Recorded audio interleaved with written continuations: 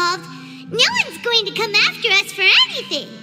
Even without Silver standing guard, we can just completely relax. Why don't we stay and rest up here for a while? Even machines in Fontaine need to stop and recharge now and then.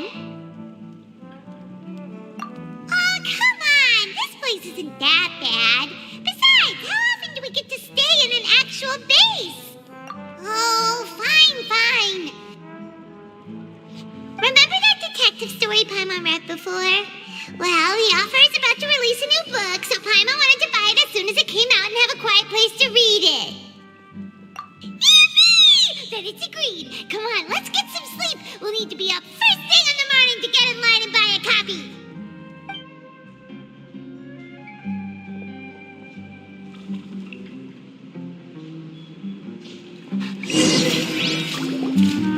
Paimon didn't expect that style at all. Even though it's a detective novel, it's also like a social documentary. Whew, it's actually pretty good. No!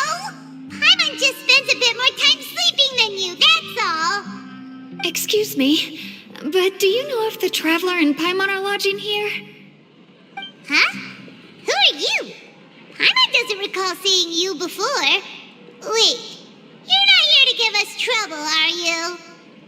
A blonde traveler and a chatty little fairy. Looks like I found the place. Good thing I asked the Spina di Rosula. Seems they sent me the right way. Hey, what do you mean by chatty? Paimon's always careful not to talk too much. Most of the time, anyway. It's an honor to meet you both. I was sent from the Palais Mermonia. Monsieur Nourilette wishes to see you. It seems he has something important to discuss in person. Nourilette? He wants to see us again already? Huh. We talked so much the last time we met. Has something happened since then? I am not privy to the details. It would be best if you came to the Palais Mermonia and asked Monsieur Nourilette in person.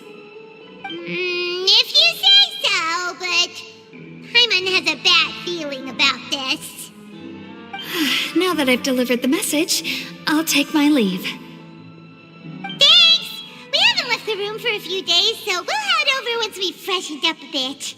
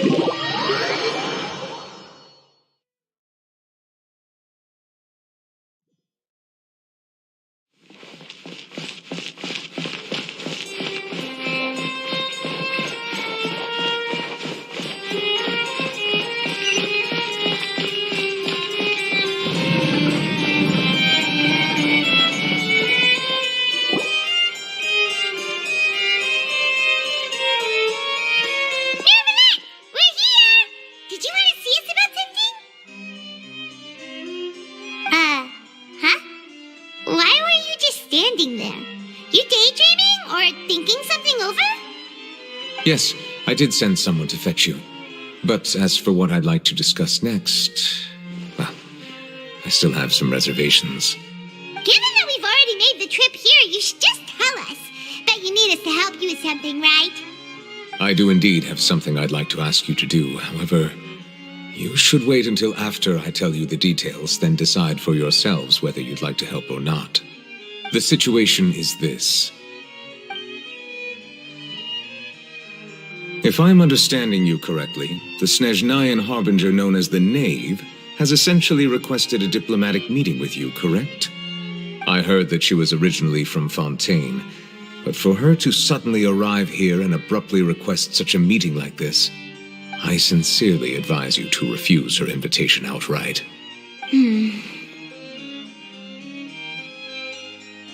I'm sure you're aware that her purpose is most likely related to Child's recent predicament. We convicted one of the Snezhnayan harbingers in a court of law, but we have yet to provide any form of detailed report on the matter. This does indeed provide an opportunity for Snezhnaya to put pressure on us. I believe we should adopt an evasive stance until we can provide a proper explanation and have a preliminary plan on how to deal with the matter. No, we shouldn't. I think we should agree to the meeting. Oh? Well, you see, we are the ones that owe an explanation. If we keep putting off the meeting, it could easily result in the problem escalating, right? It's like a fight between two friends. If they don't agree to see each other and talk in person, isn't it possible that the friendship could end entirely? Though diplomatic relations between Fontaine and Snezhnaya could be considered as friendly, it is only superficially so. You wouldn't go so far as to say that our nations are friends, as you did in your example. It was just an analogy. An analogy, okay? Moreover, even if we were to talk in person, if we don't have sufficient information prepared, it is quite possible the result wouldn't be restored relations, but a complete falling out. I don't think we should overthink those possibilities yet.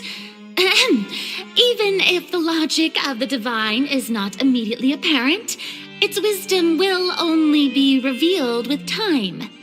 Besides, you'll be at the meeting. If any problems do pop up, you'll have no problem navigating them. I must clarify that interacting and communicating with people outside of court is not my cup of tea. It seems you think too much of me. But more importantly, when did I agree to join the meeting with you? You mean you won't come? No, that won't do. I can't go to the meeting alone. You have to accompany me. I must take you with me. Lady Farina, could there be something else regarding this matter that is being kept from me? No, not at all. Look, I am the Hydro-Archon of Fontaine, Focalor, the god of justice who is loved and adored by many. So I only hope that justice will be served in this matter. Don't overthink it. I'll go find someone to arrange the meeting.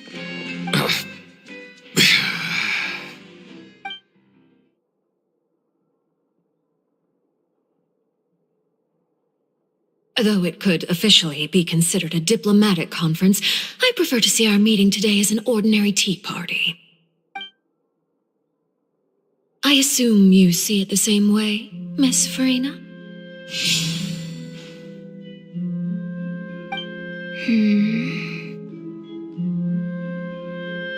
Lady Farina? Yes, that's right. Just like you said, a tea party. I should thank you for providing the pastries. They look delectable. To make this tea party even more lively, I've invited someone else to join us today. It's a pleasure to meet you, Monsieur Neuvillette. I was born in Fontaine, so naturally, there's no need to introduce the nation's revered Eudex to me. Hello. The pleasure is also mine. First, I would like to thank the two of you. I'm often away on business outside of Fontaine, and I'm told that the children of the House of the Hearth have been well taken care of by you.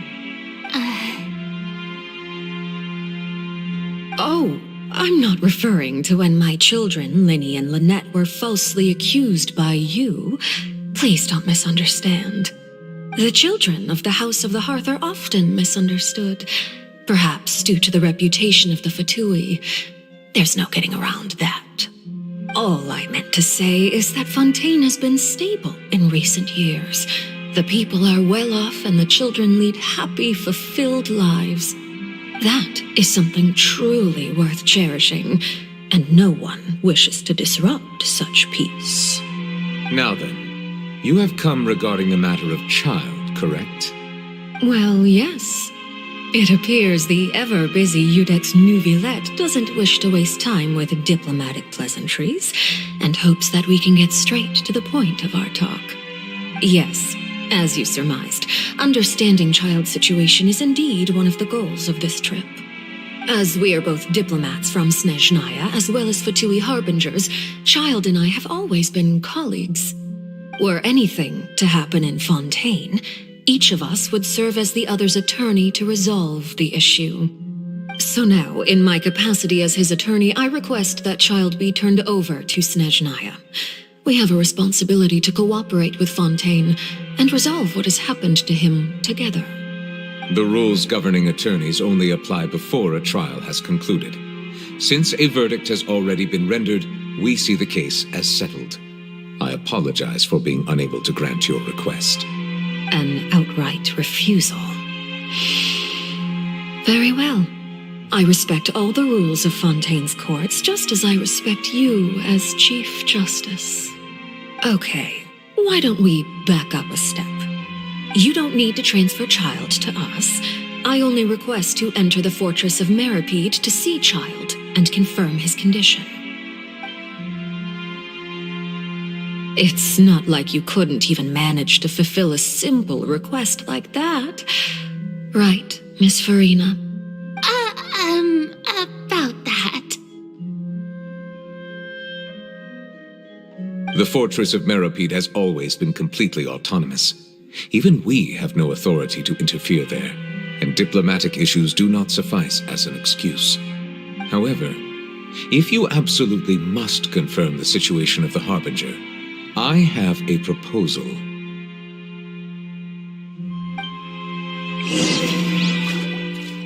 The knave showed up already?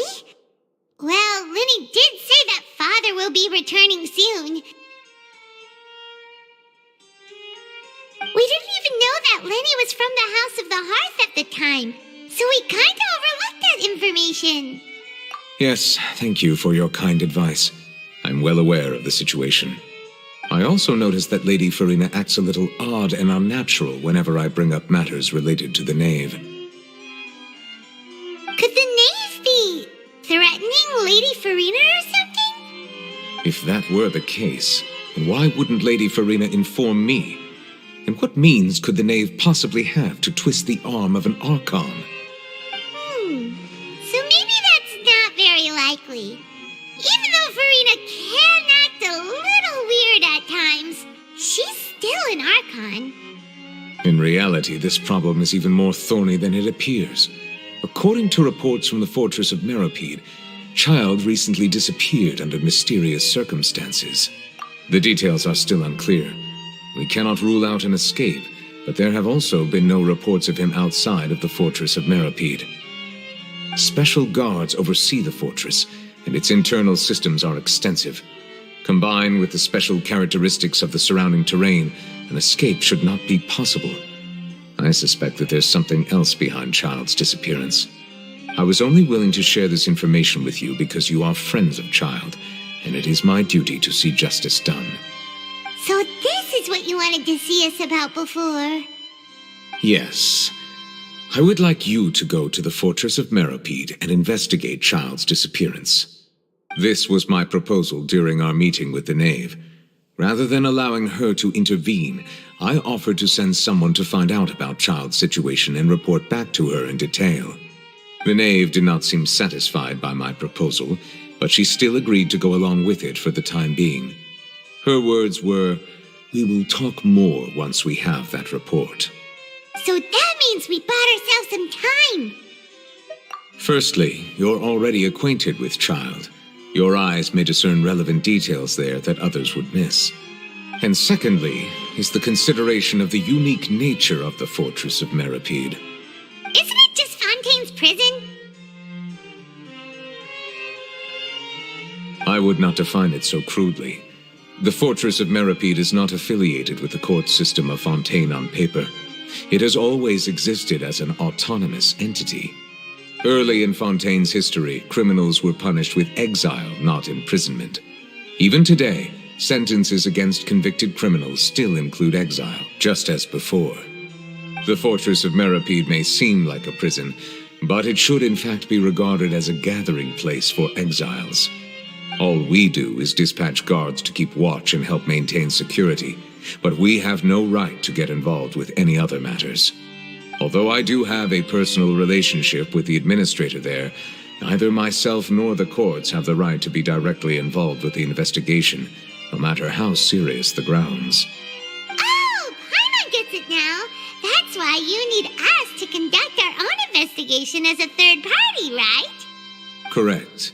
I will arrange false charges against you so that you may secretly investigate inside the fortress during your detention. This will save us a lot of unnecessary trouble. So, are you two willing to accept my proposal? Yeah, no matter how you look at it, it seems we're the best choice. Alright, we hereby accept this difficult task. Reluctantly. You two have my sincere thanks. This matter is of critical importance to Fontaine's current situation. Also, I hope that both of you can keep this operation a secret. We will rendezvous at the Fortress of Merapede's entrance on Erinius once you've prepared yourselves. I will arrange for someone to take you inside. Prepared ourselves? Is there something we need to prepare? Perhaps you could enjoy a good meal and have a nice bath.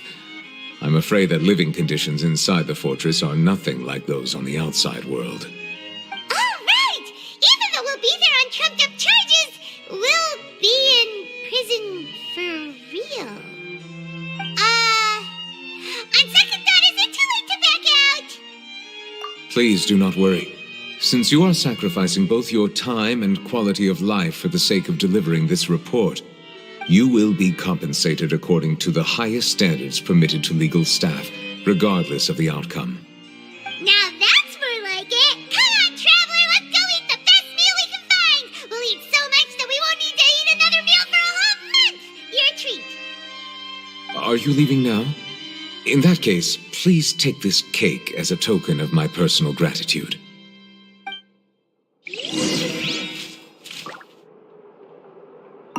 Oh, no need to thank me for it. Just be sure to enjoy it.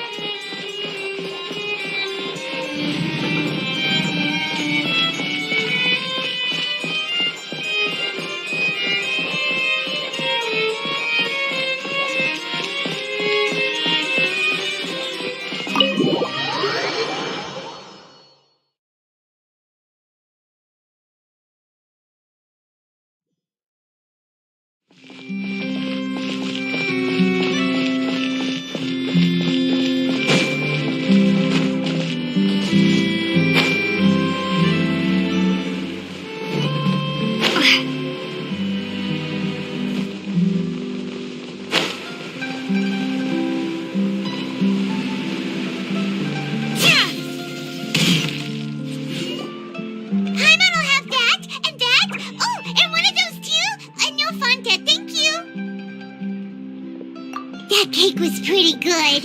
But as soon as Paimon remembered that we're about to go to prison, Paimon's stomach suddenly became completely empty. Now that Paimon thinks about it, we've always been super careful ever since we arrived in Fontaine, just to avoid breaking any strange laws here. But here we are, about to willingly send ourselves off to the Fortress of Meripede. Maybe this is what they call fate. Let's just try our best to investigate everything quickly once we get there. Paimon doesn't want to stay in prison too long.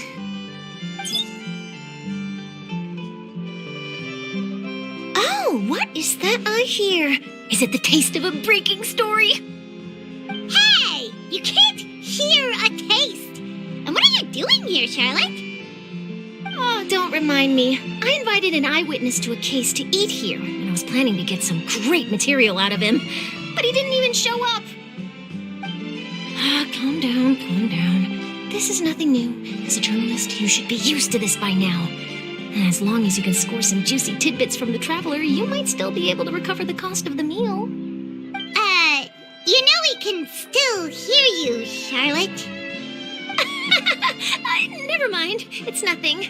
I just heard you mention the Fortress of Meripede. You didn't commit a crime, did you? Please tell me all about it. No way! We would never! We're just going there to...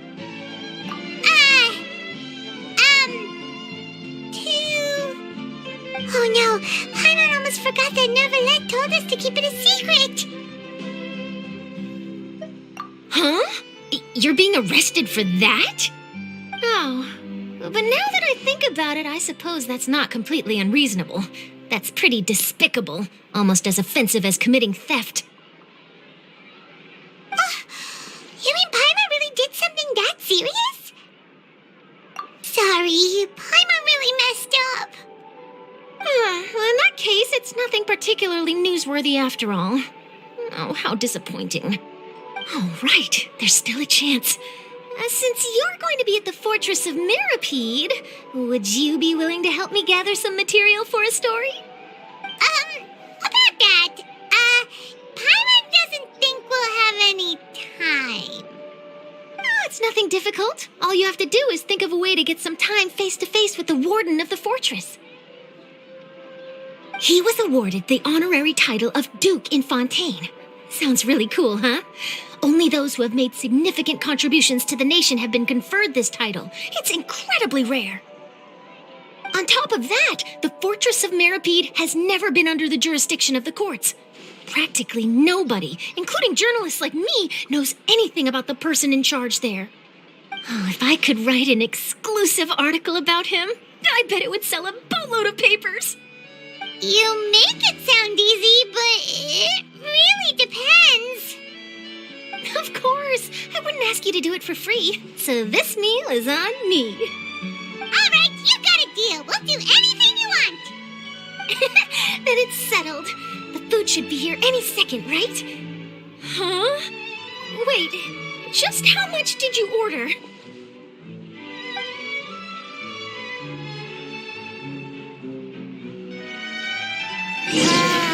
Paimon's so full. Well, guess we have nothing to regret now, so let's get going. Wait. Paimon just said something really ominous, didn't she?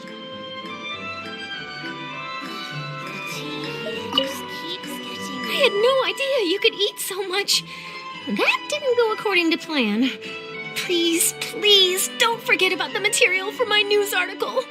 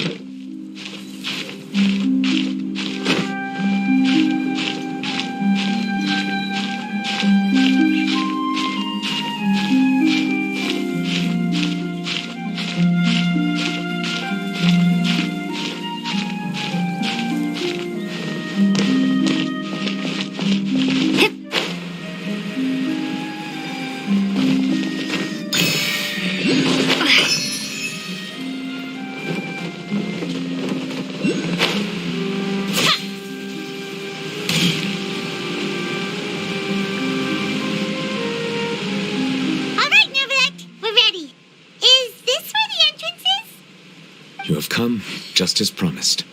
Yes, this is the one and only entrance to the fortress of Meripede from Irenaeus. Careful. You may want to step back a bit. Whoa! So you have to go down from here? Is the prison underwater? Utilizing both the barrier of the water as well as the fear humans have of the depths, the fortress of Meripede is naturally the perfect place to confine and guard criminals. But do not worry. It is not nearly as frightening inside as you may think. You will see for yourselves once you are down there. Paimon hopes you're right. Don't know about you, but just thinking about being at the bottom of the sea like that gives Paimon the heebie-jeebies. Oh, and there's one more thing. I mentioned that I have had personal dealings with the administrator of the fortress, Writhsley. He's a very shrewd fellow. Yeah, we heard about him too. He's that Duke, right? Correct. He is the highest-ranking manager of the underwater prison. Even though you are going there to investigate at my behest, it would behoove you to avoid any confrontation with him or any of his subordinates. The Duke rarely ever leaves the fortress of Meripede, but that does not mean he is not privy to all that is happening inside and outside the fortress. He is quiet, but not unaware, so please bear that in mind. All right, that's about all the time that we have to talk privately. I'm counting on you two. Don't worry, we won't let you down. Good. Madeline! I'm here, Monsieur Nervalet. These two are the newest convicts, I presume? Don't worry, they won't escape on my watch. Like we would try. Please follow me, you two. I'll process your paperwork for entering the fortress of Meripede.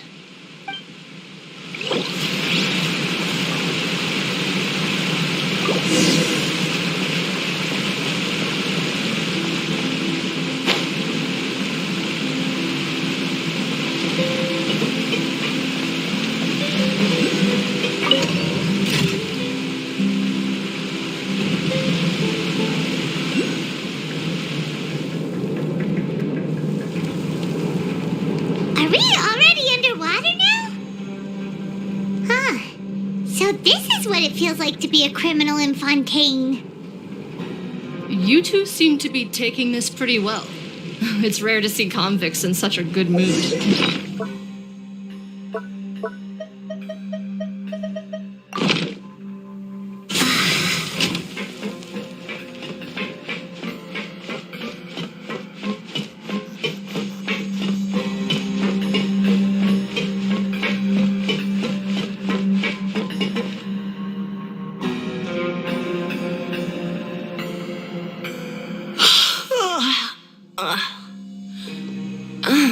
It's you, Madeline. Why'd they make you make the trip down here today?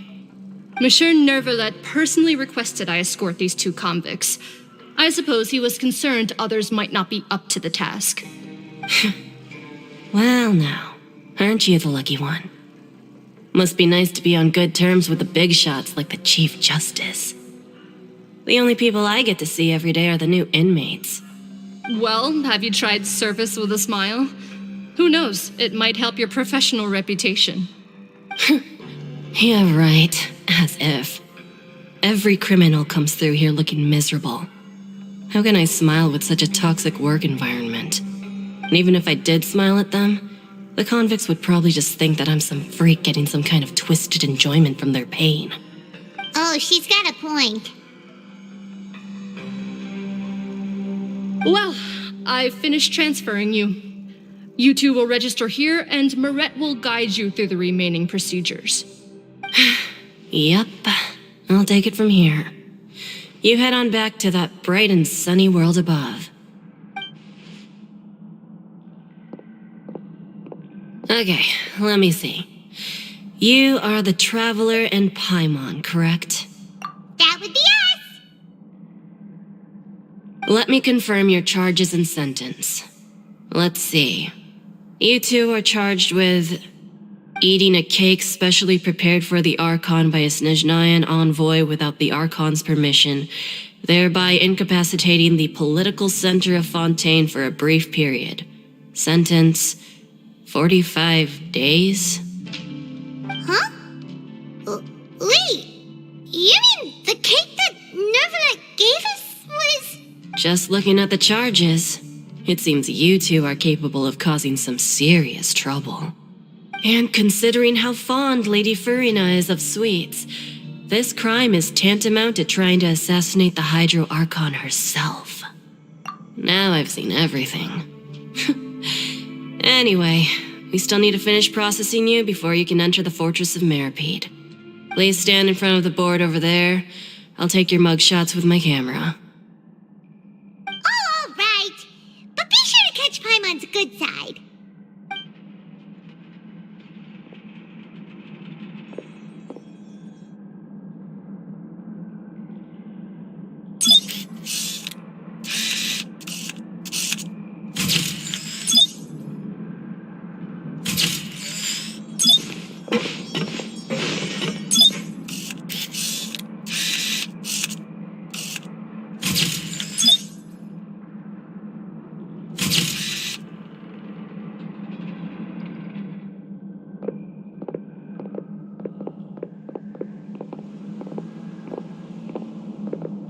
And we're done. Thank you for your cooperation. Next, someone will be along to guide you inside the fortress. Please be sure to cherish this opportunity for rebirth.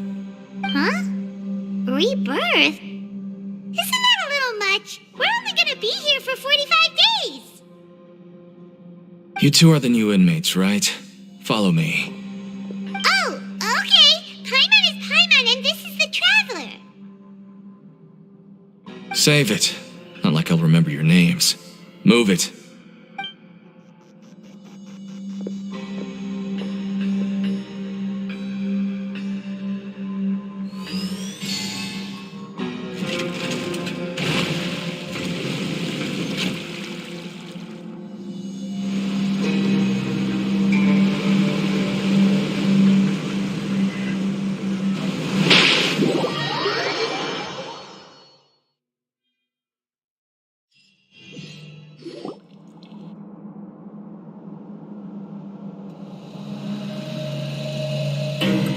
So, are you one of the guards here?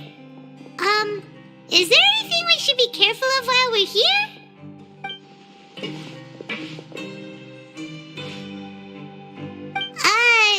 Did Paimon already ask something she wasn't supposed to? Why should I tell you anything? What's in it for me? This is exactly why I can't stand you fish.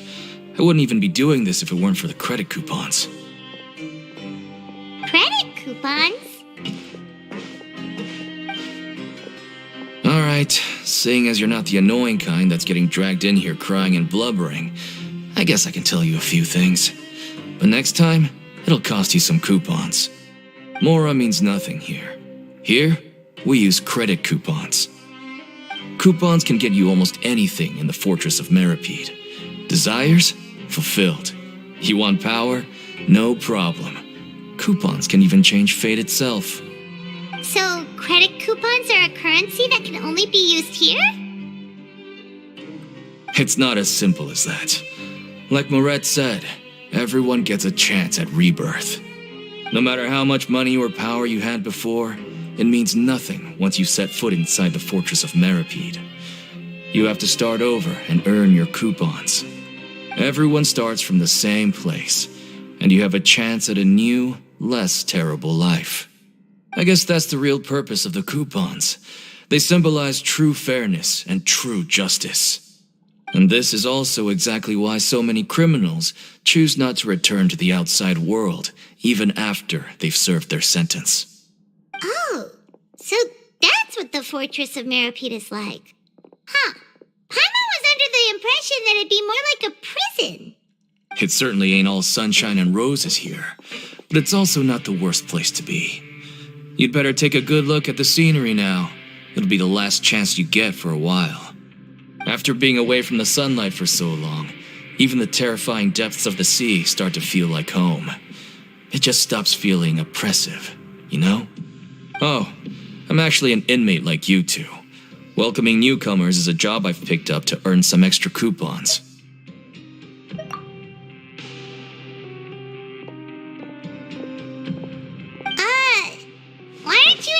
us again?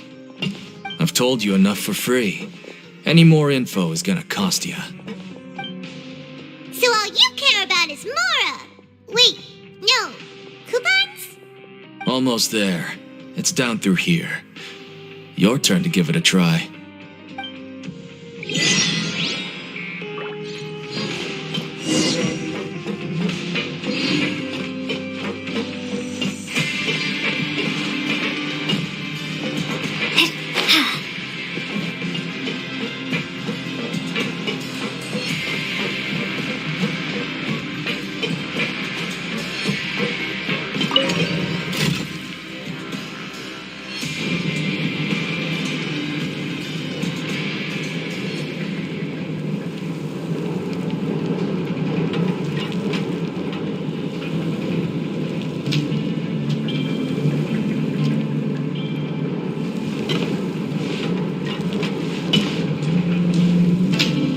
So, we're going even deeper now? Just how deep down are we? It's like a metaphor for your previous life, isn't it? Our lives weren't that bad.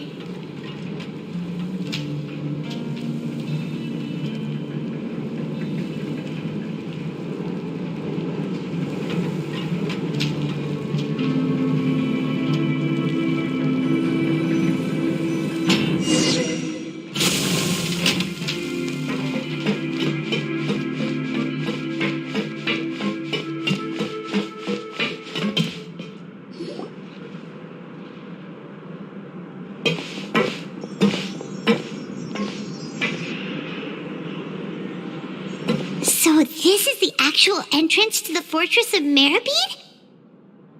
Huh. It looks like there are other new arrivals, too.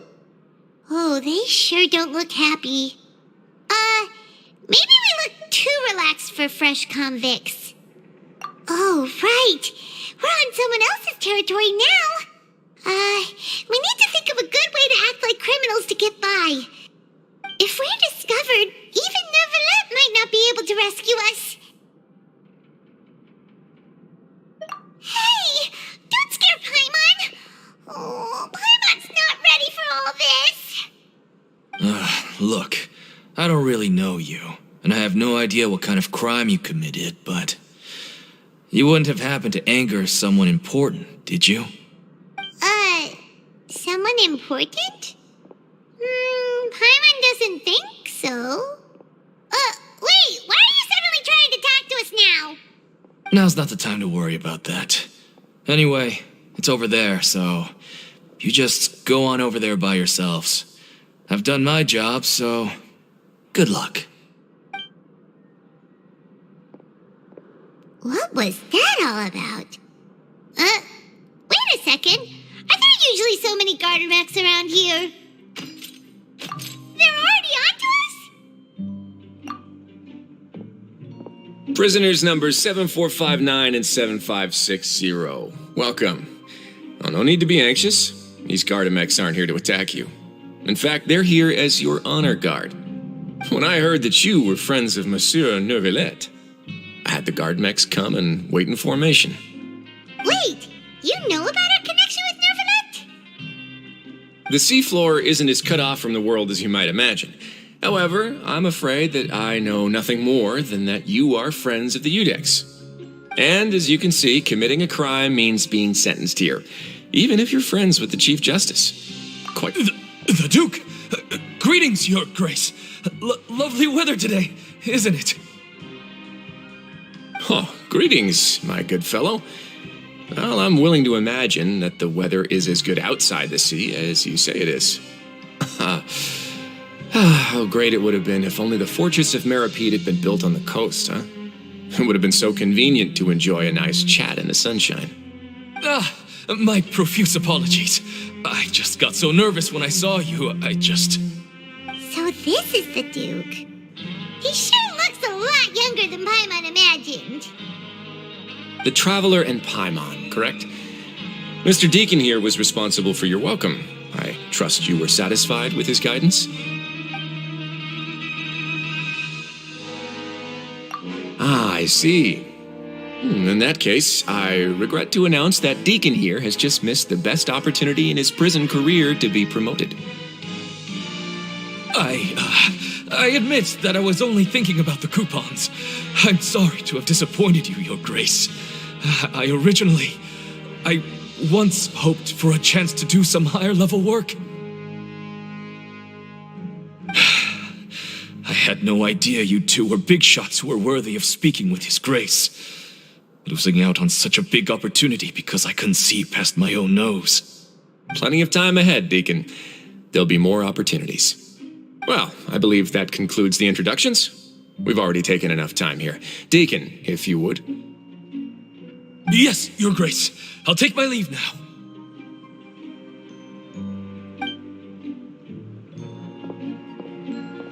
Please, follow me. To make you feel more welcome, I'll show you around the various facilities of the Fortress of Meripede. I hope it'll help you adjust to life here.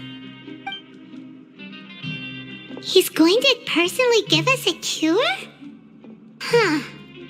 Hymunkip, no wonder Charlotte's so interested in him. He's one of those mysterious types. All right, let's keep up with him.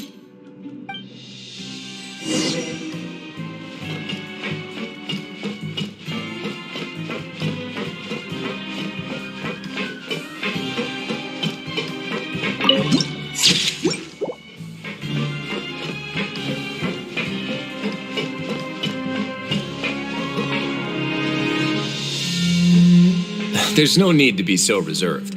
The label of criminal is nothing but one of many identities, and being criminally inclined here at the fortress is just one of many ways to survive.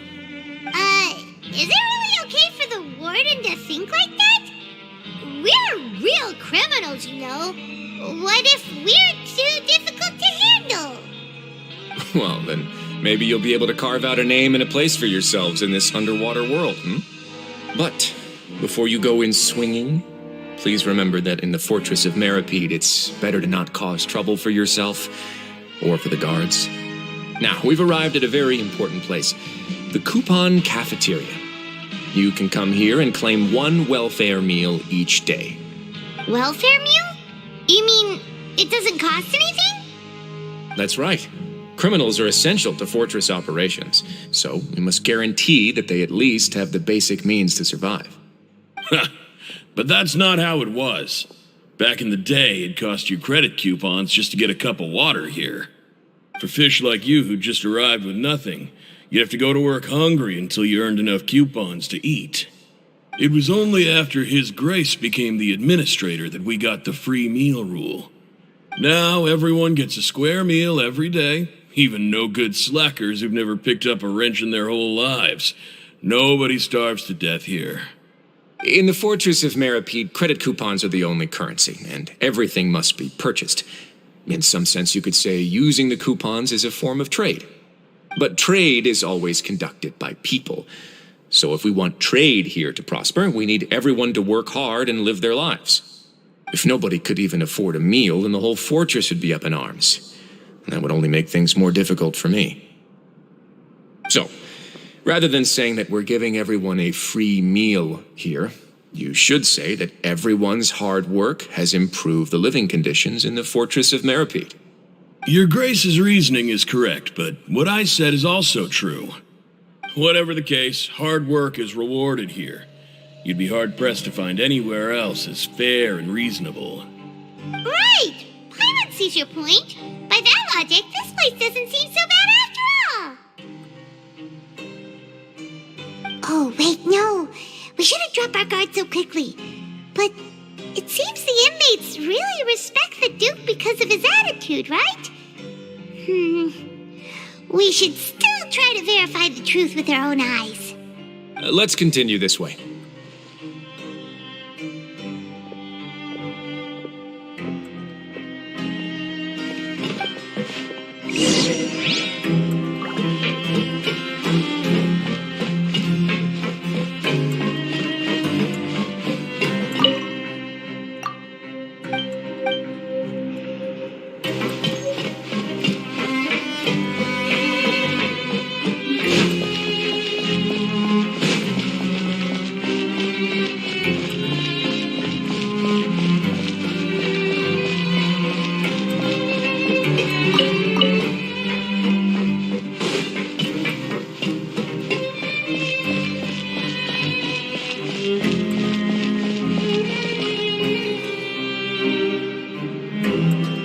This place is known as the Pancration Ring. Sometimes we have criminals who have more energy than they know what to do with. Their daily work alone isn't enough of an outlet for them. So, instead of leaving them to their own devices, we've provided them with this dedicated venue. This way, nobody will get involved unless they want to be. Pancration matches? And you can earn extra coupons? Oh, what do you think, Traveler? Interested? But I must warn you that your sentence will be extended if you fail to restrain yourself and end up seriously injuring or killing your opponent. So, did you set this place up too? No, actually. I just granted approval for the organizer to use this area to build the ring, and I collect a portion of the proceeds in return. Of course, the fees are also quite useful. Oh. Do you mind if we ask what they're used for? Sure. Ensuring personal safety, maintaining the arena, and resolving any conflicts that arise. Why? Are you interested in how to manage a pancration ring? Oh, no. I was just wondering if that's how you paid for everyone's welfare meals. A reasonable guess. I see you have a talent for entrepreneurship. Oh, you hear that? Paimon has a talent! So we can start a business here? That is something you can discuss between yourselves later. Let's move on for now.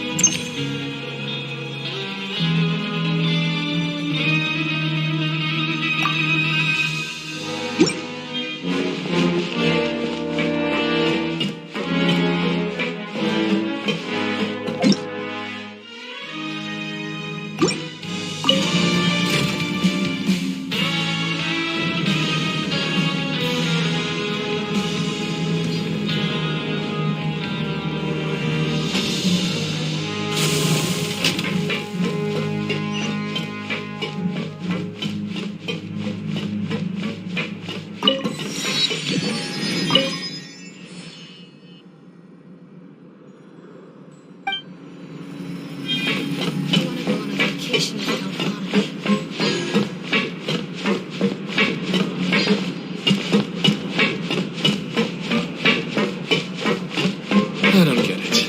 How come nobody likes math?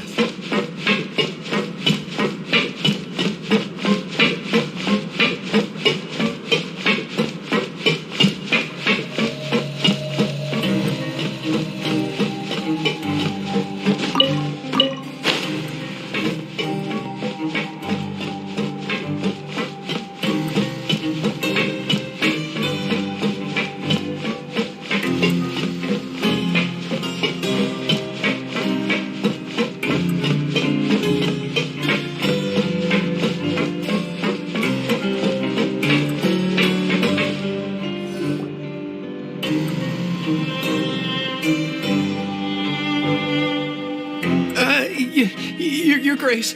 Good morning. I mean, good afternoon. No, wait, what time is it again? What time indeed? Time waits for no one, so it's best to keep an eye on it. My apologies, Your Grace. Jeez, that guy's so nervous he almost forgot to breathe. Sorry, forgive my manners. These are the dormitories, which is where inmates sleep. The guards will inform you where your bunk is later. In the Fortress of Meripede, criminals usually spend most of their time in either the production zone or the sleeping areas. The production zone? What does it produce? Is that where we'll be working? Not necessarily. Though working in the production zone is the most reliable way to earn credit coupons. If you have other skills, you can skip your shifts to earn them in other ways. Wow. Wait, you're the manager of this place, and you're just telling us to our faces that it's okay to skip work? The fact that the Fortress of Meripede has continued operating completely autonomously is proof enough that most people are willing to work honestly and earn a stable income. As for what we produce, many of the clockwork machines seen all over Fontaine originate from our workshop. Therefore, the Fortress of Meripede is not only a place where criminals serve their sentences, but also a giant machine factory. There's no need for me to get into specifics about the production process now. You'll experience it all firsthand when you report for work tomorrow. Let's move on. The tour continues over this way.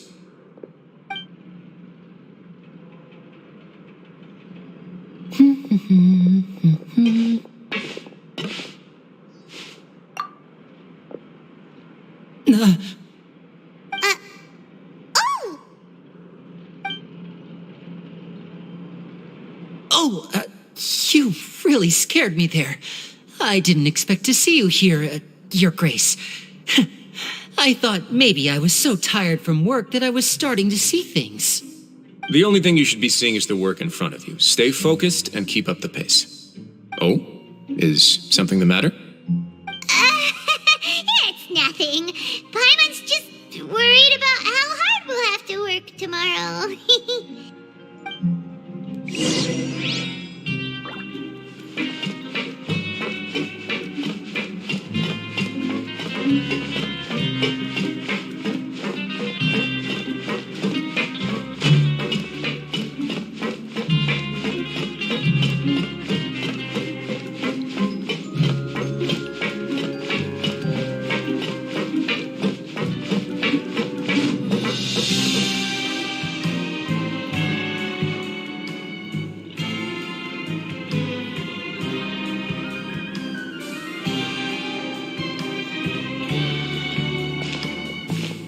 Your Grace? What are you doing in the infirmary at a time like this? Oh no, you didn't injure yourself, did you? Not yet, unfortunately for you. But thank you for your concern, Sigewin. Oh, then you must be here for those two. Allow me to introduce you. This is the infirmary, and Sigewin here is the Fortress of Meripede's head nurse. Hello, new faces. They call me the head nurse, but I actually handle all the nurse-related work all by myself down here. Since you seem to have some rare downtime with no patients, perhaps you could find the time to join us for dinner? Oh, then these two must be some important convicts. Sure, I'll join the welcome party. Thank you. Your presence will be the pièce de résistance for today's tour. Oh, so the tour part is over now? I believe I've already covered the primary aspects of life here in the fortress. As for your work, there'll be someone else to guide you through the details. Is there anything else? I seldom conduct tours, so why don't you just ask if you have any questions? Well, this is our first time here. Paimon's not sure what to ask. Then let's head back to the coupon cafeteria. Maybe a meal will help you think up some questions. You should at least try to be excited. Our free meals are actually pretty good here.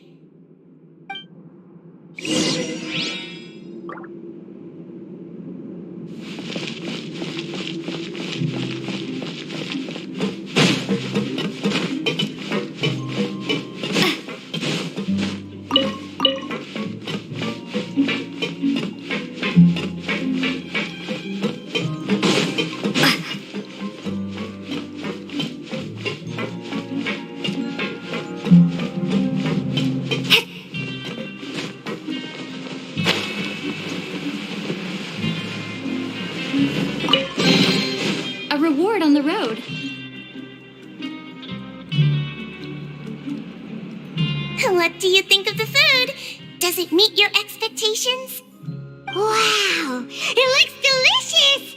Neverlet made it sound like living conditions in the Fortress of Meripede wasn't very good. Who would have guessed that criminals get to eat tasty food like this every day? Oh, isn't that the meal box that only super lucky people manage to draw? Seems like you two are quite fortunate. It actually has nothing to do with luck in this case. I had a word with Walsey, so you didn't have to draw lots like everyone else. Oh, you mean the meals are random? Yes, what you get to eat depends completely on your luck. You could say that it's a distasteful little game that Chef Walsey likes to play here in the cafeteria. I knew it! If criminals got to eat tasty food like this every meal, the crime rate in Fontaine would skyrocket for sure. Excuse me, did I hear you mention Nervulette just now? I've been wondering how he's doing. Is he busy with work? Has he been taking care of his health?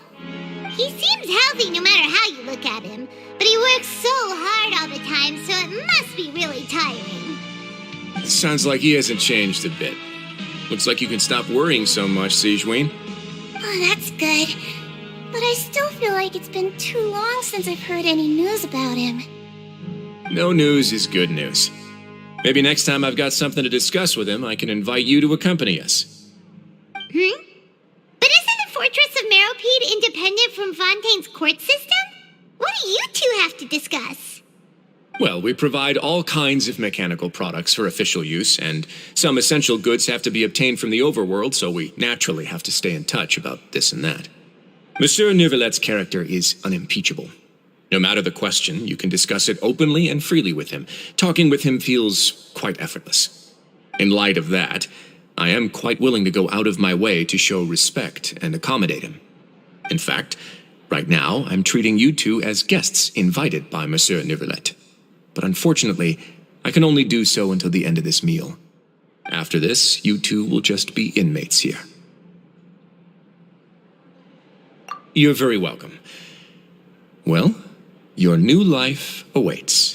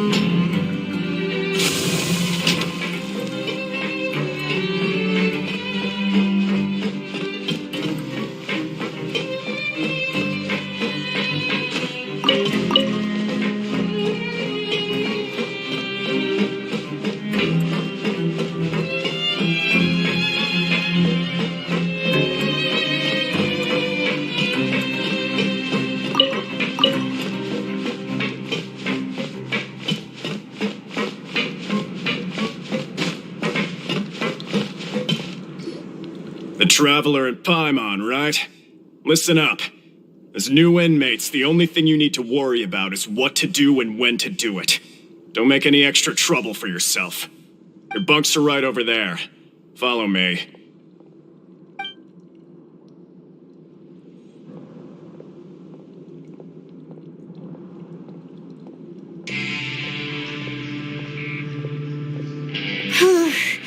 So this is where we'll be sleeping from now on. Oh, Paimon can't believe this. The days of staying home and reading detective stories are like a dream now. By the way, Traveler, we saw a lot of things worth investigating just now. Even though the Duke didn't say it too directly, judging from what he said at the end, it seems that he was only welcoming because we know Neuvillette.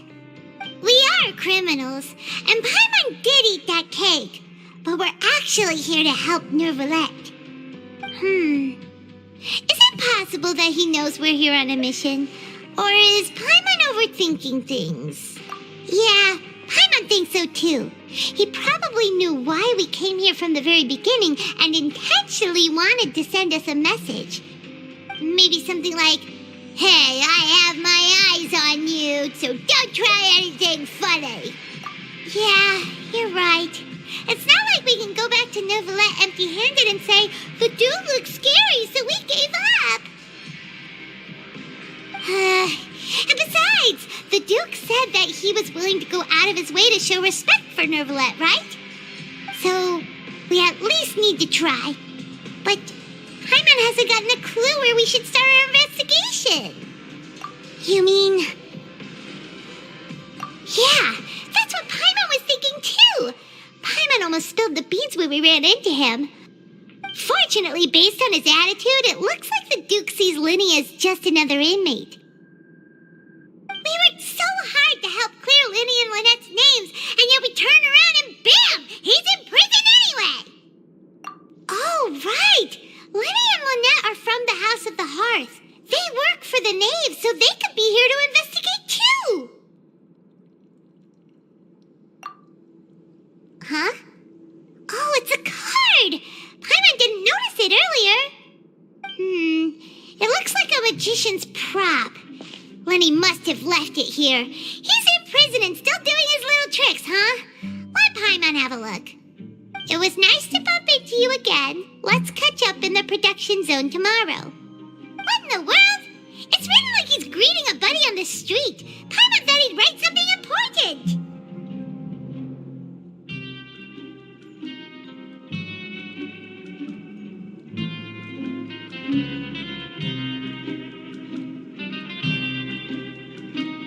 If you say so, we can ask him what's going on tomorrow. Let's get some rest now.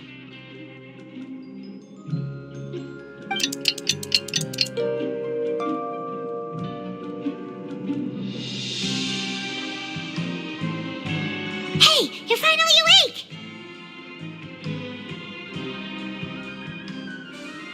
Well, it's Paimon's first day as a prisoner. Last night, Paimon dreamed about getting interrogated by the guards until Paimon told them everything, and then Paimon woke up. Hey, come on! It's just a dream, okay? Paimon wouldn't really squeal. Maybe.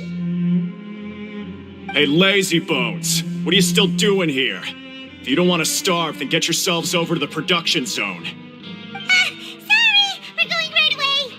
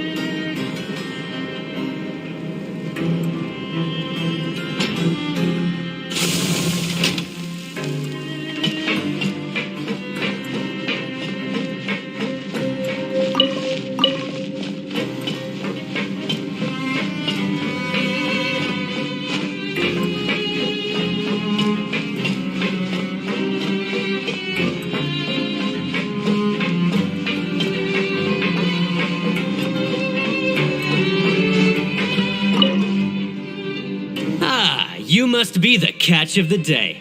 Looks like you've got some luck getting assigned this space. Yep, we just arrived yesterday and... Don't interrupt me when I'm speaking. Yes, sir. Listen carefully to my instructions. I don't want any mishaps. Every machine here is worth more than the both of you. Working around these machines can be very dangerous. Do your job well, and you can eat in the cafeteria after your shift. Get sloppy, and you dine in the infirmary. Anyway, the Fortress of Meropide doesn't want to lose a single one of its machines. And it also doesn't want to waste the production potential of any inmate. You got that? Got it! Your job is to use the machine over there to process widgets. Watch carefully, and make sure you step on the pedal at the right time. If the machine gets jammed, then give it a little maintenance with your fist. Here, take this. Bring me the processed widgets, and I'll give you some credit coupons in exchange.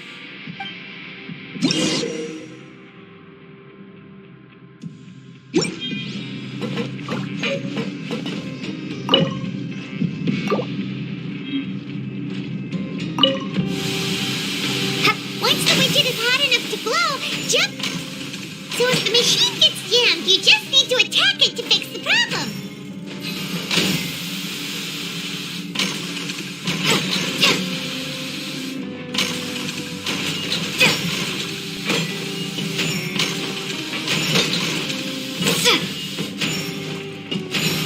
Okay, you got it right!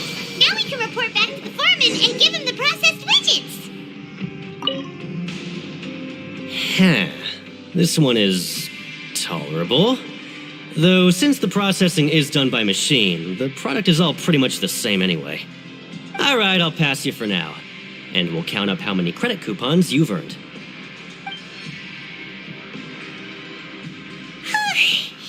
Paimon's exhausted. We're done now, right? Oh, that foreman. He's so scary that Paimon couldn't even speak. Ugh. Even though Paimon's starving and wants to head straight to the coupon cafeteria, we still need to meet Lenny first, right? He probably just finished up his work, too. He should be around here somewhere.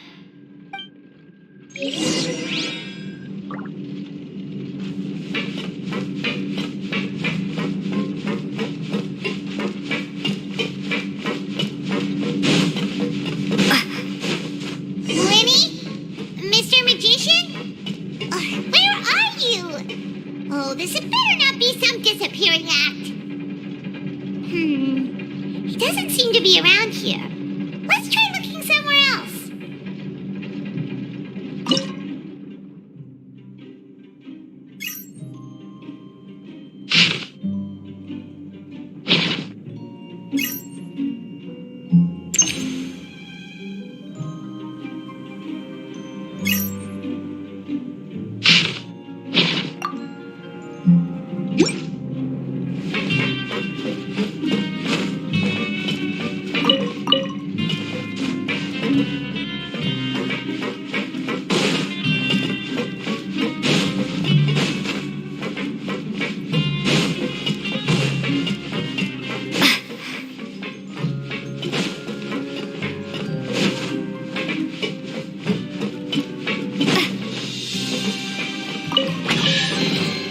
A reward on the road.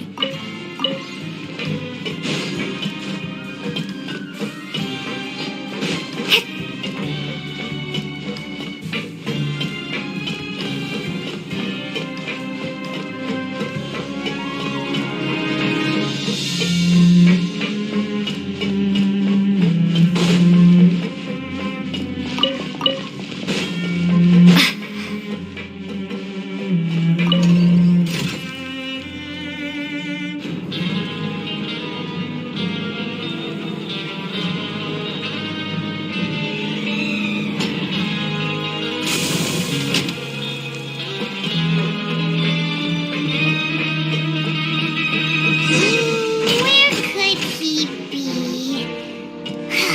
Did he decide to slack off and sleep the day away?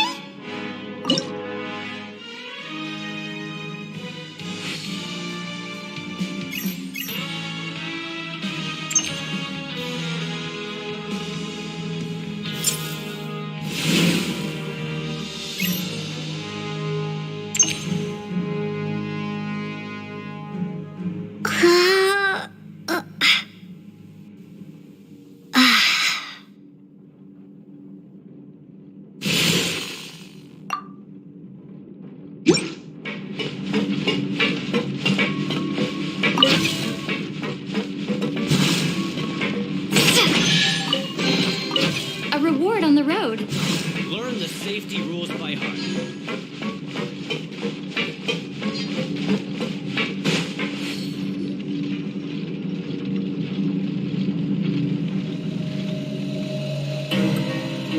Hey, over here. Oh, you scared Paimon! How did you appear out of nowhere like that? Oh, you scare so easily now? Is there something worrying you these days? You little... The only thing we're worried about was trying to find you. Sorry. Come over here and keep it down.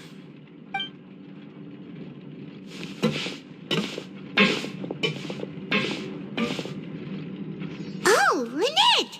You're here too! You two really are inseparable. That's right. My brother simply can't stand to be away from me. It's not just Lynette. Fremine is also here. Do you still remember him? Oh, you mean that diver from the House of the Hearth, right? Paimon remembers seeing him in the court of Fontaine before. Now hurry up and tell us, how did you end up as criminals this time? We fought so hard at court to prove you were innocent, but now it looks like our incredible court battle was for nothing! Sadly, even the teeniest of things can land you in prison these days. I put together a street performance and used the popularity we gained from the Opera House incident to attract a big crowd. And then? Next, I invited several audience members to participate in the show. And then, with the entire audience watching, their wallet suddenly disappeared. My brother was charged with theft, and I was charged as his accomplice, having assisted him in his crime. It really isn't that bad. The missing wallets are all in the leftmost drawer of the Maison Gardiennage's big filing cabinet. We just need to see how long it takes to discover them. Yep, we should be released then. In terms of the magic trick itself, I think the performance went perfectly. Leave it to Lenny to magic himself into prison. Indeed. Last time I hid my identity from you, I promised that I'd tell you absolutely everything if you were angry about it. No more secrets. So I don't plan on keeping anything from you this time either. At the moment, the House of the Hearth's interests don't conflict with yours at all.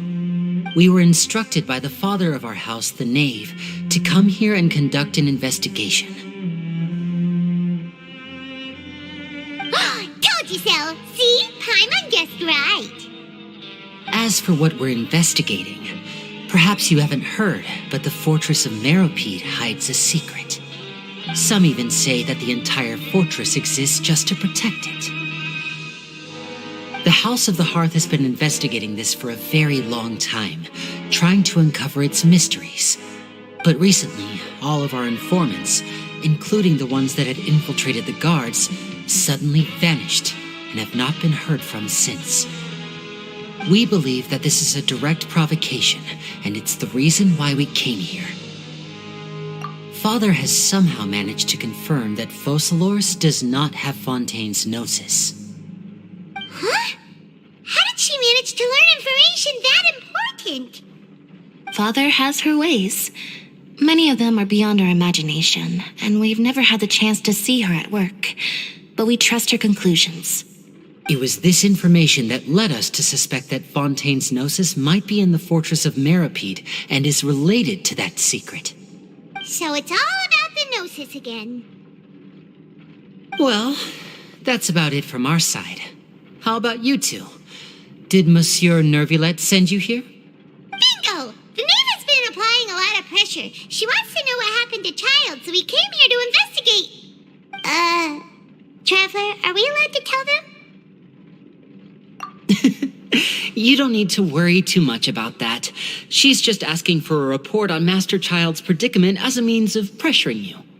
Father used the situation as a pretext to negotiate with two high-ranking officials in the court of Fontaine. She actually just wants to be able to make concessions on this matter for gains elsewhere, almost like a bargaining chip. Sometimes you need an excuse to do things you otherwise couldn't. And a harbinger is more valuable than you might imagine. Of course, it's not a complete farce. If we do manage to find out what happened to Master Child 2, then diplomatic relations with Fontaine could improve, and Snezhnaya might even be able to adjust its stance a bit. Is it just Paimon, or does it feel like we're the only ones who actually care about Child's situation? The relationship between the Harbingers must be as bad as ever. I wouldn't go that far. Father just has different standards than we do when it comes to what can be sacrificed for an advantage. By the way, I have a suggestion. Why don't we team up? Even though we have different objectives, we're both here to investigate the fortress of Meripede. It would be more efficient for us to work together. As you know, the House of the Hearth has many reasons to seek the Gnosis, but our highest priority remains resolving the prophesized crisis. You can trust us on that. See, I told you. Is that so? Sure enough, it won't be easy to convince them to cooperate with us. Lenny seems to be thinking pretty hard about something. Of course he is. Lenny has been looking forward to a chance to reach an understanding with you ever since last we met. Or, I should say, we were really looking forward to teaming up with you this time. Lynette, just tell them everything, why don't you? It's okay to open up a little. Very prudent of you, and consistent with your behavior since we first met. That's reasonable enough, and I agreed to cooperate on these terms as well. I was prepared for the worst, but you were actually more agreeable than I anticipated. All right then, there's no time to lose. I have some information to share, so listen carefully. Since Lynette and I arrived here, our investigation uncovered the fact that the Fortress of Meripede has a forbidden zone. Most people just clammed up and wouldn't talk, but after asking the right questions, we were able to confirm the existence of the forbidden zone from the guards. You should be aware of that while you're investigating. A forbidden zone? Could that be where Child disappeared to? You're right, we'll definitely keep that in mind. Good. That's the most suspicious thing about the fortress that we know of so far. We have a few other unanswered questions, and we'll be investigating those as quickly as we can. Anyway, I hope you find our information useful at least. Oh, look at the time. You two must be hungry. You should go to the coupon cafeteria and get something to eat. I'll use my cards to get in touch with you again in the future. Oh, that's just what Paimon wanted to hear. Paimon's starving after all that work today. We can talk more about the investigation later. Let's go get some grub.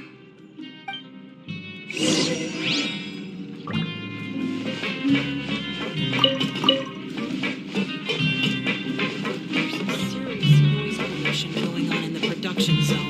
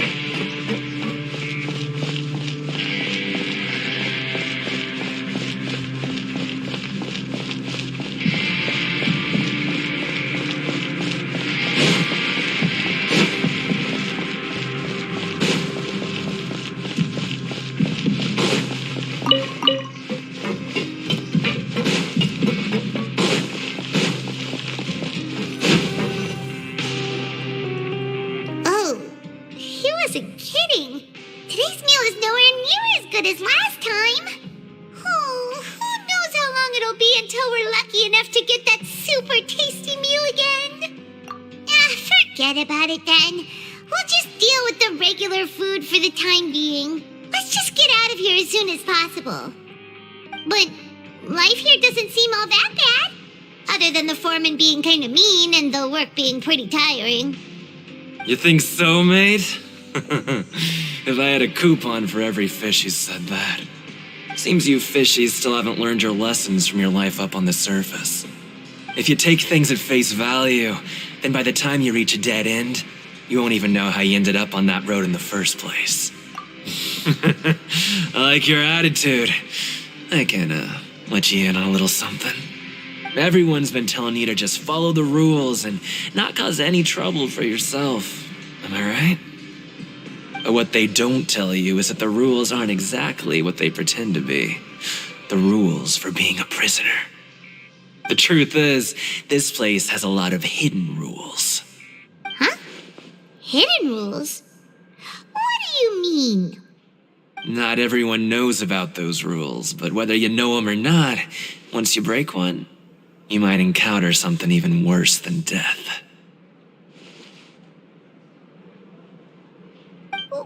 Really?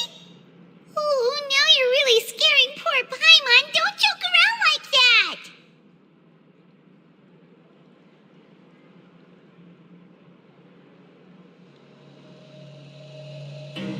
that. Of course. And I'd say that just disappearing would be one of the better outcomes.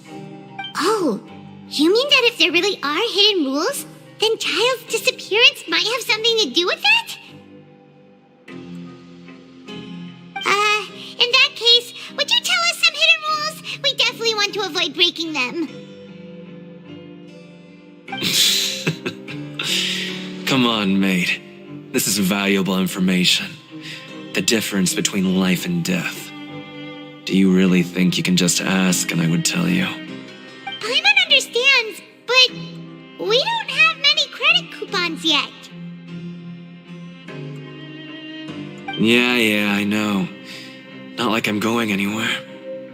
Just come talk to me after you've saved enough. Moreover, you're new fish, freshly caught, and completely out of your element. What'd be the point in even telling you anything before you've gotten a handle on your new lives? Come and find me once you've been here longer. I'm usually around the rag and bone shop. Just call me V-Doc. Bye-bye now.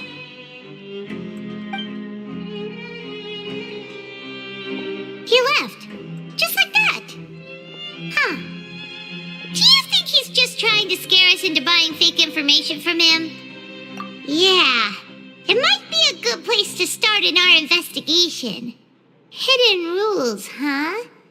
But, like he said, we don't have any coupons and we're still not familiar with this place.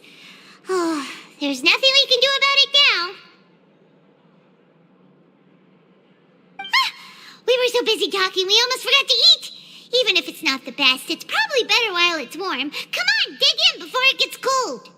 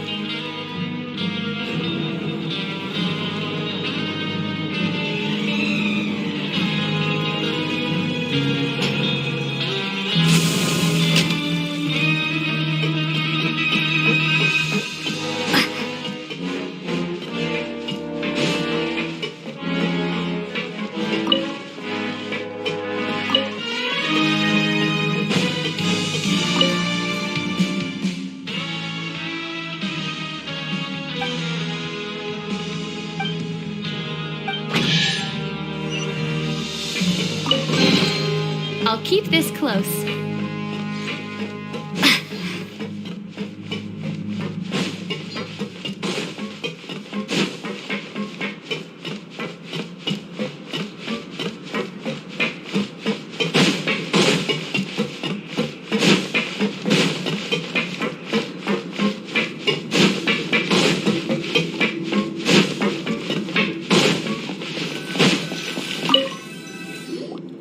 So Paimon just confirmed with the guards that our shift is set for every morning, and we're free to do whatever we want all afternoon. But it seems like most of the other inmates choose to continue working through the afternoon to earn more credit coupons. Oh, and they also said that you can use coupons to skip work in the morning and free up your time. They weren't kidding. Credit coupons really can be used to do anything here. Paimon's so tired, and we'll need to wake up and go to work in the morning. Without any credit coupons, it's not like we can really do anything else. Nighty-night, Traveler. Paimon hopes we can keep making progress on our investigation tomorrow.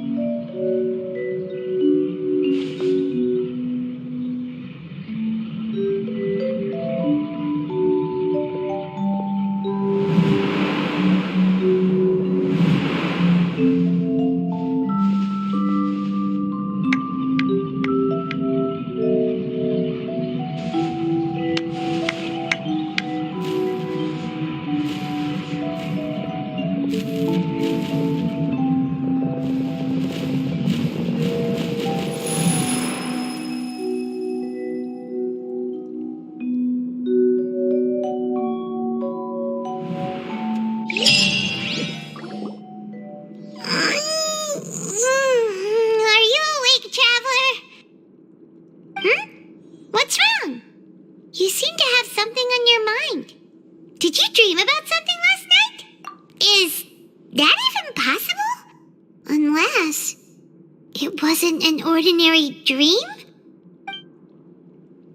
Oh, child's vision! So you had it with you this whole time? Maybe the vision connected child's consciousness to yours. And our investigation has its first major breakthrough! Good thing you brought the vision with you here. So what did you see in the dream? Do you know where child went? Huh. Okay. Well, hopefully it'll be a bit more helpful in the future. What's more important now is that it's the start of another new day as prisoners. Let's do our best to earn more credit coupons. What's the plan for today? Let's go! It's time to start working. If that guard Fielding catches us skulking about, he's sure to give us an earful.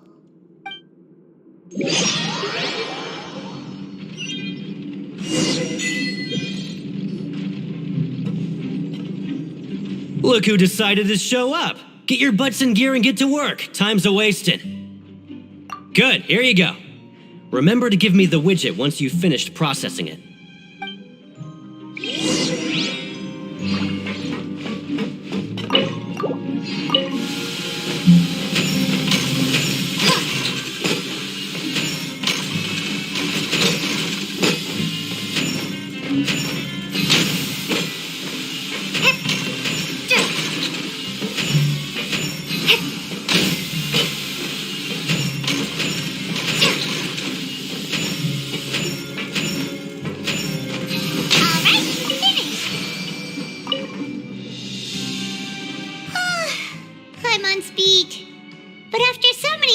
It seems we're really getting the hang of it now.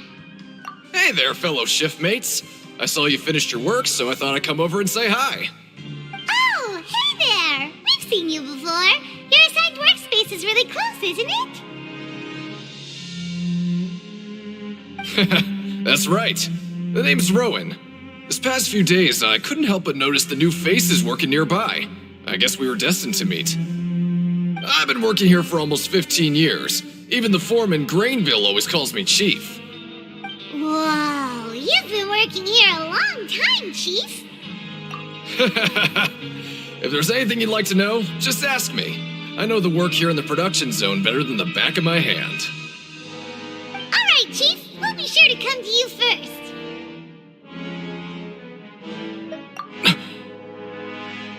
Did you just ask about the rules? Pretty sharp for newcomers. You've already heard about the rules, huh?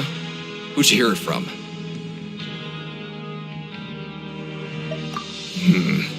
Alright. Seeing as I'm the one who came over here, you're already calling me Chief. I guess I can tell you a little. Truth is, you two keep working like this, you might be putting yourselves in danger. Huh? Wait, there's even a rule about that? What would have happened if you never told us about this? Well, it's usually not that easy to break one on accident. The conditions of the hidden rules are usually pretty specific. But once you do break one, bad things happen. If you work continuously in the production zone for 3 days, and if all you do besides eating and sleeping is just work, then something bad will happen during lunch on the 3rd day. Huh? Like what? Oh, don't scare Paimon! If I knew that, then I wouldn't be standing here talking to you, now would I? You mean, even you have never tried working 3 days like that before? There's actually a legend about this rule. They say that there was a worker who worked way harder than me. He was both efficient and eager on the job, and most other workers couldn't hold a candle to him. One time, he tried to test his limits and worked as long as he could. Then during lunch on the 3rd day, he disappeared into thin air, as if he'd evaporated. Later, some people went and asked some of his past friends about him, but they said, never heard of the guy. What the? How could that happen? Unfortunately, we were assigned different production zones. I never saw for myself what he looked like. Wait, are you thinking that it was... Huh? Oh? You... Listen, kid. This ain't the kind of thing you should be curious about. Let me tell you, you're better off forgetting about it and looking after yourself. Now I kind of regret ever telling you. Yeah, I agree with Chief here. Do you really want to try? All right, if you insist.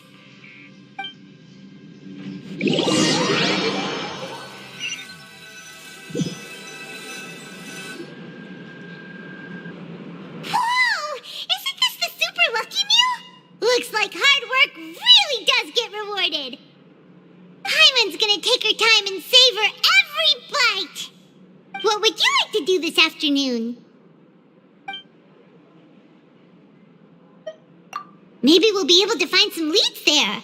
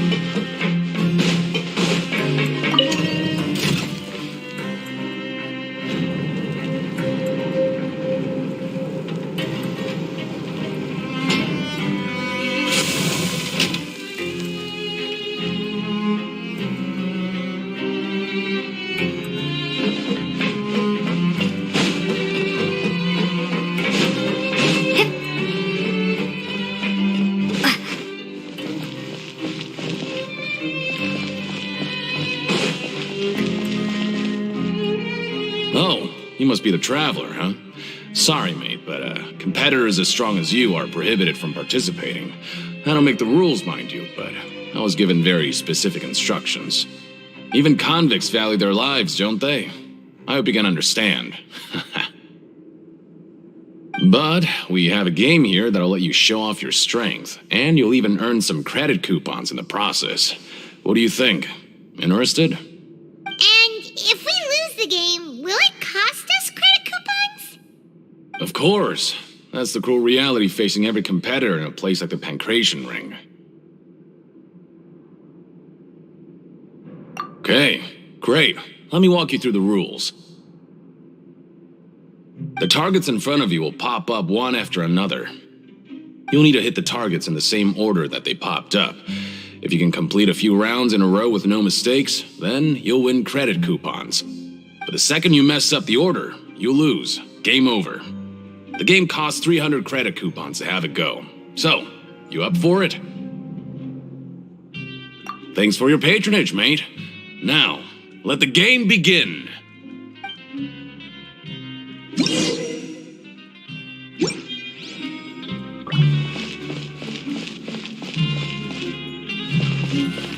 Okay, do your best to hit the targets, just like Colin said.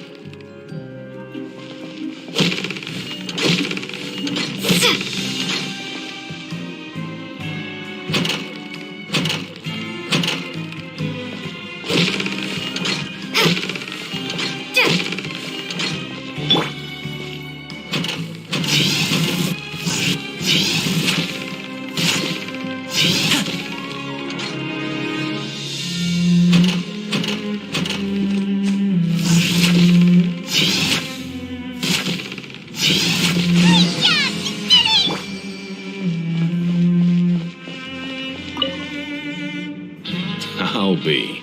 They weren't exaggerating about how strong you are. Don't worry, I wouldn't dream of shortchanging you. Here's the credit coupons you won. Put them somewhere safe.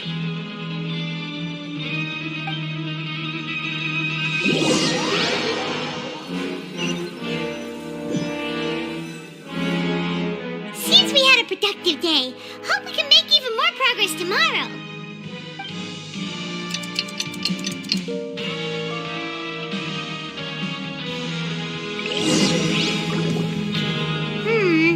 Maybe we can make some progress in our investigation today.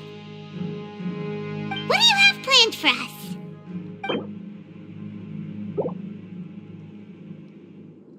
But Paimon really hopes the foreman will be in a better mood today.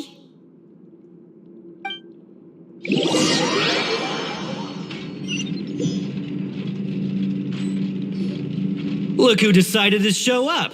Get your butts in gear and get to work. Time's a-wasted. Oh? What's with suddenly wanting to work so hard? You need coupons that badly? Sure. Let's just say we really want to test our limits.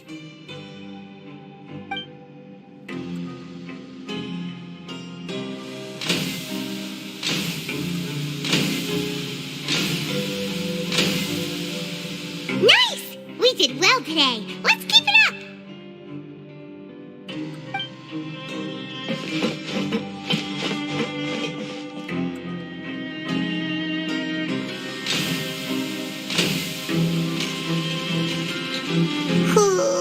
Paimon's had it. Who knew that processing these widgets would be so tiring?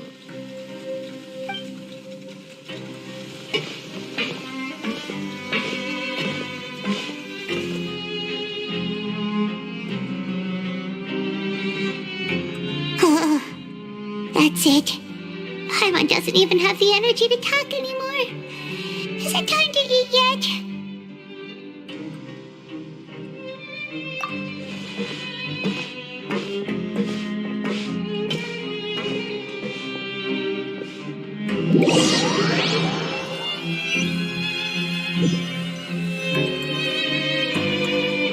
Oh, Paimon's exhausted. It's just work, and more work. Paimon's little body can't handle this much longer. Wait a sec. Now that Paimon thinks about it, haven't we been working non-stop for 3 days now? And now it's lunchtime.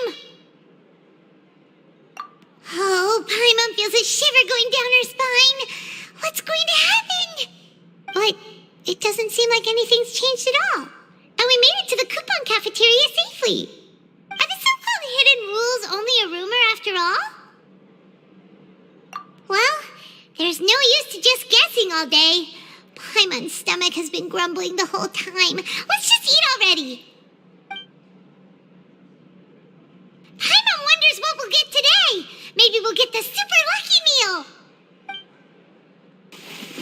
Wait, what? What in the world is this? What's with Paimon's food? And yours is the same. Is this stuff meat? But it looks and feels so bizarre. What kind of chef would make food like this? What do you think is going on? Is this the bad thing that Rowan was talking about?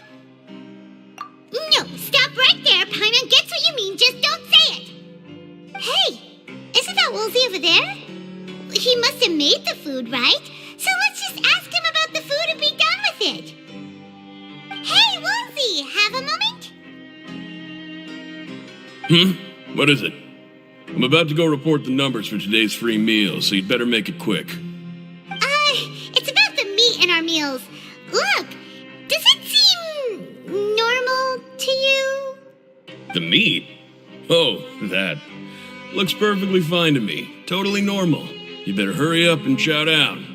How could this be fun? Hey, don't leave! You barely even looked at it! Hey! Ugh, what should we do now? Woolsey wouldn't even give us the time of day. Is he trying to hide something? Yeah, looks like we have no other choice. Paimon was positively famished a minute ago, but now she's lost her appetite.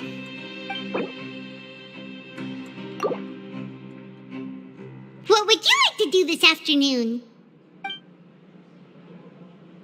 Yeah, Paimon felt like some of the people here were a little strange the moment she saw them.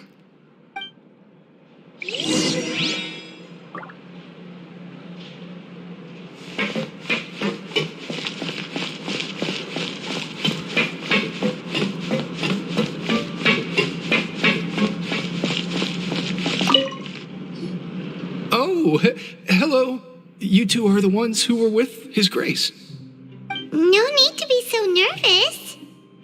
Sorry, I couldn't help but think of His Grace once I saw you, and I... Well, it's hard to say. Maybe I am. He's got a very overwhelming presence. It makes me feel like I'm just some insignificant little bug. Wait, seriously? Oh, I'm always indecisive, and I tend to make a mess of things. It's like a reflex. I just instantly start to tense up the moment I see a smart and capable person like His Grace. What? Please, don't say anything like that out loud. How could you possibly think something like that?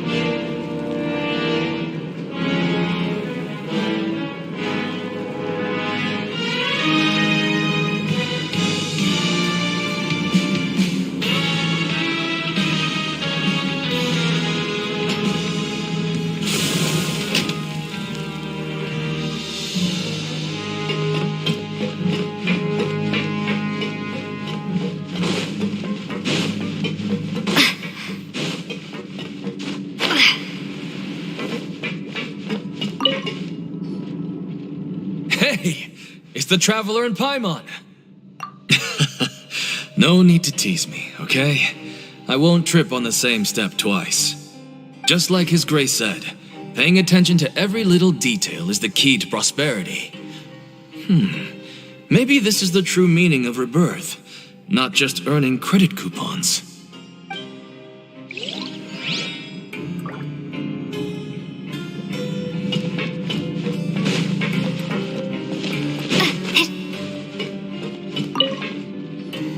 Siegewing?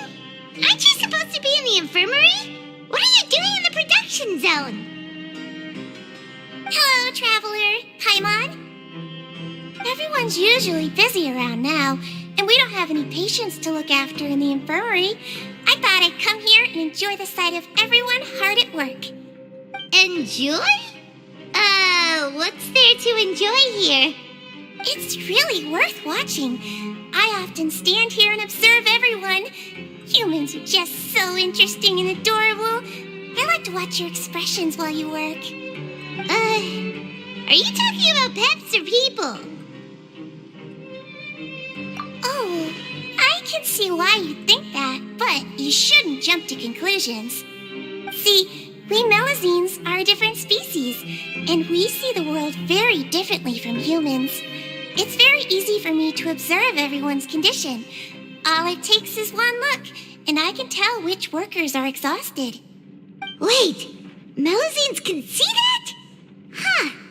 That does sound useful for being a nurse. Yes, running around tending to everyone's health is very fulfilling. But I'd much prefer it if you're all happy and free from exhaustion and pain in the first place. Take care of your body and make sure you eat well. Always rest when you're tired from work and don't push yourself too hard. We'll definitely take care of ourselves. Thanks for the reminder.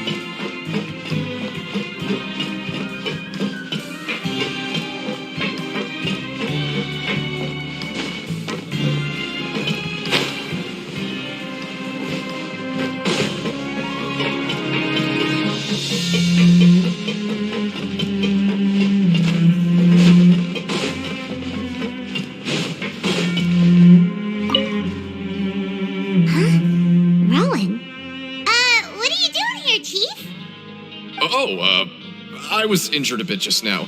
Nothing major, I think I just pulled something. Little mishaps like this are unavoidable at work, you know? Huh.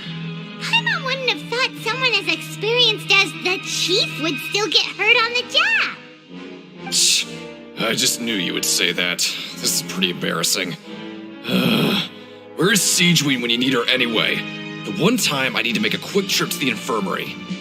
Oh, you mean she wasn't in the infirmary? Yeah. The rumors say that there's never anybody in the infirmary in the half hour before lunch, and nobody knows where Siegeween gets off to.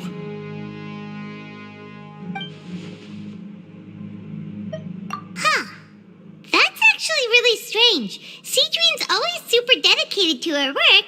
Where else would she possibly go? Forget it. I can take care of a small sprain like this on my own anyway. No need to trouble her.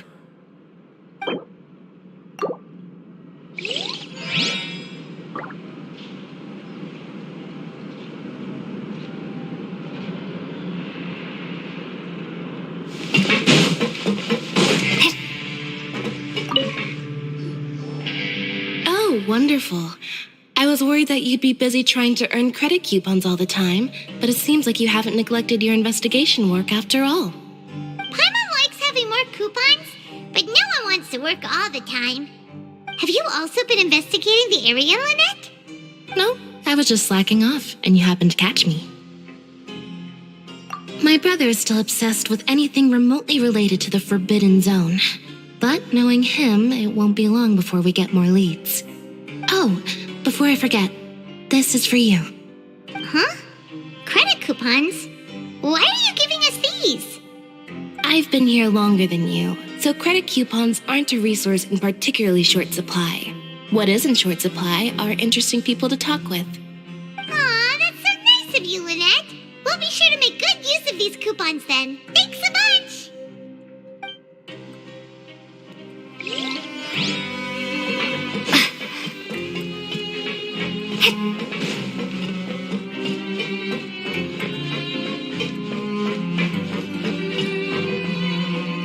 Hey, look! There's something here! That suspicious guy peeking into the infirmary just now. Is he a fan of Seedween? He must have dropped this. Let Paimon read it real quick. The Melusine perceive the world very differently from humans. There are significant deviations. As a result, their sense of aesthetics and beauty is also very different from that of humans. This must be taken into consideration when giving gifts. Ooh, this all sounds pretty serious. He sure did his homework. And as for the notebook, let's take it.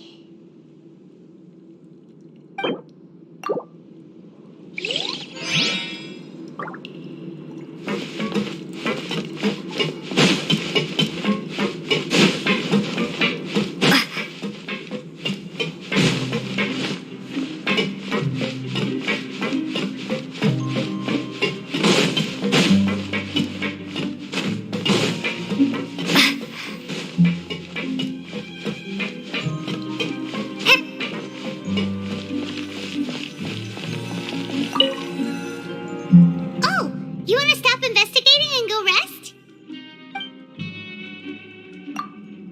Okay, you should rest up. We'll be back at it tomorrow. So after working a few days straight, we got some strange meat in our lunch. What was that all about? Has our investigation turned up anything useful recently? Really? And it looks like that part of the investigation has hit a dead end. Well, we'll keep searching for more clues tomorrow. Good night, Traveler.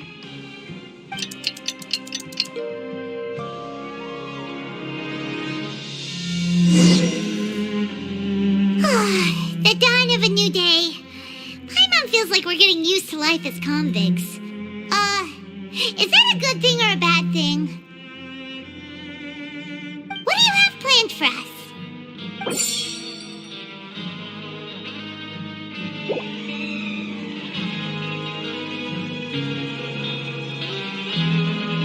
After working here so long, we're really starting to get the hang of it. But doing the same thing all the time can get old pretty quickly. How are you holding up? Yeah, it's good to kick back and relax once in a while.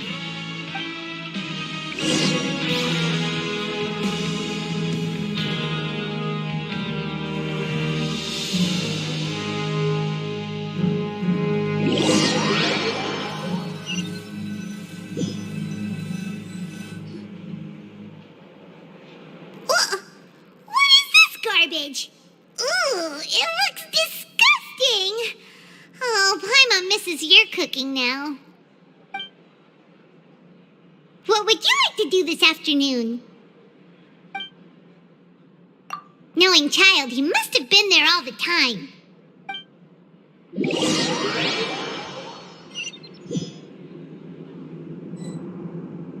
Oh, back for another try? I hope you brought enough credit coupons this time. All right, then get ready to play.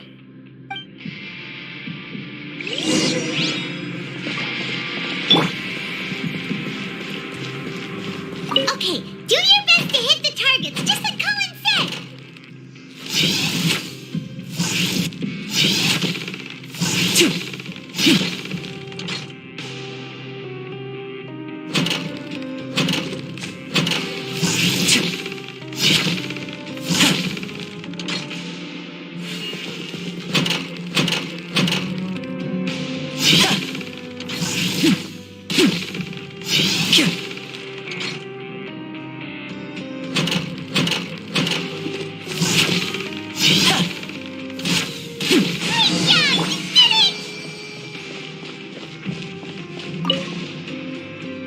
Your strength really shouldn't be underestimated. Now I get why you're prohibited from participating in any official fights. Nobody who values their life would be willing to get in the ring with you. However, you two haven't tried betting on the outcome of the Pancration match yet, have you? Just go talk to Rusimov. Buy a ticket for whichever fighter you think will win. There's a big payout if the fighter you support comes out on top. But we don't know anything about the fighters. How can we possibly know who to support?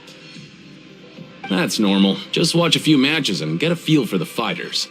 It won't be long before you can pick winners in your sleep. He's got a point. Why don't we give it a try? If we have enough coupons, we could probably bet at random until we figure everything out. Bet at random, huh? Well, how should I put it? It's not like you can't do that, but I'd advise you to give it some more thought first. Huh? We shouldn't get too carried away. What's the problem? What? I never even picked a boxer before, and you already know about the rules? You're not just strong fighters. Seems you're pretty perceptive, too.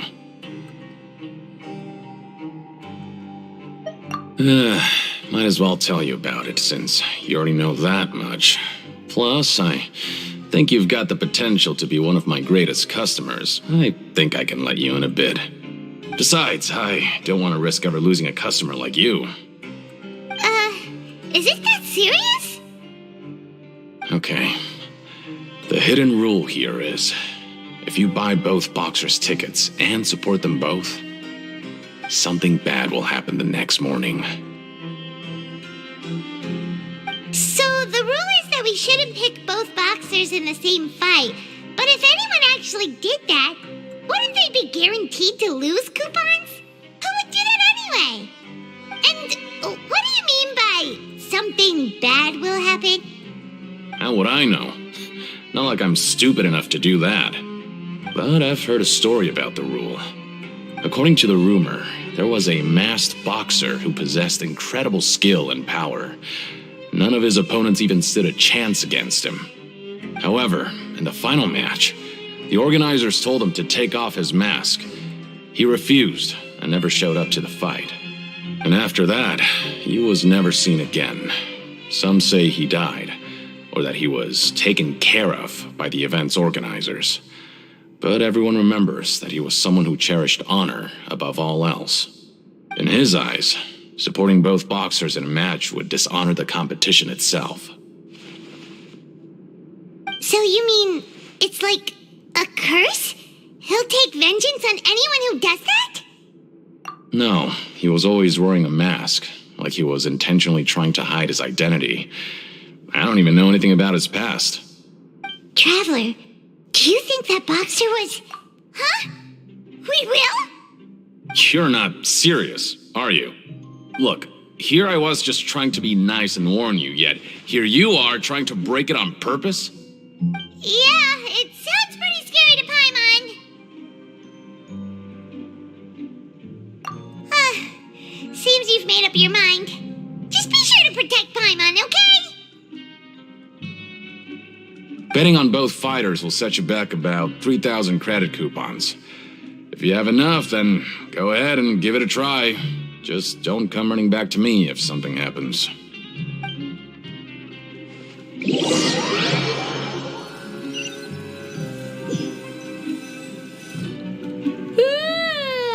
woke up so early today that Paimon's been nodding off all afternoon. Good thing it's finally time for bed.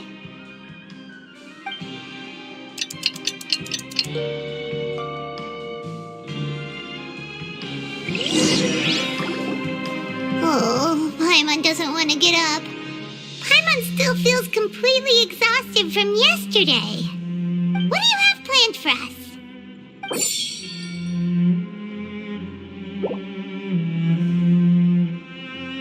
After working here so long, we're really doing the same thing all the...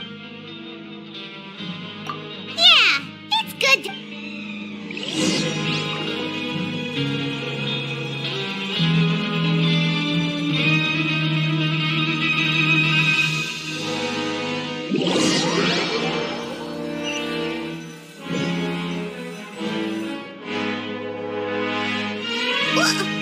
What is this garbage?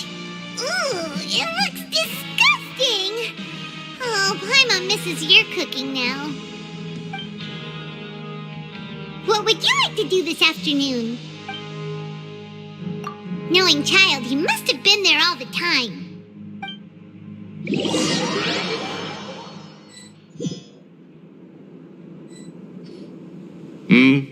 Are you two here to buy tickets? Better be quick about it. Another match is about to start. Who are the boxers in the next round?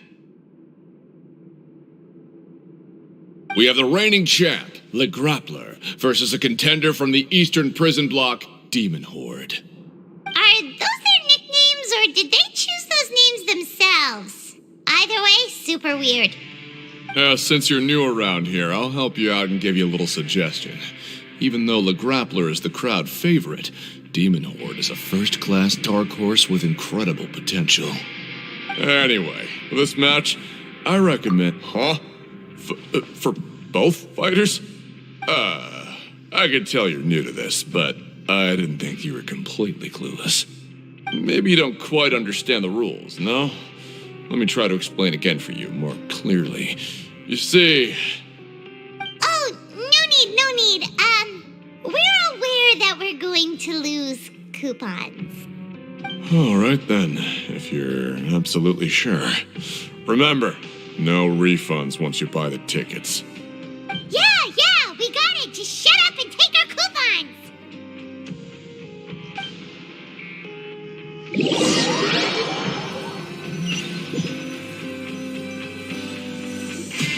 Oh, looks like we won't get a chance to sleep in as long as we're here. Let's get to bed early.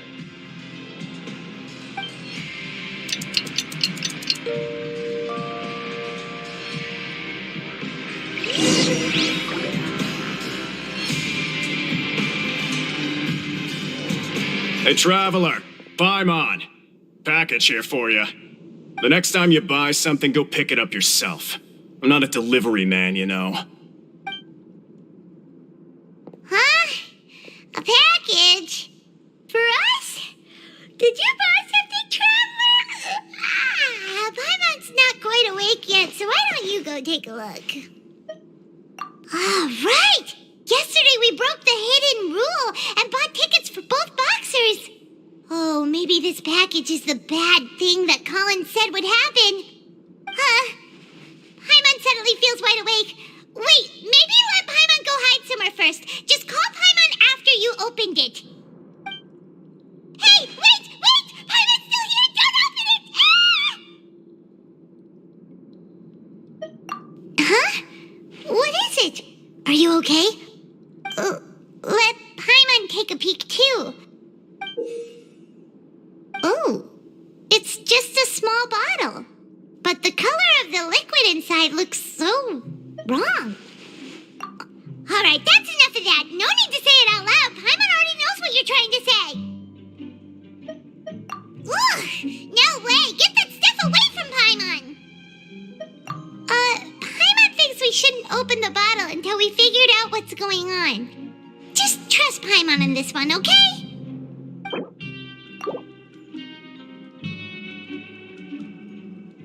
What do you have planned for us?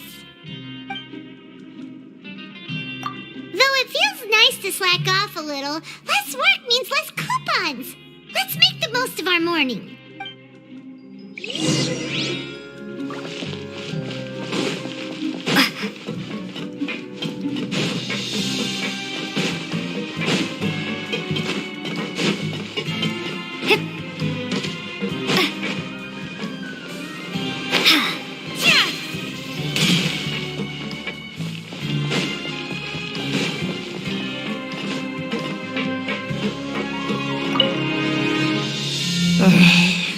If there's no way to send it all out, then maybe I'll never get a chance to leave. Who are you? We've never seen you before, and you don't look like a fellow convict. I'm not! Of course I'm not. Please, don't mistake me for a criminal. I'm a good, law-abiding citizen. Then what are you doing here? You sure seem anxious about something. I'm a promoter for Fontaine, and I'm usually responsible for promoting our drink products. I thought I could complete my task here quickly and return to headquarters, but I've been here way longer than I anticipated. Oh, a promoter from Fontaine? So what kind of problem did you run into? I'm so upset. It's all because of that Duke. After discussing the company's promotional plans with him, he told me outright that my project was worthless. However, in light of our long history of successful collaboration, I still tried to patiently explain the details. However, to my surprise, he just cut me off while I was speaking. Let me take a moment and recall his exact words. I'm just gonna stop you there and say no. If anything, I'm saving you time. It seems you don't fully understand the value of credit coupons here, nor do you understand the value of your own products.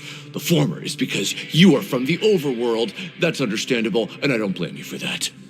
But as for the latter, only someone monumentally stupid, so breathtakingly stupid that they were completely ignorant of the value of credit coupons, despite living in the underworld, would ever possibly consider buying your drink. Let's just forget it. Anyway, that's how he rejected my proposal and asked me to come up with another solution with the condition that it doesn't cause any trouble for him. Can you believe that guy? Well, he is the head honcho here. Not much you can do about that. We met him too and could tell that he's the kind of guy that's hard to pin down. Fine. I know I should just let it go. I'm on his turf after all. His house, his rules.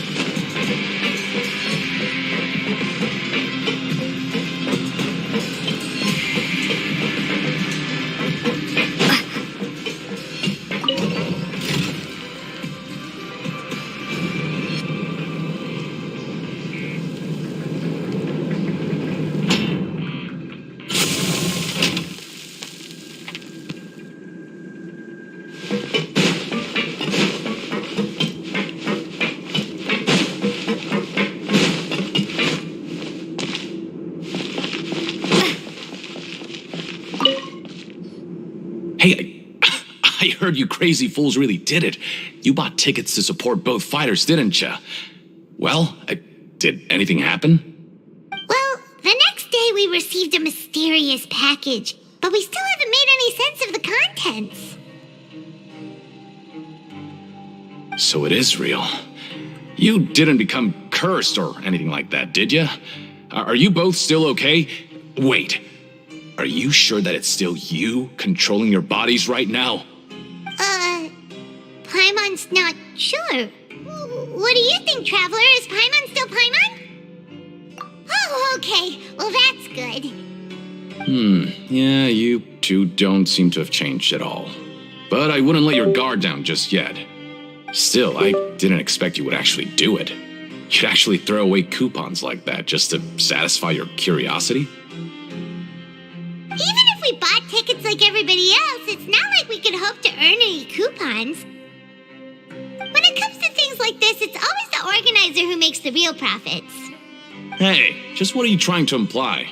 The Pancration Ring is an honest business, and we really don't make much from selling tickets. We make so little that even the current tournaments can only be held thanks to funding from the producer of Fanta. Oh, so it's the company that manufactures Fonta sponsoring the events? Paimon thought all of this was thanks to the Duke's support. Let's just say it's a mutually beneficial arrangement. They reached out to us first, hoping to promote Fanta products in the forges of Meropide. Anyway, you try and take extra good care of yourselves these next few days, you hear?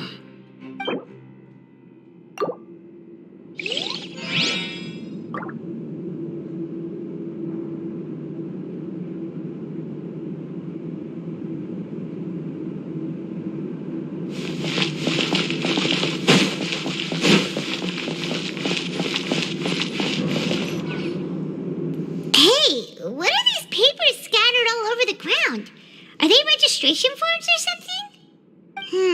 Maybe not. Every page has the Fontaco symbol on it. Maybe it's some flyers from the company. Okay. But if someone catches us, they could accuse us of trying to steal the company's secrets, couldn't they?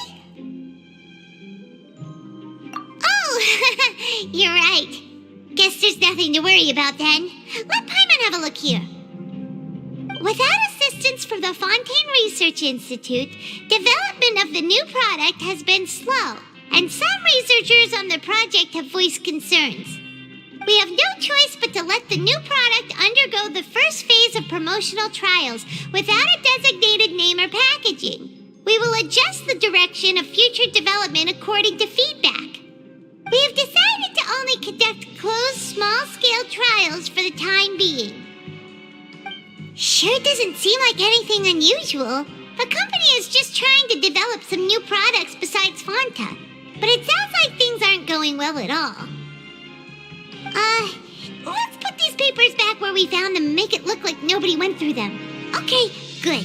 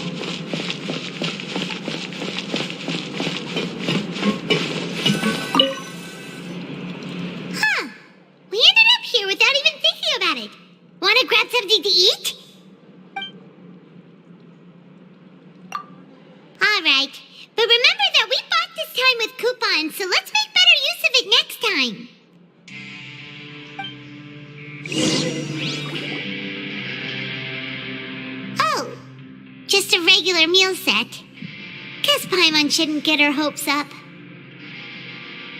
What would you like to do this afternoon? After working here so long, we're really but doing the same thing. Yeah, it's.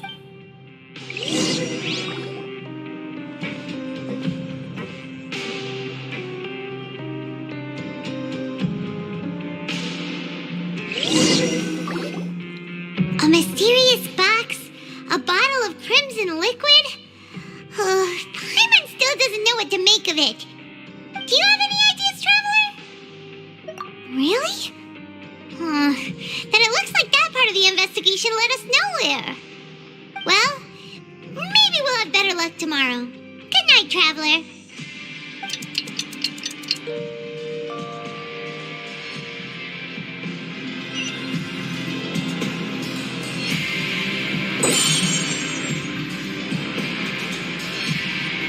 Okay, so we've investigated 2 of the hidden rules.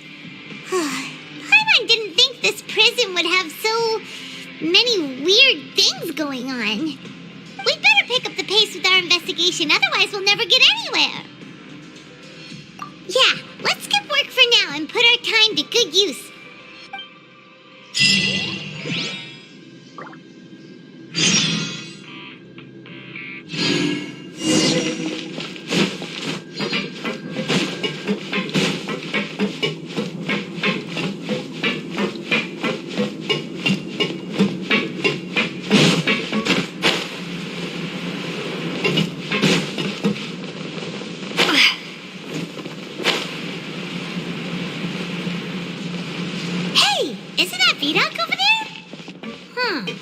Is it just Paimon, or are there fewer people than usual here today?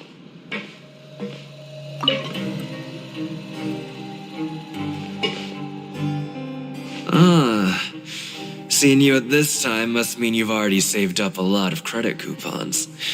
Or at least enough to skip work. Seems you're getting into the swing of things around here. Impressive. Very impressive. So, now can you tell us about the hidden rules you know? If that's what you want to know, I guess you couldn't have come at a better time. Huh? What do you mean it's a good time? Leonid and those other pesky broke urchins have all gone to work in the production zone.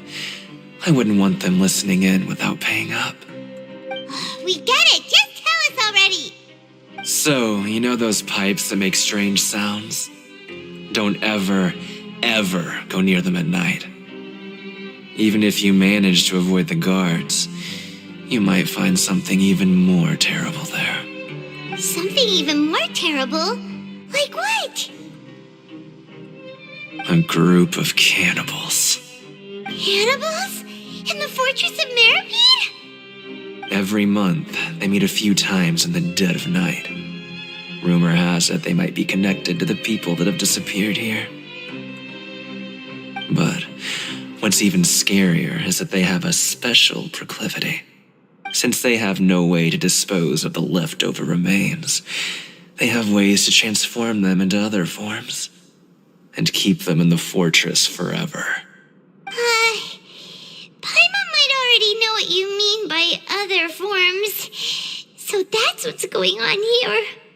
Oh, Paimon's stomach doesn't feel so good. You two look pretty skeptical.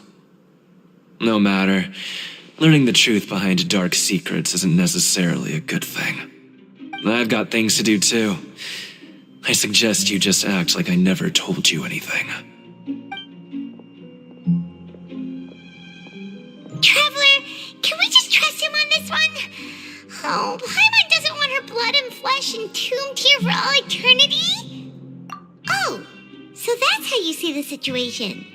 Huh. You know, Paimon does feel a little better about it now. Oh, when will all the secrets end?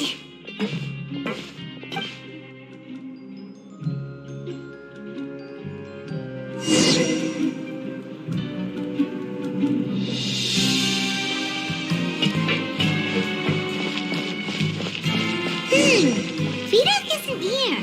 But the guys who went to work in the morning are back. Let's go ask them. Just stay away from me.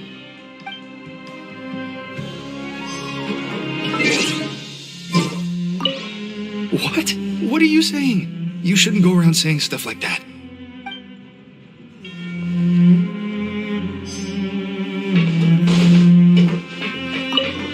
What are you talking about? Listen, you should keep your nose out of other people's business.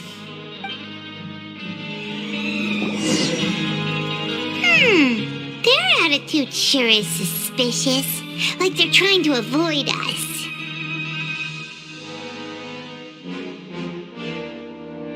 But if they're being so obvious about acting weirdly, do you think they might just be trying to lure us in?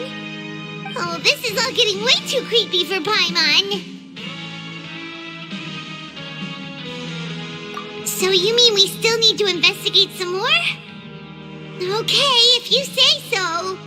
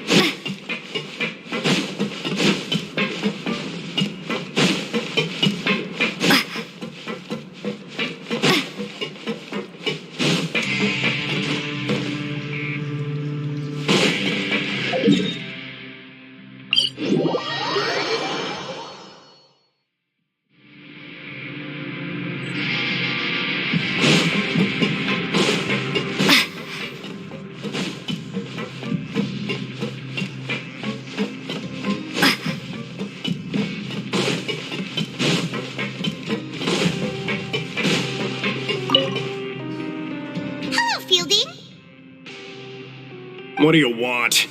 Criminals like you ought to be working right now. Catch my drift.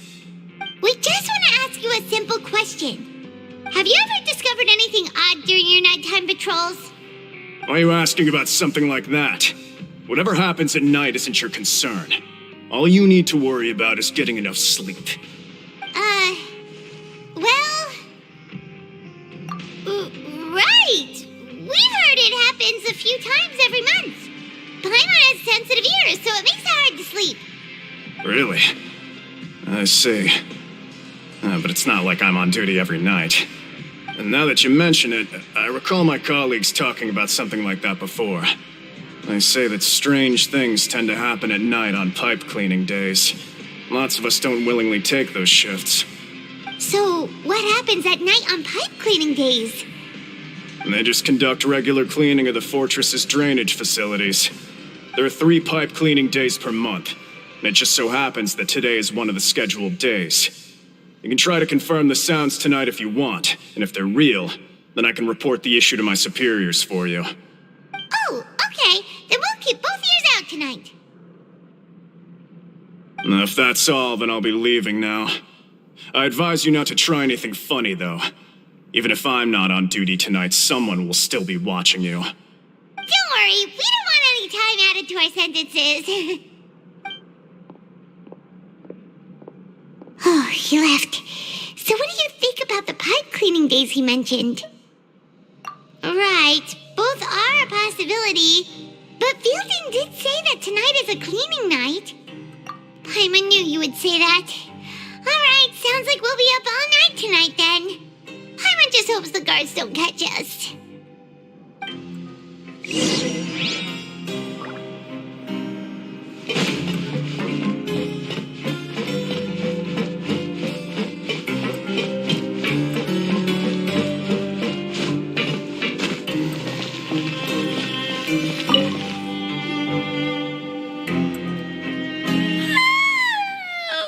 Paimon's so tired.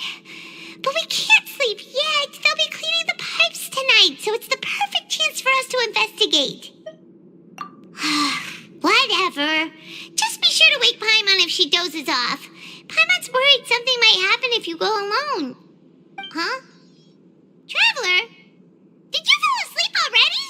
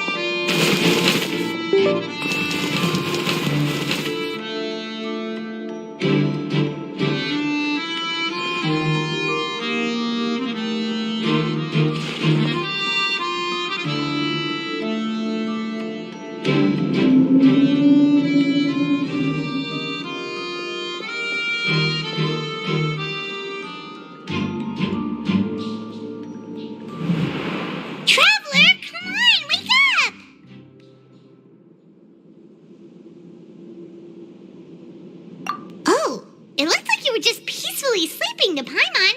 Well, what did you see this time? Really? So we're finally starting to figure out what actually happened. But what about the cannibals? How do you explain them? Okay, well, it's about time for us to get moving. Just be careful to avoid the patrolling guards.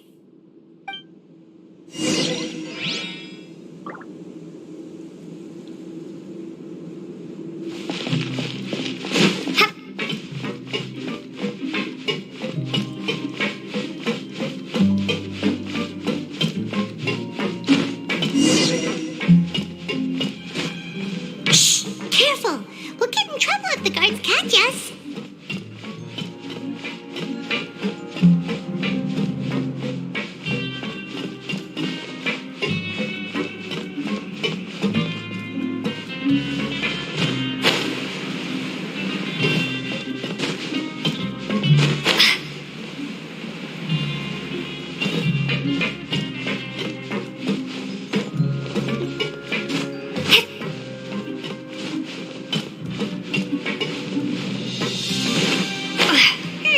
This should be the place.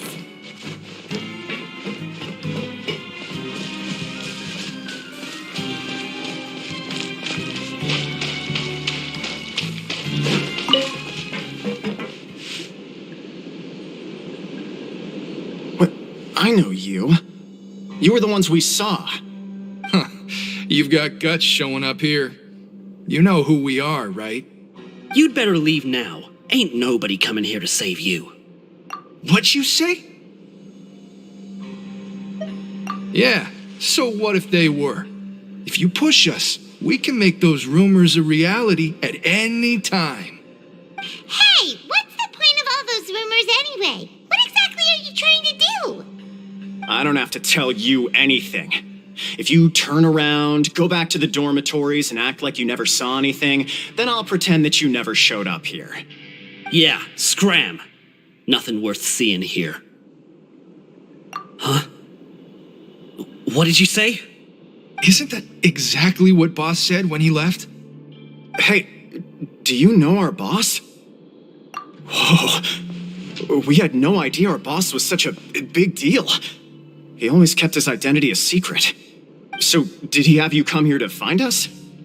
Oh, so your child's crew here? Seems like he had no problem fitting in. We're the only ones who heard him say those words when he left that night. So unless he somehow told you those exact same words after that... All right. I guess that's proof enough for me. I believe you. Wow, those dreams of yours sure come in handy. We gave him the business for a while and would always give him a hard time when he first came to the fortress of Maripede. But here in the fortress, the strong will always earn respect. He was working the longest hours and racking up wins in the Pancration Ring. You could always see how amazing he was, even when he was teaching us a lesson. So eventually, we all decided to follow him. But one day, he suddenly told us that he had to find a way to escape this place, no matter the cost. He said it was because he heard that call again.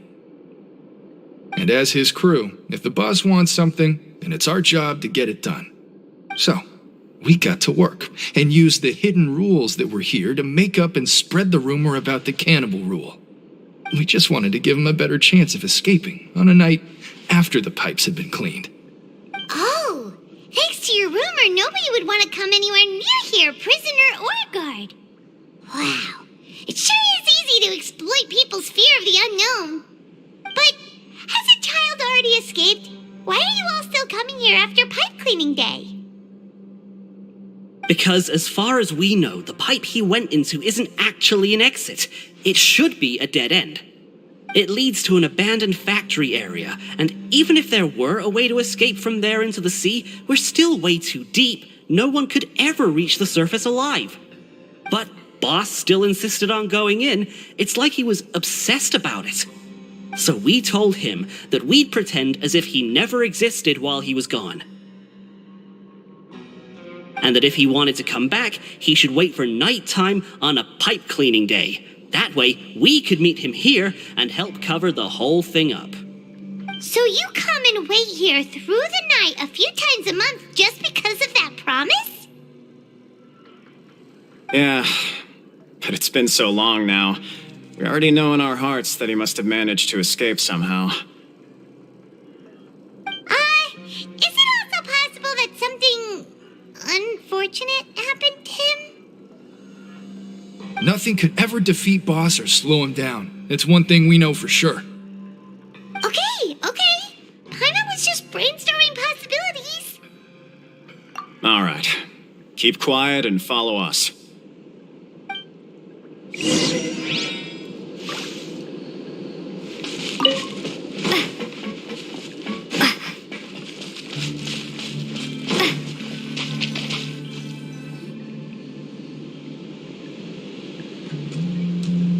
The way up from here has been sealed off. It's impossible to get through. Boss left by going down from here. It wasn't full of water at the time. Later, we came back hoping to have a look. That's when we found out it had been completely flooded. It's impossible to navigate unless you're an extremely skilled diver. Do you think Child got trapped by the water? Not likely. We all know that Boss was an incredible swimmer. Really? Then have him come investigate, pronto. Just be sure to tell us if you get any news about Boss. It's getting late.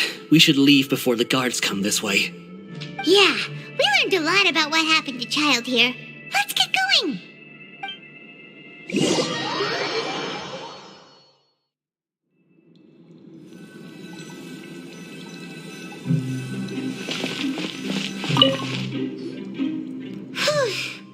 We finally learned some key information. Seems all of our investigative work has finally started to pay off. When you said you knew a diver, you were talking about Fremine, right? If we ask Linny, he'll definitely have Fremine help us.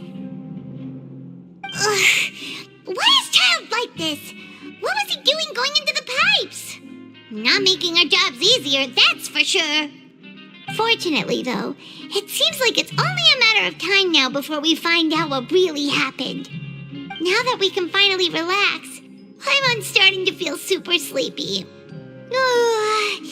Let's try to get some rest while we still can. Nighty-night, traveler!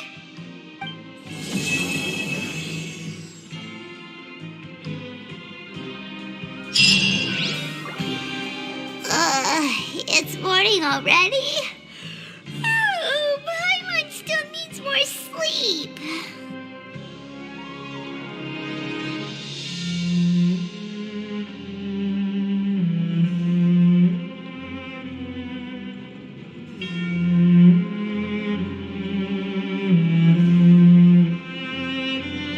Huh?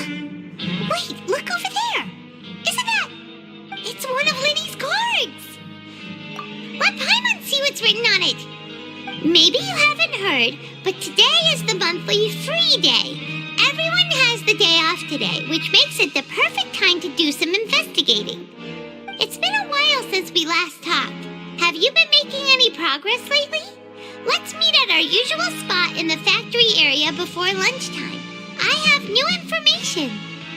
Ooh, today's our lucky day. We have the day off. From the sound of it, Lenny's been making progress with his investigation. Wonder what he's discovered. We still have some time before we meet up. Let's talk with the people here for a bit more before we go.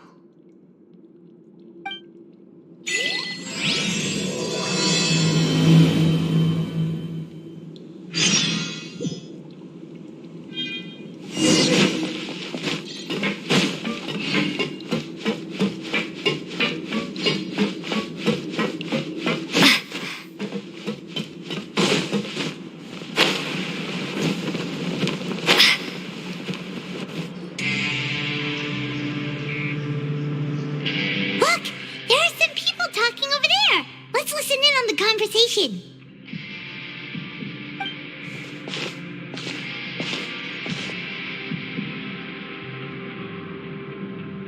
If you ask me, those pompous parasites on the surface act like they're all a bunch of aristocrats. Do any of them give half a hoot about a bunch of dogs like us? Hey, speak for yourself, mate. I'm no dog. Oh, you think you're special or something? If you're here, then you're just a convict like the rest of us. I've heard that even if you're released after serving your sentence, going back to life on the surface ain't any better. Once a criminal, always a criminal. Or marked for life. I don't buy that. Hey, how cool would it be if the whole world was destroyed by a giant flood and everyone had to start over from nothing? What kind of filthy bilgewater are you spewing? I have family up there. You best shut your sewer hole with talk like that. Listen, things ain't so great on the surface, but who says that you have to leave? I've heard that you can still stay here and work even after you've served your sentence. Not bad if you ask me. Who wants to live in the ruddy overworld anyway? And what makes you think they want to hire someone like you? It's one of the great mysteries of the universe, how someone as useless as you is so confident. Whoa.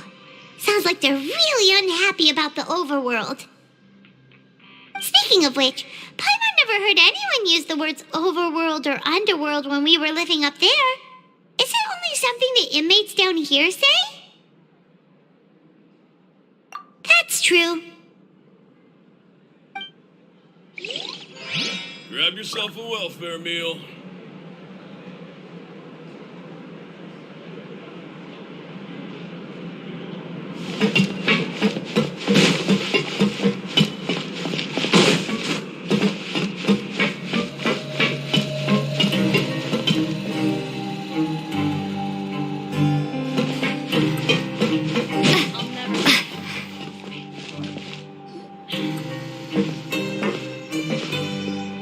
There's a group of people over there. Let's go listen in. So I said, that's not a faucet. Hey, who are you two? Why'd you come over all of a sudden? Sorry for eavesdropping. Sounds like you were talking about something private. What's the matter? They're just looking to join in on our fun, that's all. Hey, don't pretend like it's okay for them to just interrupt us like that. Yeah, fine. You're lucky we don't mind extroverts that much. You hear that, Quisto? What nice! Your expressions tell me you're looking to hear some juicy info, am I right? But before that, it just so happens that I know you two. Really? Are we that famous? You're kidding. How often does anyone get a personal tour led by His Grace himself? Practically everyone was talking about it. Word has it that you also caused quite the kerfuffle. A little mistake, huh? I like the way you put it. You see, people with a good attitude can join our group anytime, unlike some of the others here. Your group? I'm Quisto, and this is Lavaroon. People usually call us the Bombshell Bros, but don't worry. We're not playing with bombs or anything. It's just that our information is always so explosive, and we blow minds on the regular. So, you two really like to gossip? Whew, you sure know how to embellish. No. You don't get it. Knowing intelligence will make things better for you here. For example, knowing who's working with whom, who has the latest rumors, who's not getting along. Wouldn't you like to know all that? Whoa, all this info's worth something, you know? You should prove you're worthy of it. I don't mind him. Quisto's always this way. Just play nice and say something to massage his ego. The welfare meals. Talk about the welfare meals. Right. That meal we had yesterday was super delicious. Paimon can still taste it whenever she closes her eyes. Is that so? To tell you the truth, I've been helping out with making those welfare meals. I've been working as a kitchen assistant for about a month and a half now. Oh, so you're the one who made those delicious steaks. Amazing. You could be a professional chef. You are correct. I am a true professional. In fact, I even went to culinary school. But enough about that. Since you like my cooking, I guess that means we share similar tastes. Listen carefully. This little bombshell will help you learn what's really going on here in the fortress.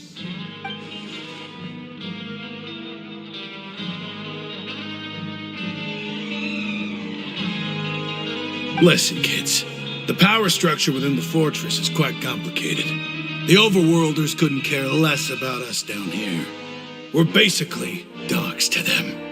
You've already met the one person here you should never cross, the Duke, Risley. He knows more than you think. And if he doesn't care about something, then he often doesn't bother dealing with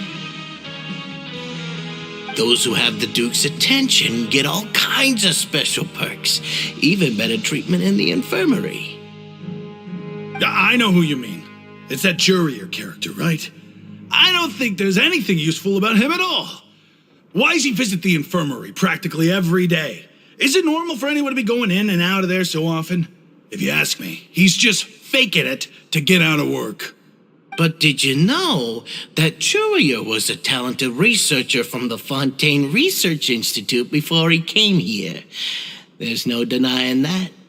I don't care if he was a researcher that could turn dirt into Mora. Once you're in the fortress of Meripede, you're just another inmate like everybody else.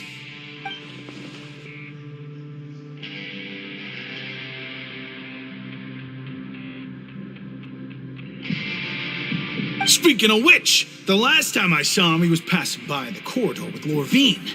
I also heard they started arguing in the library and got into a fight, right? Guess that's just how terrible of a guy he is. You mean he hit a woman?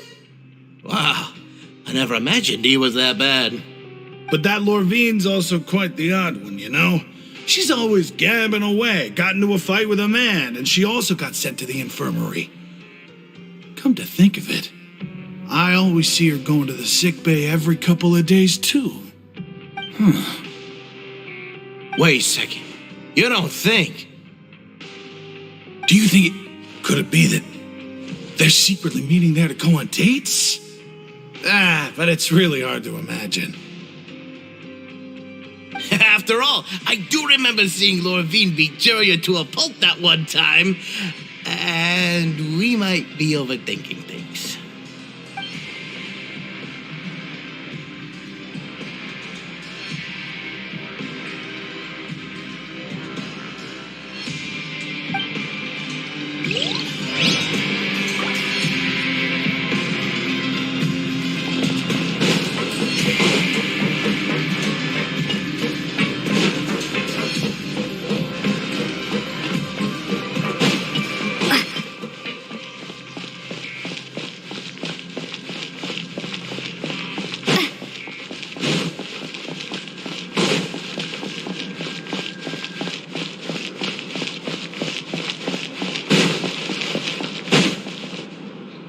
Hey, you over there?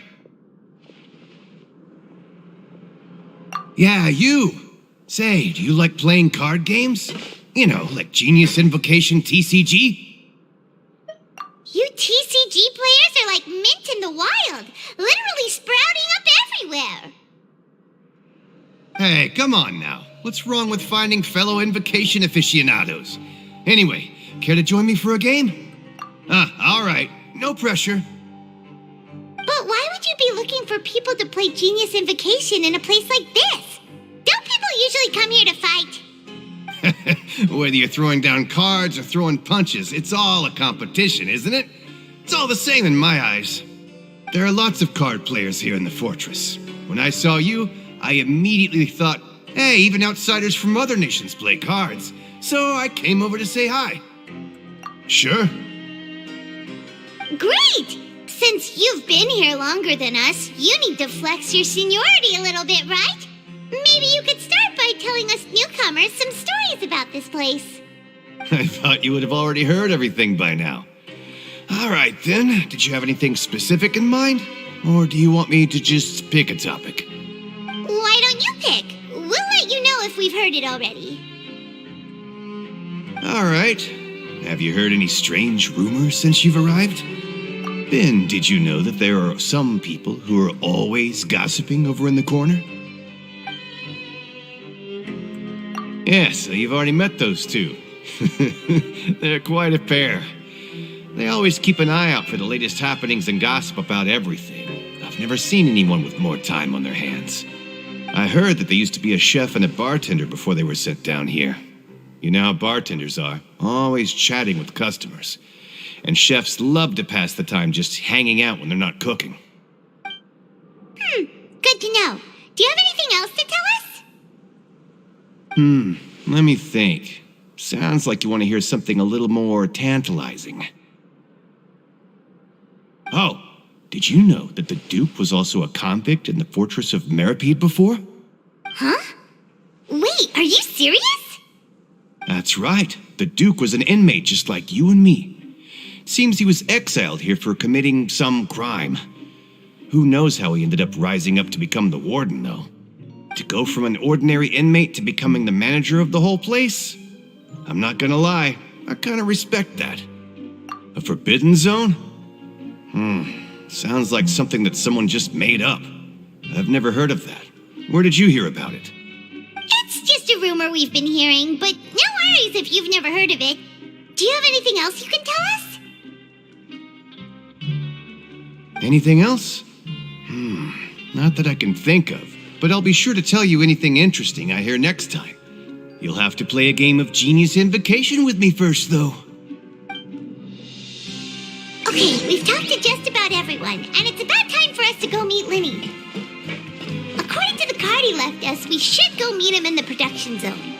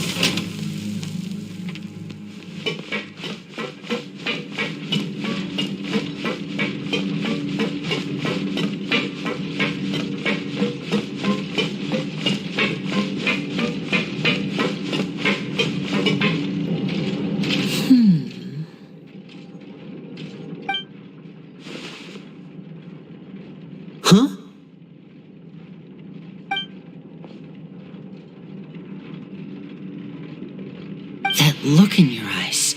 You found something? Hey, this is no time to be modest. Just tell him we found a boatload of information.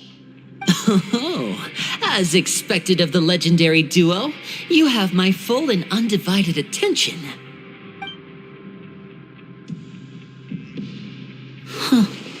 I'd have never guessed that myself. The rumors swirling about this place are unreliable after all, and Master Child probably went missing because he found a way out. He is a harbinger after all. I suppose he's much more resourceful than I initially gave him credit for. Unfortunately, this isn't enough for our final report to Father. We need to find out Master Child's exact whereabouts. Father told me that even though Master Child said he was just coming to Fontaine for a vacation, he actually had some personal reasons. His agenda might be linked to his disappearance. His escape route is already flooded, so we'll have to task someone with professional diving skills to chase after him. Well, when you put it that way, it's obvious that only Fremine would be up to the task. Bingo! Is he around? He's working today. Coming here as a group would have attracted too much attention. I'll talk to him about it later. It's the least I can do. We're all in this together, so it's only fair for us to fulfill our end of the bargain. Honestly, I'm far more impressed by you guys managing to collect all this information right under Risley's watchful eyes. Collecting information has always been our strong point. Now, let me think. To find out more information, Fremine will have to retrace Master Child's original route. And if he's to do that, he'll have to set out on the next pipe cleaning day at the earliest. That's 6 days from now. And after that, he'll probably take another 2 or 3 days to return. You can even estimate how long it'll take for him to get back? We've been working together for a long time. We know each other's capabilities like the backs of our hands. Traveler, what say you to meeting here 9 days from now? We'll be able to pick up Fremine while we're at it, too. Oh, and there's just one last thing we'd like your help with. Though we can just sit back and wait for Fremine's report on Master Child's whereabouts, we still need to make more progress on the investigation of the Forbidden Zone. Fremine's no master of disguise. Lynette's still working on getting intel from the other areas, and I'll need to spend some time helping Fremine prepare for his diving mission. So, you are the only ones we can count on. What do you want us to do? Will it be hard? Well, I won't call it easy per se, but I think you'll be able to pull it off. Listen carefully. You'll need to find an excuse to get into the infirmary and investigate the room and environs. You've mentioned several sketchy-looking people always meeting at the infirmary earlier, so it probably has something to do with the secret we're hoping to uncover. You've already met the head nurse, so she'll be less suspicious of you. Investigate the internal structure of the infirmary and any active dealings within, and pass those on to me alongside anything else you're able to discover. But also, there's no need to take risks. Don't forget, safety always comes first. No, when it comes to intelligence gathering, I'd never consider you to be an amateur. Didn't you say it yourself? It's always been your strong suit. I'll believe anything as long as it comes from you. So, please prove your prowess to me once again. All right, then we'll head out as soon as we finish our prep. Let's go our separate ways for now then. Don't forget, we meet here again in 9 days. Stay safe.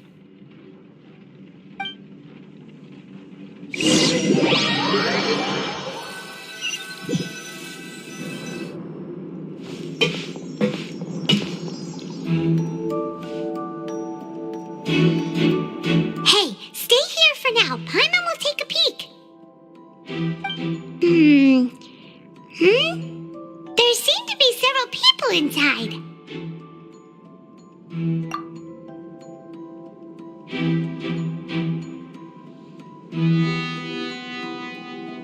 Right. I feel like it's not impossible. So...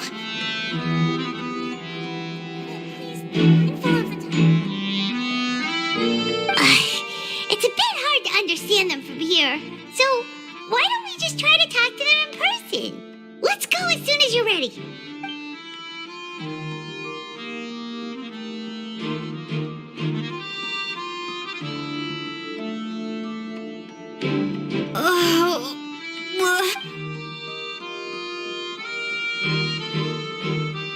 Someone, please help! She's sick!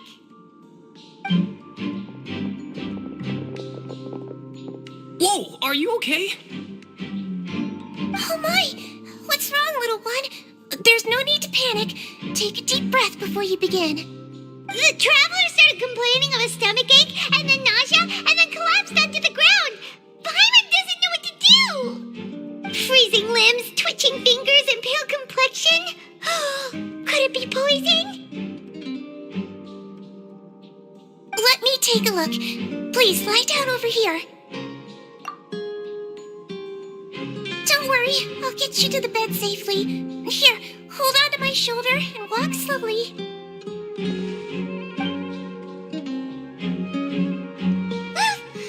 You can do it, traveler! Don't apologize. You're sick after all. Now, please relax. I'm just going to do a preliminary checkup on you.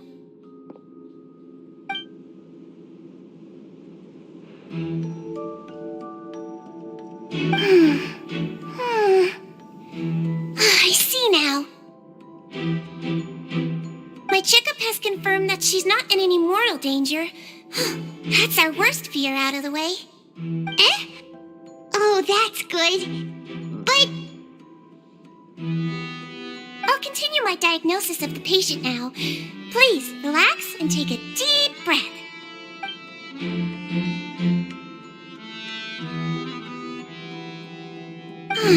Don't sense serious damage to your organs either. Does it hurt when I press here?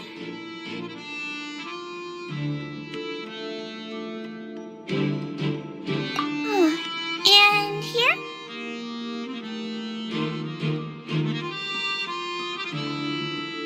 Huh?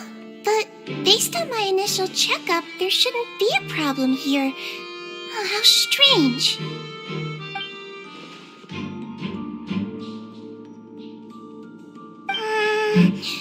What about here? Does this hurt?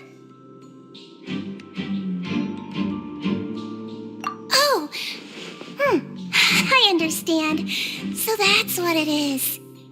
I think you just ate something that disagreed with you. That's all. Nothing too serious.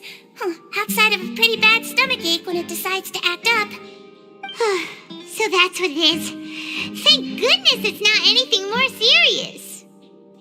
And there have been other inmates complaining about the food recently.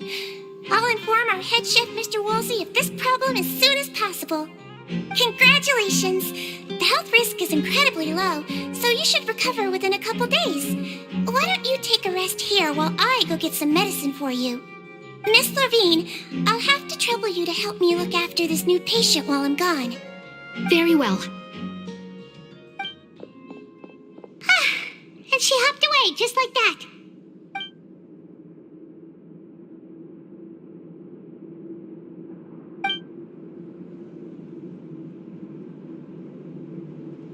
Hello. So how are you feeling now?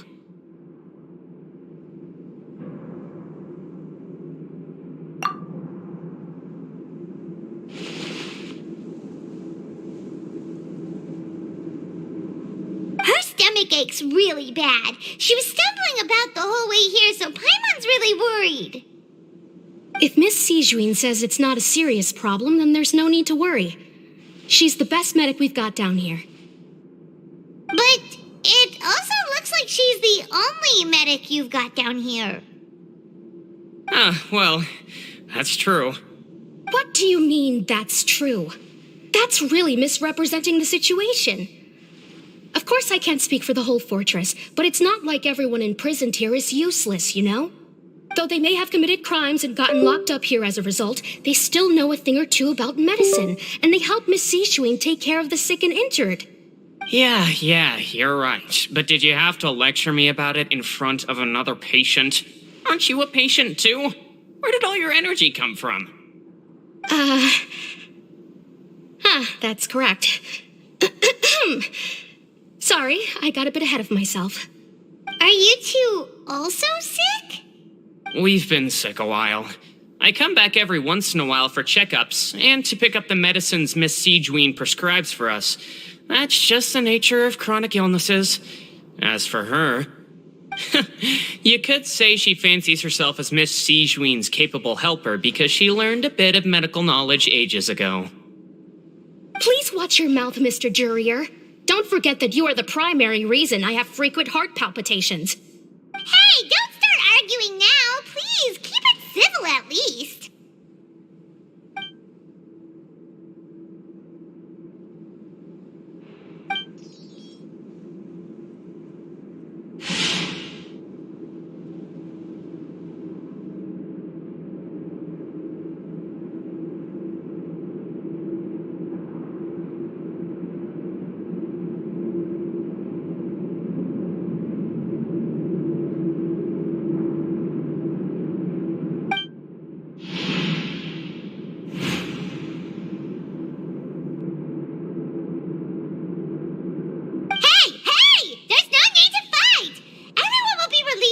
So there's no need to argue over silly things like this.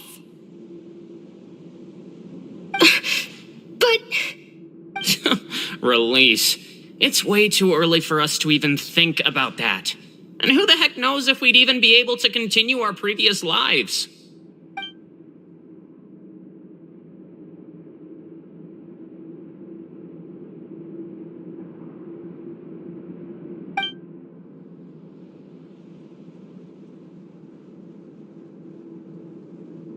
Please allow me to end this boring and useless conversation. Oh, and Mr. Jurier, I don't want to see your face here again anytime soon. And same to you, Miss Lorvine.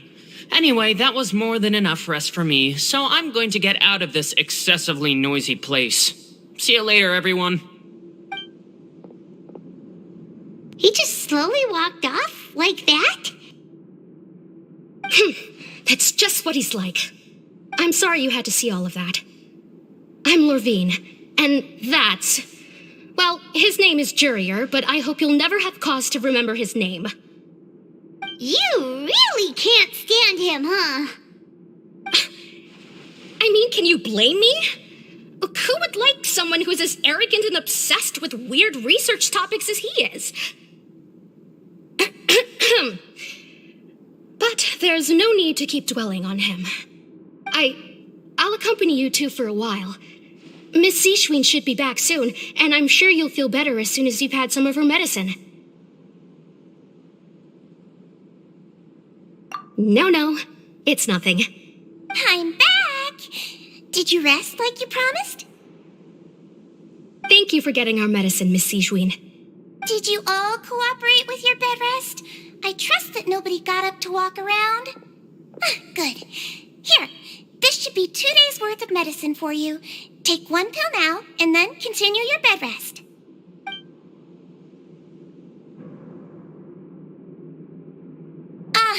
Miss Lorvine, I left in a bit of a hurry just now. Do you still remember if we discussed the color of the pill that you should be taking today? I remember. You said it should be yellow.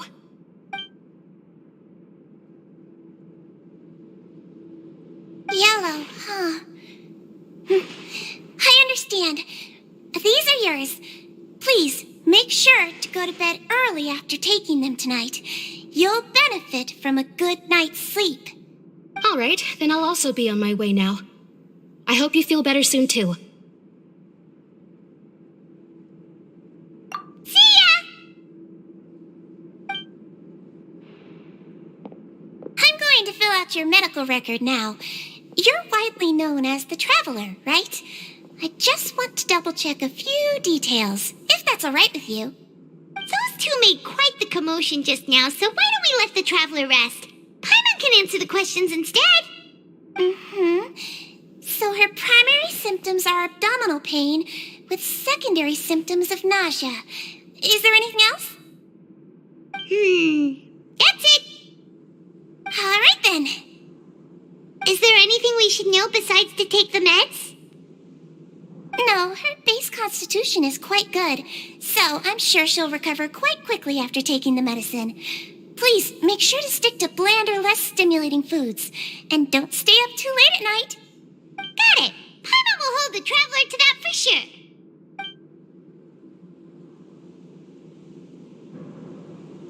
Oh, you're going to take a nap already? Okay then, you get some rest.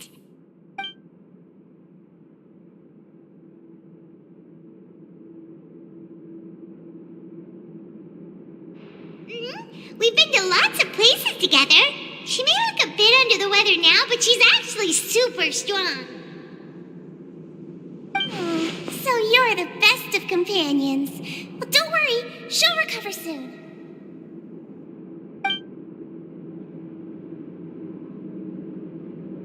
You're awake. How do you feel? You slept for a really long time, but we never left. Well, now you can go back without a worry in the world. Remember to take the meds regularly, and don't forget, bland foods. Thank you, Miss Seashween.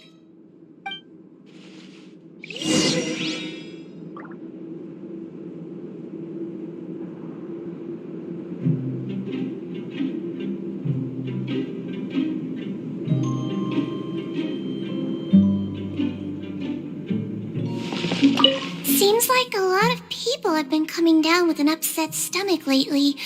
I'll need to address that.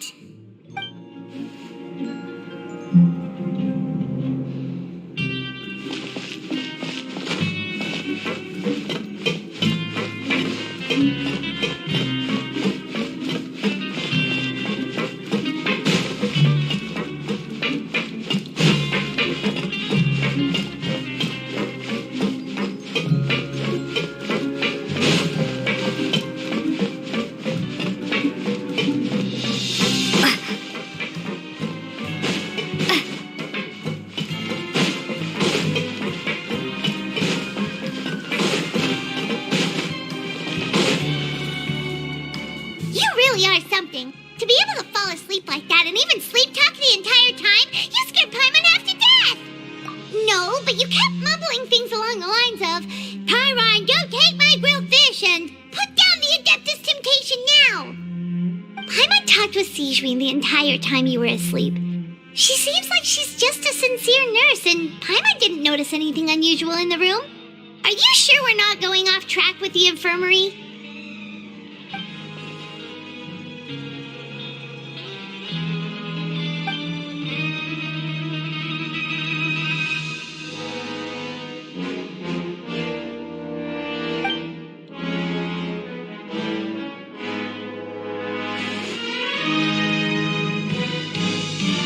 Whoa!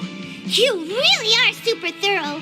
All those tiny little suspicious things that Paimon didn't even pick up on. We've got to give the info to Linny.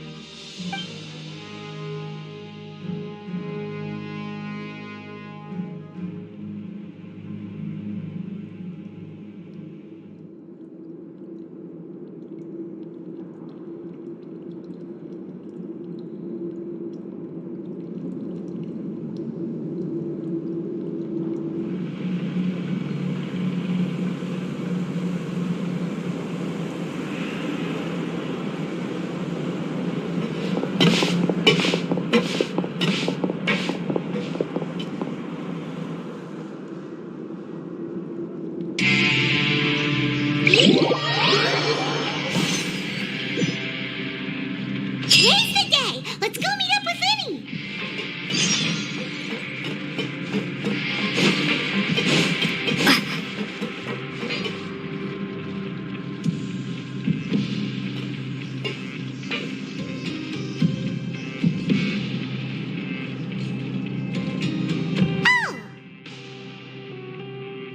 Hmm?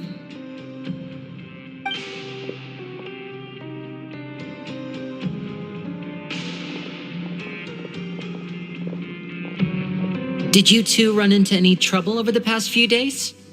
No, we just worked our shifts according to the schedule. Nothing weird happened. That's good. That means you didn't raise any suspicions when you infiltrated the infirmary. We've taken a look at the slip you've sent. Fremine successfully left the grounds via the pipes 2 days ago, and as of last night, Lynette has also infiltrated the infirmary after faking an illness. Wait, why is she getting involved as well?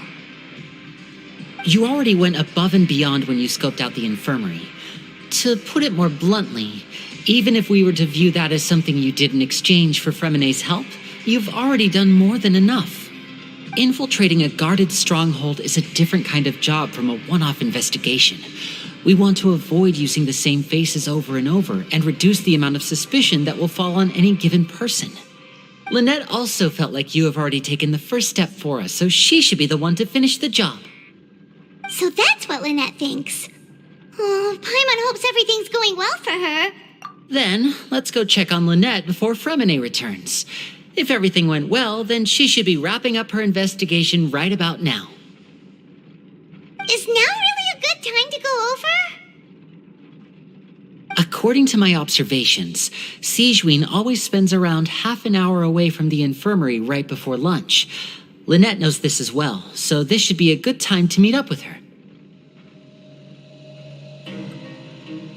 Also, I'm her brother, remember?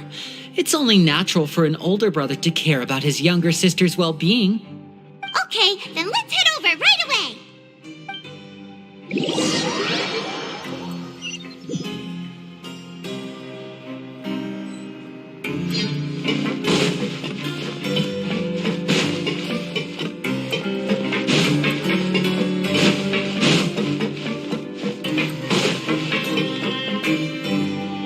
Lynette should be here right now.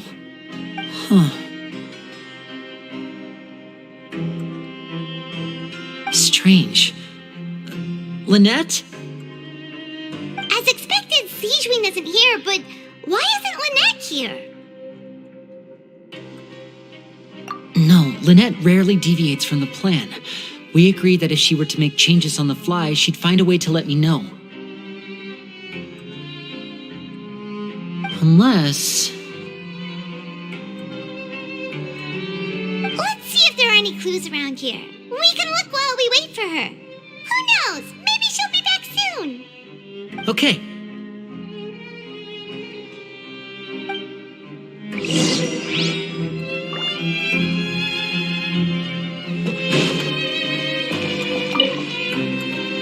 There are some books here and a few files. They all look like medical records. Advanced nursing, how to raise the spirit of your patients, a quick guide to the psychology of emotions, and the meaning of laughter. These sure are some interesting books. Who knew Sijuin would be interested in these kinds of things? She even has books on understanding people's motivations and feelings. Is it because she's a Melusine? Or does she have a need to understand her patient's emotional state? Seems quite normal to me. These are skills that would come in handy for a nurse from time to time.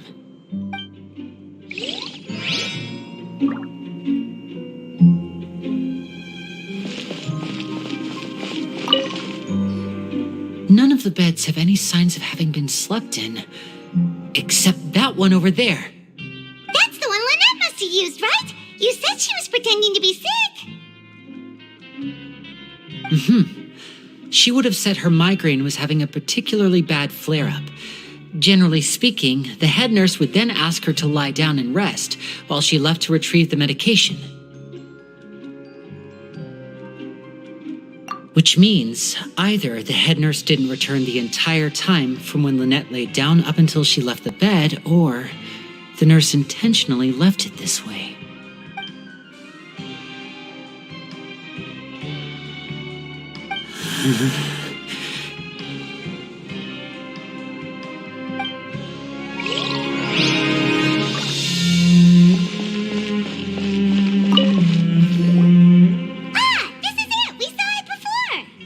Wait, this thing? It doesn't look like it's been disguised that well.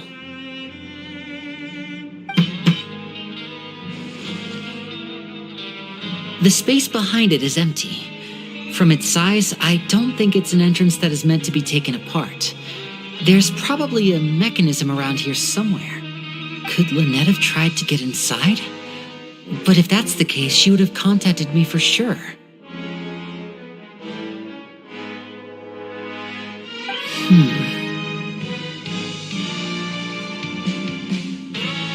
Let's look around here for some more clues. Don't panic, just take another look.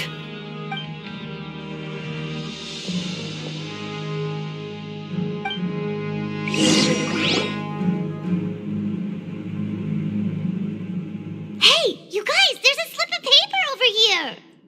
A slip of paper? It's right over here, and there's a bunch written on it too.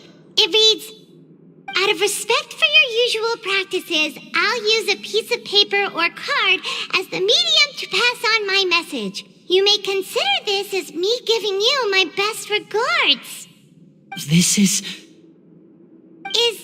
Is that all? The back. This is... Show me! Now!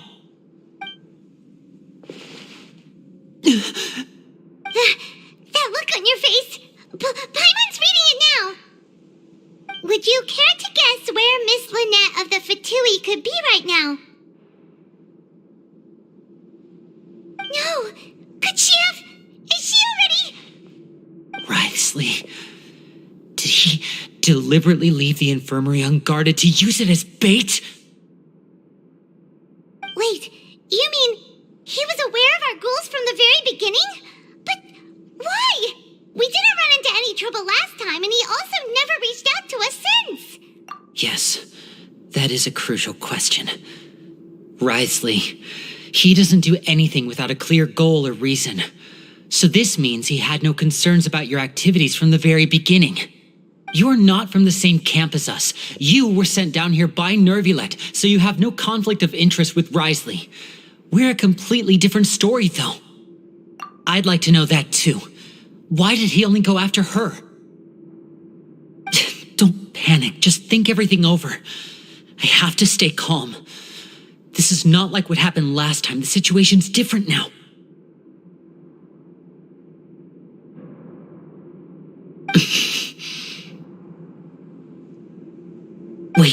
You're right. Wait, but that means... The fact that Fremine was able to leave the grounds, could Wriothesley have let him go as well? But what does he gain by letting Fremine leave like that? So he's challenging me and trying to provoke me, I'm sure of it. We never should have sent out Fremine. We had to go through all that trouble to find an opening to sneak him around the guards and into the pipe, and we even thought luck was on our side. If Wriothesley let him leave on purpose, then he's probably in a terrible spot now as well. Lenny's getting more and more panicked. We have to calm him down. Don't be like this, Lenny. Fremine wouldn't have left if we hadn't told you about Child. That was our fault. No, I'm the leader of this operation, and I'm the one responsible for this team. I was the one who failed to protect them. I'll go talk to Wriothesley. Hey, don't be reckless! Traveler, please talk some sense into him. I simply cannot allow Lynette to be abducted again. I have to go. I'll find a way to get them back. He's rushed out the door! After him!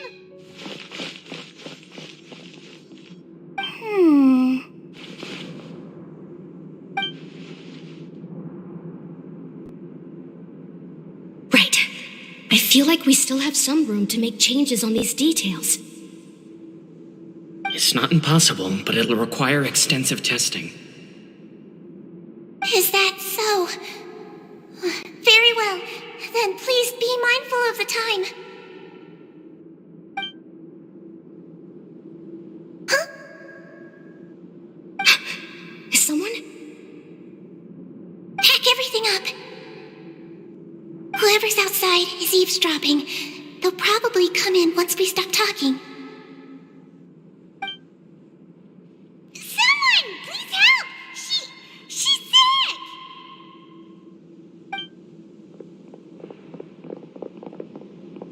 Whoa, are you okay? These two.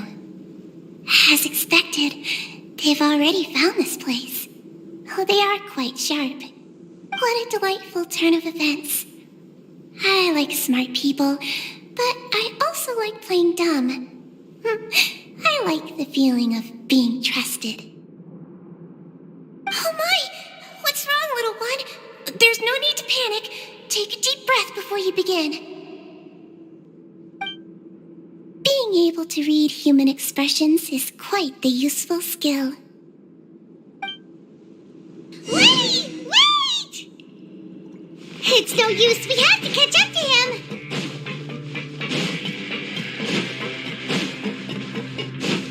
He's already out of sight. How is he so fast? Let's go head him off at Wriothesley's office.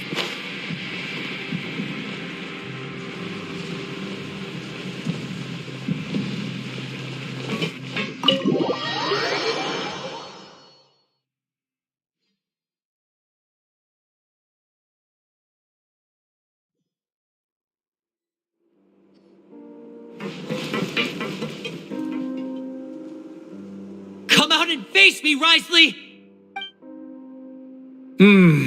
Aren't we at an administrative office space? Why don't you at least try to follow even a couple rules from the fortress's indoor management regulations? What did you do to my sister? I ran into the young miss at the infirmary. I'd heard that she was suffering from quite the migraine, so I decided to invite her over for a cup of tea.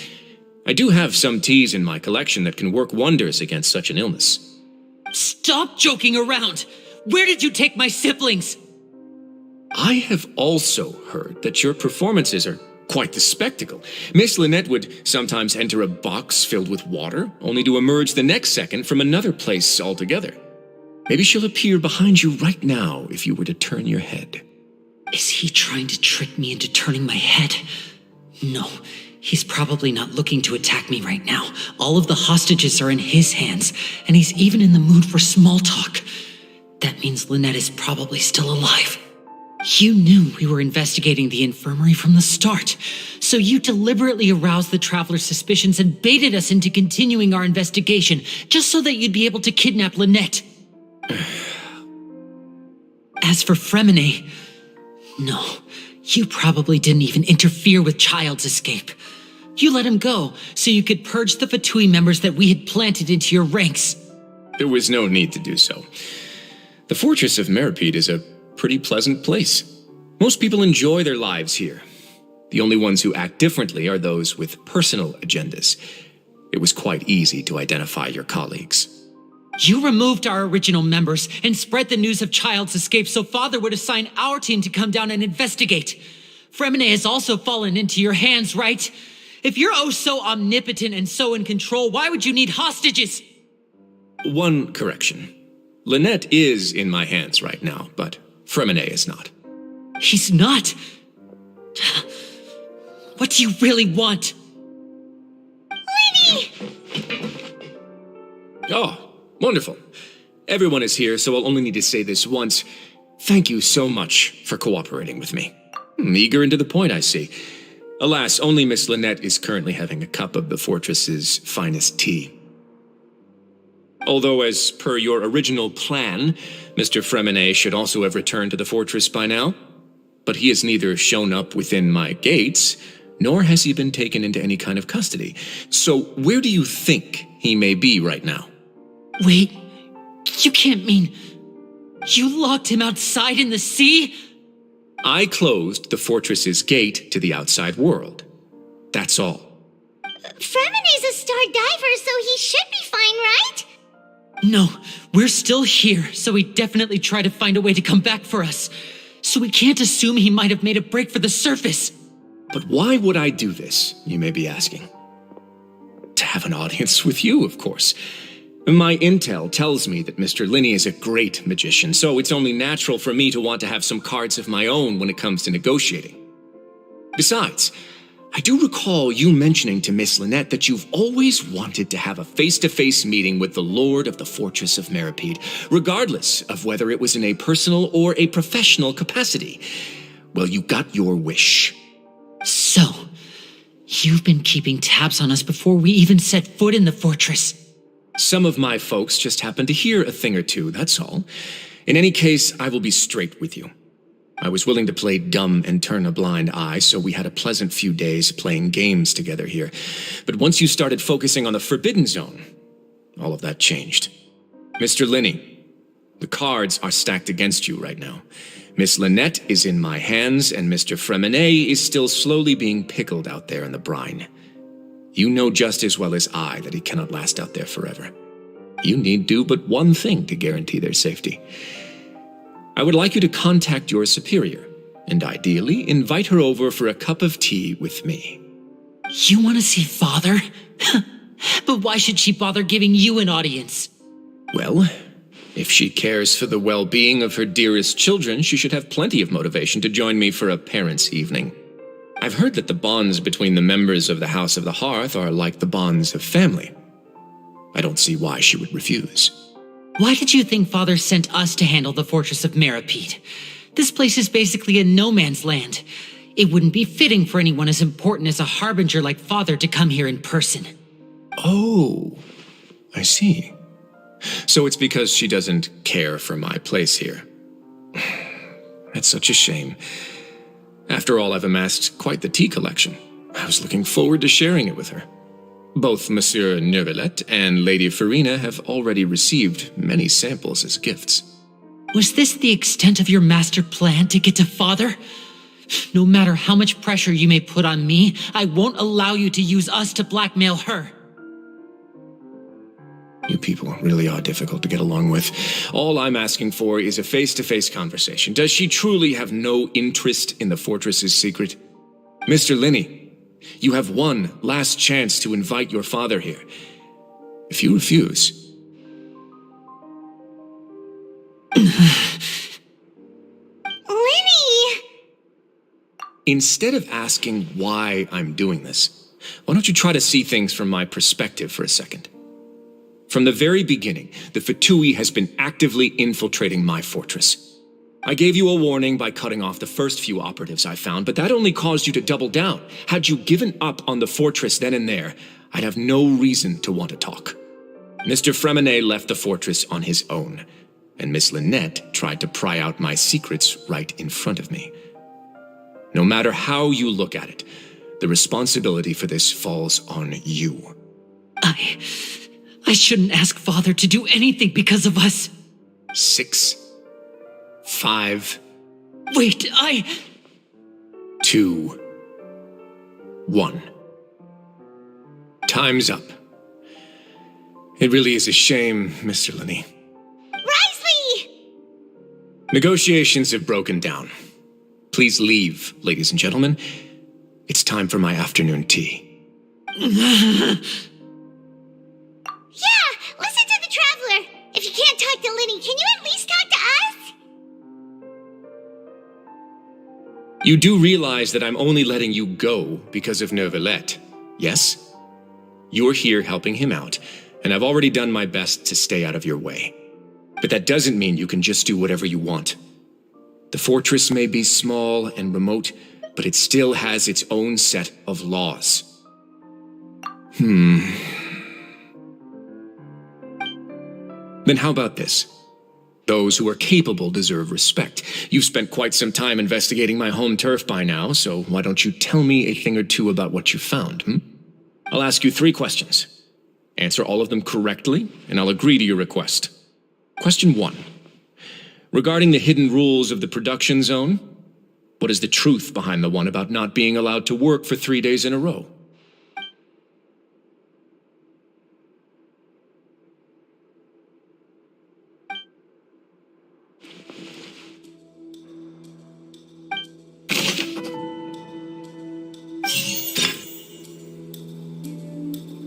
We often see Miss Sijuin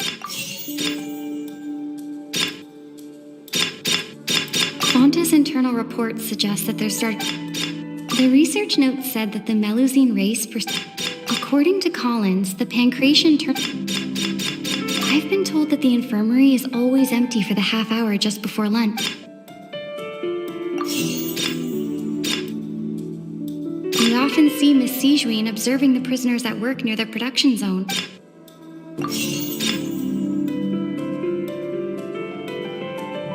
We often see Miss Sijuin observing...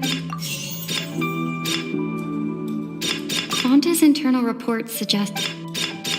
According to Collins, the research note said that the...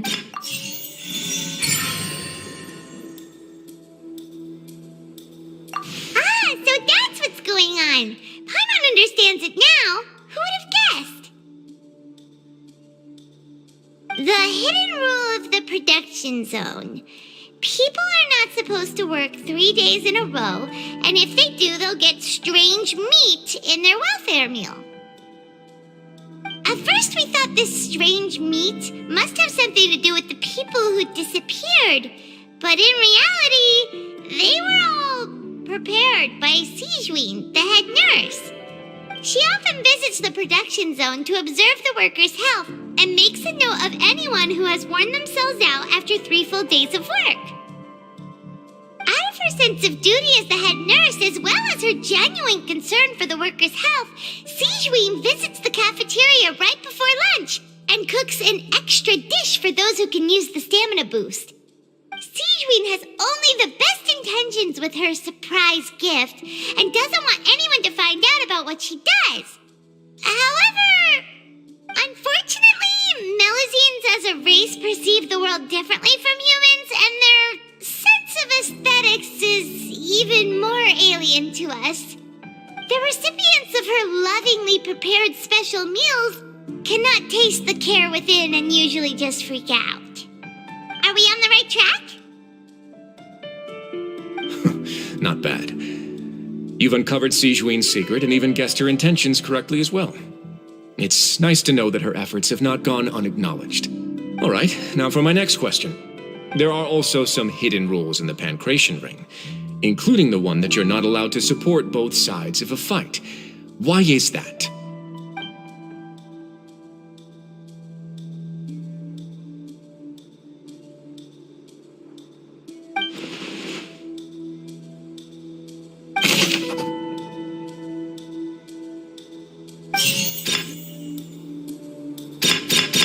The Fonta promoter has been struggling because he doesn't... According to Collins, the Pancration tournament only Fonta's internal reports suggest that they're starting a new trial of an unnamed and unpackaged product. The Fonta promoter has been struggling because he doesn't recognize the real value of coupons. Meanwhile, according to Collins, the Pancration...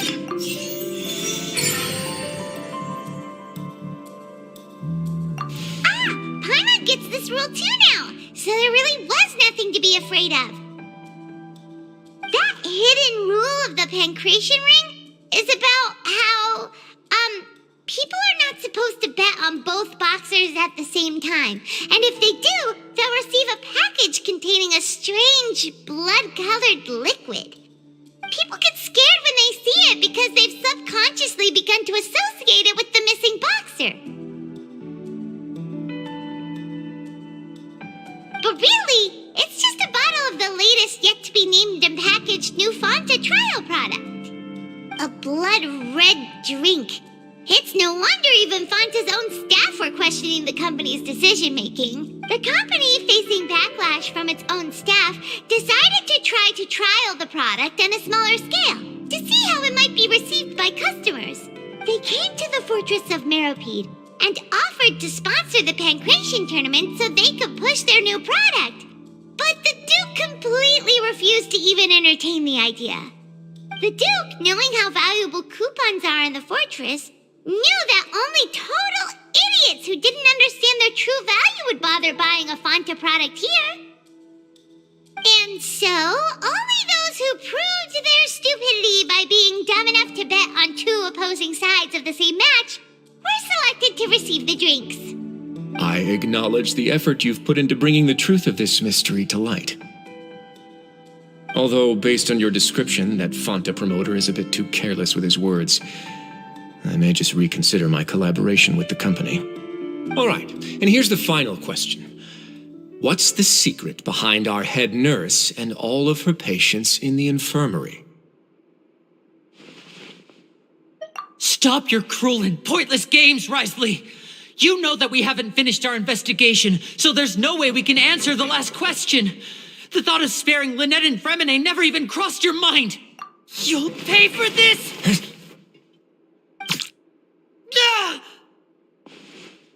Libby, are you alright? Oh, close one. I owe you, Sigewinne. That was a fantastic shot. It was nothing, Your Grace. Sigewinne?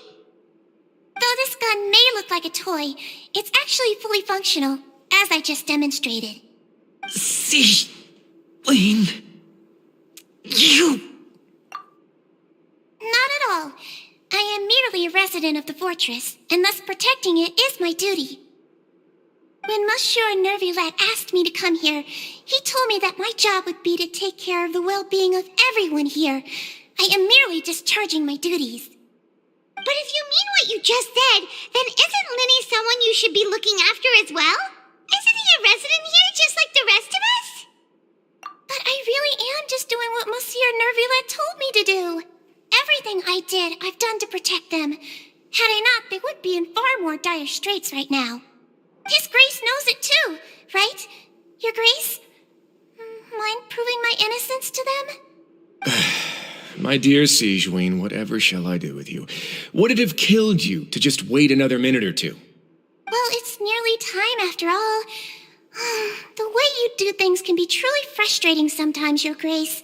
I figured I should try to talk some sense into you. What are you talking about? What time? Take me if you want. Let them go. How touching. Can you just give me one more minute? Don't be like that, Your Grace. All right, everyone, calm down. 2 more visitors will be arriving any time now. I'll go get a cup of tea. Miss Sigewinne, I leave Miss Lynette in your care. What are you doing? I believe I hear footsteps.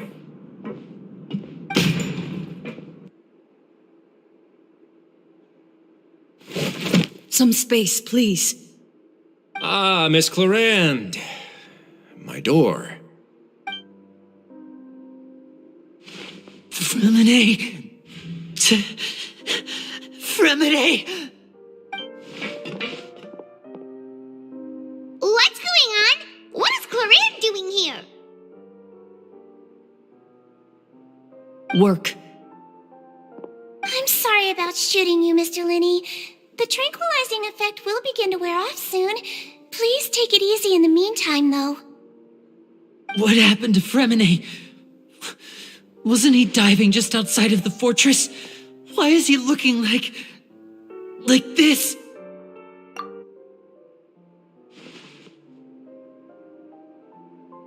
A flushed face, an accelerated pulse. He must have consumed primordial seawater. What did you say? Please, make some space. I'll need to give Mr. Fremine a more thorough checkup. Your Grace, I'll leave the rest to you. I'll talk to Clorinde while you get Fremine to where he needs to be. Everything else can wait.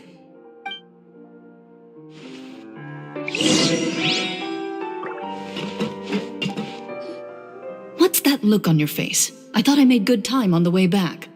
Oh, I'm just admiring your punctuality. Had you arrived just a few minutes later, Sigewinne may have been forced to shoot Mr. Linney again. How's the situation out there? The water has changed. It's pretty much as expected. The concentration of primordial seawater has increased significantly. I was only out there a short time, so it wasn't too bad. But if one were to stay for any significant amount of time, well, you can see how that boy's doing. Where was he when you found him? The abandoned zone at the end of the pipes. A good distance into the water.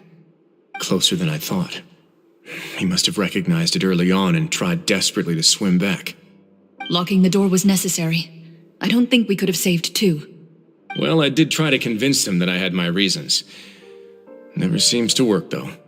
It would probably work on Neuvillette. He has a knack for picking out who had good intentions, even when the outcomes were all terrible. It's a bad sign if you're having to plead your case to Neuvillette. Want some tea? Not particularly. If you want to drink some that badly, just say so. Fine, I'd like to get some tea. Want me to get you a cup too, since I've already made it? Might as well then, I suppose. Actually, do you have a towel? I would like to dry my hair.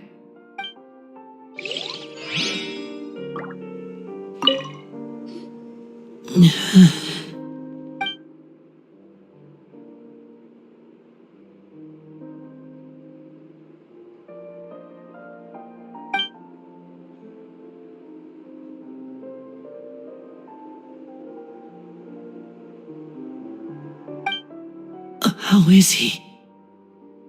These symptoms are probably caused by an acute ingestion of a large amount of primordial seawater. Still, his condition is not critical. Of course, it would be best if he stayed for further observation. Let's leave him here for now and move him to the infirmary once he's recovered a bit more. Sorry. I am aware that the infirmary may not be your favorite place in the world at the moment. We do only have a single clinic in the fortress, however. Why would he ingest a large amount of primordial seawater after leaving the fortress? How could that possibly happen? Please, look after Mr. Fremine for the moment. I'll go fetch some medicine and a respirator. Oh, I'll bring Miss Lynette back with me. Where is she? How is she right now? Oh, she just took a nap in an empty room after I tranquilized her. If my calculations are correct, she should also be waking up right around now. You might not believe me, but His Grace and I actually made some snacks and tea for her.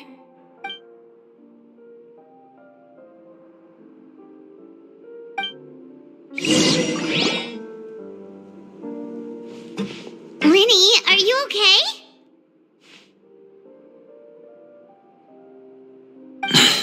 I'll be fine.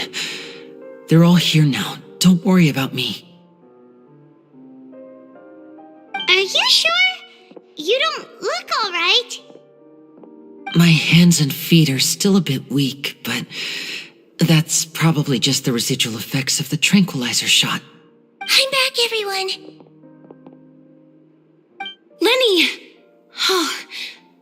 Traveler, Paimon, you're here too. Fremine? Is he... He'll be fine. But for now, please help me lift him up.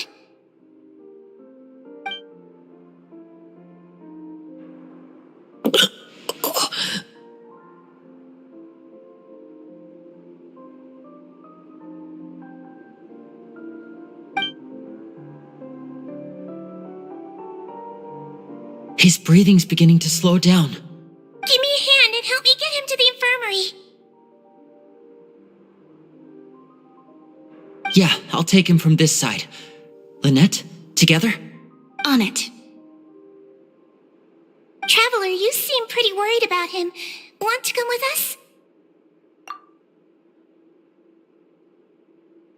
The Duke and Clarande are gone. They probably went to get some tea. The Duke will explain the truth in just a bit.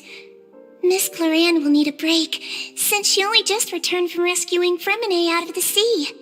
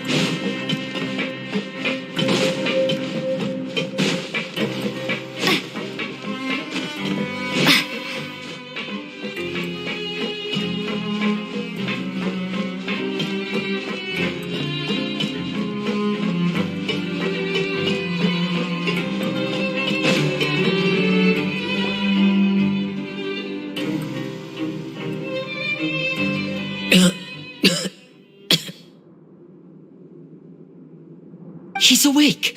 Fremine, how do you feel?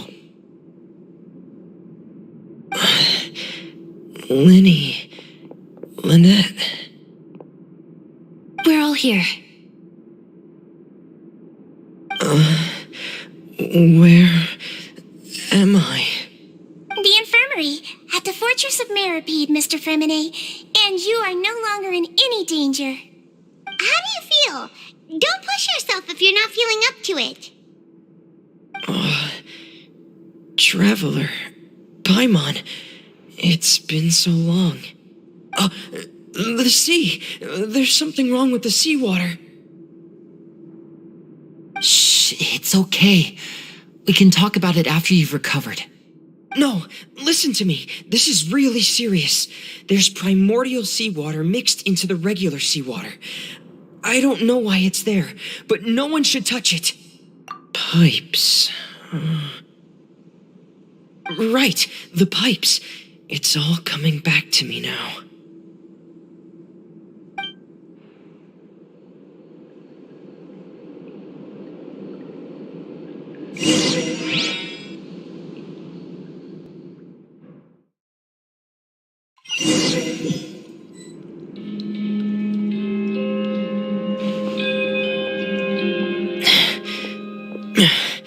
I'm in. Seems like this pipe hasn't been used in a long time. It looks abandoned.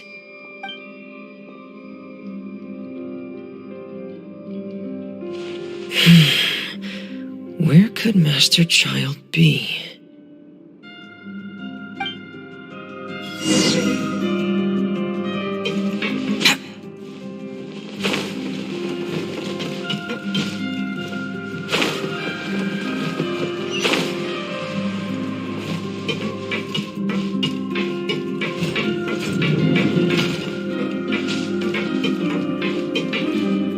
This mechanism looks like it's been tampered with. Could he have done it?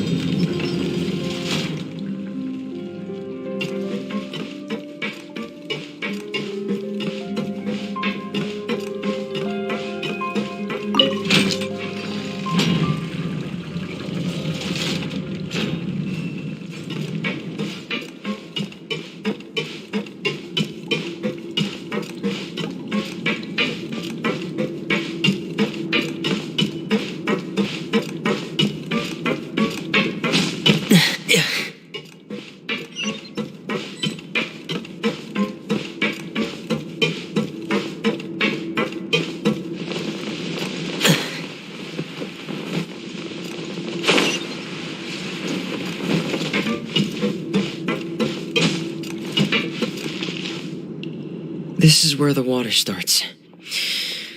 Okay. Master Child probably dived into the water. I'll go take a look as well.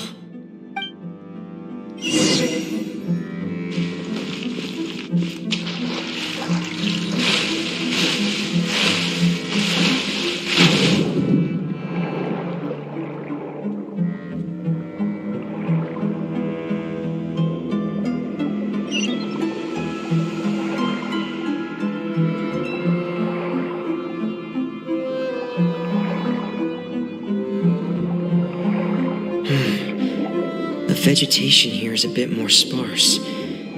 These traces aren't natural. A person must have left them, and recently. I should be going in the right direction.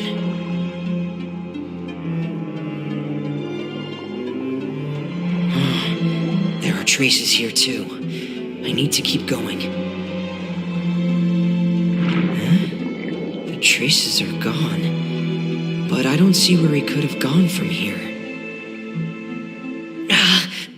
Wait, what the?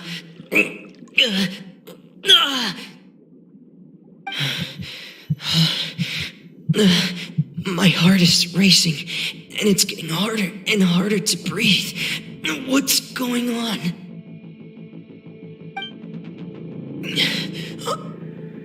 No good. I have to get back. They still don't know anything about what's going on. If I turn back right now, I should still be able to make it.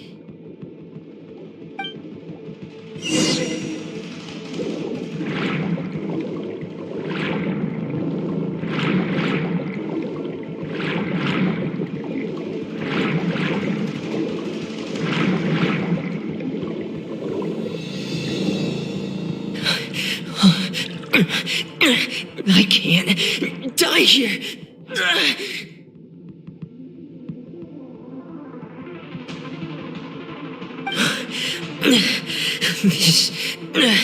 This is bad. I'm feeling worse and worse, and I'm still underwater.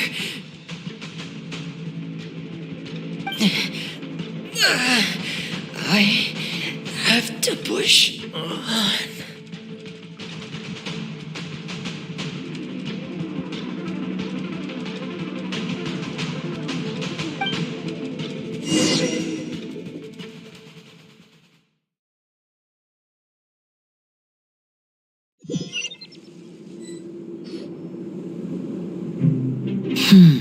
So, in other words, the trail you were following vanished, and you had no idea where Master Child could have gone, but there was also no obvious place for him to have disappeared to.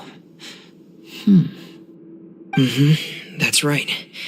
I tried my best to swim back, but I had already put some distance between myself and the fortress, and I just couldn't find the strength to keep going. I probably passed out some time after that, and you know the rest. Miss Clarande brought you back, but we also don't know why she just suddenly appeared at the fortress, or why she went out to save you. Miss Clarande, you say? I must go thank her in person. You're still too weak for Monet. You can go after you've had some more rest.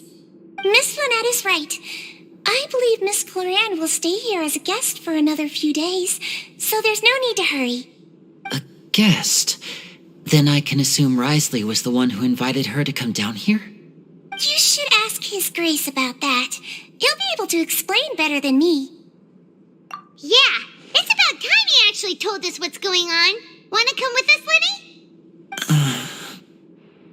No, please go on without me. I don't want to leave just yet. Lenny. The logical part of my brain is aware that we're safe right now, but I still can't bring myself to leave. Both of you are just in danger. Understood. Then let's just sit together for a while. In that case, I'll leave the infirmary to you. The Traveler and I are going to head out for now. As long as you stay in here, I don't think you'll be disturbed. Thank you.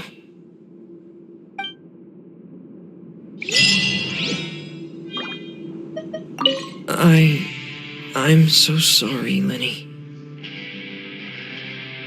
I'm also really sorry, Lenny. I should have been more careful.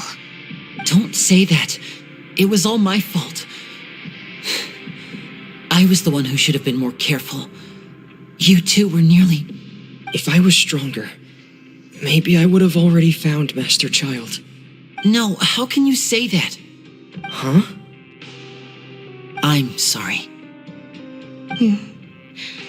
What I'm hearing is, we all dropped the ball at some point during the mission, so the responsibility falls on all of us. Isn't that right? Yeah, that's right. It's on all of us.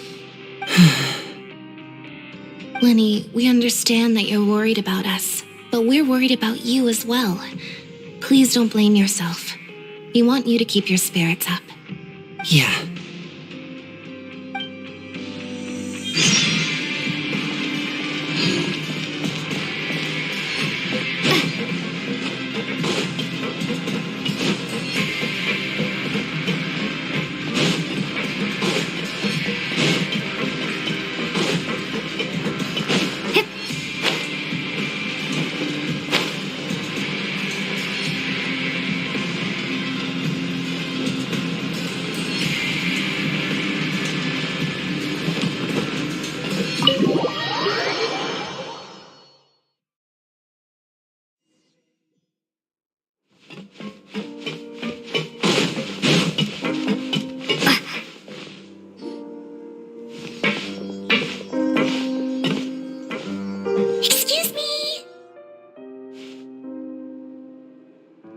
I take it Mr. Fremonet's condition has stabilized?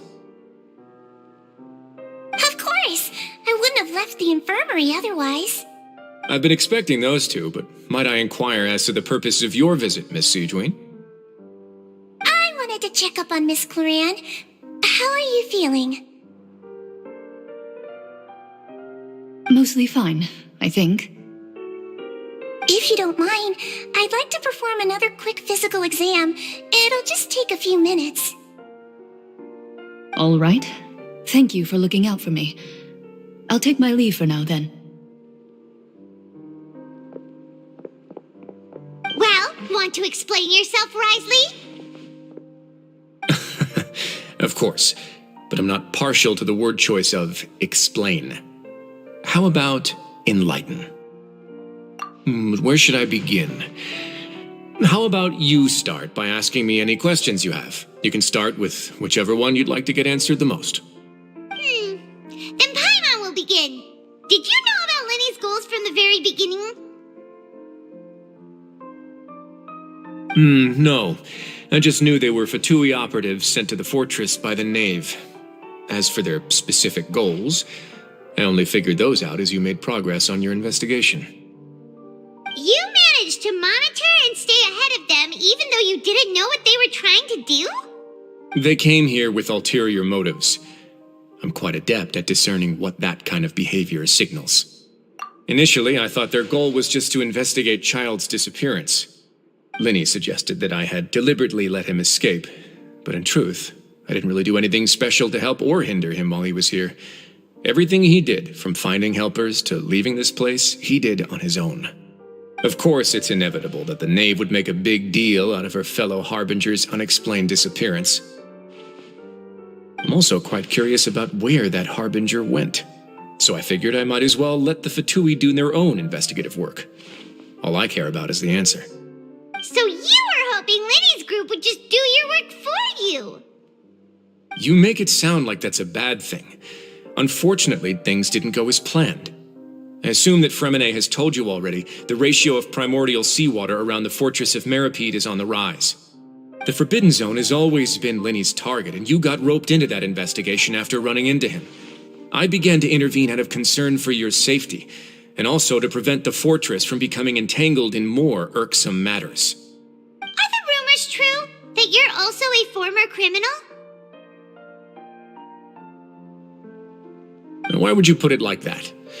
Isn't staying here all day and serving as the manager of the fortress a kind of sentence unto itself? Another form of prison? I just happen to have some support from the rest of the inmates. That's all. Oh, right. Paimon wanted to ask, who invited Clorant down here? Me, of course. I paid her good mora to come down to the fortress for some field work. As a champion duelist, Miss Clorant could be considered to be an independent party. I needed to find an exceptionally capable person to help me get through the impending crisis. And saving Fremine was part of that crisis? You can think of it like that, yes. Credit where credit is due, that boy is quite adept at diving. Had conditions not been as hostile as they were, he probably would have found the missing Harbinger already. That's not something you should be asking after. Neuvillette only asked you to investigate Child's whereabouts. All I need to prove to you is that the Forbidden Zone had nothing to do with the Harbinger's disappearance. That should be clear now that you've spoken to Fremine. But we've already uncovered that there's something wrong with the infirmary, and we've answered a bunch of questions that you threw at us. Isn't it about time that you answer our last question in return? You make a compelling case. Do you really want to know the answer that badly? Yeah, Paimon really wants to know. Even if the truth may not be pleasant? Follow me.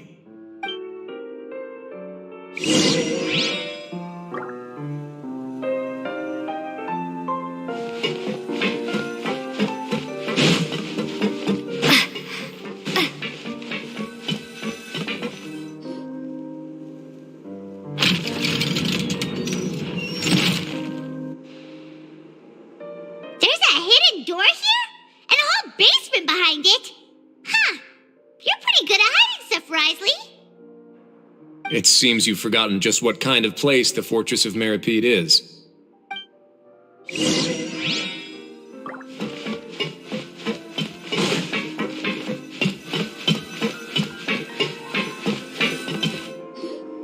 Stand on the central plate. Wait, is there a secret mechanism or... Whoa!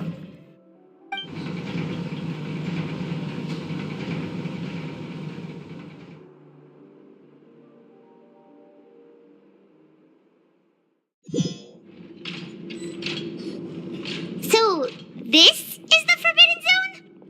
Honestly, for a place so well hidden, Paimon sure doesn't see anything special. What a huge door! There are 3 such isolation gates in total. Generally speaking, I'm the only one who's allowed to go inside. Hence the name Forbidden Zone. Am I correct to assume you're going to run on back and tell your little Fatui friends everything? Well, Paimon wasn't thinking of keeping anything from them. Well, I'd advise you wait until you've seen the whole truth of this place for yourself before deciding whether or not to tell them.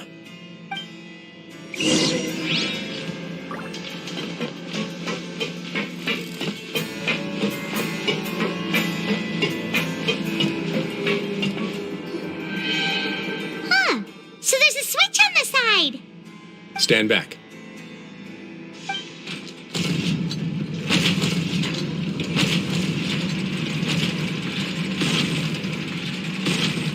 Whoa! They all just went up one by one. Go on, have a look.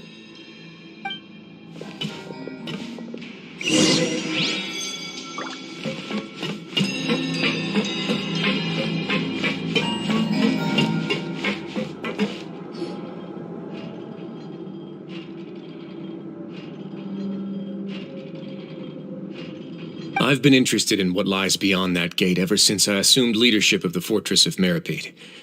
Of course, it would be unwise to recklessly open it, but it'd also be risky and negligent to simply ignore any potential danger that could be behind it. The readings on that dashboard have not budged since the day when I first laid eyes on this place.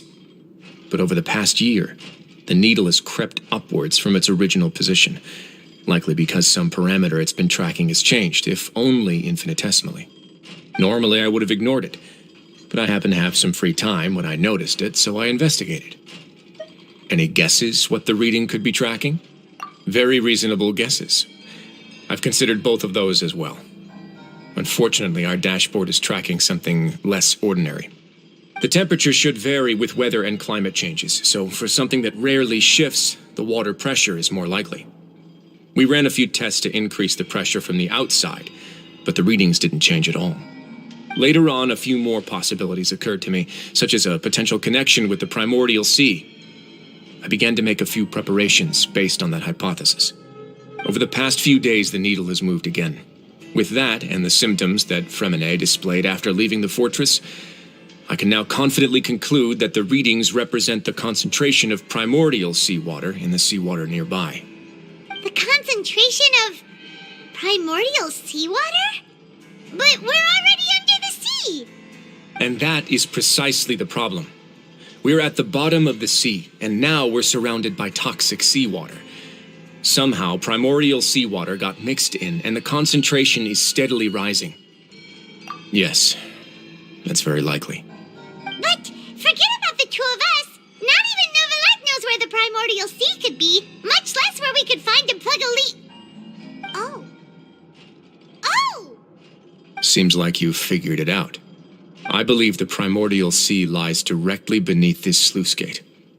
For some reason, the primordial seawater levels have risen significantly, and it's now very close to us. The indicators are now red. Although the gate still stands, some primordial seawater has already leaked out and mixed into the sea around us. If this continues, soon it will no longer be able to hold back the primordial sea at all. Yeah, you know what the legends say.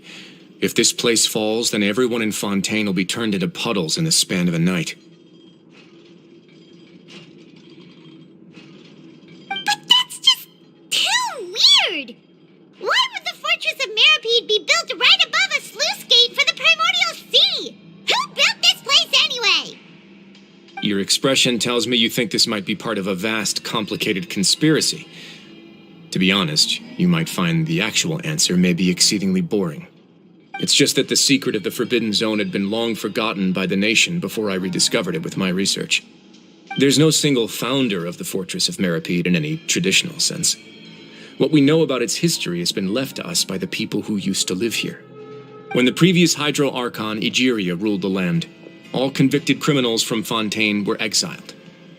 The people drove the criminals away like a wolf pack chasing away the banished. The criminals received no sympathy of any kind from the people.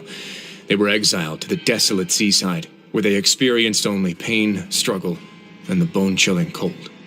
Some of them began to repent and prayed to the Hydro Archon, asking if there was still anything they could do. The Hydro Archon took pity on them and said, "You may go guard my secret, deep underneath the waves." And so, leaning on the power of the Hydro Archon, they gathered underneath the sea and began to build a fortress. They became a community down there in the deeps, and over the years helped it to grow. As the number of exiles increased, more and more people joined the community. When the first group of exiles died, they left the yet unfinished fortress to their successors. The Hydro Archon continued to lend her support, allowing the fortress and what it stood for to continue growing ever larger. Before long, this dark underwater fortress became the sinner's only home. And with that, the people here stopped referring to the fortress as a prison. They saw themselves as repenting sinners who would regain their freedom once they had sufficiently redeemed themselves. But as time went on, people also realized that the fortress was a lonely place. Once they had gotten used to life here, they could no longer feel comfortable living in the overworld. Once they had finished serving their sentences, some people left and some others chose to stay. They'd find some idle position and let their withered souls fade away with the ancient secrets of the past. After many, many centuries, few people still remember the reason for the fortress's founding. Now they just see it as an integral pillar of Fontainian society, as the place where criminals deserve to be sent. Now and again, researchers manage to break one law or another and live out their days in the fortress. I learned all this from an elderly historian. Everyone else just thought he'd made it all up. But now you know every part of that history is true. Indeed. It's just as the prophecy says. If this gate fails, then everyone will be dissolved into the sea. To be frank, not really. But sadly, that hasn't stopped this prophecy from proving all too accurate. Prophecies are troublesome things. Just hearing one will create the first wave of panic. Seeing signs of it will bring about the second, and actually witnessing it in real time, the third. Let's go somewhere else. I want to show you something.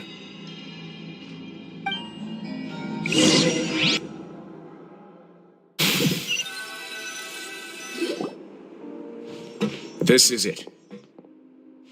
Your Grace, perfect timing. The results from our last round of experiments have... Wait, Jurier, he's not alone! Huh? Lorvine and Jurier? No need to panic, you two. I've already told them about our plan. What?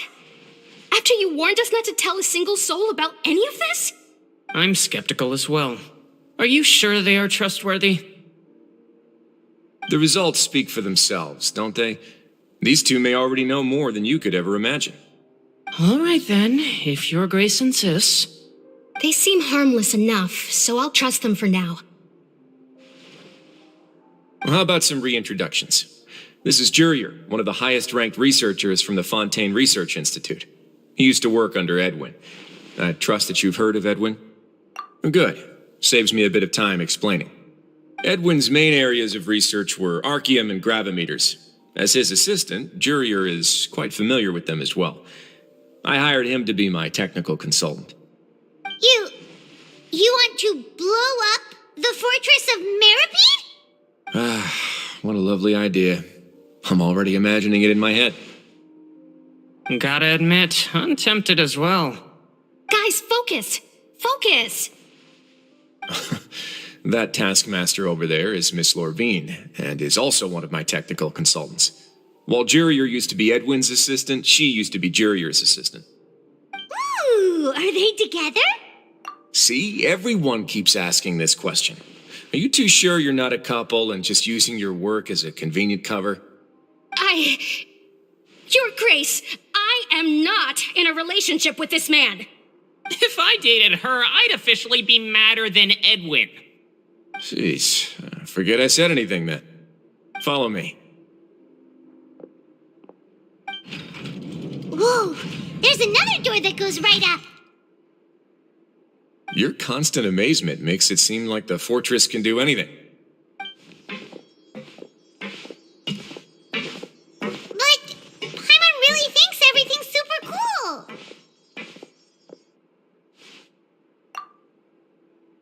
Well, let's spice it up a bit. And here you go. What a huge ship! This is also a production zone that Paimon's never seen before. What's going on? How much do you know about Fontainian history?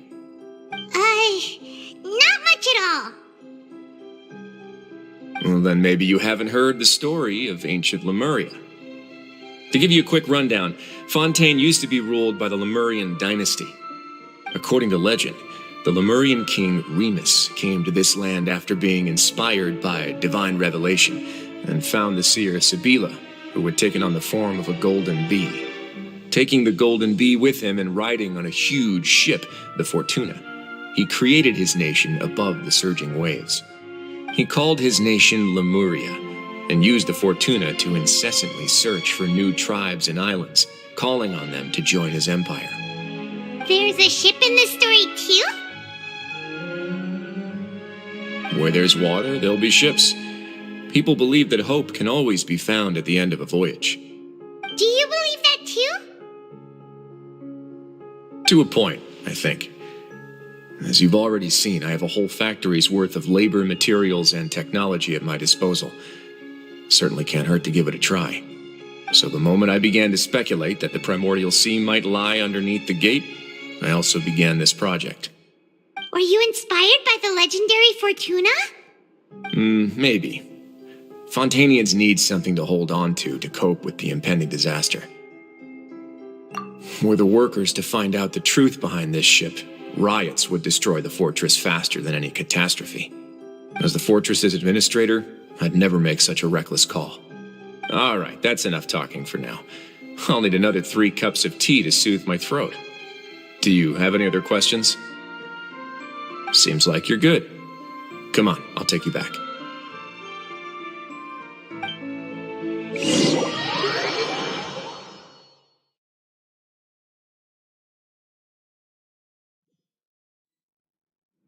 I'll leave you here for now. Oh, thank you so much. No worries. But don't forget, it's up to you whether or not you want to share what you just saw. What you do from here on out will likely affect those 3 as well.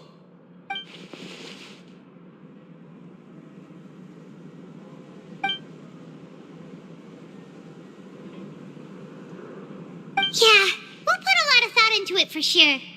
Great. I look forward to what happens next.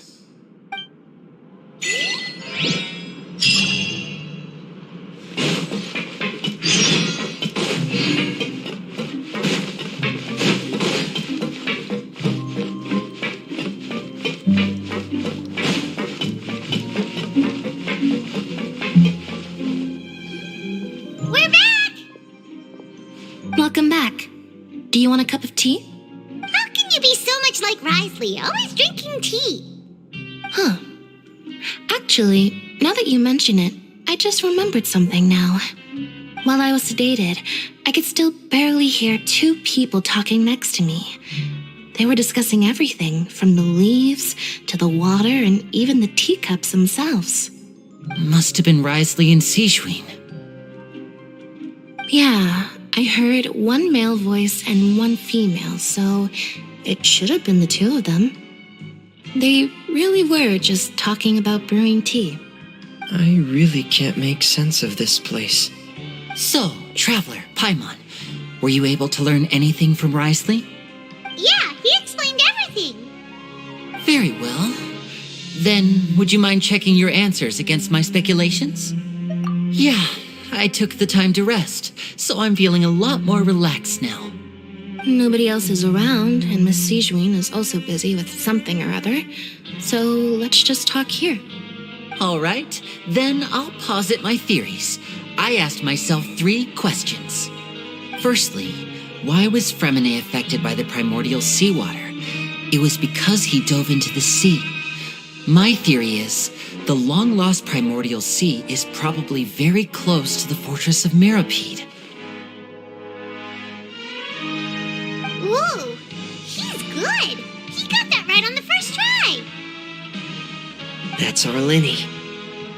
Secondly, Risley's attitude changed dramatically during the course of our stay here. He ignored us completely at first, then suddenly roadblocked us. Why? I spent quite a long time thinking about this. If he has been monitoring the Fatui since the very beginning, he probably ignored us at first because he was hoping we could find Master Child for him. What's more, the Fortress of Meripede is not part of Fontaine's court system, nor does it report to Udex Nervulet. Risley is basically the king of a no-man's land. As long as the fortress doesn't do anything about Master Child's disappearance, Father can use it to pressure the Fontaine authorities. And while the two factions are pitted against each other, Wriothesley will be free to move between the parties of interest. If I had to guess, he probably has something that he's working on himself. It's likely related to the secret of the infirmary, but You're super smart! Thanks so much. Then finally, there's the last question. If Wriothesley does have a plan, what could it be? All I know for now is that his plan probably has something to do with the changing nature of the seawater. He's even gotten Cloran to help him out. That can't be the full extent of what he's doing. There's probably a secret passageway behind the block in the infirmary, and there's something big in the fortress that most people here never get to see. He has a bargaining chip, and it could be important enough for Father to deal with him directly. I don't have enough information, so I have no idea what his chip might be. But let me guess. You have the last piece of the puzzle.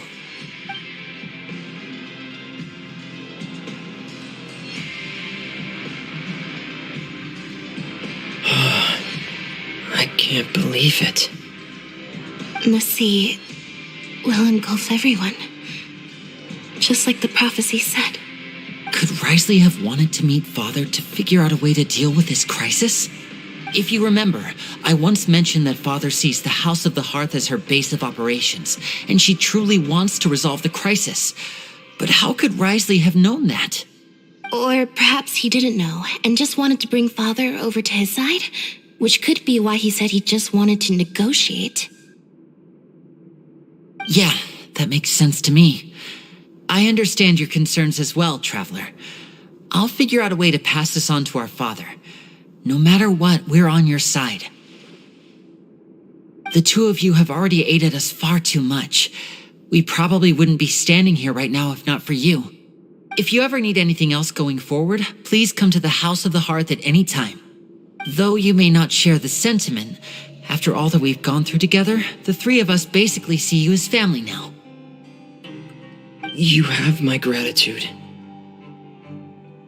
Thank you for protecting Linny when it really mattered. And thank you for sharing the secrets of the fortress with us. We didn't think you were going to do it. Why are you being so formal all of a sudden? Given your strength, you might not need our help at all. But if you are ever in danger, we will try our best to protect you. Aw, the sound of that makes Paimon feel all warm and safe inside. Paimon's hungry. Oh, you've done so much already. Go get some food. Alright, then we'll catch you guys another time.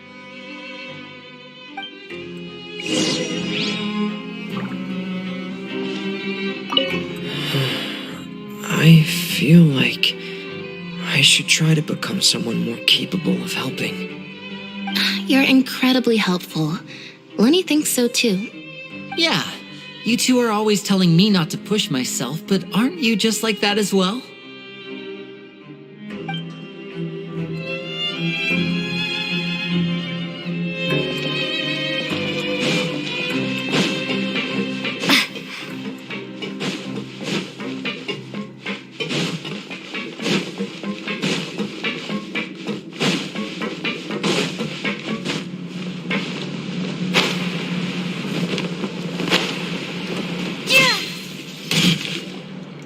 It's time for dinner.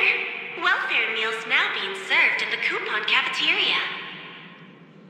Come on, let's go pick up ours as well. Traveler and Paimon, over here. Are you here for dinner too, Miss Sijween? And I'm taking the opportunity to prepare Miss Cloran's dinner as well. Huh. You're right. She's actually sitting in the fortress cafeteria.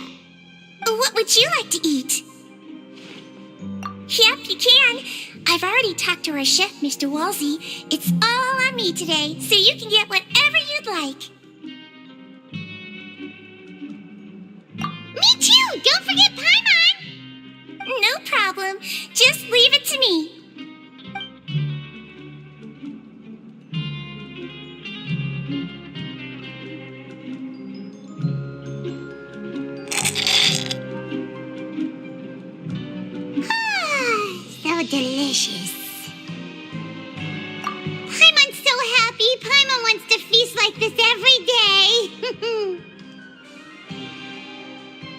Feeling full yet? How's the food? Delicious! I'm so glad to see you all so happy. Oh, see, the expression on your face just now? The muscle here just moved, which suggests that you're feeling quite relaxed at the moment. Sijuin, do you do this to help your patients or to better understand human beings? A bit of both, I suppose. I'm a Melazine, which means I'm very different from human beings. I must know what you're thinking if I want to take good care of you. You're really good at taking care of people. Even though you're so short, you still talk and act like an older sister. Really? You're reminded of an older sister?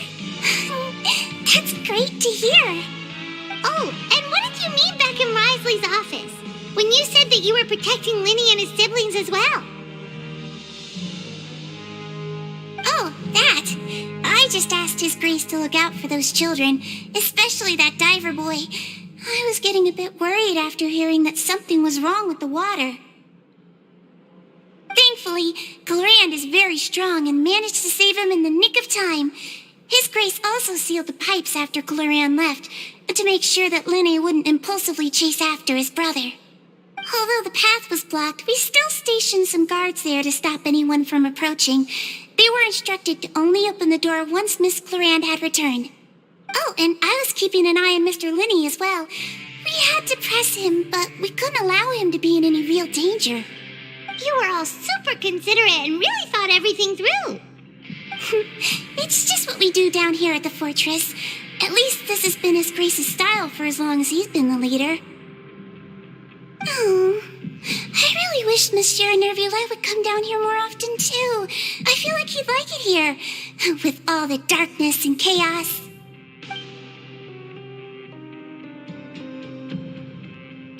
Get a good night's rest, you two. You both worked very hard.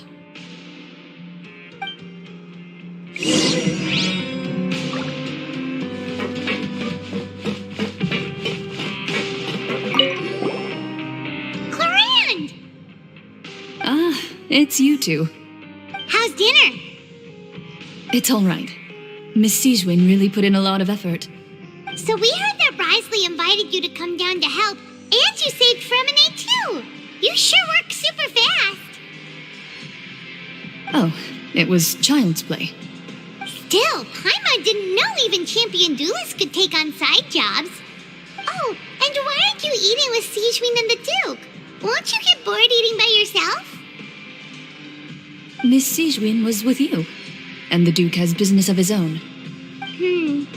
Actually, didn't Navia say that you went out for dinner with her as well? Yeah. First time in a long time. First time in a long time? So you mean you've gone out to dinner with her in the past? In the past, yes. You seem to be enjoying yourselves here. Things will be getting messy at the fortress soon. Don't run around unnecessarily.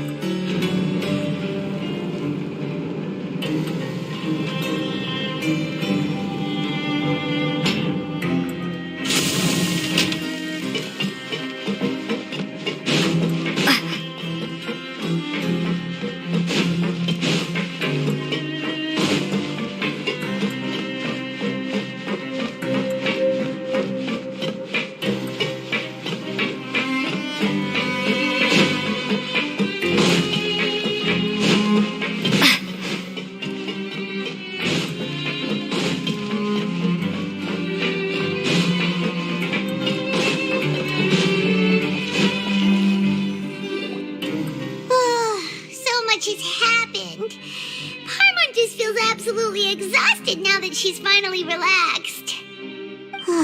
Paimon's super sleepy. Are you sleepy too?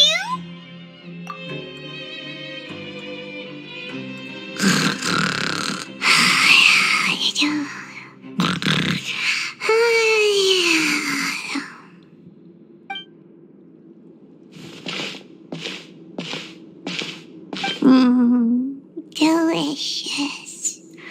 Paimon wants seconds for free.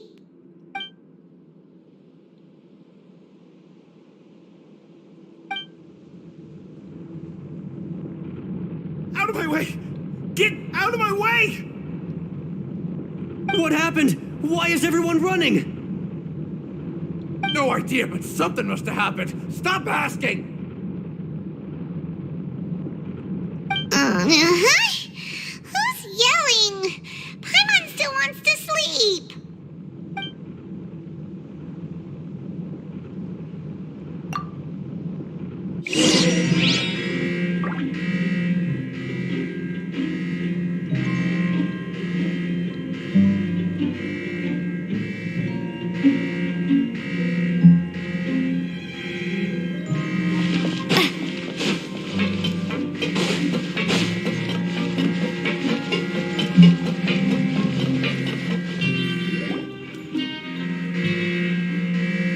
What happened? Why is everyone running around?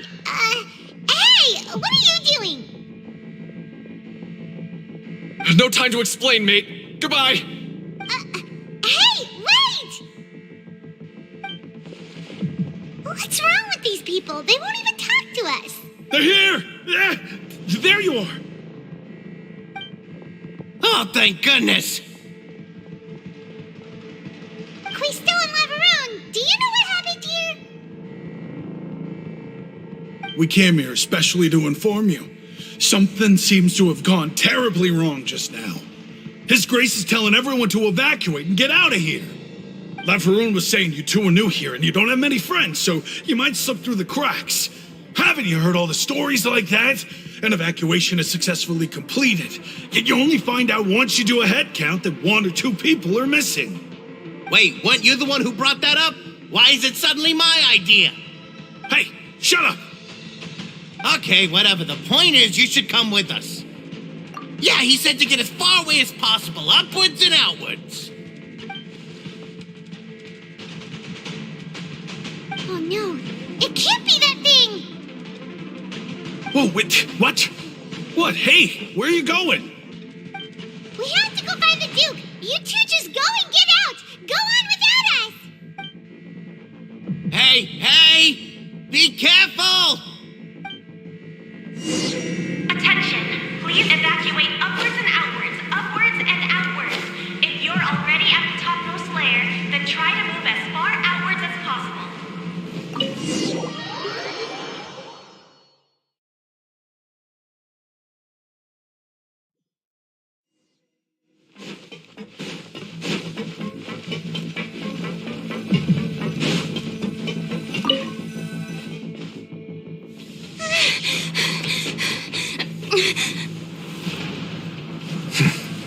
They're here.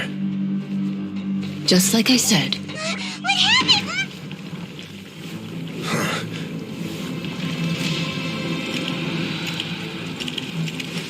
You're just in time. But be ready to run.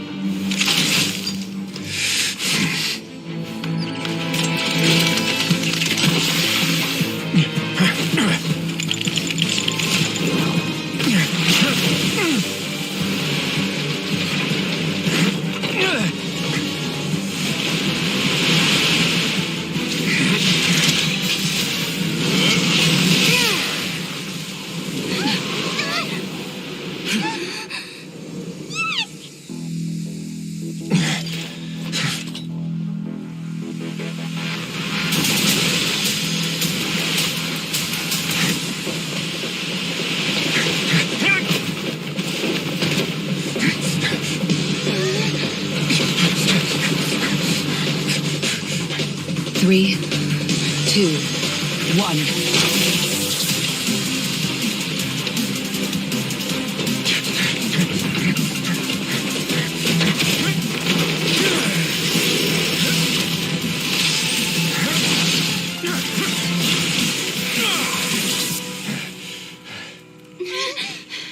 This won't hold it for long. Find Neuvillette. Tell him the defenses are about to collapse. Then what will happen to you? Until he arrives, we're the last line of defense.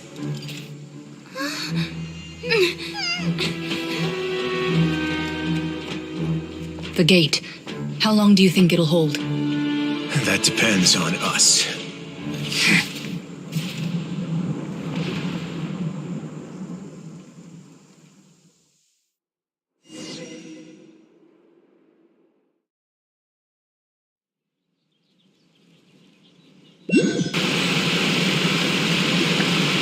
Neuvillette, why are you here?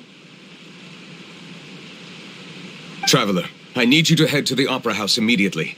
Farina will soon be meeting with the knave there. You must protect Farina and make sure she doesn't spend too much time alone with her. Will do. You have my sincerest gratitude.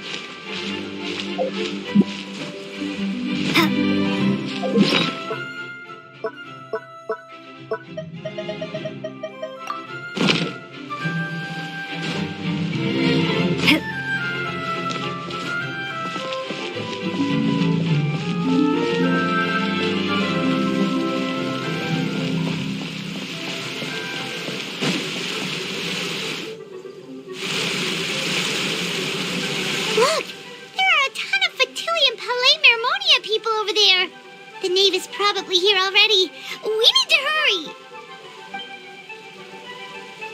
Are you two the traveler in Paimon? Monsieur Neuvillette has left instructions. Please follow me. Though I'm sure he's already explained, this should be a mostly cordial conversation, unlikely to give rise to violence. But it would be most appreciated if you could protect Lady Farina to the best of your abilities.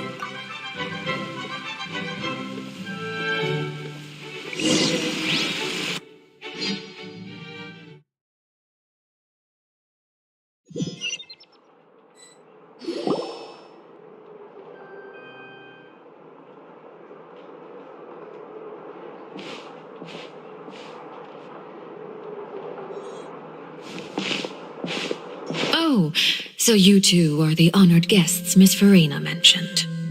Of course, of course. How could they not attend a meeting such as this? I must always have 2 or more guests at my dessert table.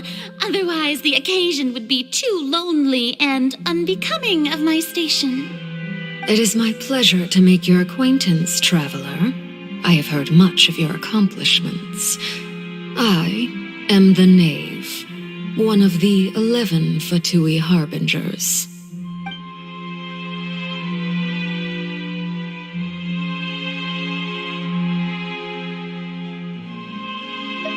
I've already prepared seats for you. Come, sit beside me. Perhaps you two are unaware of how Miss Farina and I do things. You see, we actually recently agreed to get together for tea when we had the time.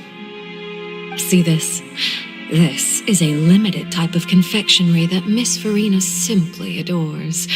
There are only 16 slices sold every day. Here, why don't you and Paimon have a taste?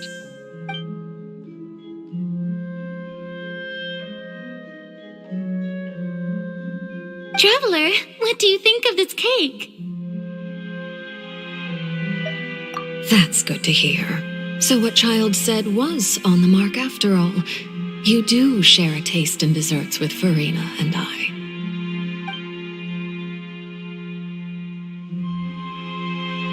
I wonder how he's doing nowadays. You must have heard, right? He's suddenly gone missing. I'm really worried about his safety, you know. Here's to hoping that he's an excellent swimmer. Since we're talking about him, I feel like I should add something. His martial prowess really looked certainly pretty impressive, yeah.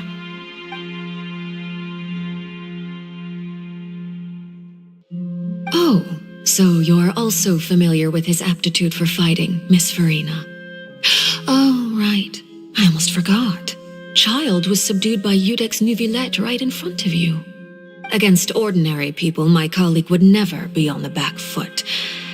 But alas, he just never imagined he'd run into such a person. I must express my admiration for Monsieur Nuvillette. Coming from you, that's not surprising at all. But I thought you would be happier to hear the news. Of course, but it's still a bit of a shame. You see, I would have been far happier had I received this news somewhat earlier. As you well know, a long time has passed since Child disappeared.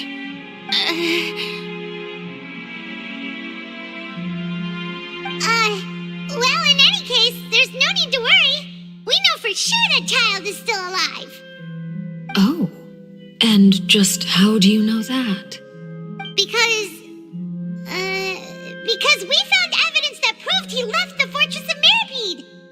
And where did he go after leaving the fortress? Well...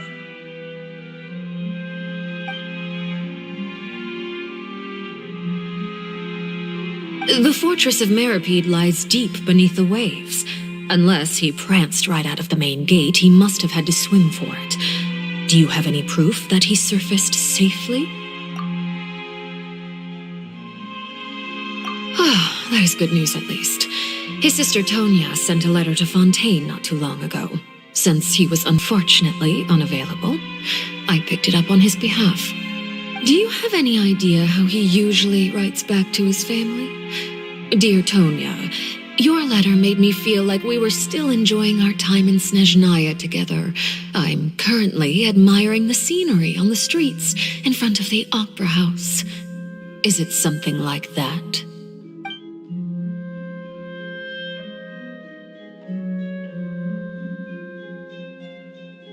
All letters tend to follow the same few formats anyway, right? As long as the contents are accurate, it doesn't matter so much how it's written or how it's worded.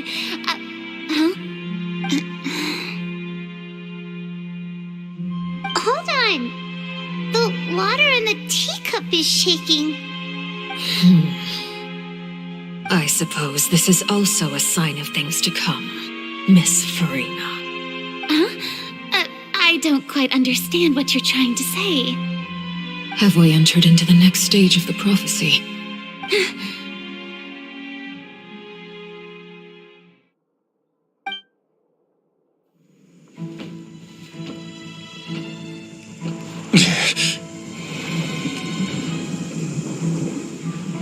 My thanks to you both. I will take it from here.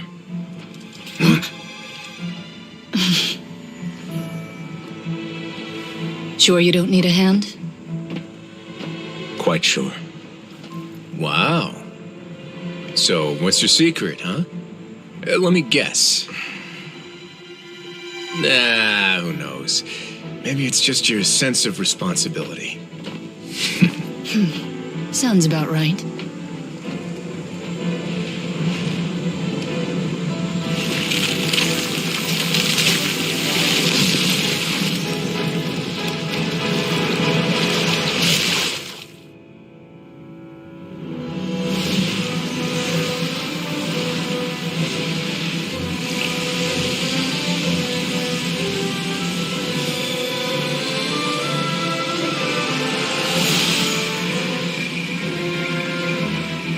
Day may come when the prophecy is fulfilled and the waters burst forth.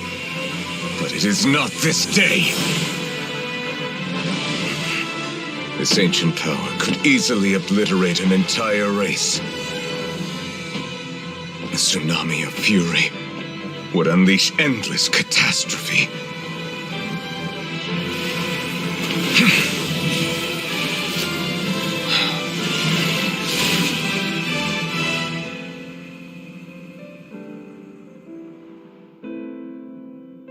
This sentence is too severe.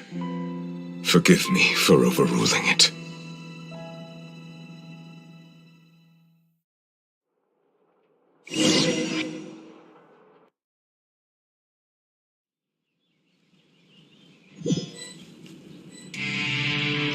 All right.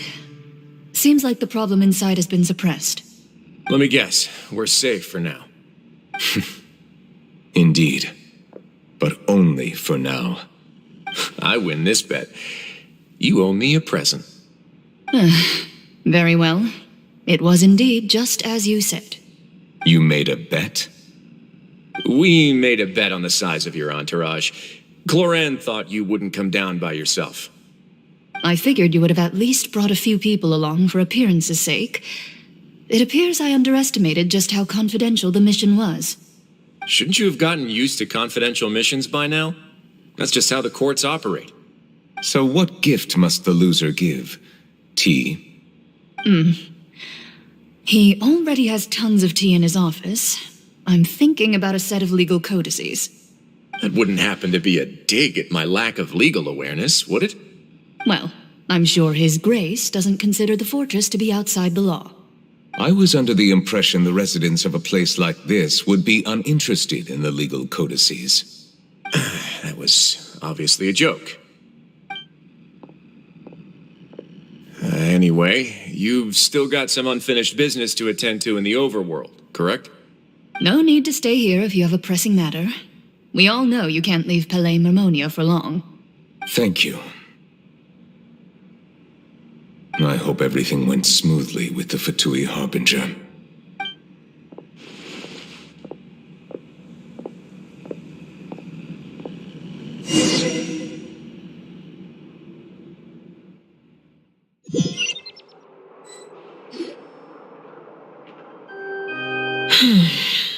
I must say, we've spent long enough playing house.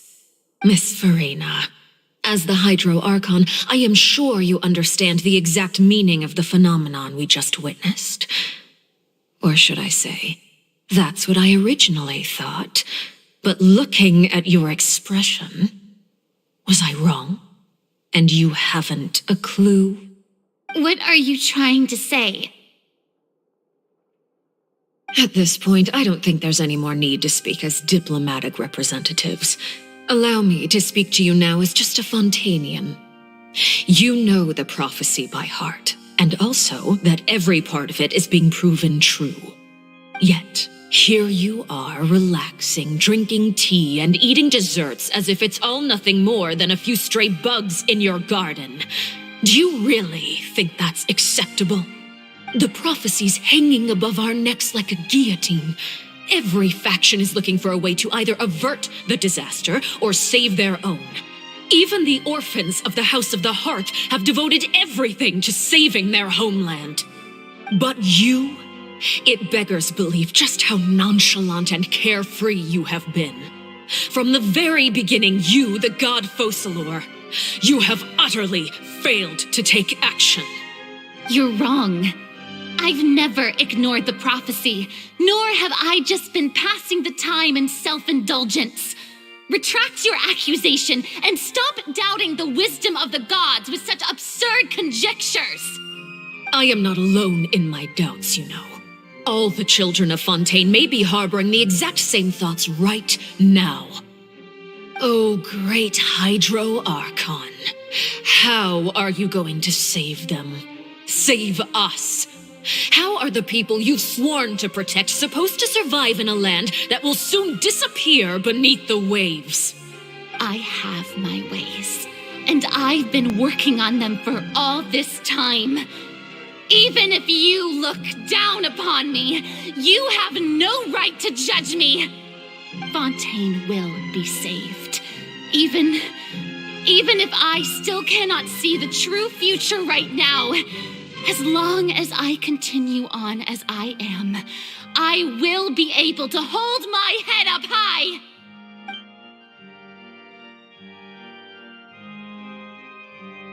Then I ask you, Miss Farina, just what have you been working on? Where can we see it, and what is it doing to help?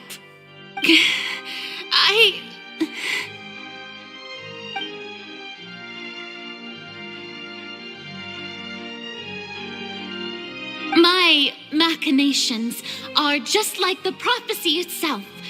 They will only reveal themselves at the fated time. It is just that beings like yourselves are unable to perceive them as of yet. I see. As a god, the proof of your labor always lies beyond prying mortal eyes. Allow me to be so bold as to ask another way. Would it be possible for you to tell us the parts of your plan that are not confidential, such as your emergency response plan for the impending disaster? An emergency response plan? Oh, that look in your eyes. Have you not even prepared one of those? The emergency response plan is also strictly confidential. Then allow me to jog your memory. Miss Farina, what is the purpose of your Oratrice Mécanique d'Annelise Cardinal? And what do you plan to do with the massive amounts of indemnitium that has accumulated over the years? The Oratrice? It's just like it appears to be. So you also have no idea. If I'm not mistaken, someone's using it to prepare for something. But unfortunately, it would seem that someone is not you, Miss Farina. I first caught wind of this when Linny tried to investigate the Oratrice in the Opera House. You see, even just getting close to the core contaminated him with an extremely large amount of indemnitium. But even if that had nothing to do with you, then what could you possibly be working on, oh great Hydro Archon? Oh, right. I almost forgot. Udex Nouvillette is not at the tea party with us today. Miss Farina, I suppose you must have ordered him away to take care of some troublesome business. Yes, that's exactly right. Please keep it a secret for me. Of course I will.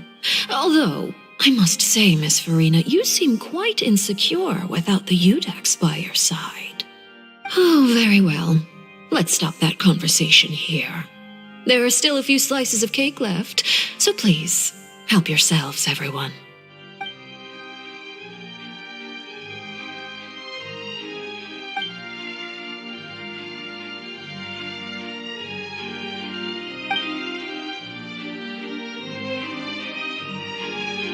Traveler, I heard that you were recently commissioned to handle a few matters on behalf of the Udex. Why don't you take an extra slice of cake? Those who work hard deserve gratitude and praise. You too, Paimon. Thank you. Paimon will take you up on that offer.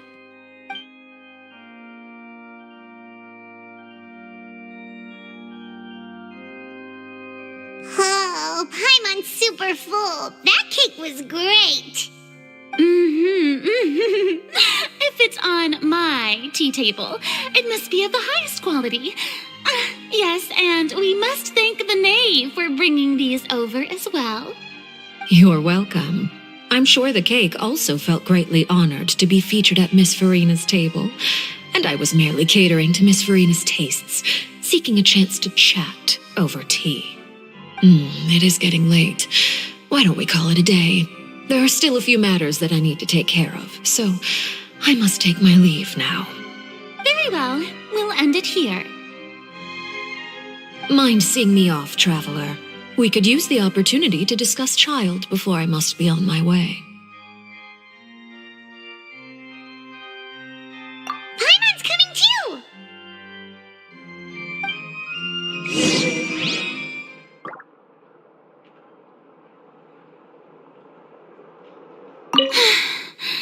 The tea party turned out to be even more difficult than I'd imagined. Why are you looking at me like that? Is something the matter? If there's nothing urgent, then I shall be retiring for now.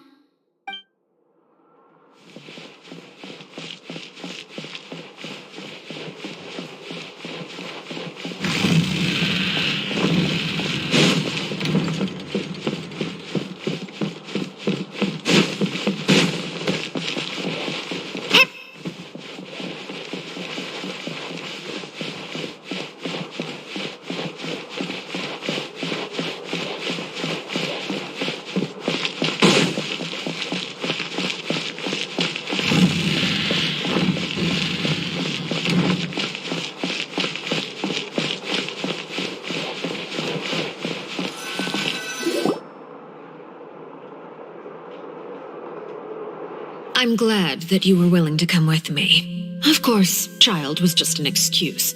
I have no interest in your dealings with him. That's what Paimon thought. You lent your aid to the children of the House of the Hearth. As their father, I would like to express my gratitude. That was all. Formal topics should be discussed in formal settings, and informal topics in informal settings. I know you just returned from the fortress of Meripede. Relax. I have no intention of trying to get anything out of you. Linny, Lynette, and Fremine are still there, and I trust their judgment and abilities. They've all been working very hard and have always done all they can to fight back against anyone who tried to stop them, especially Linny. You mean Ridesley. He's a tricky one to deal with. It's unfortunate that Linny's so eager to prove himself that he can't learn to rely on others, including me. By the way, and you can just consider this a bit of idle gossip, but what's your impression of Farina? You are outside of our disputes, and the freest person in all of Fontaine, able to move around most easily. Allow me to share my perspective with you. And that's everything that happened during the trial. Master Child was declared guilty and immediately transported to the Fortress of Meripede. Didn't he say he was coming here on vacation? Does he not feel an ounce of shame for all the trouble he has caused?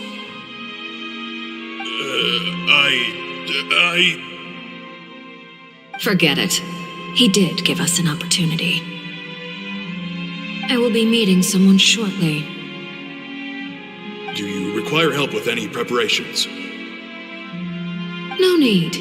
I will take care of it myself. I need to meet with Farina, the Hydro Archon.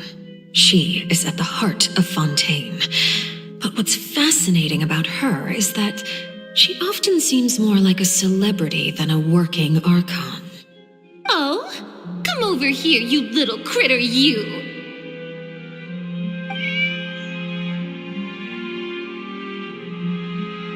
You dare to run from me? Stop right this instant! My goal is just to discover the location of the Gnosis.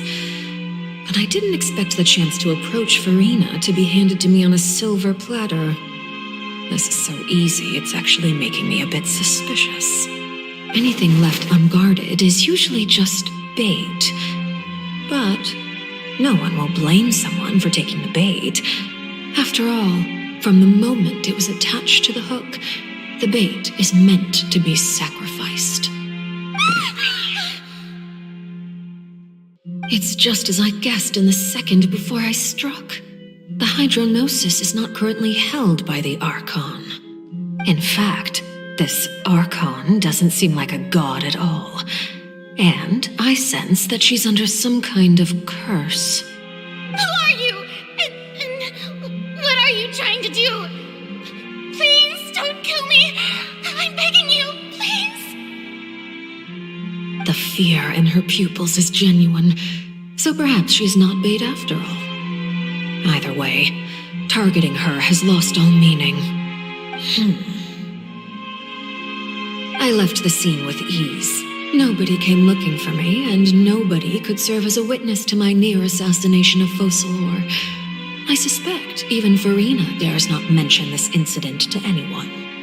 Not long after, my informants confirmed what I had guessed. After returning to her quarters, Farina quietly cried alone. She was so scared that she could not sleep that night, nor could she even bring herself to eat her cake. There's no doubt that there's something wrong with her. I began to entertain the possibility that she is not the true Hydro Archon. Perhaps Eudex Neuvillette is actually the genuine article. I have to find the Gnosis. If the Neuvillette hypothesis is correct, he is probably in possession of it. Alternatively, it might have been hidden in a place that's hard for ordinary people to access. Yes, Father. My dear children, please speak. News from the Fortress of Meripede. Master, Master Child has gone missing. On top of that, the contacts and guards we bribed at the fortress have all gone quiet as well. Probably the handiwork of that Wriothesley. I'm afraid so. This is a good opportunity. The value of a harbinger is much higher than most would imagine. We now have an excuse to exert diplomatic pressure on the Fontaine authorities. Set up a meeting for me.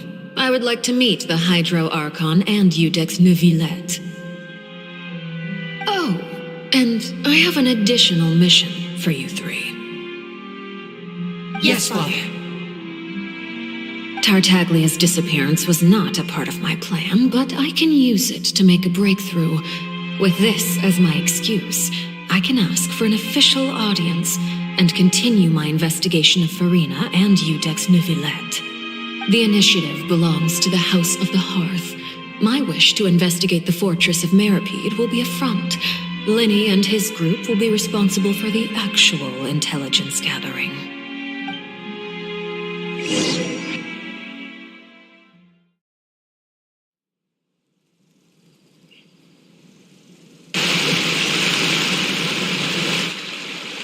You should know the rest. Linny's group is quite close to you, so they wouldn't have hidden anything from you. You attacked the Hydro Archon? It wouldn't mean anything, even if you shouted it from the rooftops. After all, even Farina herself is still pretending that nothing of that sort ever happened. Alright then. I've now had 2 chances to enjoy tea with Farina. I have to say, the leadership of Fontaine is even more inscrutable than I had imagined. I once surmised that Eudex Neuvillette must be the Hydro Archon, but now, that doesn't seem right to me either.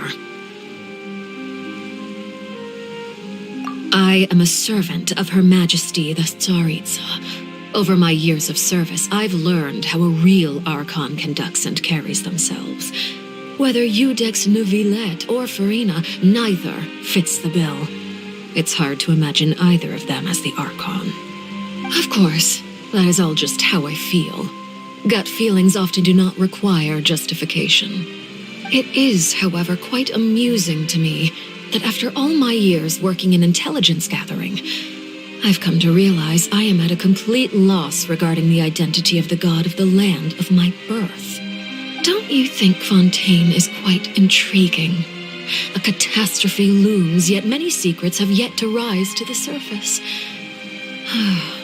It looks like Fontainians will have no choice but to save themselves. Ultimately, though, one must survive in order to do anything else. Should the need arise, I would be happy to cooperate with you. You don't need to commit to anything right now, of course. I have a feeling that the situation will continue to evolve, and as your name is often connected with noble deeds, I'm sure we will work together someday. He certainly returned quickly. You must want to catch up with each other, so I'll leave you to him.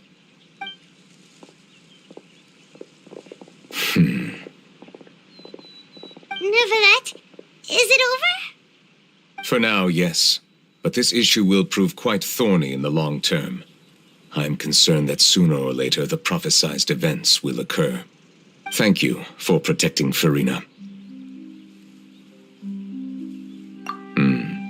To put it simply, I used my power to force back the primordial sea and reseal the sluice gate.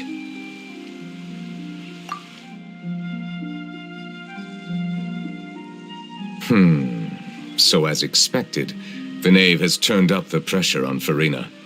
She's trying to feel her out, though I'm still unsure as to her motives. Permission granted. Whoa. It can't be that you're the real Hydro Archon, right? But that's just a speculation on our part, though. You can't tell us? Then that's okay. We can talk about something else. We won't try to force you. You guys in Fontaine are super strange. If by the phrase, you guys, you are referring to Farina and I, Then although I'm not sure just what you are trying to imply, I must clarify that I do not share her positions on a multitude of topics. I believe so. The fortress has a long and complex history. It has seen much grief and suffering. And now, another catastrophe will soon be upon us. I mourn this turn of events. Huh? Why is it raining all of a sudden?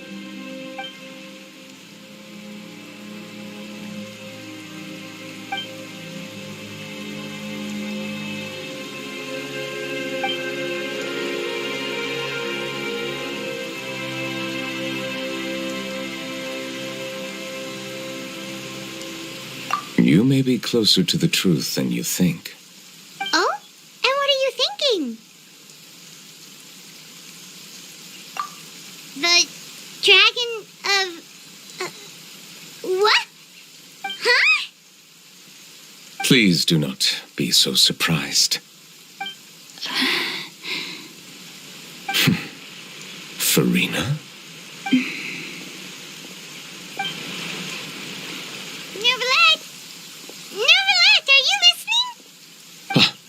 My apologies. We were just guessing randomly. We didn't guess right, did we? You're not actually the dragon sovereign of water, right? Well, if you don't want to confirm or deny... You guessed correctly. I sincerely hope you'll be able to keep this a secret for me. Right, of course. We'll definitely help you keep it a secret. There's still something Paimon wants to ask you, though. Please, go ahead. Well, if you are the dragon sovereign of water, and you were able to force back the primordial sea from the fortress, then since Fontaine's prophecy is all about seawater, couldn't you just use your power to solve the crisis? None of the currently living dragon sovereigns in the world, myself included, possess our full dragonhood. They say that when the first usurper arrived on Tivat, they seized a part of the dragon's power. Today, that stolen power is the basis of the Archon's authorities. There are 7 elemental Archons and 7 matching dragon sovereigns. The dragon sovereign of water who lived through that era perished a long time ago. As their successor, I know far less of that part of our ancient history. In any case, I believe I will not be able to do much unless the Archon disappears and returns their elemental authority to me. Given the status quo, however, I would recommend finding another way to deal with the prophecy. Oh, so even you can't solve it. I still have some urgent matters to attend to at my office. If you have any more questions regarding ancient history, you are welcome to discuss them with me at a later time. Please go right ahead. There's a place that Paimon wants to go too. Traveler, why don't we pay another visit to the Fortress of Meripede? Paimon is a little worried. We'll see you another time. Take care.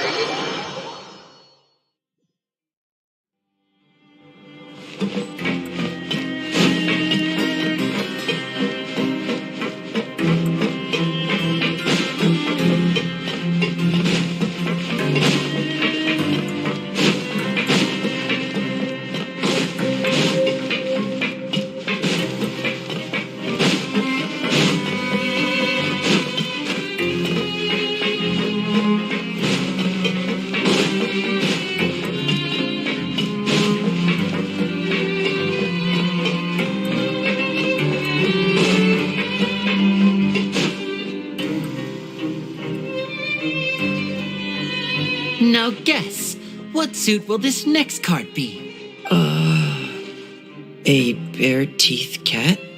Well, well, look who it is. Traveler, Paimon. Hello, everyone. Looks like you're recovering nicely from it, eh? Thanks to everyone's support. Oh, right. I managed to work up the courage to thank Miss Clorant in person. Whoa, how did she react? She told me that it was nothing.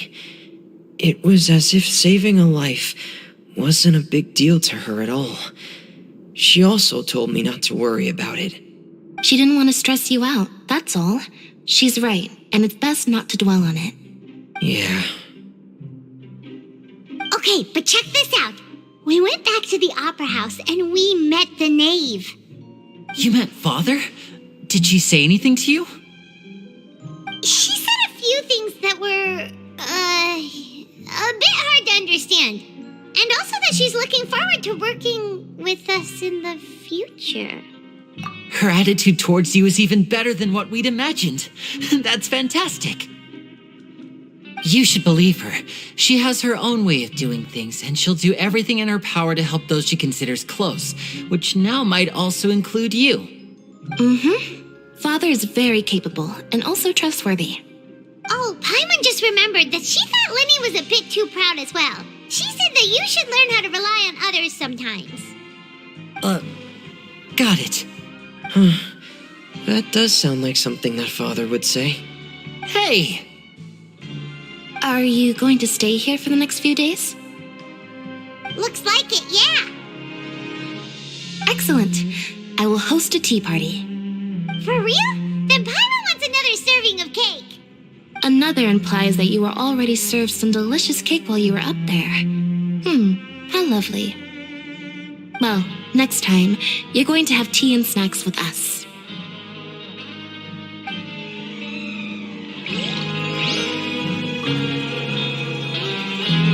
We should start preparing that tea party. Oh, that's a great idea. I'm all for it. I'll help you set it up.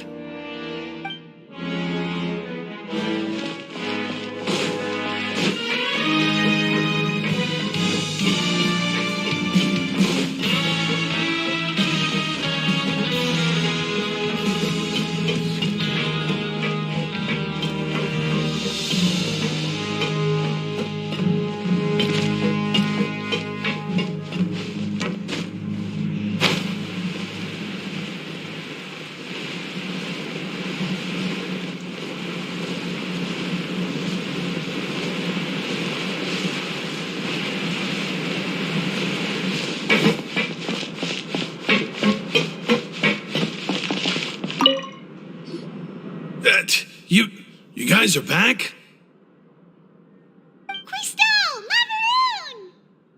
You guys didn't get caught and thrown back down here, right? Huh? No, not at all. And here I thought you'd managed to escape from jail during all the commotion. I'd held you up as legendary jailbreakers, but now you're telling me you just never left? We're sorry, but we just had some business to take care of. All right. There's no need to get caught up in the details. We're just relieved to see you. He was super worried about you, you know. Hey, it wasn't just me. Weren't you super worried as well? Something like that, yeah. I was also transferred to work in the kitchen a few days ago. I can still hear Quisto mumbling to the carrots. Are those two all right? Do you think they made it out alive? Whenever he'd say that, I'd tell him I'm sure they're fine. Wherever they are, they're kicking back with drinks in hand, enjoying the lovely scenery. Hey, there's nothing wrong with worrying about your prison pals, is there? I mean, considering how they always love listening to all my gossip. These two, they sure are a lot warmer and friendlier than when Paimon first met them. Oh, well, if you say so. I'll be watching you to make sure you finish every last bite.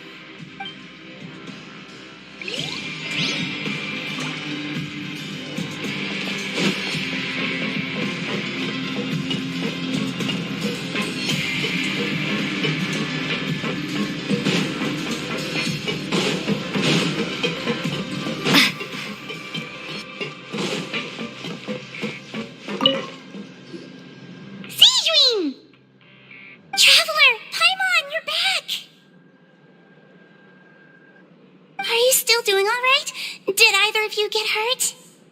We're fine, but what about you guys? It was such a huge mess. How bad was it?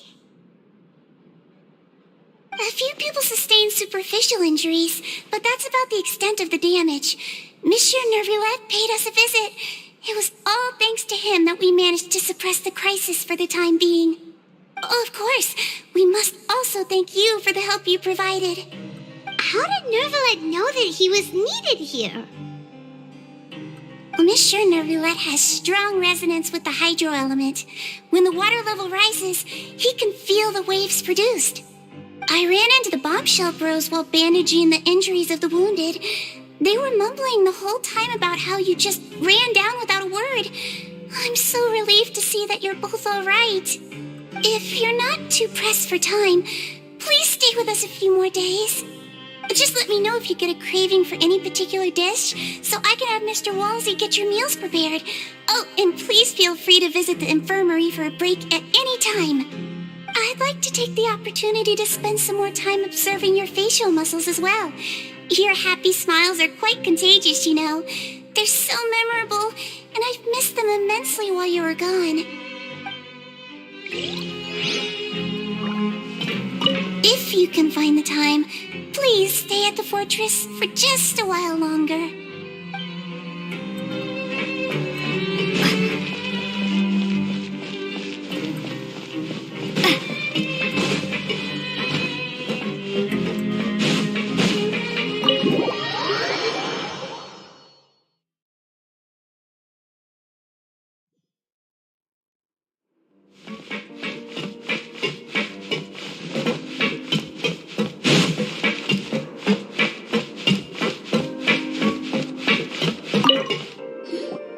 Jurier, Miss Sijween told me you still haven't eaten.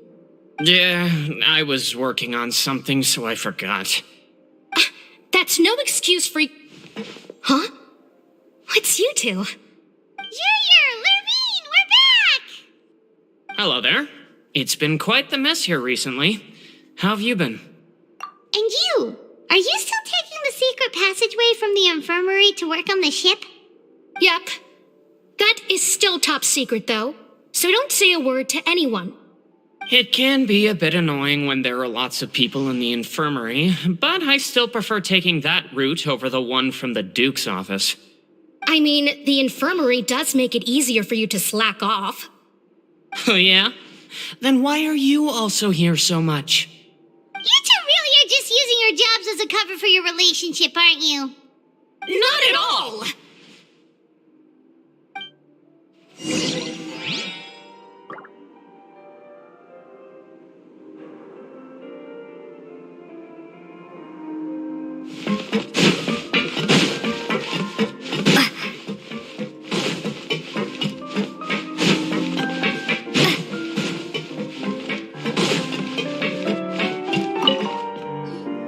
Do my eyes deceive me, or did I just see two inmates come back after making it to the surface? Some strange winds blowing of late. We wanted to see how the fortress is doing. Is everything still all right? We're fine, for the most part. Nervillette came down and took care of the worst of it. If that's the case, why don't you just ask him to stay here? Oh, yeah, what a brilliant plan. Let's go convince the Udex himself to exchange the courts of Fontaine for a puddle of water in the middle of nowhere. He came here in a hurry and left without even stopping for a cup of tea. He did remember to take Miss Sijween's gift with him, though. He sure sounds super busy. Miss Clorand has left as well. She also took her gift from Miss Sijween. Were the gifts milkshakes? Nervillette got the milkshake. Clorand received lipstick instead. Those aren't even remotely alike. Well, it's Nervillette's own fault for making Sijween worried about his health by working so much.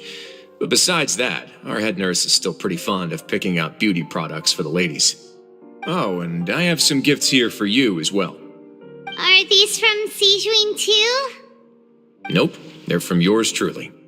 You've already wrapped up your work at the fortress, so you can return to the surface at any time. You haven't yet served your full prison term, however, so you may continue to use your cell until your term is up. For real? Then we could stay here for a really long time? You may access the cafeteria for free. Hooray! Just remember to come complete your paperwork once it's time for your release.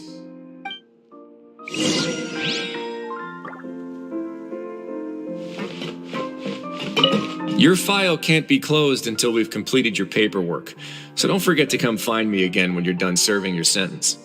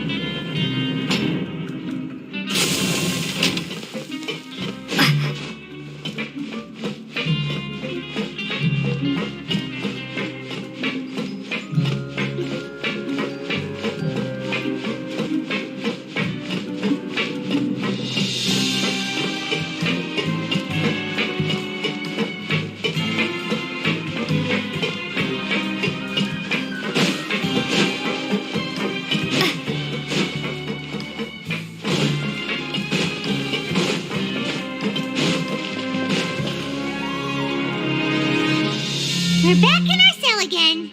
We're no longer prisoners, though, so it really doesn't feel the same. Sure feels that way. But the truth is, we never did anything bad to begin with, so I'm not sure why we put so much pressure on ourselves. Huh? How did you know? Hey, that's not true! All right. Okay, Paimon just wanted to say that we really are an amazing duo after all. It's like we've now gone to so many places together and become friends with so many people. We've never stopped traveling or stopped meeting new friends. There are so many bad things in the world, and we're just two people, but we've still been solving problems no matter where we go. Isn't that pretty cool? You're counting Paimon today? Aren't you the only adventurer here? Then let's ask Catherine to give Paimon an adventurer handbook as well. Paimon will also be an adventurer from today forward. Just the thoughts making Paimon giddy. Paimon's gonna crash, so you sleep soon too. The last time we fell asleep here, we woke up to a whole mess outside our cell. The primordial seawater nearly rose up. That was so scary. We should be safe now, right? All right then. Good night to you, traveler.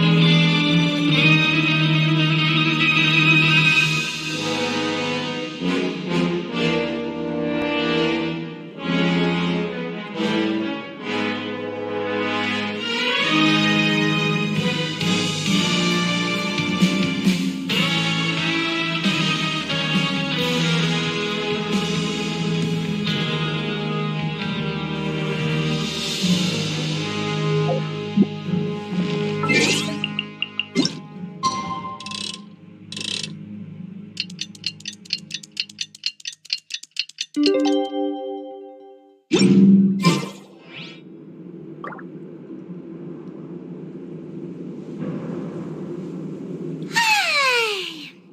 for a little rest after breakfast.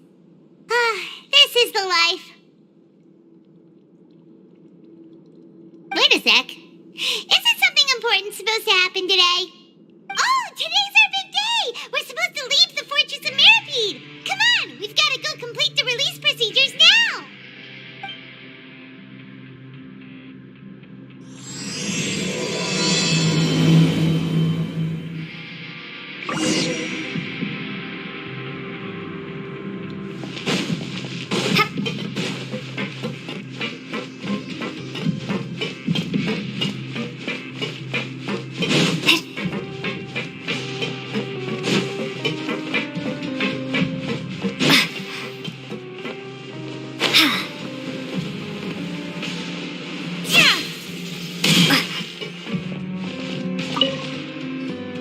Please, sign here.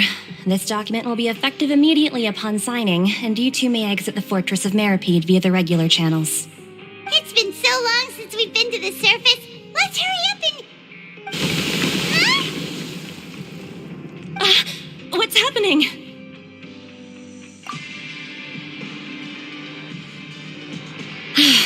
I'm fine, thanks. But I wonder what that tremor was just now.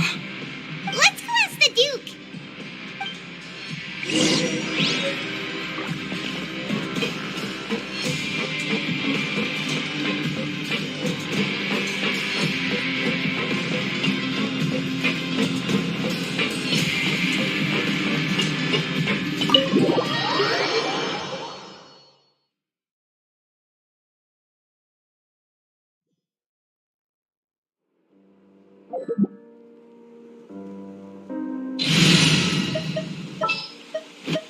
I will bring my notebook.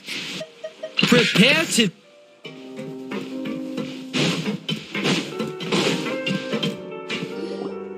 Your Grace? Ah, good to see you two. Is there something you wish to see me about? Yeah, what was with that earthquake just now? Ah, that. The tremor didn't originate from the seafloor. In fact, it seems it came from the surface. Over the years of serving as the warden here, I have developed a sense for distinguishing between what occurs on the surface and what occurs underwater. Besides, the seal that Monsieur Neuvillette set in place won't fail so easily. So the fortress is okay? If you recall our last incident, if there really were a problem, there would be crowds of inmates in a panic right now. Huh, you've got a point. Okay, seems we need to get back up to the surface and ask about what happened. By the way, do you know what day it is today? I believe today is this month's pipe cleaning day. Wait, seriously? Ah, yes. Have you completed your release papers? Yep. It's you two. Are you leaving now? That's right! Today is our last day in prison. But now that Paimon says that, it doesn't feel like we were confined here. It's actually been pretty nice.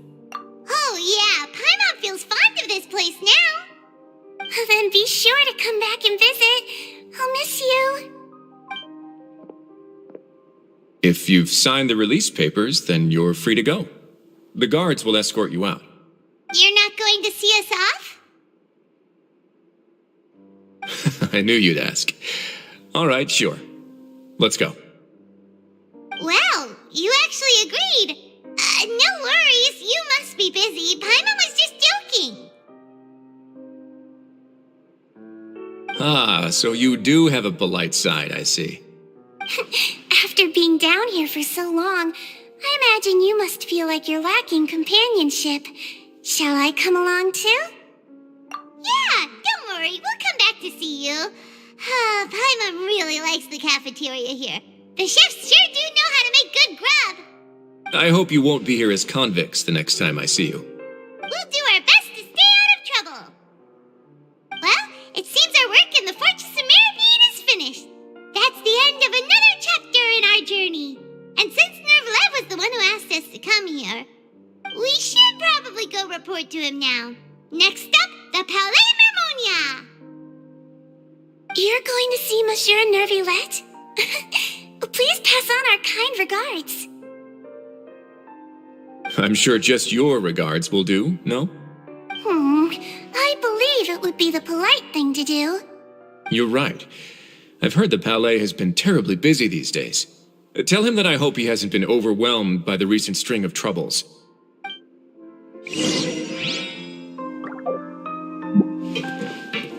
If you're concerned about things at the Palais, why don't you take some time to go up and check things out? I believe you should still have some vacation time to spend. Thank you for being so understanding. It means a lot. It's been some time since I've gone to the surface. I must say that I've started to miss it a little.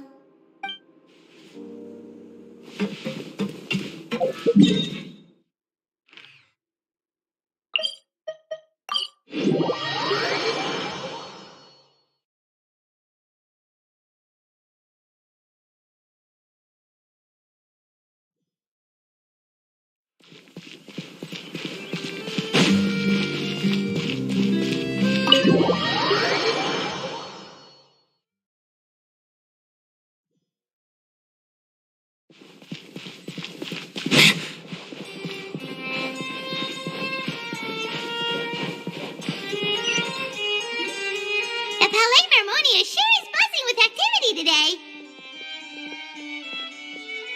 Halt! Huh? Oh, it's you two. Apologies. Monsieur Nervillette did say you'd be welcome at any time. Excuse me, would you mind helping me take a look at this report?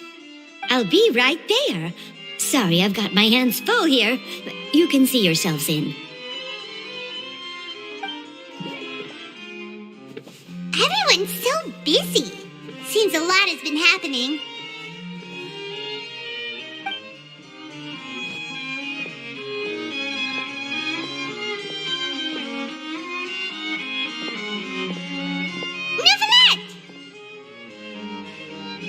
Hello. You've come at the right time, but you'll have to wait for just a moment, as there are some urgent matters I must tend to first. In the meantime, please, have a seat. If you'd like to have something to drink, let the Melusine outside know. That's all right. We just ate. Very well, then. Let's take a break over there while we wait for him to finish his work.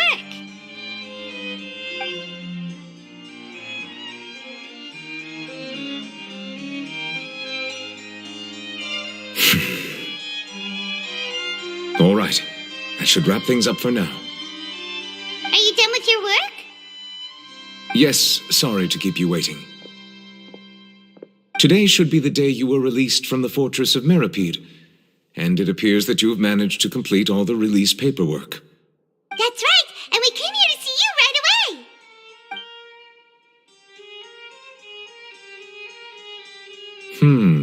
A massive whale. Do you have any idea what that might be? Judging from your description, that cannot have occurred in any ordinary waters, but rather something like the primordial sea. A whale of that size and shape cannot usually be found in the waters of Tevat. Therefore, we can only assume that Child is presently immersed in primordial seawater. Immersed in primordial seawater? But how? And is he okay? Most people wouldn't be capable of entering in the first place. I'm not completely sure how he could have gotten there myself. Yes? What is it? Ah, right! Paimon felt it too! We asked the Duke and he said it wasn't from underwater, so we figured you might know something about it. It turns out that I have just received a report about this particular matter. In fact, that's exactly what I was busy with a moment ago. The source of the tremor was here on the surface near Poisson. After the shaking stopped, the water levels in the Poisson area rose at an alarming rate. The water levels rose? Oh no! What about all the people there? Fortunately, the water levels only rose for a short period of time and have already returned to normal now. However, I still have a bad feeling about the whole phenomenon. If the change in water levels is connected with the leaking primordial seawater, and the situation in Poisson may be much worse than it appears.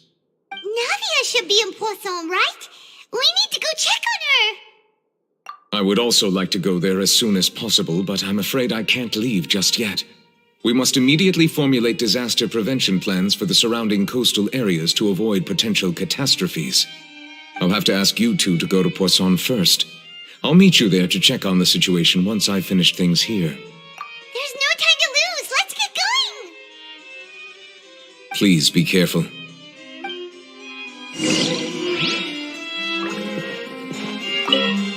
The two of you have my thanks. If you need any help, just let me know.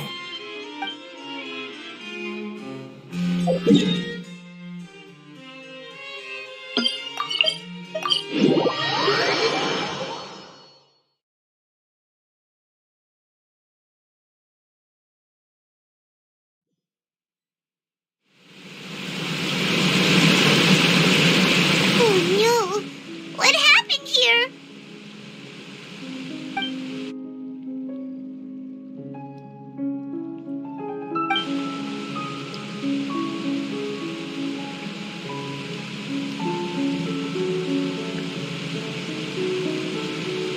Navia should be around here, right?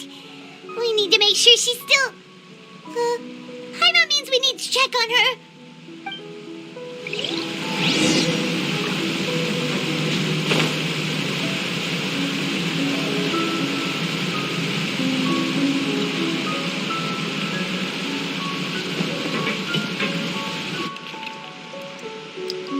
We haven't seen a single soul all the way here.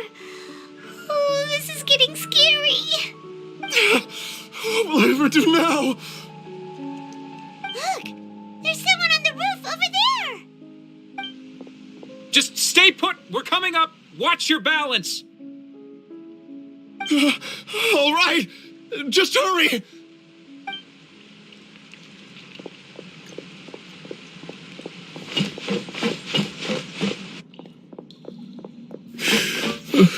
I'm not young anymore. How will I survive on my own? My Desiree! Oh, he looks pretty sad. My leg! My leg! How could this have happened? It hurts! Just hang in there. Help is on the way. You can hold my hand if it makes you feel better.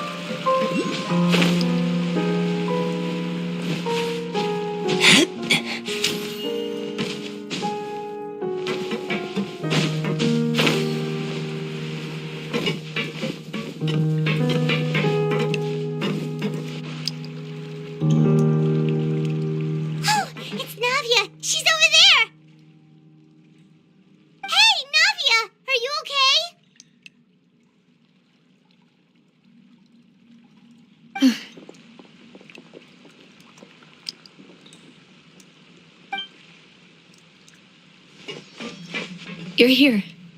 We heard there was a situation in Poisson, so we came as quickly as we could. Yes.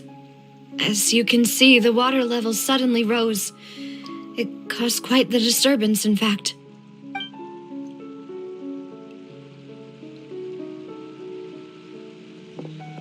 Demoiselle!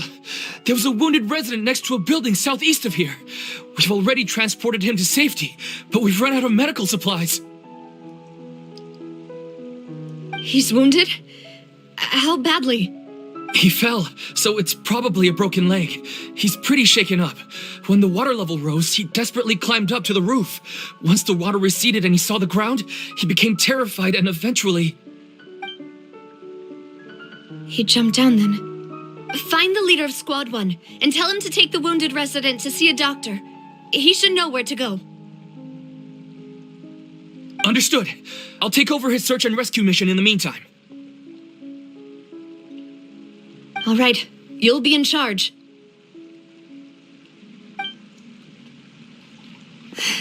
I'm sorry. Where were we? The situation in Poisson? Right. Allow me to explain. A little earlier, we suddenly heard a loud noise. At first, everyone thought that something might have exploded on an aquabus.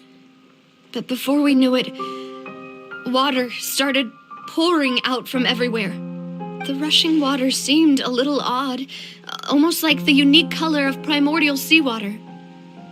Some people didn't realize the danger and thought it was just ordinary water leaking from somewhere. Everyone on the street who happened to be close to the water didn't have a chance to escape.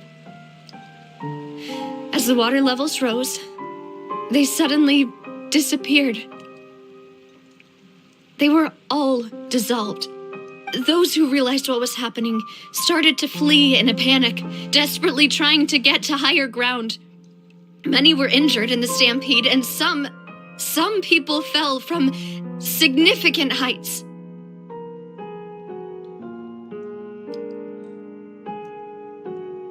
The Spina di Rosula initiated rescue operations as quickly as possible, but there have been a lot of casualties. Fortunately, the water began to recede after some time, and the chaos came to an end. The water that flooded the area contained primordial seawater, so the lower levels of Poisson are still hazardous. To ensure everyone's safety, I've asked the people there to leave as soon as possible. No one knows if this could happen again. All we can do for now is try our best to help evacuate the residents. We still haven't completed the head count, but we'll have some numbers soon. How awful. And all of this just came out of nowhere. It was quite frightening indeed. I only wish that everything that just happened was a bad dream. Is there any way we can help, Navia? Thank you for being so willing to help in a moment of crisis like this. You don't know how much it means to me. I really can't express how grateful I am. Don't say that, Navia. That's what friends are for. Demoiselle, we've got a situation here. I'll be right there. Sorry, I need to go for now. And off she goes. Seems it might be a while before she can take a break.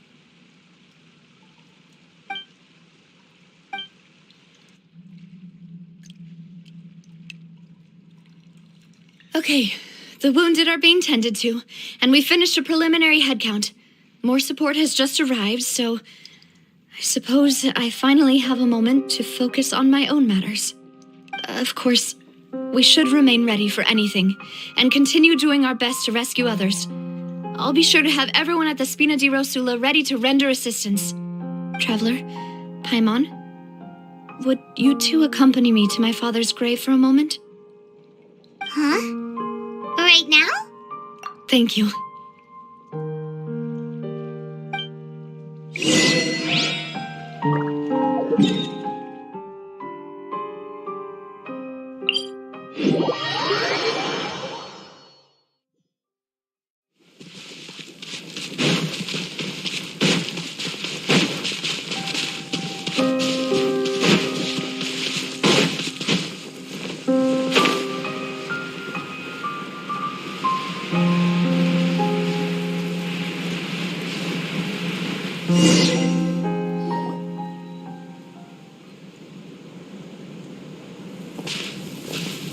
Not a lot of people here, huh? Well, given the time of day and the whole situation in Poisson, Paimon doesn't think there'd be a ton of people here visiting graves. Right. That's how things are now. The living are so exhausted that they've no strength to spare any words for the dead. Navia?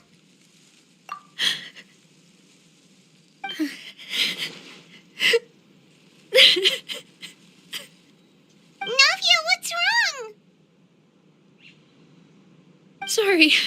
I just... Malus and Silver. They won't ever come back here again.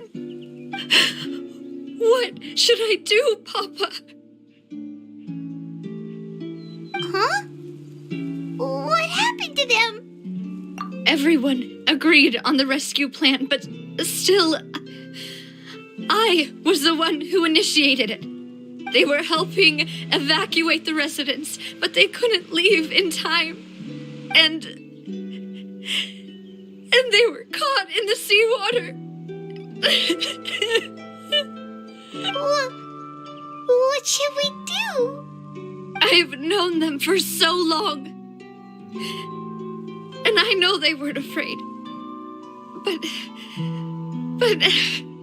I could at least hold a funeral for my father. And I know where he rests. But as for Malus and Silver, they're just gone. I just can't.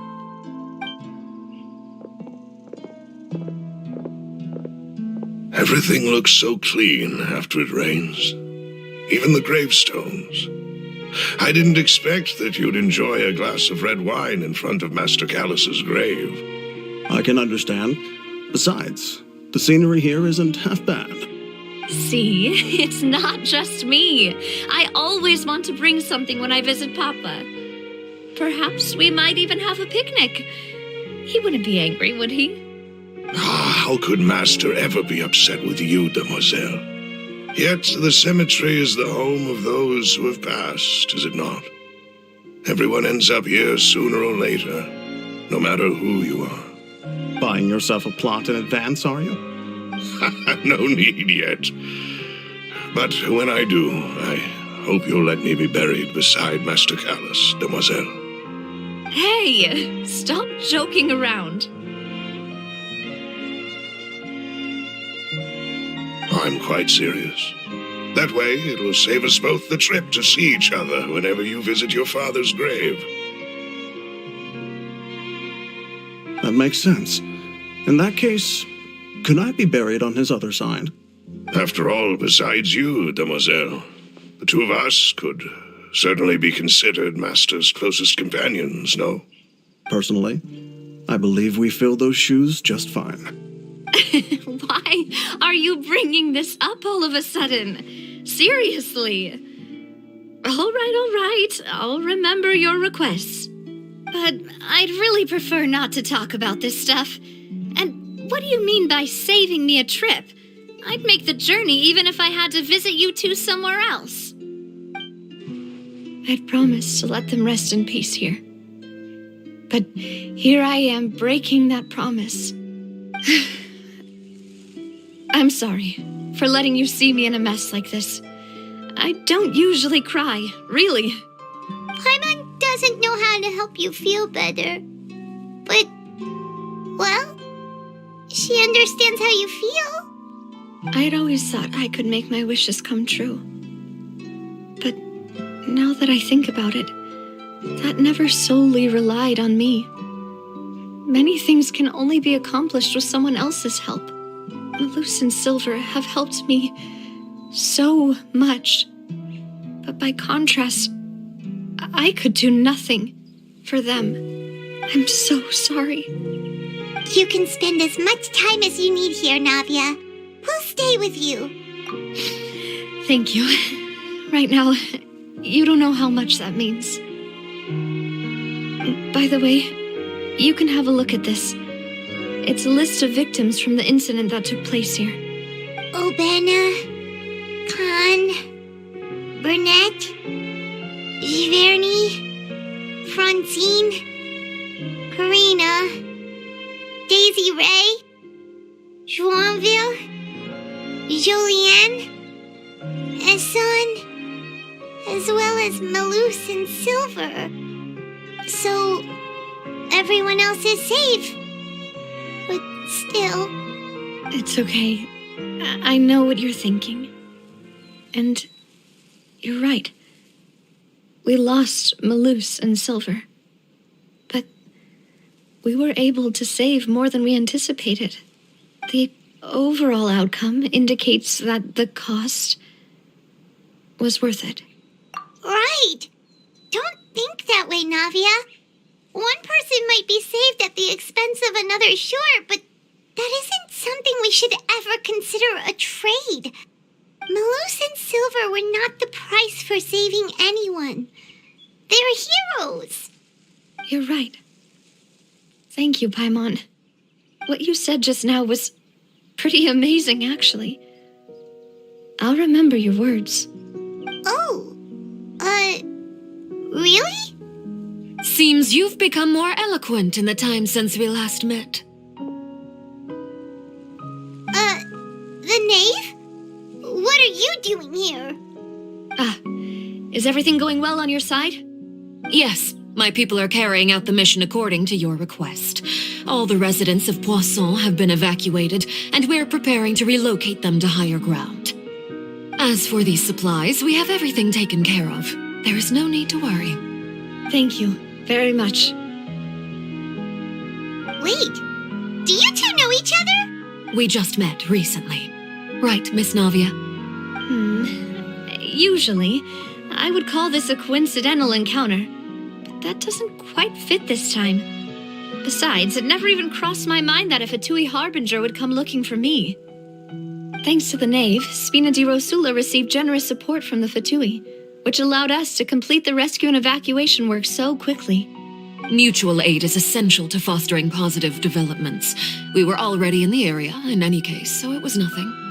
That said, I must say that you're a lot sharper than you let on. I'm sure you understand what I mean.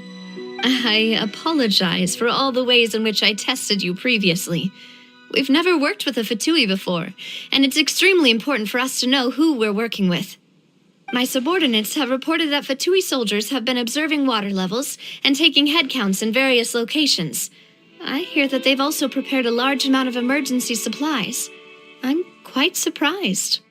This is nothing to brag about, nor do I intend to. It is simply the way of powerful organizations to act forcefully, whether they are doing good or ill. You've witnessed that firsthand, in any case. As I've told this traveler before, I know of the prophecy, and I intend to prevent the impending disaster. Lending your organization a hand was a natural first step in accomplishing that. As such, do not be troubled by this token of our sincerity. Perhaps one day, you'll also be able to help me in the same way. Without your help, there would have been many more casualties. I won't forget your kindness. Furthermore, I sincerely regret what happened to Malus and Silver. I only wish that my people could have arrived a little earlier to prevent this from happening. Don't say that. You and your subordinates did everything you could. As Paimon said, Malus and Silver didn't choose to sacrifice themselves for any specific person, and they weren't the price paid for other salvation. They chose to become heroes themselves. I've never liked hearing people put it that way. It's like trying to relieve pain by saying some noble-sounding words. But right now, there's nothing more suitable. They really did become heroes. You're right. I'm sorry for your loss, Miss Navia.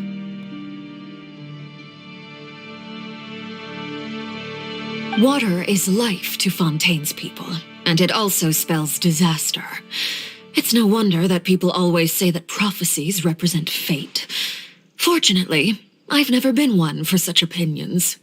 So, you're one who will try to change fate, then? Of course. That is why I'm going to Hotel Bouffe de Thé. I still have some things to take care of, and the children need my attention.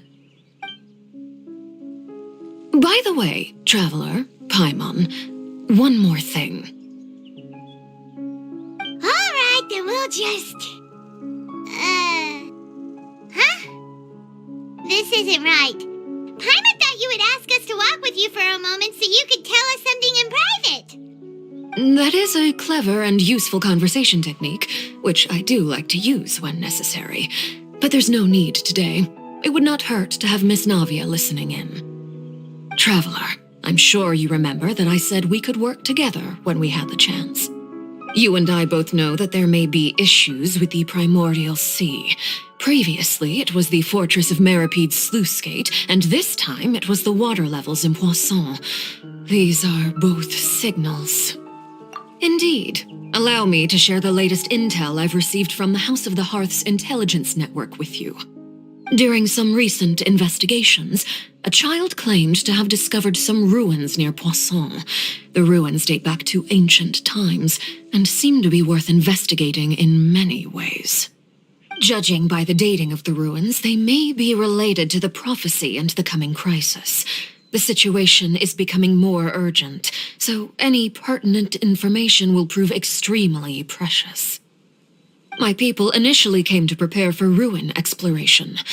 Unexpectedly, this disaster struck, and at present, we're all busy prioritizing the rescue effort. So that's why the Fatui were already in Poisson. I wanted to take the children along, but unfortunately, Linny, Lynette, and Fremine have all been dispatched to higher ground to assist affected residents. Linny told me that outside of the house, the person they trust most is you, which is why I want to give you this task. The House of the Hearth's members see each other as family, but Linny, Lynette, and Fremine said that they also see you as such, even though you are not from the house. I'm sure you already understand how earnest they consider their friendship with you to be. Oh, that somehow makes Paimon feel kinda happy. The intel I just shared about the ruins could fetch a high price. But since the children consider you family, it's only natural that I freely share it with you. Got it! So all we gotta do is go to some ruins, right? We can handle that. Excuse me, but may I tag along? You wish to join, Miss Navia? But are you sure you're up to exploring some ruins?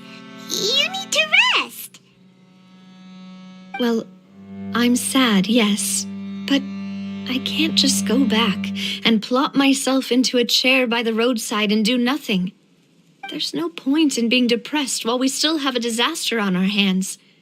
As my father's successor, I must live up to the hopes he had in me. Besides, I'm also doing this for myself. I need something, a distraction, to keep my mind off Malus and Silver.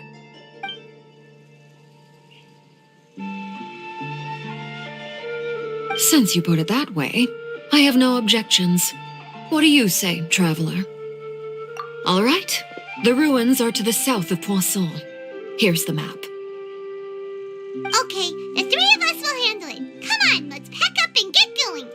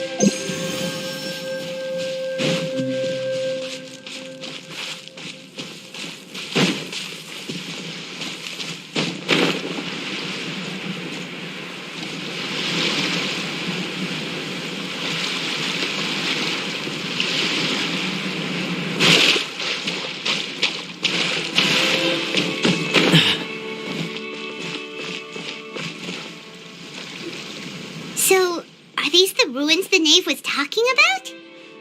Whoa, talk about old. They seem to be pretty ancient, all right.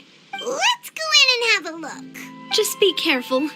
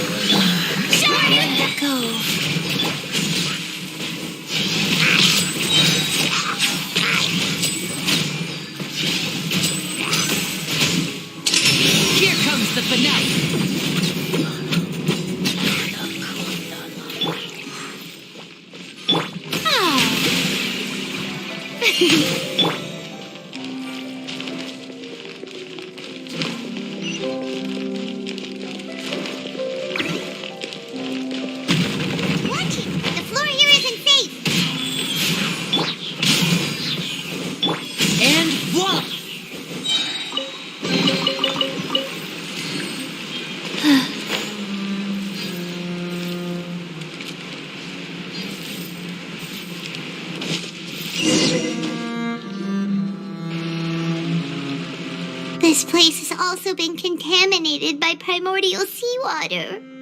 Yeah. And a lot of it, too. A Fontainian would most likely dissolve the moment they fell in. Right! You can't go down if there's primordial seawater. It's too dangerous, and it won't be any help for you to just stay here. Don't get Paimon wrong. We're not saying you're useless. It's just that... No, you're right. I can't do anything in this situation. I'll leave this to you.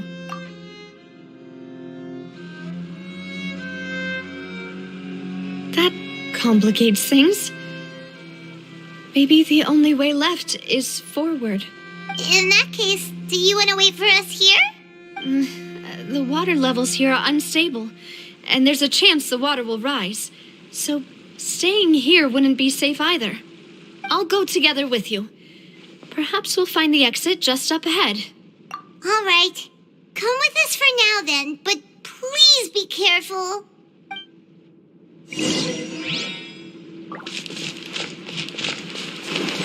Oh no, it's a dead end! Let's try climbing over from the side.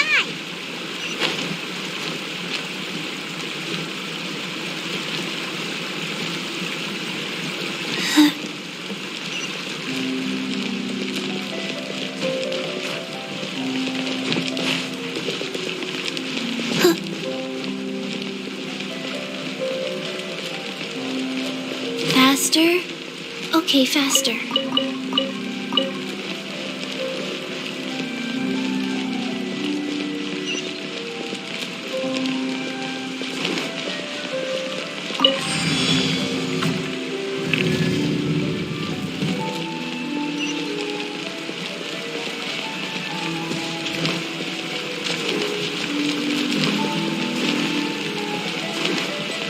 Rise.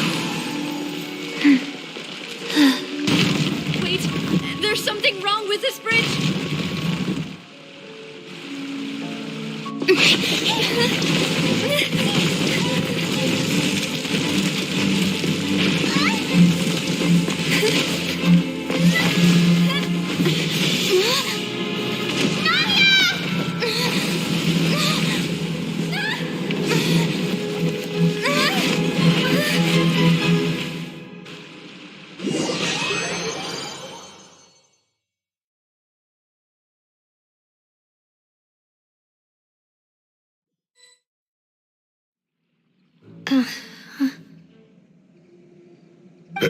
Demoiselle. Huh? Demoiselle, what are you doing here by yourself? Would you be standing here till dark if I hadn't come to get you? Maybe she just wants some time to herself, Maloose. Oh, was I sleeping? Yes, it would appear so. I must be tired. That's quite possible. However, you were the one that suggested we go out for a walk. Oh, right. I nearly forgot. It must have slipped my mind when I dozed off. I haven't had a nap today yet. Have I?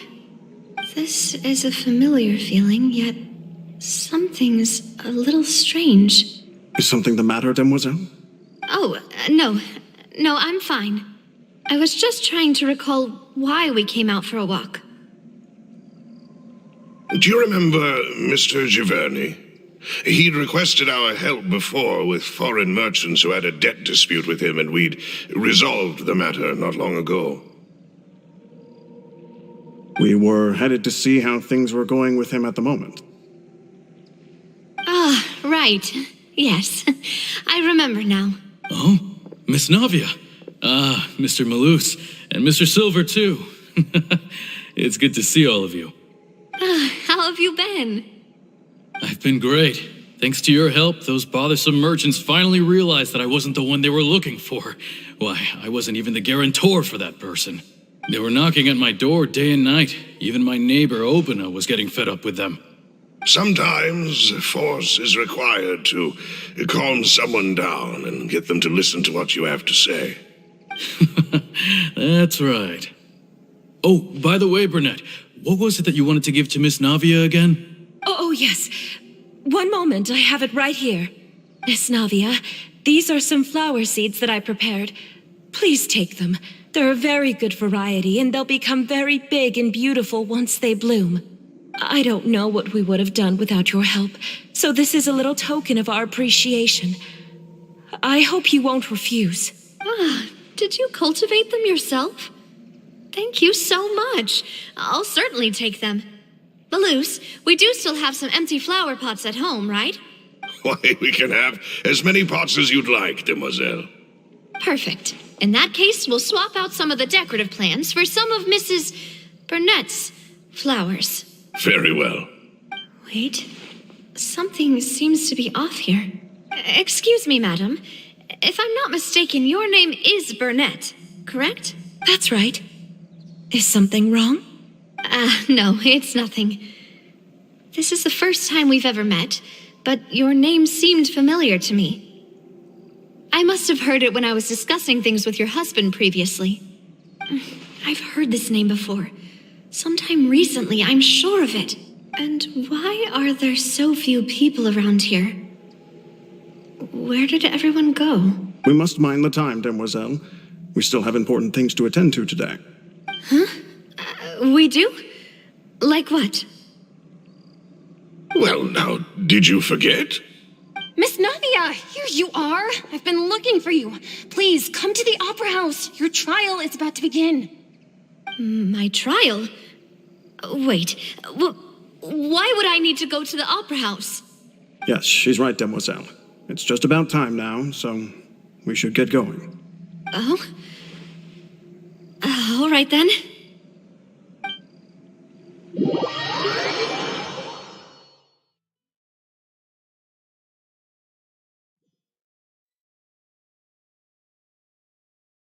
Look, it's Navia. She's here. And her two attendants are with her. Goodness, everyone's finally here. There sure are a lot of people here to see the trial. And they all seem to be oddly excited about something. I even know some of these people. Karina, Desiree, Joyville, Jolien, Essen. Why are so many people here? And why do I have no recollection of this case? And as for the judge... huh? Where's Monsieur Neuvillette? Please sit in the defendant's seat. Don't worry, Silver and I shall accompany you. All right. But are you sure you can stand behind me? Typically, it wouldn't be allowed, but today is an exception.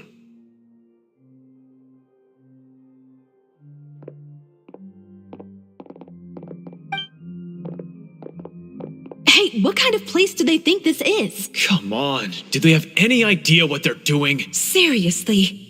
Enough with the whispering! Could someone please tell me where Monsieur Neuvillette is? And why I'm standing trial? My dear Miss Navia, have you not yet realized what you've done? In that case, allow me to explain. As all here know, you are Master Callus's successor, the head of the Spina di Rosula, someone held in high regard by every soul in Poisson. After you took over the Spina, you treated all of us just like the late Master Callus had. If anyone in need reached out to you for help, you responded. Not only you, but your butler, your subordinates, nearly everyone in the Spina di Rosula fought for the well-being of those in Poisson. Wait a moment. Aren't you just proving that I'm a good person? Yes, correct. Absolutely right. And that is why you stand accused. You have helped so many people get through so many difficulties. You are one with us. We are inseparable. We are one big family, all of us who are from Poisson, inextricably linked. And with you being so important, we couldn't possibly do without you.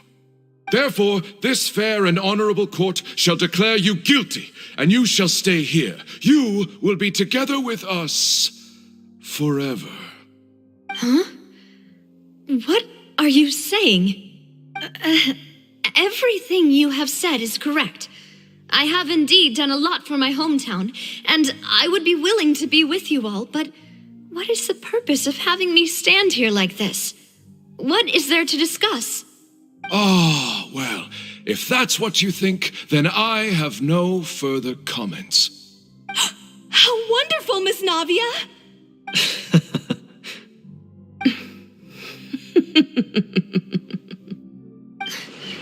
I know all these people. Why are they laughing? I seem to remember now. Yes, I get it. This trial is... Wait just a moment. This isn't right! Malus? What was that, Mr. Malus? Our conclusion is very clear and unanimous. Let the court judge her now. She's guilty!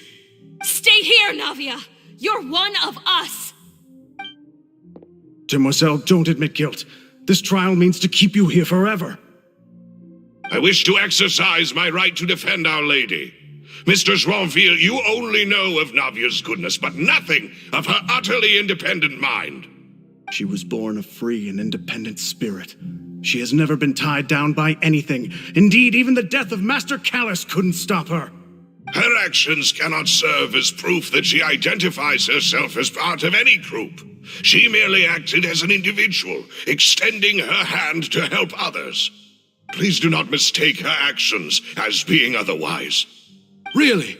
As an individual, you say? Don't forget, we are all Fontainians here. This is the nation of justice, the nation of Hydro. Even if Miss Navia only voluntarily rendered her assistance, that doesn't change the fact that her beautiful soul must return to everyone. Water accepts all, blends with all. It will surely accept her kindness. Everything is measured here in the nation of Hydro, and in the end, everyone shall meld together. Thus, when a unanimous opinion emerges, that opinion represents justice. Now I speak for everyone. Our opinion is consistent. Navia should stay. We and Navia are one. And you would call this justice? Preposterous. You are merely jealous that Demoiselle still has a chance to exist as an individual. Have you forgotten how much you all once longed to become individuals, to become independent? Do you mean to defy our justice? If your justice is flawed, then why should we acknowledge it? As you said, we can also have our own justice. Silver and I shall defend Demoiselle. And that is how we will enforce justice. My head... It hurts. Demoiselle. Silver, it hurts. My head is spinning. All I can see is stars swirling in front of me. I remember now. Everything that seemed odd from the very beginning.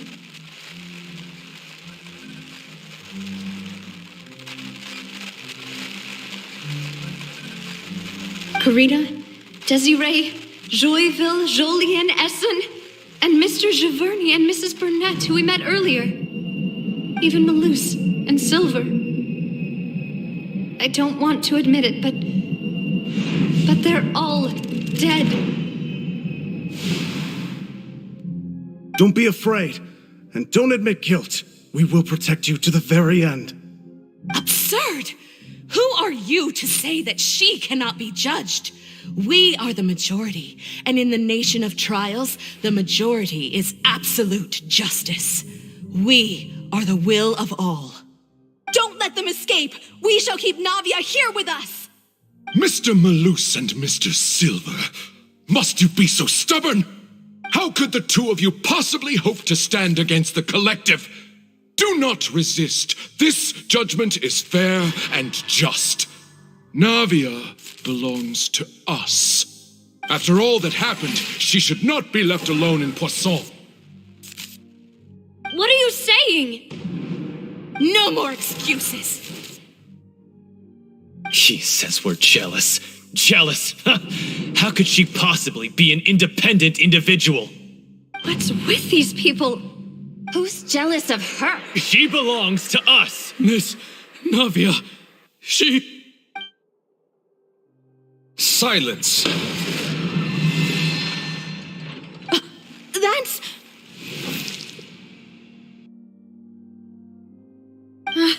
Monsieur Neuvillette! Such commotion is prohibited in the court. The accusations you just presented are nonsense and cannot constitute a proper trial. The court will adjourn for the rest of the day. In this, I shall hear no objections from any unauthorized party. Our thanks, Monsieur Neuvillette. Please leave with me, Miss Navia, while there is still time. But... Go on now, demoiselle. This is your only chance to leave this place. What, can't bear to leave us behind or something? Malus. My apologies. I couldn't resist making one little joke once I realized that this shall be our last goodbye. Malus... Silver... Quickly, you must come now. Goodbye, demoiselle. Farewell.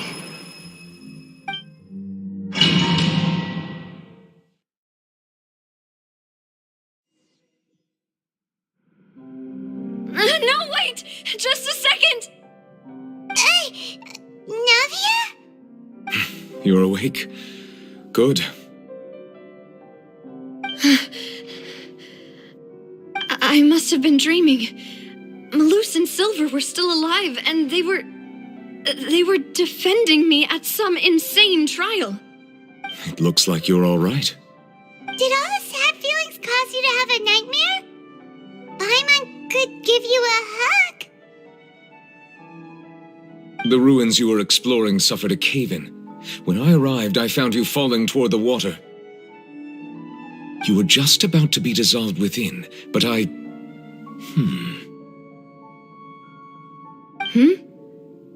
What is it? I think I saw 2 Oceanids protecting you. It was only for a moment, perhaps even a fraction of a second, but they gave me the chance to retrieve you. Were it not for their intervention, I would not have been able to rescue you before your consciousness dissipated. Wait, did you say Oceanids? You mean like what happened with Vacher? Perhaps those 2 Oceanids were the people you saw in your dream. I always told them that they didn't have to protect me. To think that they'd keep doing so even after death.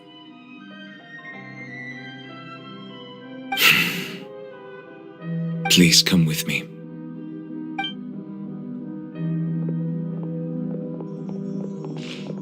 Neuvillette, are you okay? Oh, I am quite all right. Perhaps there's something we could chat about? Why do you look so stiff all of a sudden? Oh, Paimon knows. You're the type who feels awkward when there's nothing to talk about, right? I merely thought that we should give Navia some time to herself. Huh? Why didn't you just say so then? Don't you think it's even more awkward to call us over like this and then have nothing to talk about? I suppose so.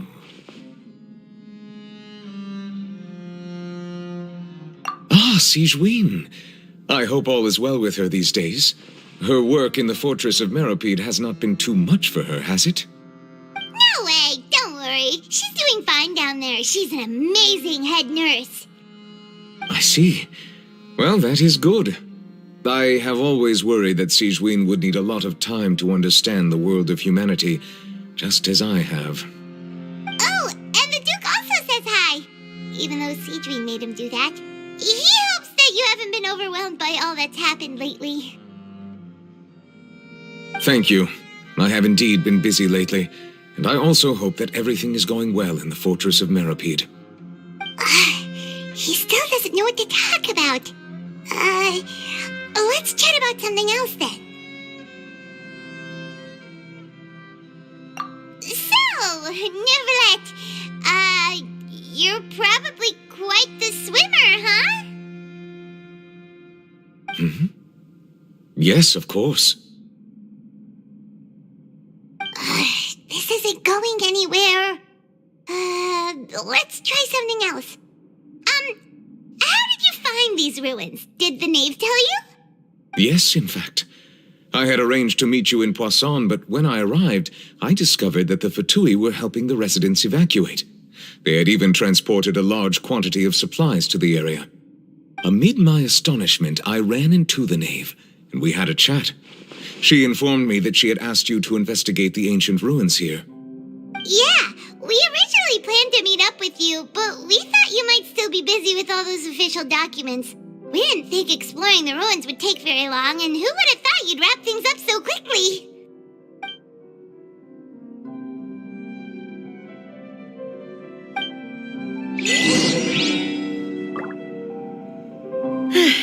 I'm sorry to have kept you all waiting like that. I'm feeling much better now. I guess we should get going again. Will you come with us, Monsieur Neuvillette? Yes, if you wouldn't mind my company. All right! Another one joins the party! Let's get going then!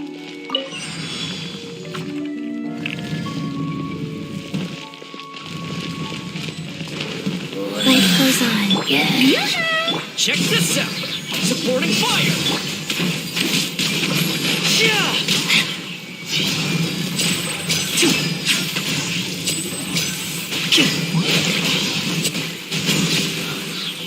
Nada Kundala.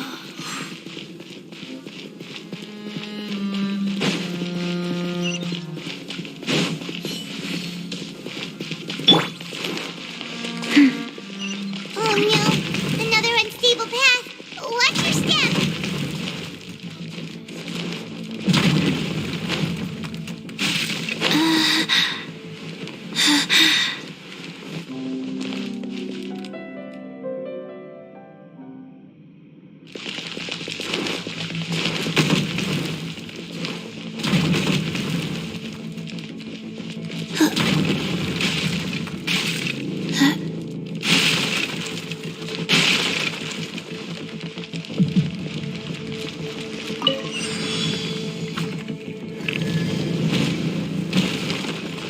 Watch out! There are rocks falling over here! Strike a pose! Let's get this show on the road! Now disappear!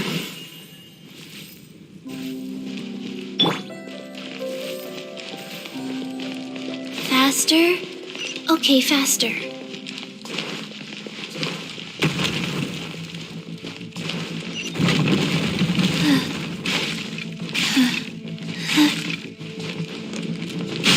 Seems we're almost at the top. Keep it up!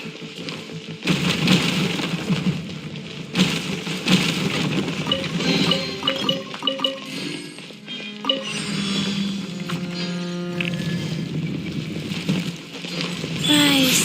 Yeah. And voila!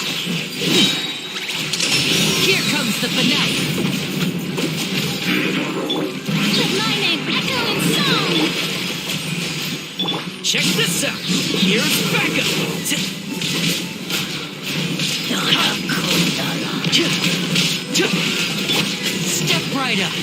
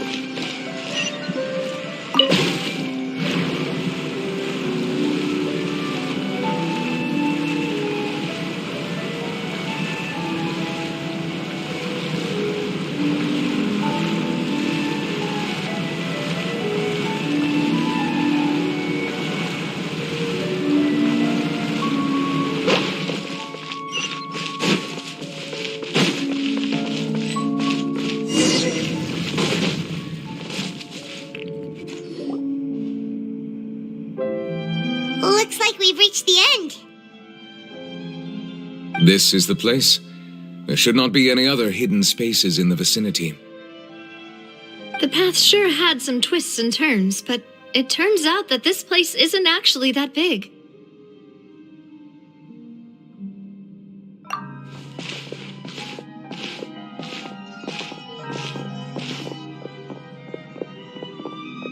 Stone slates. It seems like they were put here as an offering. Could we take them down and have a look? Perhaps we should just leave them be for now. There are 4 locations in total, but only 3 stone slates. The slate that should be in the first empty spot is missing. The surrounding walls also show signs of damage. There's something written below. Let Paimon see. Reason dictates that this nation be destroyed. I shall record the history of its future here in its past. Say what? It feels like someone left these slates and these words here for a purpose. But does he mean that Fontaine should be destroyed? That would fit the circumstances dictated by the prophecy, yes. Indeed, the slate's contents correspond to it. Take the second slate, for example. There's a person kneeling here. She seems so dedicated. And there's a whole bunch of other people behind her doing the same. She's facing this... what is this? Some kind of island in the sky? And is that Lady Farina in the third image? Did the Hydro Archon fall into the water? And is that a ring of people around her? Paimon doesn't quite get it. Are they all in the water? The fourth image. I know this one. This exactly matches the content of the prophecy. The people will all be dissolved into the waters, and only the Hydro Archon will remain, weeping on her throne.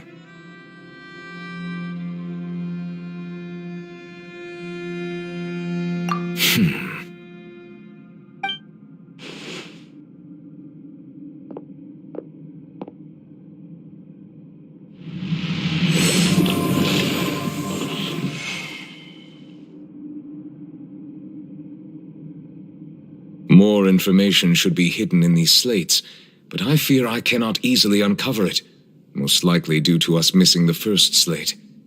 I am very sorry. Don't blame yourself, Monsieur Neuvillette. Deciphering ancient stone slates isn't one of your duties. Ooh, Paimon's getting the chills just looking at these slates. This says that it's the history of the future, right? That means the prophecy's sure to come true. I really hope it doesn't mean that. Still, Paimon feels like these images are kind of weird when you look at them together.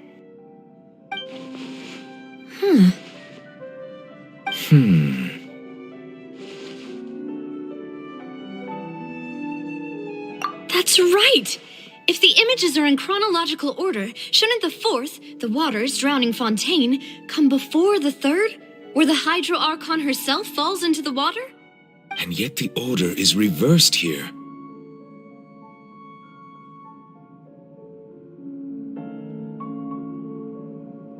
If we go by timing, Lady Farina only emerges in the third image.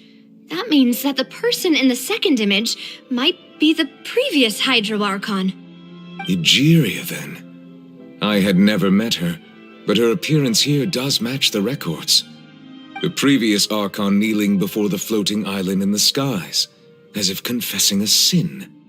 Did she herself commit that sin? And if not, why would she be in such a posture? Also, I'm still wondering why these ancient stone slates are here at all.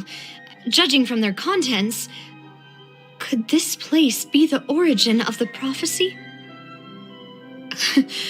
Does that mean that someone, or some people, once saw these slates? But who would have created these slates and left these words here?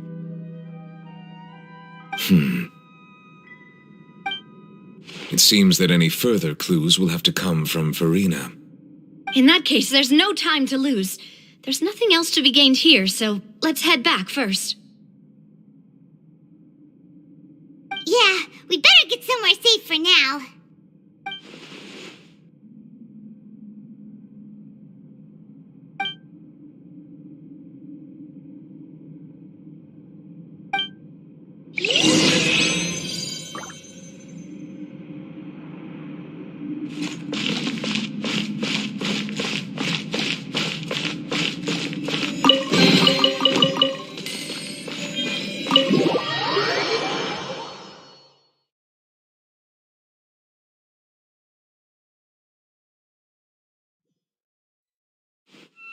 Let's split up here. I'm going to check on what's happening with the Spina. You know how it is. There's some things you just need to be there for yourself. You still have energy for that, Navia? Paimon's already beat. Just head back to the Fluvsandra and have a rest then. Thanks for keeping me company all this time. I'll depart as well. Thanks for your hard work today. Rest well, everyone. Traveler, I will go talk to Farina tomorrow morning to ask about the stone slates. I'm sure that you're concerned about this matter as well.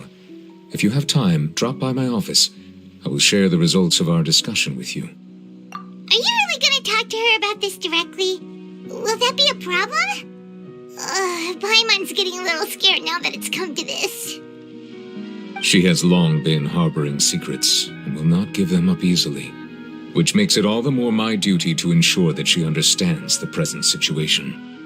All right, we'll leave it in your hands then. You're probably the best person to talk to her anyway. I will be carefully considering my words tonight. Traveler, Paimon, our safe house at the Fluvsandra is always open to you as ever, so please don't think you're an imposition. All right, I'll be on my way then.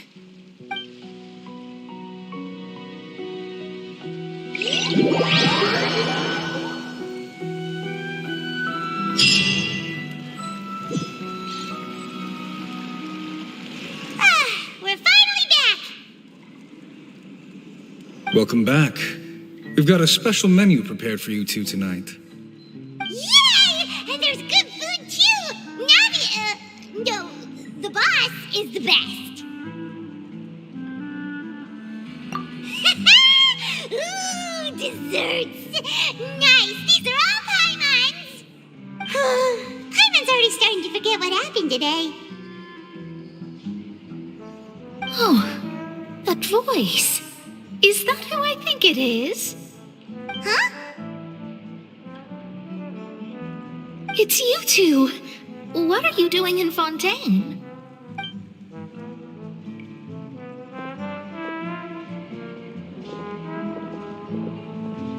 Mona?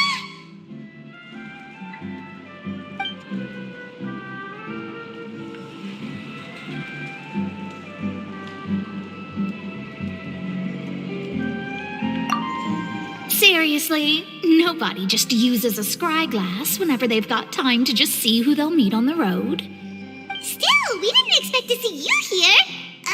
Wait, you're not a Fontanian, are you, Mona? Well, I have some business to attend to here, so I booked a hotel in the city. I was just out for a stroll when I bumped into you. Quite unexpectedly, if I might add.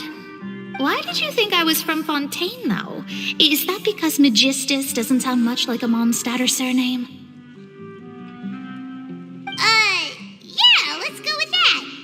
Well, I used to have my own surname, which was, well, some other thing. Either way, the old hag told me when she took me as her disciple that the first step to being a great astrologist's pupil was to change that name. There was nothing for it, really. She really is amazing at astrology, so I changed my name to what it is now according to her wishes. To my surprise, however, Magistus is not the name of some ancient house or clan. It isn't? Nope. Although it is used by us in place of surnames, it generally just means great. Wow! Imagine including a boast in your name. Wait, are you gonna have to put that into your genealogy as well? I reckon so. In any case, I'd give my disciple a name like this as well, if I were to take one. Astromancer Barbeloth Trismegistus. Whoa, that's a long one. Does it also mean great or something? My name means Mona the Great Astrologist. As for the old hag, hers is, in plain speech, the thrice as great scholar of the stars. Just take it as a title specific to astrologists. Thrice as great? That's so petty. I know, right? That's just how she is. She used to call herself Megistus, actually, but when she took me in, she changed her name to Trismegistus. Talk about excessive. Megistus is thus the calling card of our school, so to speak, which makes it about the same as a surname. It's all right if you don't get it. You can look into it further should you need to study astrology more deeply. That sounds terrible! But anyway, you're not Fontainian, are you, Mona? You're from Mondstadt, right? Well, I was born in Mondstadt, yes. My parents migrated to Dorman Port, and I traveled with the old hag for a while, after which I settled down in Mondstadt City. Oh, that's a good thing then. At least we know you won't be dissolved by Fontaine's waters. Speaking of that, I'm sure you're aware that a bunch of things have happened here in Fontaine, right? I know you're not a local, but I'd avoid getting too close to any water that looks strange all the same. There's something ominous about it. Well, the water, I mean.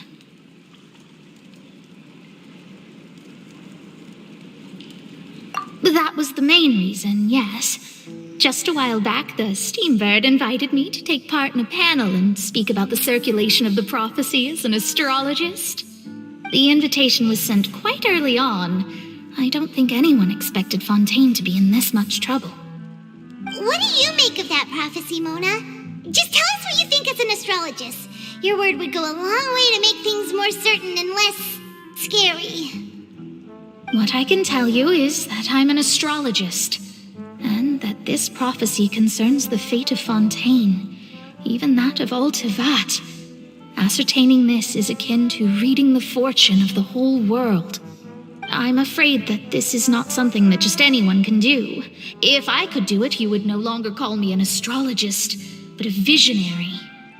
But on the flip side, the prophecy is so huge and powerful that it must surely come from a powerful visionary. Its contents involve the fate of the world. Disregarding it would be a mistake. A visionary? Sounds really powerful and all, but does such a person really exist? Of course. The old hag could do it, and I bet there are others amongst those Hexenzirkel colleagues of hers who could do something similar. Huh? Are you sure? All right, I'll help you. It isn't often that I see you with such a serious look on your face. I'll tell you once I hear back from her. Thanks, Mona. You're amazing as always. Oh, well, this is something only I can do after all. So yes, your praises are quite welcome. That's the greatest of astrologists for you. Of all the people we know, you know the star's the best. Indeed, indeed. That's the spirit. Oh, sorry. I came to see what all the commotion was about. If there's anything you need, do not hesitate to inform the Spina di Rosula. Oh, whoops. Guess we were getting a little too carried away there. Well, I'll go tend to my own business now. If I receive any news, I'll be sure to come find you two again. And there she goes, quick as rushing water. And here we are with the Spina guy giving us suspicious looks. Right, but we were able to recruit Mona's help, didn't we? Our Fontainian friends will thank us someday.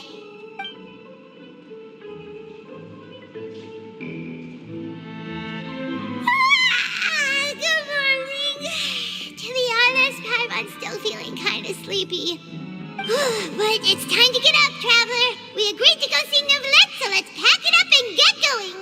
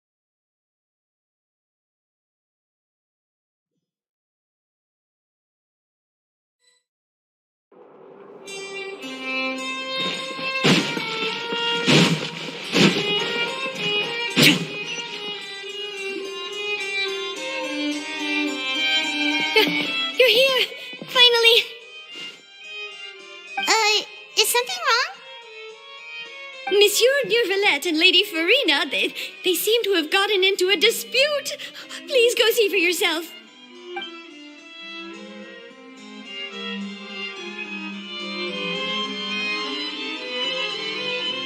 Like I said, I've already explained everything.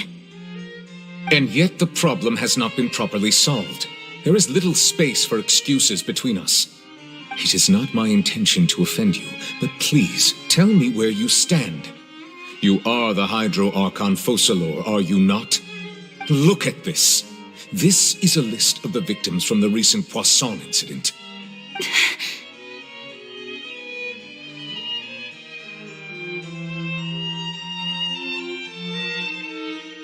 You mean they're all... We did not arrive in time to avert this disaster, and I will not have it happen again. I will say this once more. You must tell me everything you know. Yesterday, I found 3 stone slates in some ancient ruins near Poisson. Do you know anything about those? Seriously? You're questioning me like this is a court case now. I don't know anything about that. But you found them in some ancient ruins, you say? That's correct, which is why I came to ask you some questions. There should have been 4 slates, but one of them was missing. The other 3 feature different images that seem to correlate to the prophecy. The prophecy? The second of these slates depicts the previous Hydro Archon Egeria kneeling before a floating island in the sky, as if confessing something. Do you know nothing of this either? I don't. I've never seen such slates. I'll ask you again. Do you really have no information regarding the previous Archon? My deciphering of the slates indicates that the Hydro Archon Egeria once had to confess to, or apologize for, a certain sin. If anyone would know about it, it should be you. All gods don't have the same secrets, you know. She was herself and I'm me. Is it really so strange that I know nothing? I understand your concerns, but I'm sorry. I just don't have anything to tell you. Forgive me for saying this now, Lady Farina, but I have long known of your various secret investigations into certain matters. There are several indications that you have been investigating the prophecy on the sly. This is not strange in itself, considering that you are the Hydro Archon. But it is strange that you should also claim to not know any of Egeria's secrets, as well as do nothing following your inquiries. You have never been as superficial as you have presented yourself to be, nor are you a fool. And yet, your behavior is very inconsistent.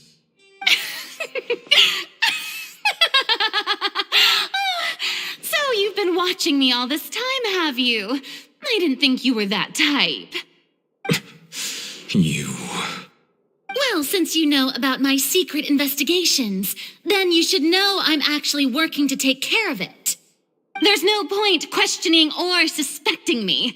You're the Eudix, but you're still my subordinate. You should be following my lead.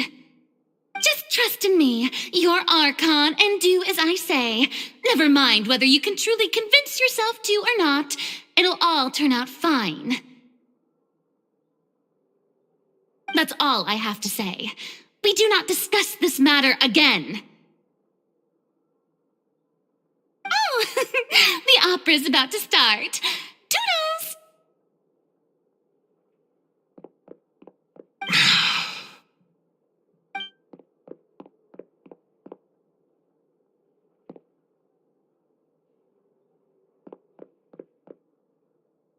Did Farina not notice us standing by the door? Wonder what's up with her. She was... I assume you've been outside for a while now? Oh!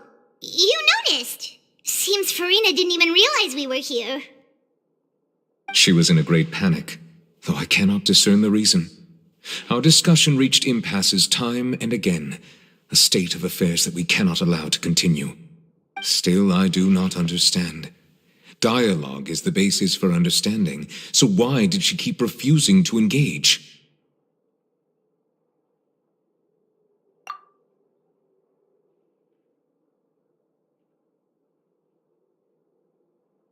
Everyone in her inner circle has noticed that she is hiding some secret.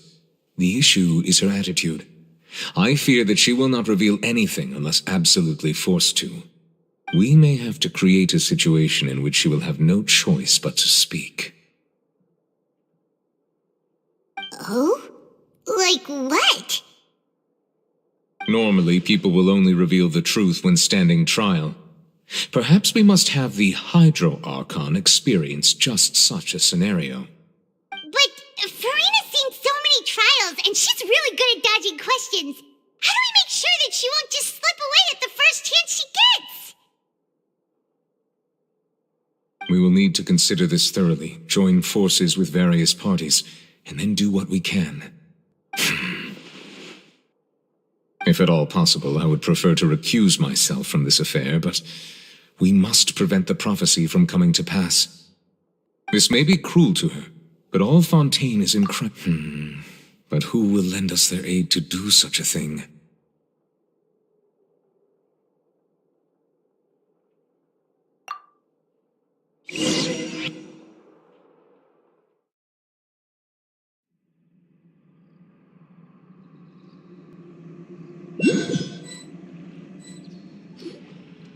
Well, that's everyone, huh?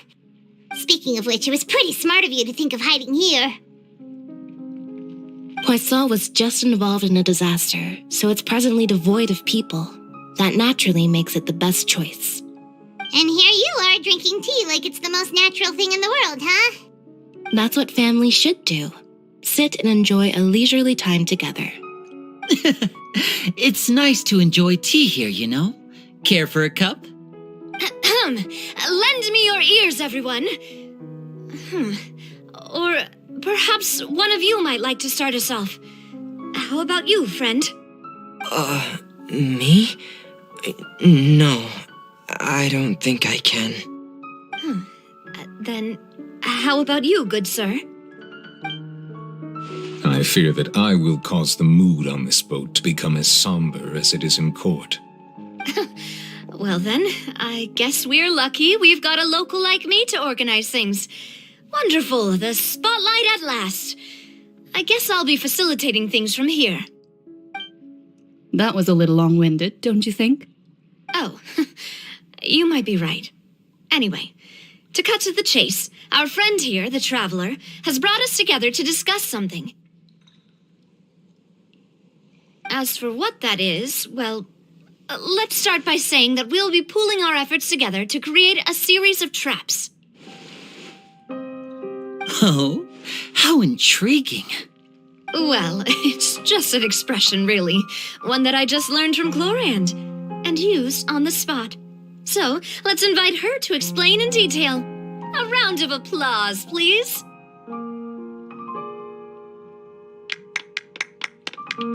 Huh? Didn't you say that you would be facilitating this? Oh, come now. Your work doesn't involve much public speaking, right? This is a good chance to practice. You might even pick up some fancy oratory tricks to impress your boss with in the future. I see. And what does my boss say? He is glad that you consider him your boss. Do go on.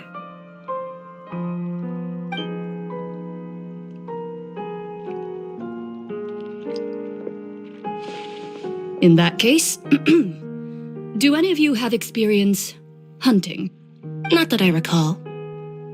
Fremine and I once used a wooden stick in a basket to catch wild rabbits when we were younger. As for Lynette, oh, right. You were sick that day, weren't you? I've also gone diving to catch some fish before. Does that count? I'm afraid not. You may or may not have heard, but Fontaine once played host to a group known as the Marechaussee Hunters. Though that was their name, they did not hunt animals, but rather various monsters left behind by the ancient dynasty of King Remus. Today, Fontaine's monster population has already thinned greatly, so the hunters have blended back into society, taking up arms in other lines of work. They even left a unique methodology of hunting in their wake. A trap comprises of the following components: bait, a trigger, and a containment device. Sometimes a lethal implement will also be necessary to deal with the prey. So, if we were to build a trap together, right now, what would you choose to build it with?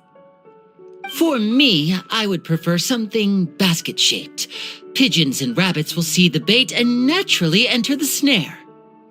Our line of work requires a deft hand, and we're some of the best in the industry, so you can count on our techniques. You used some of those techniques while moving the people of Poisson, didn't you? My subordinates mentioned that you even performed some magic for the bawling children. Yes, and I even managed to gather some intelligence in the meantime. I'm quite the multitasker if I do say so myself. I'm afraid I can't claim that as my strong suit. I prefer more stable methods, like placing bait in the water and waiting for the fish to come within reach. That's the kind of method I would count on. Calm and steady. Exactly the kind of person who would catch loads of fish. And I can be their assistant. With discretion, I'm sure. I'd probably use some sort of mechanical animal. Papa once bought me some small clockwork squirrels, mice, and such. When placed in the forest, they can attract others of their kind. I remember that you liked those too, didn't you? I did. And that would be a good way to go about it. If they're realistic enough, animals of the same kind will follow them all the way to the trap. What about you, Monsieur Neuvillette? I fear I do not have any related experience. That makes sense. You usually solve problems directly, without the use of any such tricks. But I do have one more question for you, Monsieur. If we were to create a trap now, how would you design it? I would like for it to be effective, but bring no harm to the prey. A more gentle trap would be ideal. Kind, as always. However, our intention doesn't necessarily change the containment device and the type of implement we need. If we wanted to kill the prey in one strike, we would need a powerful implement. However, that also goes for prey that must be captured and safely contained. Wait, why is that? Only a hunter who's a true expert at subduing their prey can snare it without harming it. The line that divides life and death is often exceedingly thin. So are we going hunting together? We hadn't thought of seeing ourselves as hunters. It kinda works, but maybe it's still not the best metaphor. If our means of capturing and dealing with our prey is to put them on trial, then the hunting metaphor is actually quite accurate. But we shall require much more courage than any hunter to judge a god, a being whose seat is an exalted throne. Oh, so that's what's going on. Sounds very interesting.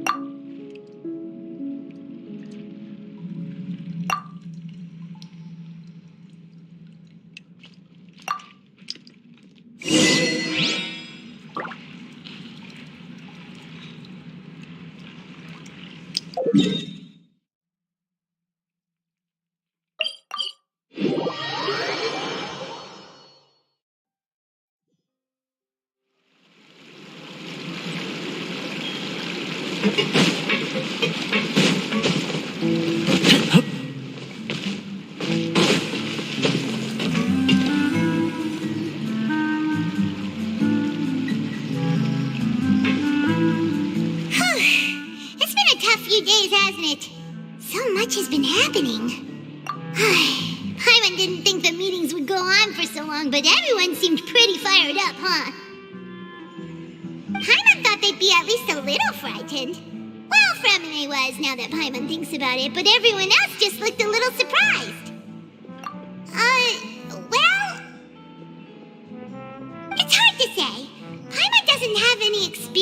this sort of thing. But with you around, Paimon sure will do great. After all, you're the most reliable person in the world, aren't you? Huh? Did you just pour some tea? Paimon didn't notice you doing that at all. Then what's that? Paimon's never seen that cup before. Don't be frightened. I'm just joining you two for tea. I merely refrained from saying anything till now. Who's that voice? But there's no one here. Ah, have you forgotten me already? Wait, you are familiar. You're the voice we heard from the sky in Sumeru. The voice from the sky, I fear that description is wrong. Though, not completely wrong. You're feeling lost now, just as you were feeling previously. I sensed that confusion and thus came to you. Guiding people is an irresistible hobby of mine, after all. Consider me a passerby, just accepting a commission from my friend's disciple on a whim. The prophecy. Yes, what has been prophesied will be fulfilled. You may view such things as the history of the future. What? Then is there any way we can stop it? I believe you have witnessed a failed attempt with your own eyes. Can everything in Tevat so easily be changed? Ah, so you've caught on. Just as prophecies are usually only the future as seen from the perspectives of the gods, could things be happening in hidden corners where the gods' gaze does not fall? Are the things that you shall see different from the fate that the gods perceive?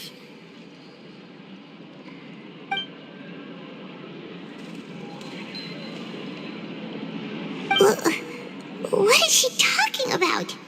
It all sounds really impressive and important and stuff, but it also sounds kind of scary.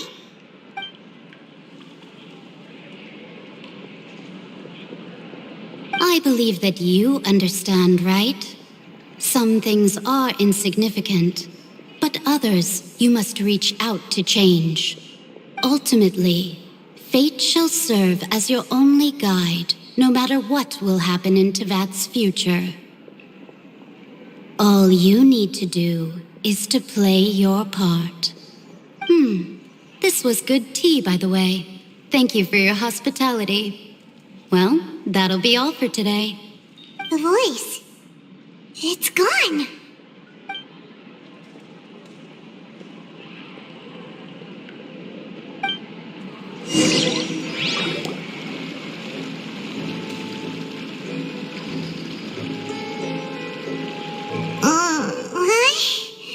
I want to hear someone talking.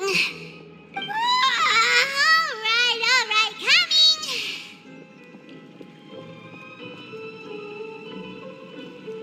Hey, it's you who's getting lazy, okay? Well, I see I've walked in on some lively banter. Fine, just fine. I went to take part in that Steambird panel. It turned out to be more interesting than I expected. Not all Fontainians are pessimistic about this. One journalist mentioned that sitting around and waiting for the end to come would be wrong, and that they should make their own rescue preparations. I agreed, so we had a brief chat with her. Did she have pink hair by any chance? Why, yes, it was Charlotte. I assume you've heard of her, no? That daredevil journalist? I'm in full support of her view. Prophecies are very important, but how can people allow their lives to be commandeered by just a few words? That's right! Paimon's glad to hear something sensible for once. Ah, yes. About what we had discussed before. I did try, but I'm afraid I couldn't reach the old hag. I'll try again tonight, but I wouldn't get your hopes up. Huh?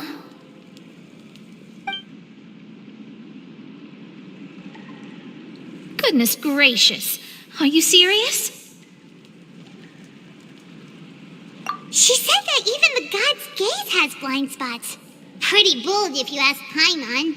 Most people would believe the gods to be all-knowing, right? The Hexen Circle members are certainly anything but ordinary. As for the mage named N, the old hag has mentioned her a few times. She said that N's sense of direction is incredible, and that she loves guiding those who are lost. But I've never met her, and if she were still alive, she'd be... Well, suffice it to say that the hag's at least a few hundred now, and N's been around for longer than that. Whoa, the Hexen Circle sounds like a scary group. But they must really stay in shape to live so long. Their abilities alone are pretty terrifying. If she came to see you personally, then the problem you're facing must truly be of great importance. Well, it's not like Paimon could understand anything she said. Yes, she was quite cryptic, but I suspect she means that there is still a way to turn things around. She didn't say when or what that would be, though, so... Perhaps it is something that you cannot know right now.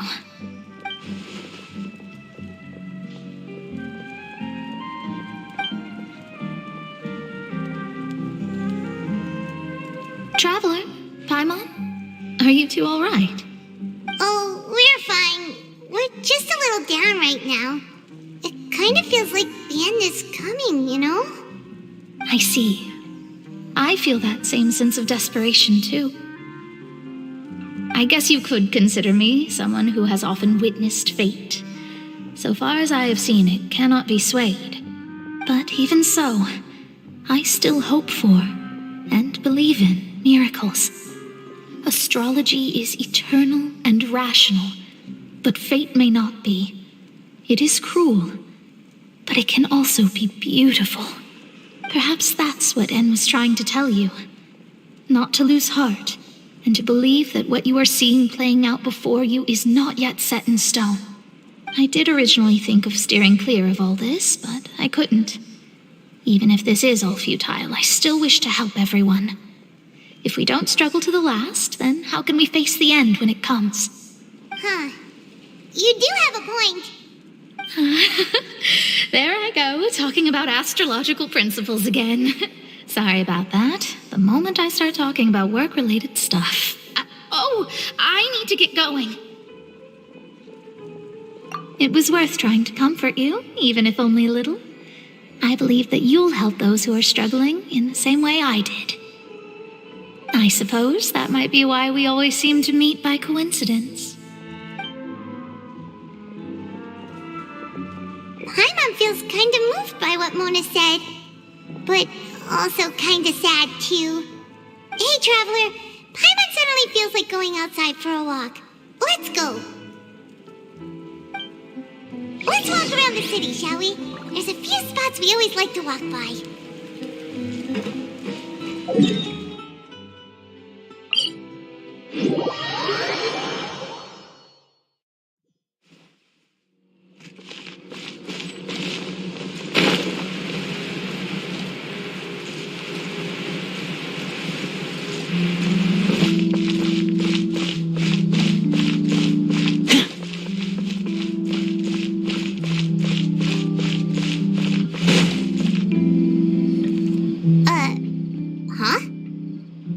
Are written in this newspaper.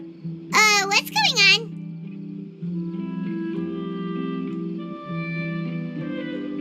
Let Paimon see! The underwater stronghold, the Fortress of Meripede, has continued in its noble autonomy, but that does not mean that others cannot interact with it. My recent attempts to enter the fortress bore little fruit. Guess Charlotte still hasn't given up on that. Thus, did an Outlander friend become the focus of this report, a blind adventurer with their white fairy legends trailing in their wake. It is said that this mysterious traveler once visited the underwater fortress. So while the fortress's interior remains a mystery behind closed doors, do not fear, for the tales of the traveler contain surprises in spades. Journalist Charlotte's biggest scoop yet, the Traveler's Trail, World Walker. Charlotte took so many awesome photos of us and we never even noticed her. She hasn't been able to get a hold of anything at the fortress, so since we're easier to find, she's using us as the subject matter instead? Ugh, seriously? Well, fine. Those headlines and photos do look cool, so Paimon will forgive her this time.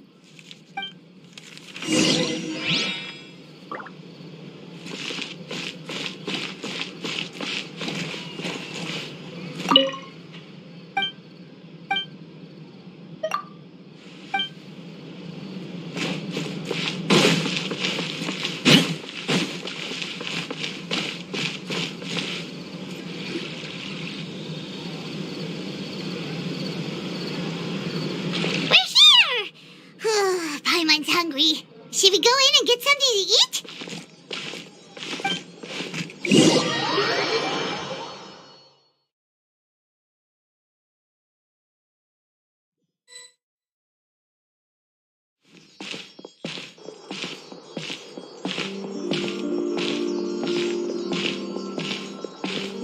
Hey, quick! Look! That's the limited edition, only 16 slices a day cake! It was so delicious the last time we tried it, despite the tense situation we were in. Let's give it another go. I'm sure it'll be great.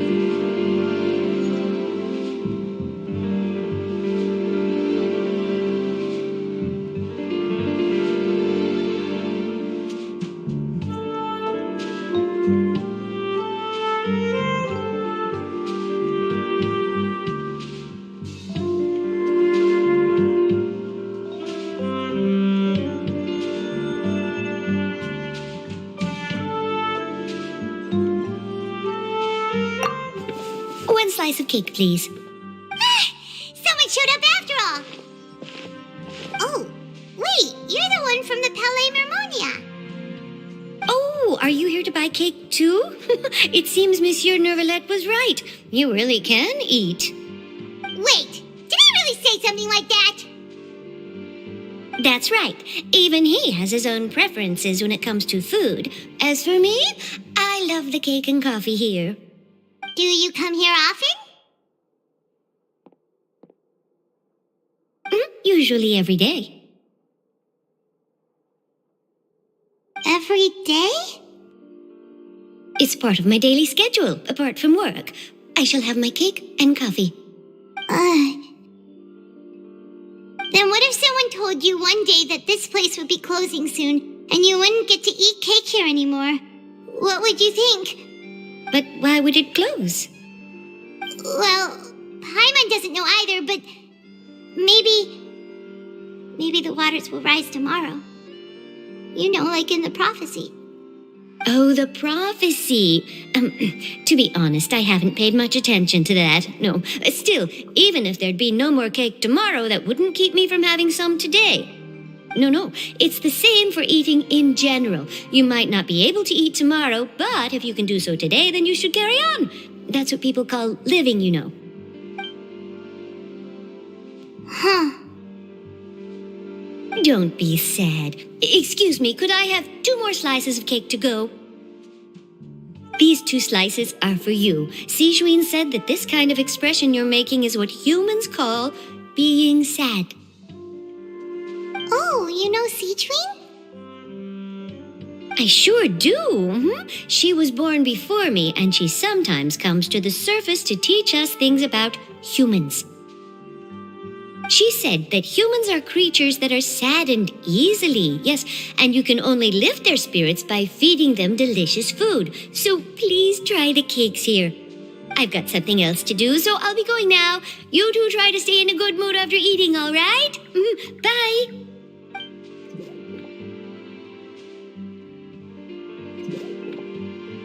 And there she goes. All right, let's dig in.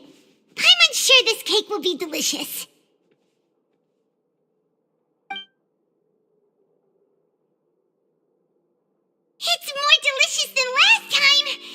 flavor gets even better with a sip of tea. It sure would be nice if we could come again tomorrow. Sure would be nice if we could always eat delicious food here.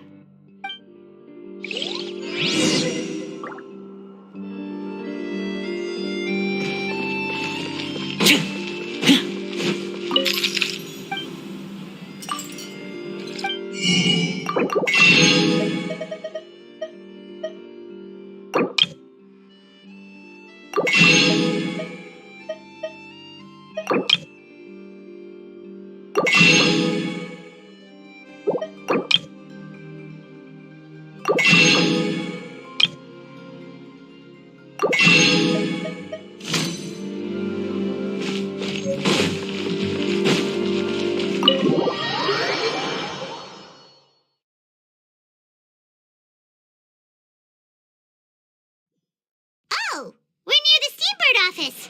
Let's go look for Charlotte and have a chat.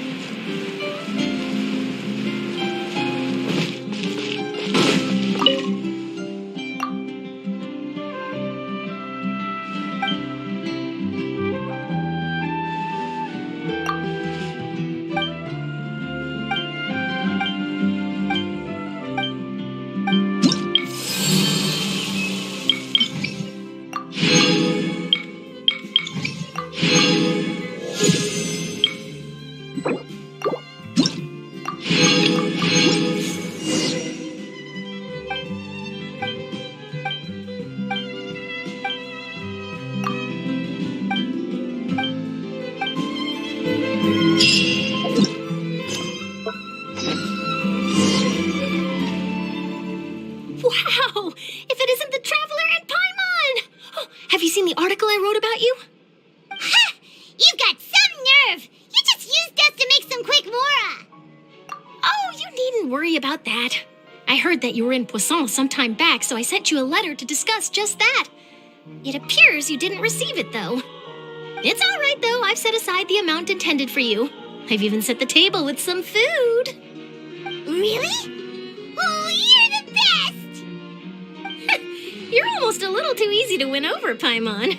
If I were a journalist with ulterior motives, you'd be in trouble now, you know. Oh, Paimon knows you're not like that. Still, what brings you here all of a sudden? Were you looking for me? A friend of ours met you a while back, and when she mentioned it, we thought of coming to see you. Her name's Mona. Ah, so you know Miss Mona as well. She's a guest columnist for our paper. Really good one, too. She's so young and already such a brilliant astrologist. So she mentioned me? What did she say? She said that you're a real daredevil of a journalist. Nice. In which case, can this daredevil journalist dare to request an exclusive interview with the legendary Traveler and Paimon? Huh? So your article in the paper today doesn't count? Oh, of course it doesn't. That was more like live photography. What I'd like to do is dive deeper and ask you to talk about the things you've seen and experienced. Yeah, are we even qualified enough? Why not? If I say you're worth an interview, then you're worth it. But not right now, of course. I'll need a few days to prepare. Oh, in that case, we'll just chat when you have the time then? Oh, so that's a yes? Ooh, splendid! I'll tell the editor-in-chief immediately. I'll have to apply for lighting, a venue, some props, and... Whew, so much to get done now. Talk to you later. Wait, Charlotte, Paimon's still got a question for you.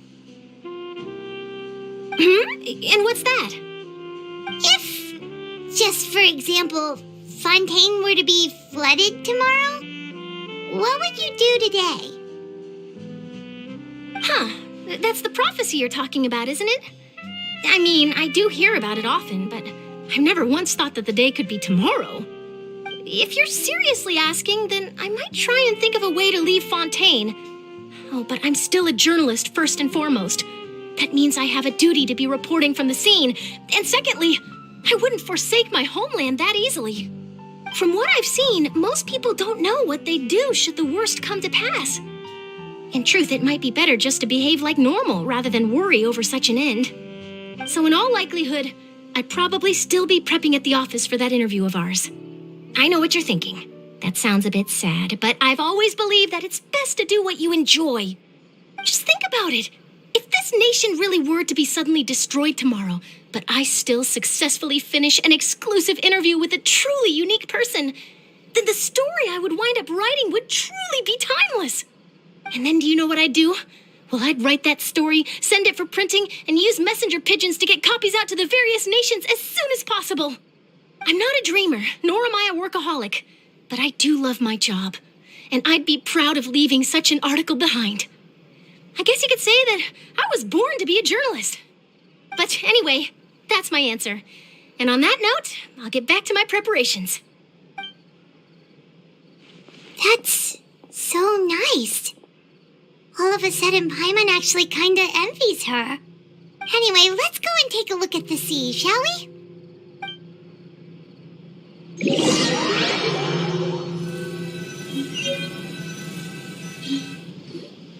The sea breeze and scenery can be a pretty soothing combo, huh?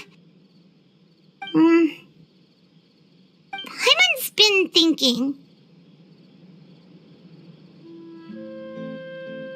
If it wasn't Fontaine, but all of Tevat that would be destroyed tomorrow, where would we go and what would we do?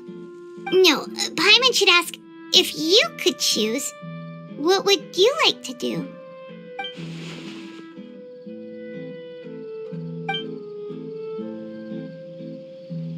We've always been moving to the next destination, so we haven't spent much time thinking about these kinds of things. We didn't have to either, with us always being on the road and whatnot. You mean, still traveling? Oh. Wait, isn't that what we've always been doing?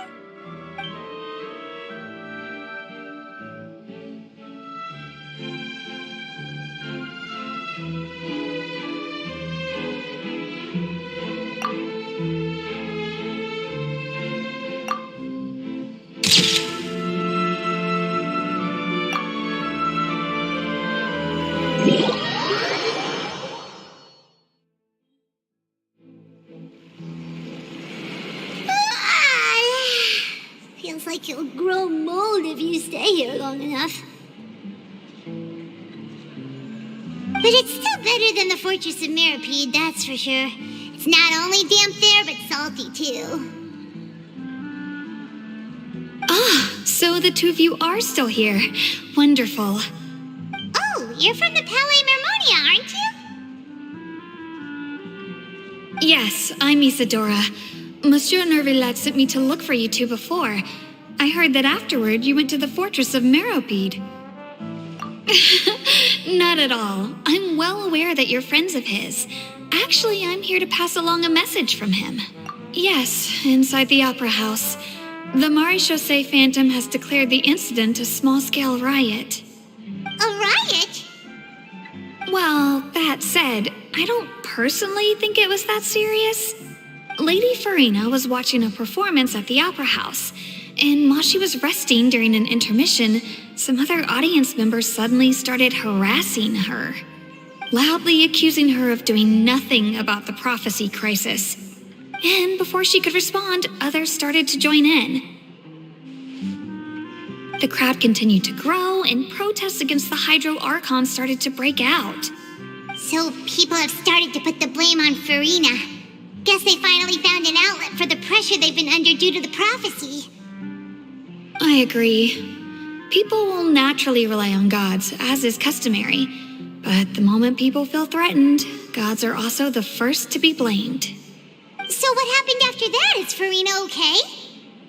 Seeing that the situation was spiraling out of control and that further argument was pointless, she claimed that she'd gotten tired of this and left in a hurry.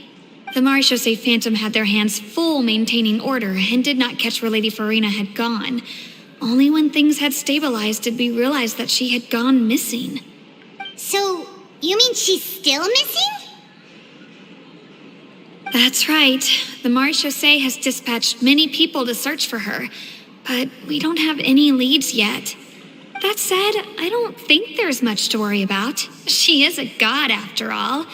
Even if she were to fall into the hands of rioters, what could ordinary people do to her? Good. Monsieur Nervillet sent me to tell you about the situation, but he didn't say anything else. Don't worry, this is more than enough to go on. Thanks for keeping us informed. Ah, is that so? Well, all right then. In that case, you two take care. I'll be heading back to the Palais now.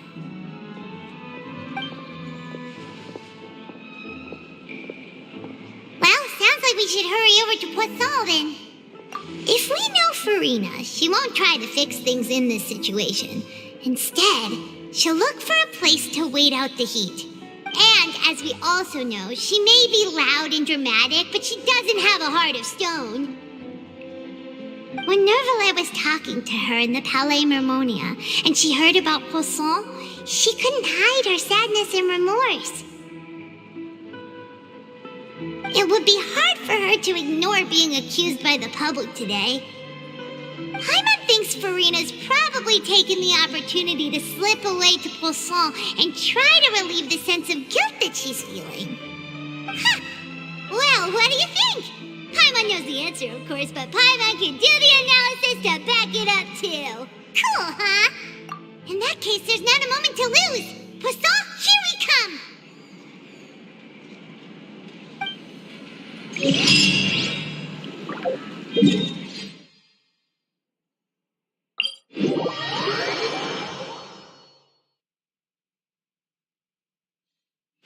This place looks deserted. Guess all the survivors must have evacuated already. All that's left here are signs of devastation. Could Farina really be here? Let's try to find her as soon as possible.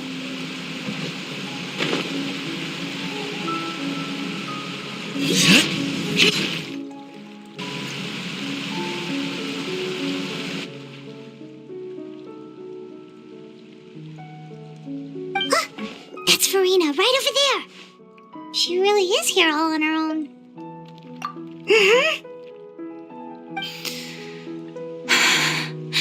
Should I just give up?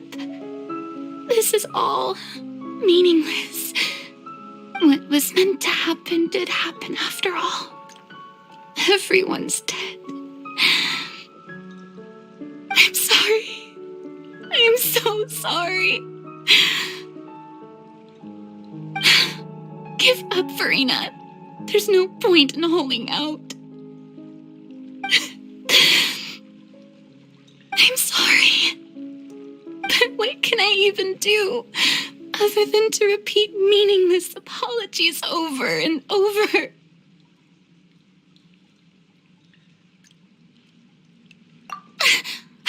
Who's that? Don't worry, Farina. It's just us.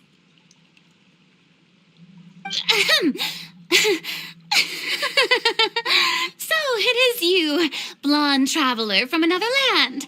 Why, I almost thought you were someone from that mob of my ignorant subjects, come to kneel and beg for my forgiveness. Farina, you were crying just now, weren't you? The tear stains on your face are obvious. What do you mean, tear stains? Oh, I remember. The show at the Opera House earlier this morning was so moving. I'm still trying to process it. Who did that uncivilized rabble think they were, disturbing my enjoyment of the arts? They even dare to tout their archon. I must teach them a lesson. I can just imagine their twisted and frustrated faces once they realize that I'm nowhere to be found. Oh, and I'm sure Neuvillette and those people from the Marechaussee Phantom are freaking out right next to them, too.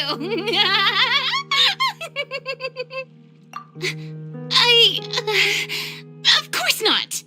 Hey, there she is! The Hydro Archon's over there! Quick, after her!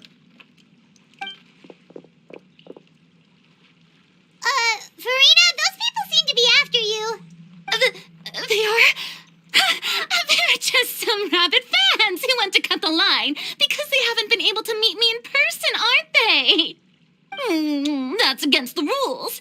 can't let them get their way.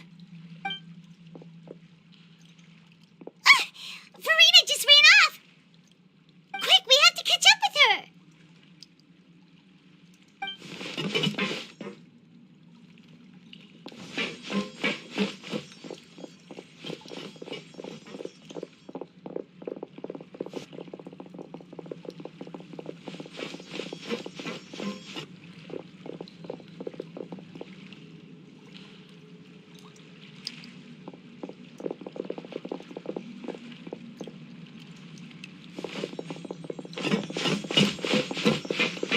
This should be the place, right? Hey, Farina! There's a good hiding spot over here. Quick, come to Paimon before the rest of them catch up to you. What is this place? Hurry, they're almost here. Fine. I suppose haste is warranted. Lead the way.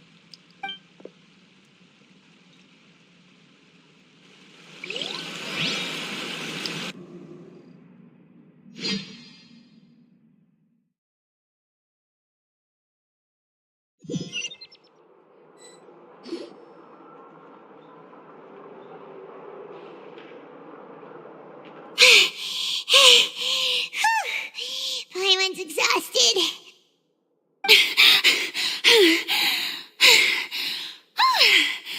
I'm so tired. I totally thought they had caught me. No, I merely gave in to the sheer enthusiasm they displayed. You're right. Yep, that's a good girl.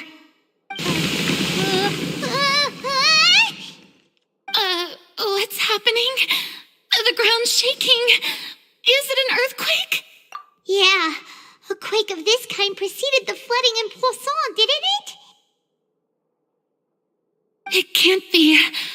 It's happening again. Well, there's no need to worry too much about that. Neverlette's made some emergency plans, so the evacuation should go a lot smoother this time. Yeah, I hope you're right. But the people of Poisson, they've already...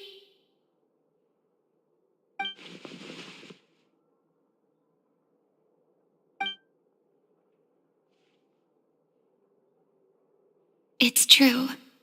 I've been investigating the prophecy for hundreds of years. I once had informants all over Tevat, searching for clues and feeding information back to me. I've tried all kinds of ways, too, to hold back the sea. Anything to keep the coastline from advancing. But all my efforts proved to be futile in the end. Really, the truth has been clear to me for a very long time. We cannot make an enemy of the divine. No matter what we do, the will of the heavenly principles will have its way, and the prophecy shall be fulfilled. Give up. I do love the sound of that phrase. It would mean finally coming to terms with fate, but also for me to finally be free. Indeed, I've thought about giving up so many times, especially after we almost lost Poisson. Fate is really unreasonable, isn't it? It has no heart and obeys no rules. The prophecy has only just started to come true, and so many people have already lost their lives. But just now, it all became clear to me. I still don't have the right to come to terms with fate on behalf of everyone else. As long as the final moment hasn't come, it's still not too late. Don't worry. I will keep hope alive for everyone until the very end. Well, that's enough for now. I got the impulse to play the stricken maiden, but honestly, considering my rank and station, that wasn't a good fit at all. Don't take any of what I just said seriously. How could I possibly let Fontaine fall to the whims of trivial prophecy? Come on! Paimon could have sworn you were actually being honest just now.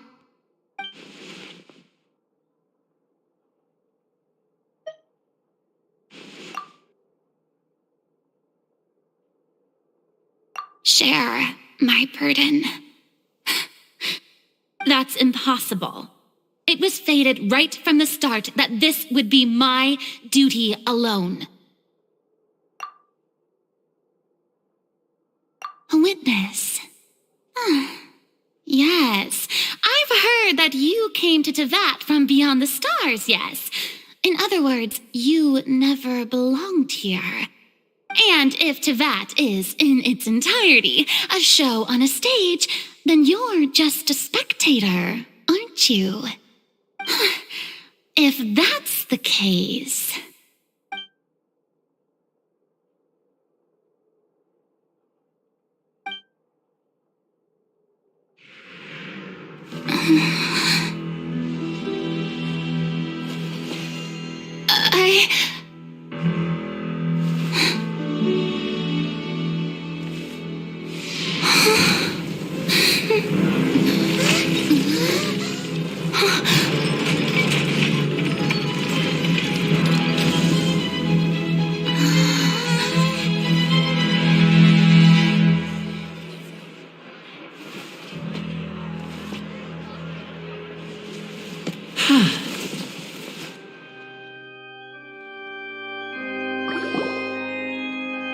Ladies and gentlemen, this concludes my opening performance. Now, without further ado, we may proceed to the trial of our god. So this is what it is. Yes, you deserve praise for the effort you took to raise the dramatic stakes. Do not forget, however, that I am Fosalor, the god of justice, the embodiment of justice itself. Does it not strike you as even the least bit absurd to bring the very concept of justice to trial? May I interpret these words as your refusal to stand trial? In that case, you will have the opportunity to defend your honor through a duel. You would draw your blade against a god?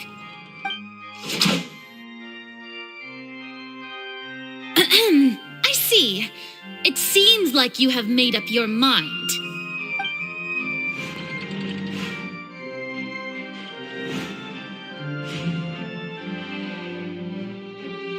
Paimon can't believe it.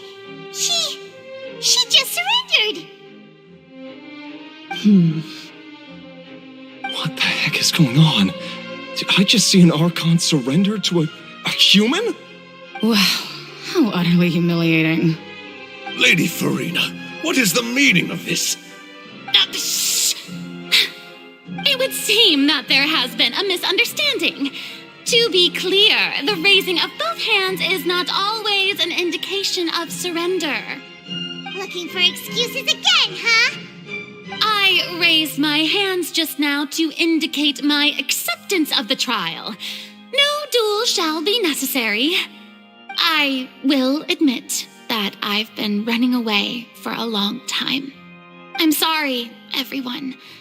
I was unable to protect the people of Poisson. It is my duty to stand trial for my crimes. You are not the only ones to be disappointed in me. I, too, am exceedingly disappointed in myself. But now, it is time for the Hydro Archon to show you her courage and resolve. I, Farina, will use this trial to show the world the true meaning of justice. This time, I will protect you. Applaud and rejoice. One of the most outrageous and fantastical arcs known to the opera epiclese is now unfolding before your eyes. Mark my words, this shall be one of the most exhilarating and brilliant shows ever to grace the stage of Fontaine. The trial of the Hydro Archon, Fosalor, will now begin! Woohoo! Oh, now we're making history! Why does it feel like Farina just took over the whole thing? Like, come on! Didn't she just get forced to stand trial for her crimes?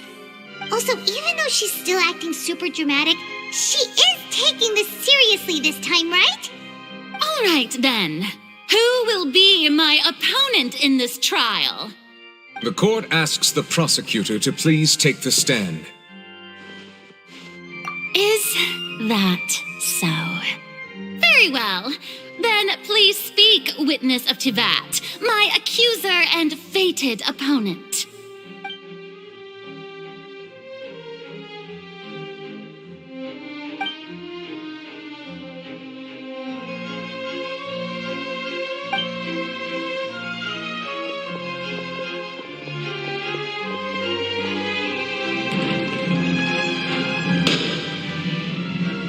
Also, please allow me to ask, as a final question before the trial begins, just how much work did you do to force me onto this stage? Well, we did do a lot of prep after the meeting that day.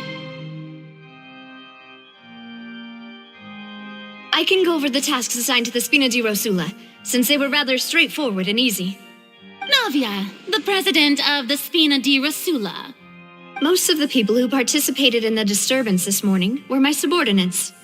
They changed into plain clothes and came to the Opera House as regular audience members, waiting for the perfect opportunity to incite insurrection against you. The people's resentment against their Archon has been building as more and more of the prophecy is fulfilled. A spark was all we needed to turn smoldering anger into a flame. Moreover, according to our understanding and analysis of you, when something like that occurred, you would likely flee the scene and head to Poisson by yourself. So, we arranged for a second group to lie in wait there. So, you mean, the ones who scoured the settlement for me were also from the Spina? And their goal was to force you to step into the giant magic box so you may personally participate in the greatest magic performance in all of Fontainian history. That's right. That house was a magic box, rather than someone's residence. As the super ultimate version of the setup that I used when I first performed at the Opera Epiclese, the volume of the box was increased by a whole order of magnitude, and the distance it traversed was the entire gap between Poisson and Aranias. Its cargo, of course, was an Archon instead of a human. My thanks, Farina. Without your help, we could never have pulled off such an extraordinary performance. You're welcome? Of course, this performance was only made possible with Father's support. The House of the Hearth spent a massive amount of labor in Mora to pull this off. We had to select a location, construct the giant magic box, dig a tunnel, and open up a path through the water. It was a lot of work for all of us. So, in other words, the earthquake that we felt within the giant magic box was just a normal tremor from the transportation of the whole house? That's right. It wasn't a sign of another disaster to come.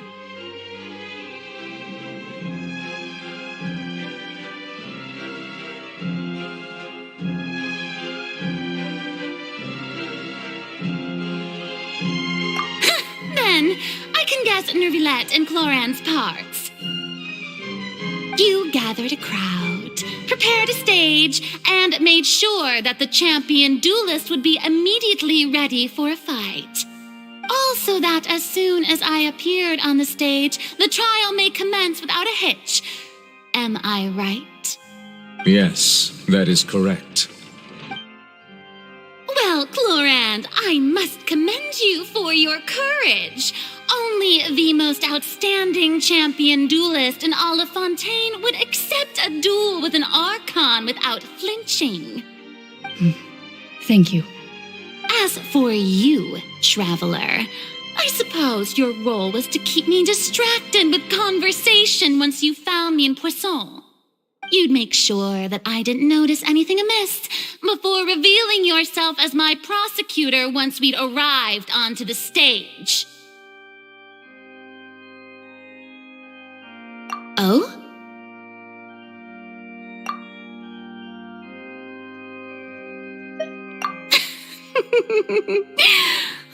Is that so? Then I suppose I must have missed my final chance. It's fine. It matters not. What's done is done. The stage is already set, so there's no reason to disappoint the audience. Let's see this trial through to the very end.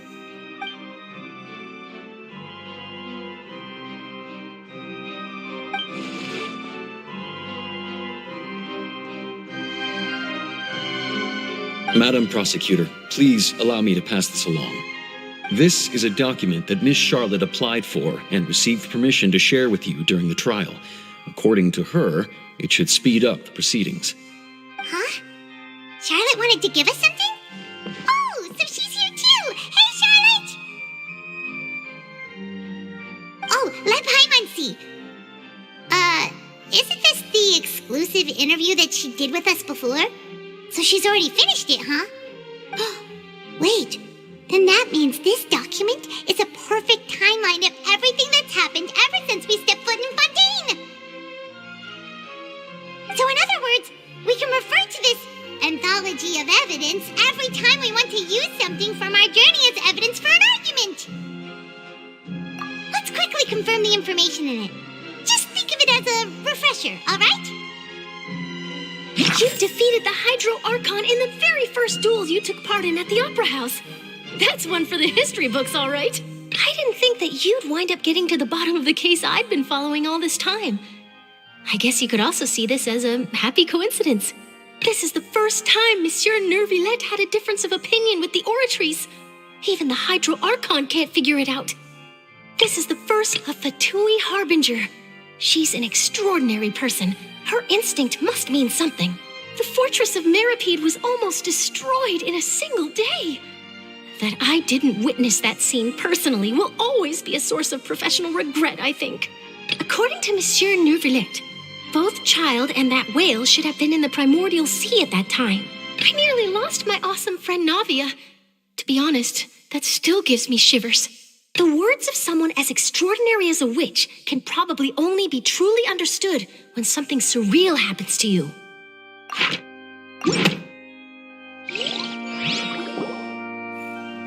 The prosecution and the defense are both in position. The trial shall now begin. Oh, come on, Nervillette. There's no need to repeat all the unimportant legalese. Just fast forward to the part where the prosecution lays out my offenses. As the defendant and the lead actress of this performance, I still haven't even been informed of my supposed guilt in all of this. Of course, it is only natural for humans to struggle to understand the actions of a god. However, you will need more than that to convict me of a crime. That's true, but my charge here is unrelated to your conduct as an Archon. Instead, I would like to charge you as a fraud who's never been the Archon in the first place. Wait, what was that? Lady Farina's a fraud? Hey, I came here thinking that we were going to try the Hydro Archon for forsaking her duty, but did I hear that right? She's not our Archon at all? Charge accepted. Lady Farina, do you plead guilty to the charge? Lady Farina. I plead not guilty. How can I be guilty? There is no way that I, Focalor, otherwise known as Farina de Fontaine, a member of the Seven and the Regina of all waters, kindreds, peoples, and laws of Fontaine, could be anything other than your true Archon. Yeah, even though Lady Farina can be rather eccentric, isn't it going too far to doubt her very identity? Yeah, I've never questioned her identity either. Sure, Lady Farina can be super irresponsible, but what grounds does that prosecutor have to make such a huge claim? I have cause to believe that common sense will prevail in this case. Many of the members of the audience have known me as the Hydro Archon ever since they were born. There would be no fooling their memory. See? Even the Oratrice has decided to show me its favor. Are you you sure you want to commit to a charge that will never be upheld? If you wish to drop the case, I can promise you as the god of justice that you will not have to face trial for making a false accusation. We will treat everything that's happened as a dramatic spectacle and move on with our lives. What do you say to that? An argument with near impossible odds, huh? We have to not only refute Farina's claims, but also overturn the long-held beliefs of the people. Well, I tried to give you the chance to surrender. If you must persist, then let me ask. If you believe I'm not the Archon, then what manner of being do you think I am? And if I was not the Archon, then how did I manage to live for over 500 years?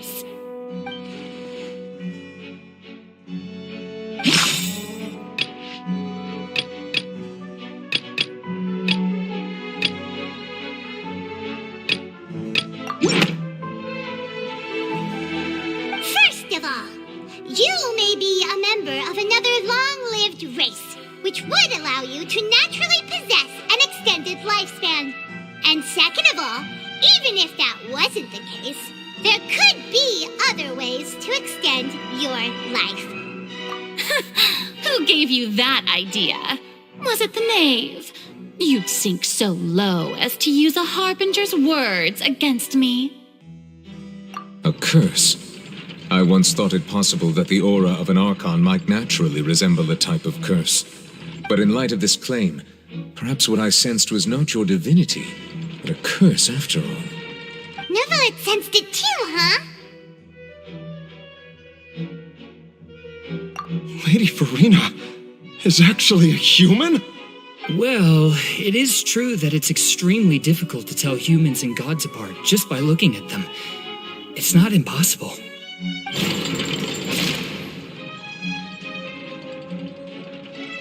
Well, don't start celebrating too early now. Even if I have been carrying a curse like you said, how does that prove that I am merely a human being?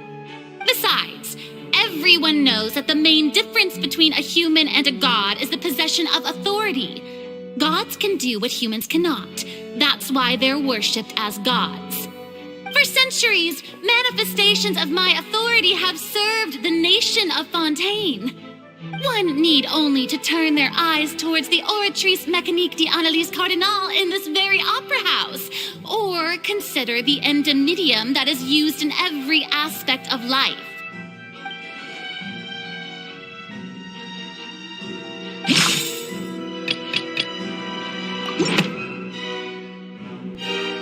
You tried to reference the Oratrice, but weren't you as confused as all the rest of us when the Oratrice declared Child to be guilty without any proof? Otherwise, you should have come up with a good explanation for that by now. Didn't I make myself clear at the time? The decisions of the gods are naturally difficult for humans to comprehend. There is no need to provide an explanation. Lady Farina, I believe a reminder of your current circumstances is in order. While the court is in session, the principles of justice and the law must come before all else. While you are an Archon, you are also first and foremost the defendant in this trial. You will prove yourself unable to defend against the prosecution's charges if you continue to withhold vital information against the rules of the court. I never thought you'd use that kind of rhetoric against me. That was no trick of rhetoric, Lady Farina. I've merely reiterated the rules of the court. Rules that all should respect and follow. So, you neither knew why Child was declared guilty, nor did you understand the structure and operations of the Oratrice. Instead of having been created by you, the manifestations of authority you mentioned have been made by the real Hydro Archon, haven't they? The real Hydro Archon? Well, now you're really losing me. It is true that I did not know why the Oratrice gave out a guilty verdict that day. But the Oratories handed out that verdict unilaterally, and it has been operating independently ever since it was first created. You can't argue that just because a divine creation is flawed, that the god behind it must also be no god at all. She's still throwing out all kinds of excuses. Seems like she's confident that we won't be able to produce proof that she has no power over the Oratories. My power as an Archon. There are many ordinary citizens in the audience. How can I just carelessly demonstrate the formidable power of an Archon? If that poses a concern, I'm prepared to extend my protection to the audience. You don't need to go that far.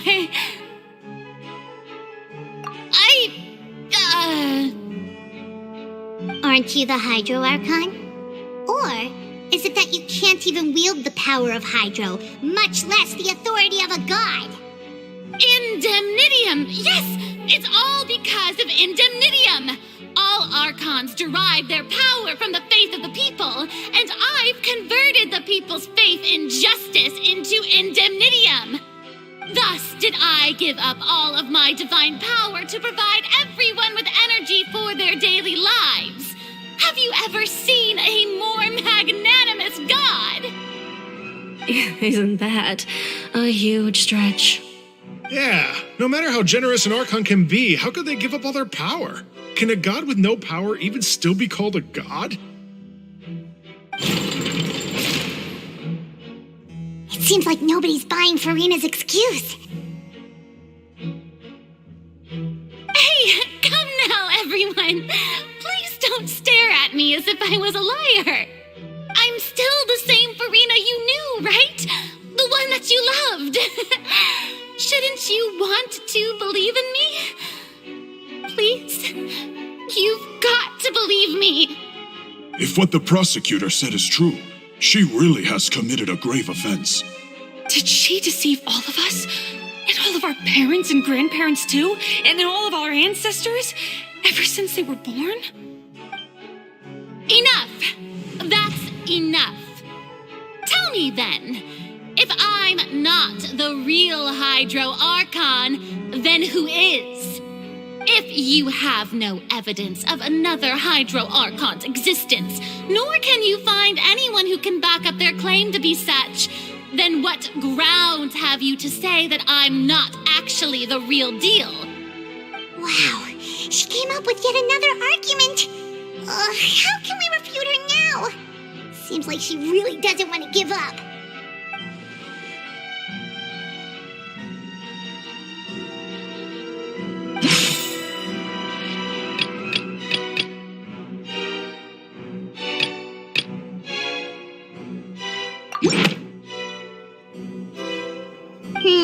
That doesn't sound right. Paimon doesn't think this clue can be used as compelling evidence to build our case.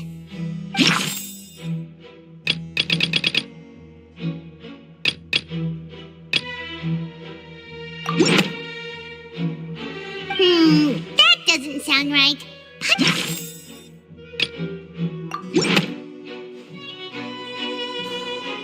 It has been established that all Fontainians can dissolve in water from the primordial sea. And that means... Since you insist on claiming to be a god and not a human, then there's a method that you can use right here and now to eliminate all suspicions of you being the latter. Miss Navia, please apply to serve as a temporary attorney for the prosecution before addressing the court. Though you act in partnership with the prosecutor, you must still adhere to proper procedure. Super sorry, Monsieur Chief Justice. I swear this really will be the last time that I'll speak out of turn. Now, I've brought some seawater from Poisson. As everyone knows, a massive flood struck the area not long ago, taking many lives, including those of some of my closest friends. So, Miss Farina, would you dare to touch some of this seawater? If we are to believe that you are indeed the real Hydro Archon, touching this seawater would have no effect on you. All it should do is strengthen your case. But if you don't dare to touch it, then we would have basically proved the reverse. Oh, and I must remind you that after the disaster at Poisson, nobody wants to see any more people dissolve. I do hope you'll act prudently and choose the simpler path of admitting guilt. Navia from the Spina di Rasula. The Spina has governed Poisson for many years. I guess her suggestion is valid. If Lady Farina is indeed just a human, she's probably Fontainian like all the rest of us. Would she really dare to try?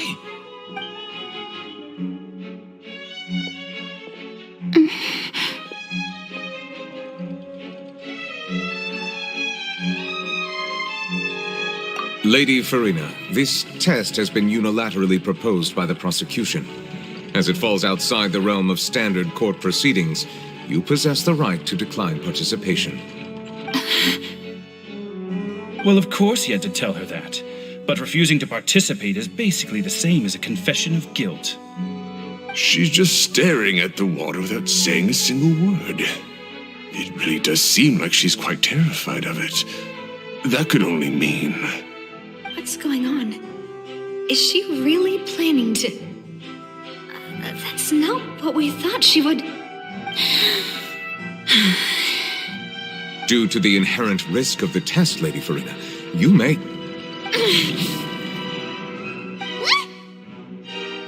Hey!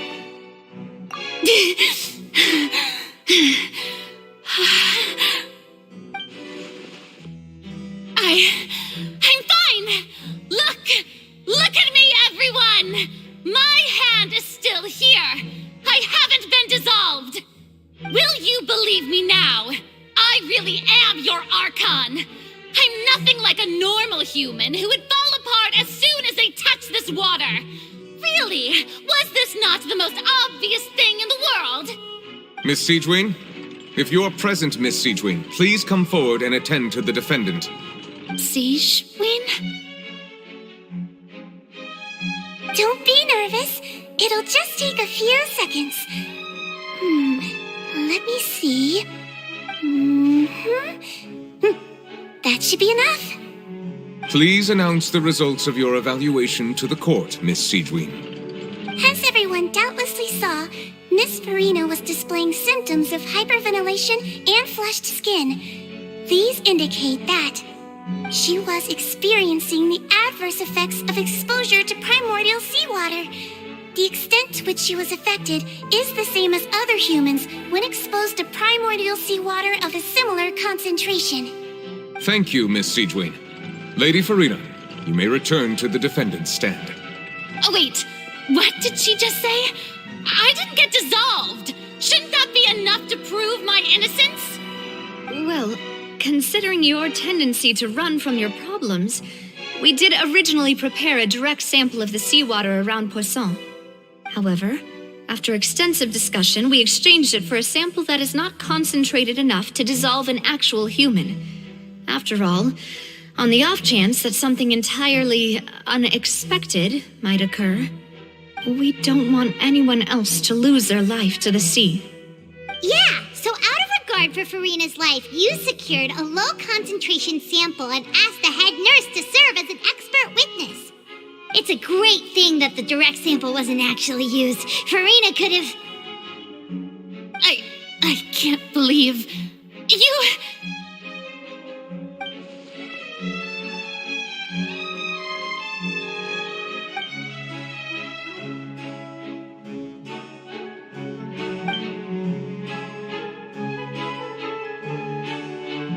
Listen to me, everyone.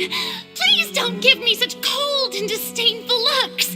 What happened just now didn't prove a single thing. Think about it. How can you conclusively prove that an Archon can't also be affected by the primordial seawater? Also, if I was really just a human, why would I dare to just put my hand in that kind of water?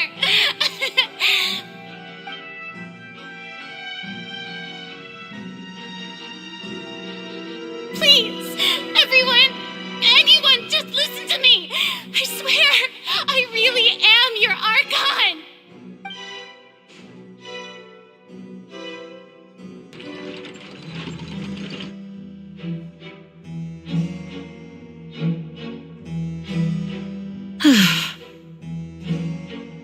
I don't think anything she says at this point will sway anyone. The odds are just too stacked against her now. With all the things that have been said, Paimon doesn't think there's any way left for Farina to win. I believe the time for arguments and presentation of evidence has come to an end. If there are no objections, we will move on to the final judgment.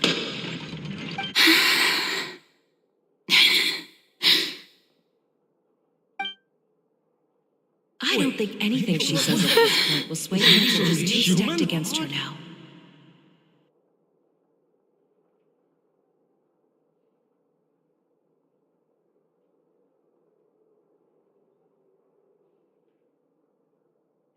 In my capacity as Chief Justice, I shall now render judgment on Farina's misrepresentation of herself as the Archon of Fontaine.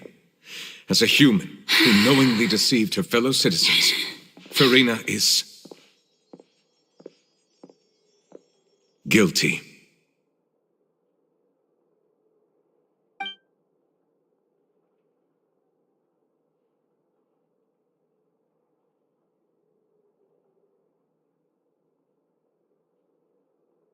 We shall now turn to the Oratrice Mécanique d'Analyse Cardinale to render the final verdict on the charges.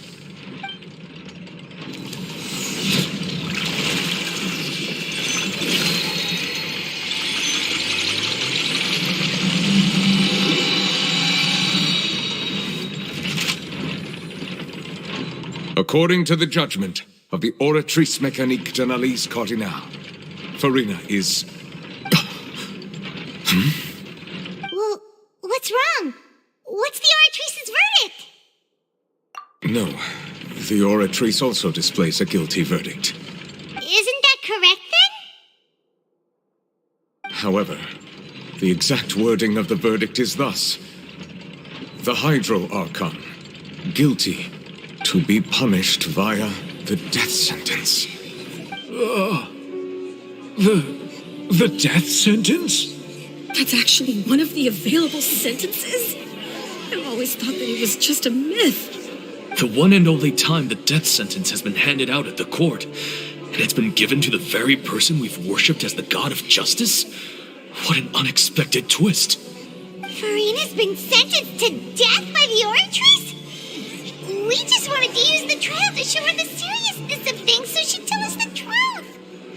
How did things escalate this quickly? This outcome is indeed quite strange. According to Fontaine's current definitions of justice, as well as its recommendations for criminal sentences, is this sentence really appropriate for the crimes that have been committed? Yeah, even Fache wasn't sentenced to death by the Oratrice. You know, the real evil mastermind behind the serial disappearances case. Indeed. Not only is Farina's sentence overly excessive, the very point of our trial today was also to prove that Farina has never been the Hydro Archon in the first place. But now, the Oratrice seems to have deliberately invoked the title of the Hydro Archon. What does this mean?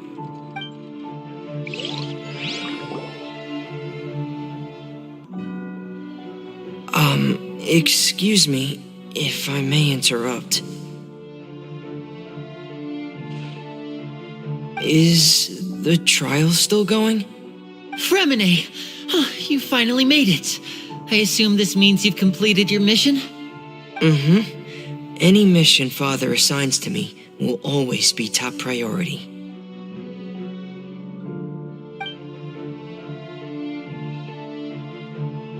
Is that the first prophecy slate? Huh. So the knave privately arranged for Fremine to try and find the missing slate. I looked everywhere and finally found it at the bottom of the sea. It took me a long time to get around some dangerous stretches of water. But has the trial already concluded? Then, doesn't that mean I've come too late? Oh no. Father will be disappointed in me. Thank you for your hard work, Mr. Fremine.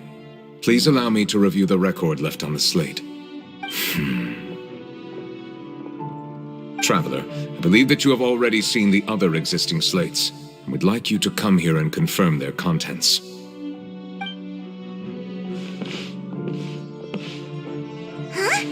So what do you see? What is it?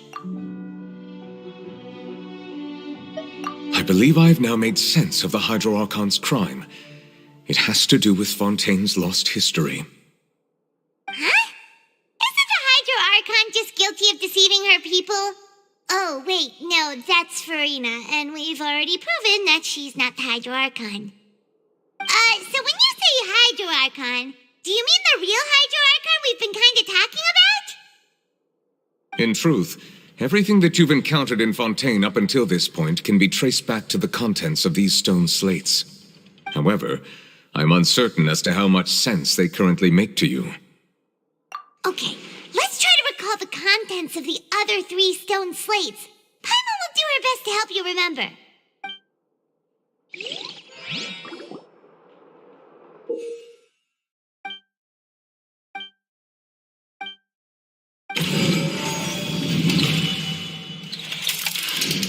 The first stone slate describes what you just said. It seems to show the previous Hydro Archon using her divine power, and then the Oceanids turn into humans. Does that mean that Fontainians are transformed Oceanids? Oh, Paimon wasn't expecting that. But if Oceanids can turn into humans, then perhaps this process can be reversed as well. The second stone slate shows Celestia floating in the sky, and the Hydro Archon and her people worshipping it together. But the heavens still brought judgment down upon them. This must be the point when the Hydro Archon and the Fontainians were branded with their original sin. Does this mean that the original sin and the Hydro Archon sin are the same thing? The third slate shows the Hydro Archon sinking into the sea surrounded by many people. That reminds Paimon, didn't we also watch that happen to someone else? Well, the fourth slate is the prophecy the Fontainians have been talking about. People dissolving into the sea, the Hydro Archon crying on her throne, and so on. We didn't believe that such a crazy disaster could happen at first, did we? But after that incident, it was just a question of when and not if.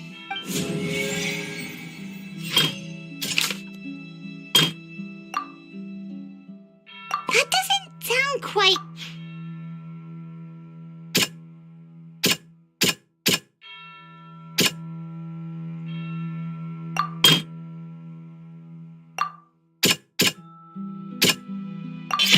It's not as simple as falling into the sea. When Navia fell into the sea, her consciousness was subjected to judgment. The stone slates show the people gathered around the Hydro Archon in the sea.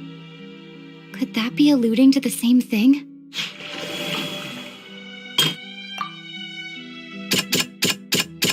That doesn't sound...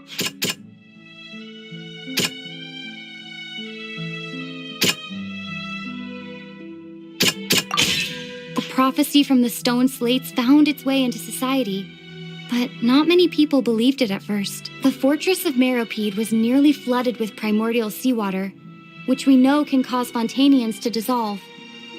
It seems increasingly likely that the prophecy may come true. If we hadn't dealt with it in time, things could have gone very badly.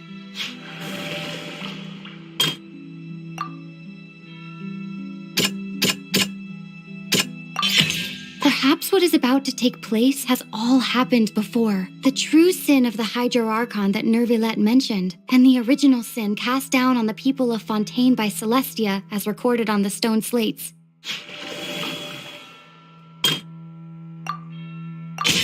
We know from the case of the serial disappearances of young women that Fontainians can be dissolved in primordial seawater. And the first stone slate tells us that long ago, the Hydro Archon used her power to turn Oceanids into humans. This might be the reason that Fontainians can dissolve. They'll dissolve into the primordial sea but won't cease to exist.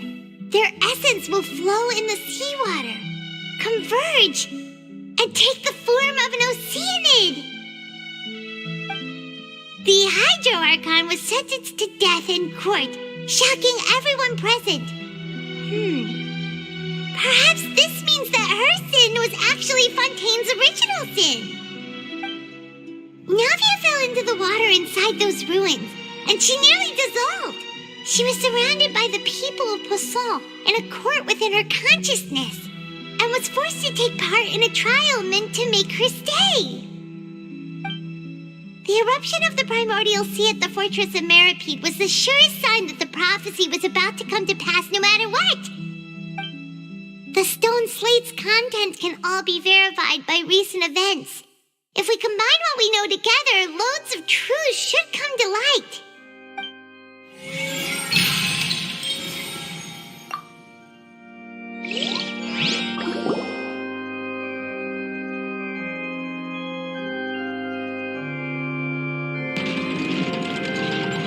Huh? Oh, Paimon gets it now. So that's how you can make sense of it. But then it feels like we're going to have to share some truly shocking revelations. Let's hear them. Incredible. Linny, did you hear that? We're not real humans. All Fontainians were originally created by the late previous Hydro Archon, with Oceanids as their basis. The evidence for that can be found in how only Fontainians could dissolve in primordial seawater, and how all the girls Vacher dissolved were also turned into Oceanids. Oh, and according to Navia, when she was about to get dissolved, she also saw everyone gathered around for a trial, all of them in the shape of Oceanids. Indeed.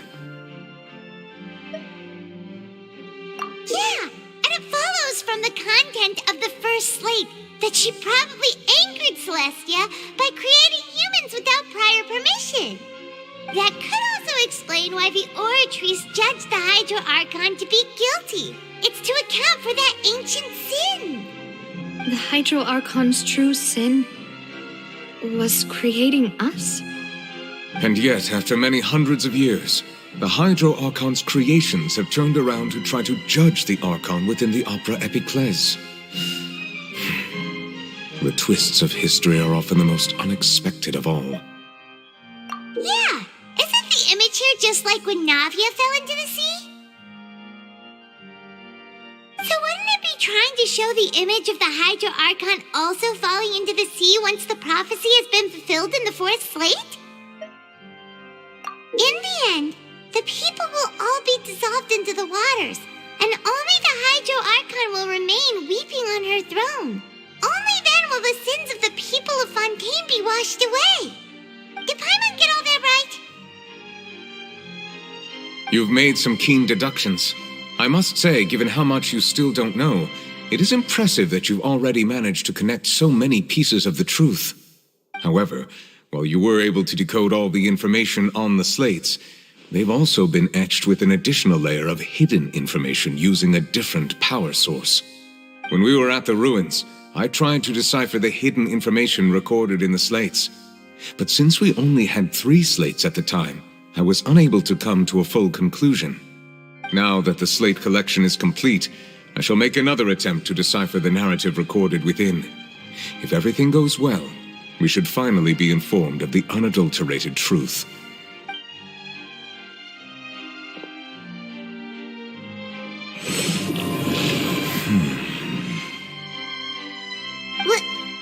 Well? Did you get it? I believe I should share this truth not only with you, but with all the people of Fontaine as well. I will try to briefly summarize it for you. Your hypotheses regarding the origin of Fontainians and the sin of the Hydro Archon were both correct. In the Fontaine of old, the previous Hydro Archon sensed the yearning of her Oceanid familiars for life on land.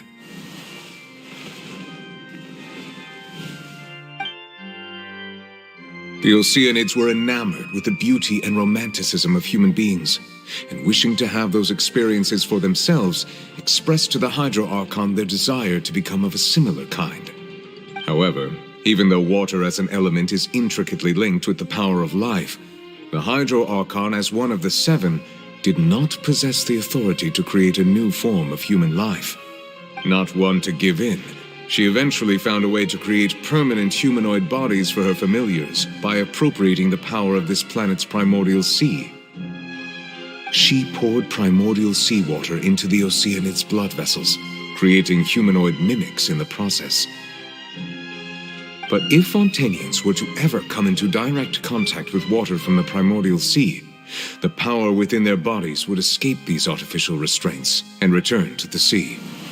As a result, their forms would collapse, and they would be reverted to their original forms as Oceanids. Of course, the Hydro Archon never received permission from the heavenly principles to create a new human race. And thus, the Hydro Archon and all of her creations came to shoulder the original sin of appropriating the power of the primordial sea.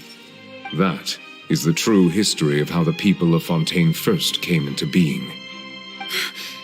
So we were all Oceanids before we turned into human beings?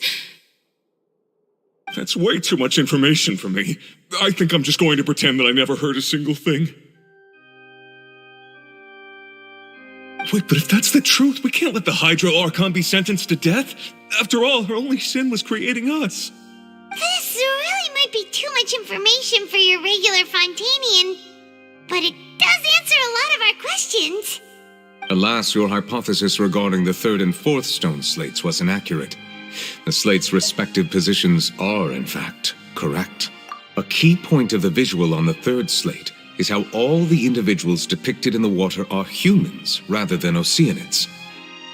They have not been dissolved, which implies that the water depicted in this slate is not water from the primordial sea.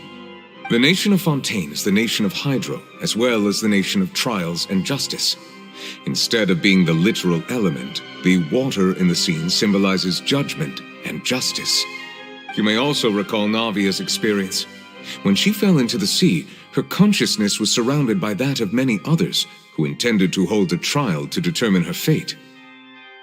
Therefore, the meaning of the third slate is that the people of Fontaine shall try the Hydro Archon at the court of justice.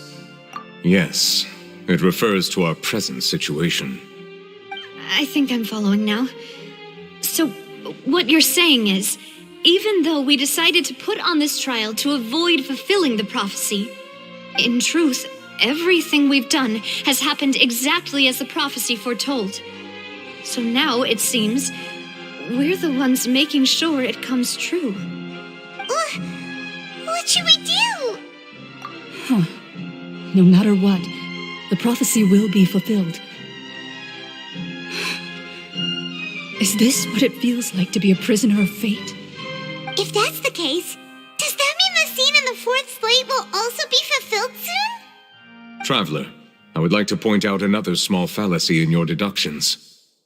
About the fourth slate, you probably thought that the eruption of primordial seawater beneath the fortress of Meripede served as the surest sign that the prophecy was about to come to pass, yes? However, I believe that rather than being a sure sign, that eruption could in fact only be a small warning of something far worse to come. As for the root cause of the catastrophe, I believe you've already encountered it once before.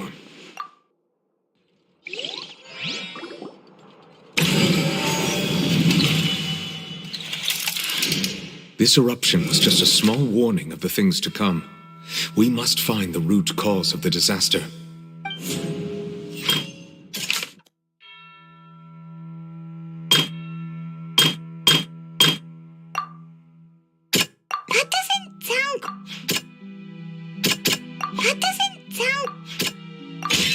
It was both dream and reality. If we're talking about a true culprit, that could only be that thing inside the primordial sea, right? The truth, the original sin, the trial, and the root cause of the disaster.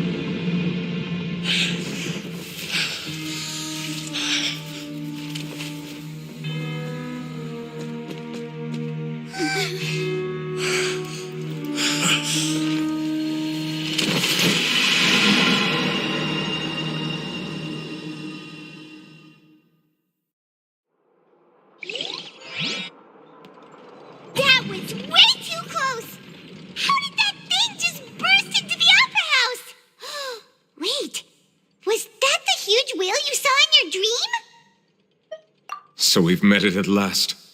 I understand very well why it has chosen to make an appearance here. That whale does not belong to Tevat. It is a monster that has traversed the stars, weeping all the while. It has been greedily consuming the energy from the planet's primordial sea, using it to grow. That is the main cause for the rising sea levels. And once it has finished consuming all of the energy contained within the sea, its next step will be... You said that when the Hydro Archon first created Fontainians out of Oceanids, she filled their blood vessels with primordial seawater. Precisely. That whale finds the blood of Fontainians nigh impossible to resist. Therefore, when it left the primordial sea, it decided to make its next stop a packed opera house full of food. Food in the form of Fontainians. We just barely managed to push it back, right? In that case, won't it come back to target the people again once it's managed to recover its strength? That is correct. Indeed, it is more accurate to say that we should thank that Harbinger for buying us some time. Without him, the whale would have likely come onto land far sooner. From the way he looked, he must have been fighting the creature for quite a long time. That battle maniac! We've always known that he had a special connection with that whale, but we definitely didn't expect it to help us out like this! Anyway, now that we know that this whale is the actual cause of the disaster recorded in the prophecy, all we need to do to stop the prophecy would be to find a way to beat it up, right? It is too late. It had already absorbed too much of the primordial sea's energy before we could notice it. At this point, it has become practically integrated with the sea itself. Even if the entirety of Tevat were to be destroyed, it could still survive and swim off towards some other world. That's not something I will accept. We've already done everything we can, and we even found the true culprit. We've come so far. You can't just tell me that the last hurdle is some impossible foe.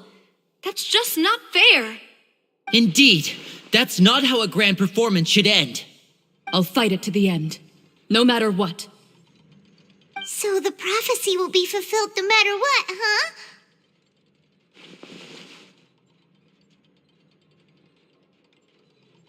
The prophecy. Yes, what has been prophesied will be fulfilled. You may view such things as the history of the future.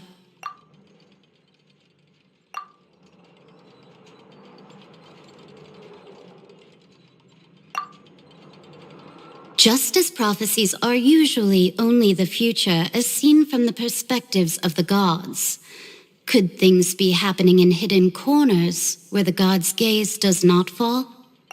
Ultimately, fate shall serve as your only guide, no matter what will happen in Tevat's future.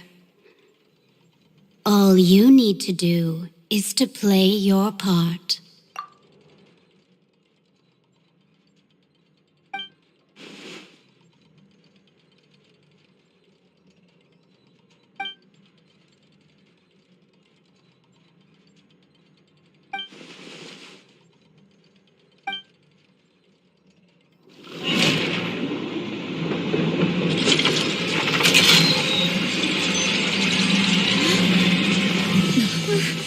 What's happening with the oratories? I believe it is preparing to carry out the death sentence.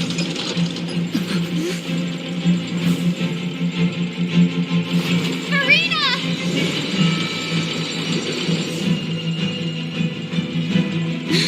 No, I still need answers.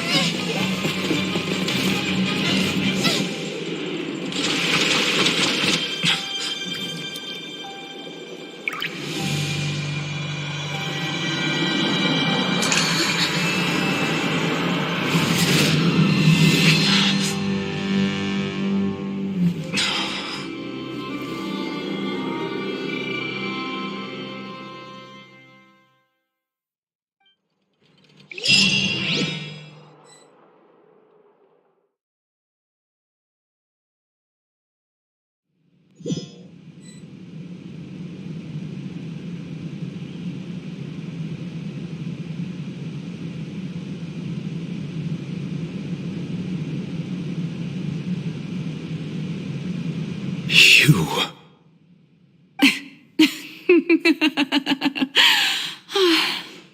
Sorry.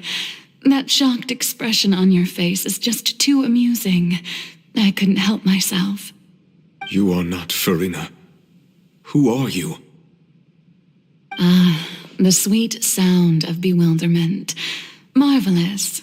A sure sign that my attempt to deceive everyone was a resounding success. But to answer your question, I am Focalor. You know, the god. Focalor? Why did you deceive us? Oh, that wasn't my goal, of course. Goodness, no.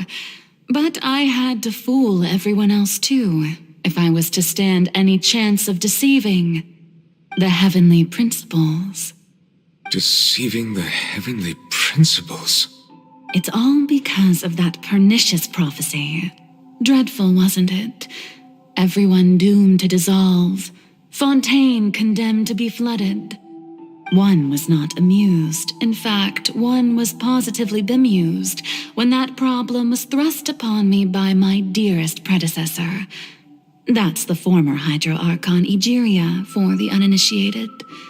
It hardly gets more disastrous than a preordained national catastrophe, now does it? She knew full well that the prophecy would surely come to pass. And as one of the seven, she also knew full well that one defies the heavenly principles at one's peril. So yes, as you have no doubt surmised, it was a rather impossible situation that I found myself in. I spent a terribly long time mulling it over, alone on the ocean floor. And I was almost growing barnacles by the time I finally realized there was only one possible solution to this confounding conundrum. I had to outwit the heavenly principles, allow the prophecy to be fulfilled, ostensibly at least, while saving everyone at the same time. I'm a genius, I know. I can only assume that's why Egeria chose me as her successor. Although, looking back now, it was hardly the inheritance one dreams of. Between the task of saving the nation, the quotidian duties of the Hydro Archon, and not to mention the original sin of creating a new race of humans, I dare say she left me quite a colossal mess to clean up.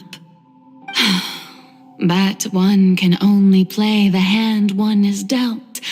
I did not choose this, any more than I chose to be one of her Oceanid familiars. So you were also once one of the Oceanids, transformed into a human by Egeria's hand. Yes, I was. I always dreamed of becoming human. And I still do, even now. In my eyes, to be human is to be part of the greatest opera ever known. After becoming a god, I separated my divinity from my body and spirit, leaving behind only a self that was as naive and bewildered as my past self on her first day as a human being. The me you see before you now is that divinity, and the human counterpart I left behind, I named Farina. She could feel joy, sorrow, and everything in between. She could be as vain and conceited, or as meek and vulnerable as she wished.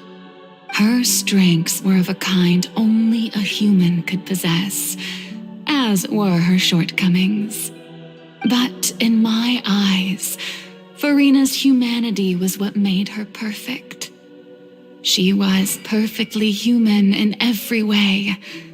The person I always wanted to be. Anyway, so then I cursed her. All part of the plan, of course. The plan to deceive the heavenly principles. Do you still remember the final scene of the prophecy? The Hydra Archon alone, weeping on her throne. In order that the prophecy might appear fulfilled, I invited Farina to be an actress, to play the part of the Hydro Archon in the prophecy. Under the curse I placed on her, so long as I, Focalor's divinity, continued to exist, she could not die. But nor was she free to live her life in the pursuit of happiness. Instead, she was forced to take the stage in the opera house, to embrace the role of leading lady, to forever play the part of the god from the prophecy, all to create a deceitful appearance of that prophecy coming to pass. I suppose now you probably understand why your court is called the Opera Epiclese. But Farina is only human, isn't she? Even though she has had a long life, her mind is no stronger than that of any other ordinary human being.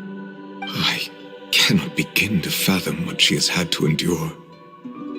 It must have been torture for her. It has indeed. And although she is, in a sense, me in human form, I most definitely owe her an apology for it.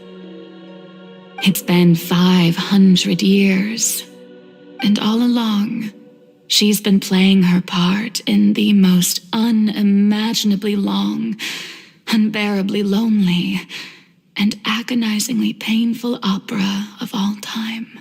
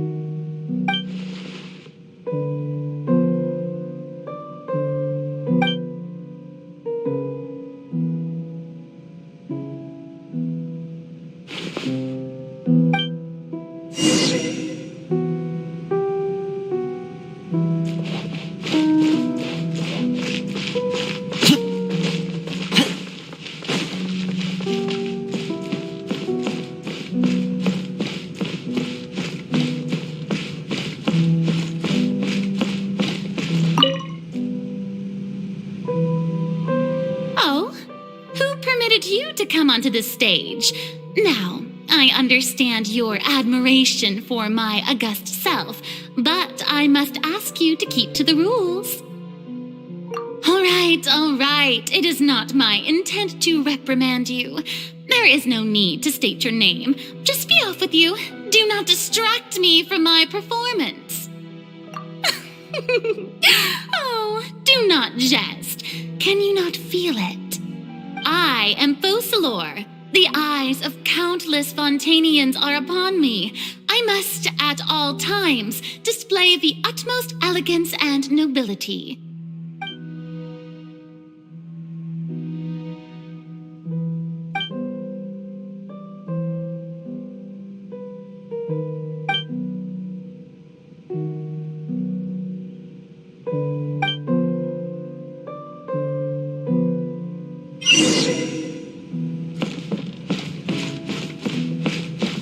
Dear audience, the performance is experiencing a technical difficulty, but worry not. The guards shall resolve it soon enough.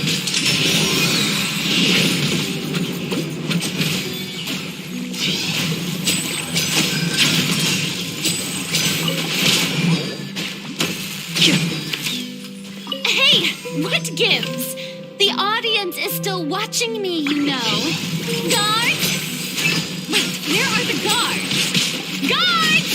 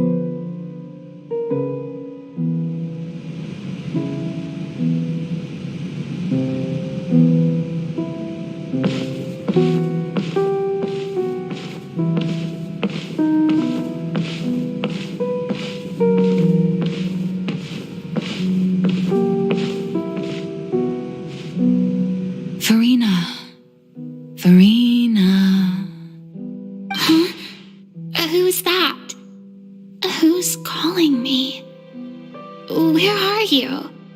Be not nervous. Be not afraid. I am before you. Wait a moment. You're mirror me? How can this be?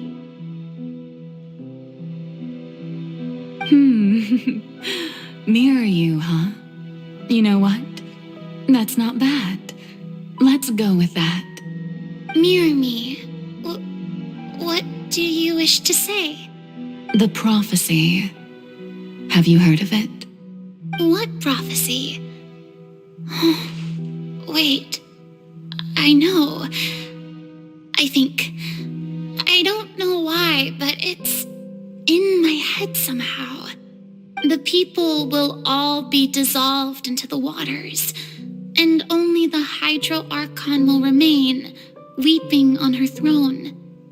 Only then will the sins of the people of Fontaine be washed away. Oh, very good. You know it well. What's going on? I can't seem to remember anything clearly. The only thing I know for sure is this prophecy. Will it really come to pass? Yes, it will. And that is why I've come to you. Disaster will come to Fontaine sooner or later. Things will develop just as the prophecy declared. There is no escaping it. But doesn't that mean everyone will die? I'm a Fontainian just like them. Will I dissolve too? Oh, don't worry. Magical meetings exist in this world precisely to give people a chance to turn things around. It is the reason why you met me today. I will tell you how to save everyone, but you may have to suffer somewhat. Oh, so there's still hope after all. Goodness, you frightened me. You spoke so much and with so much certainty. As for the suffering, well, I will admit that the first thing that came to mind was, why do I have to be the one to suffer?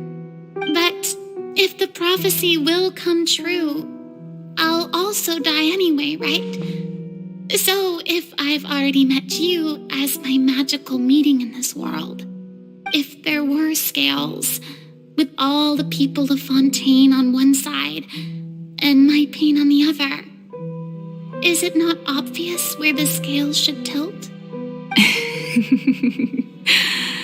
You truly are the perfect human, my ideal.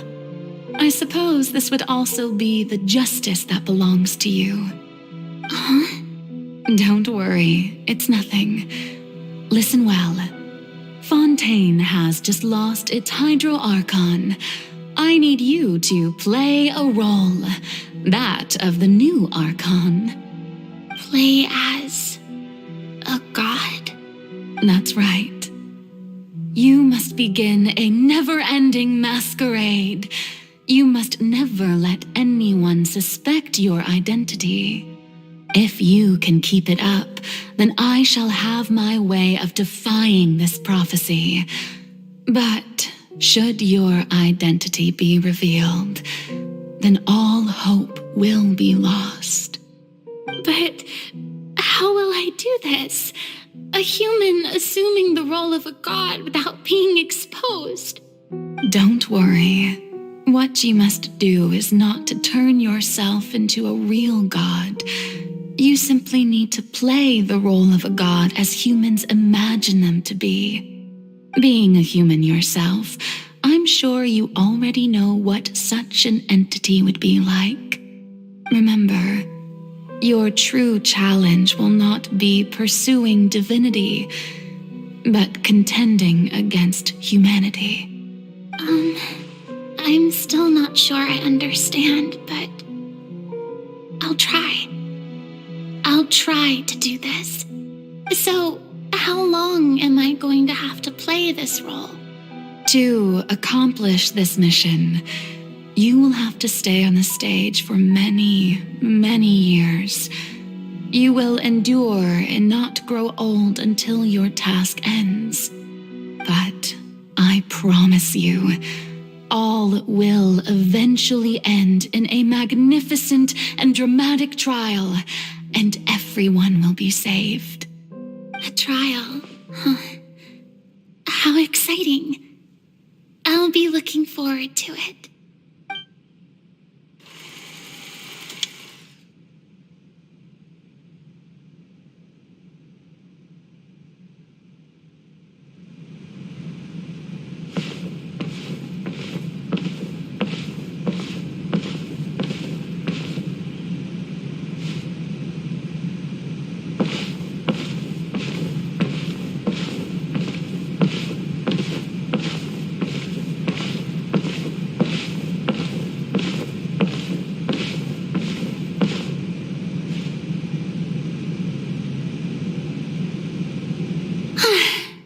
The Maison Cardinalise has announced my accession, but this is my first time facing the people.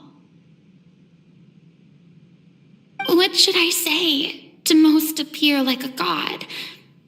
To be honest, I still don't know. Perhaps I should first try to act natural. Ladies and gentlemen, good evening, and welcome to the Opera Epiclese. I'm sure you've all heard about how I have taken on the role of Hydro Archon. Indeed, I am Farina de Fontaine, your new Archon.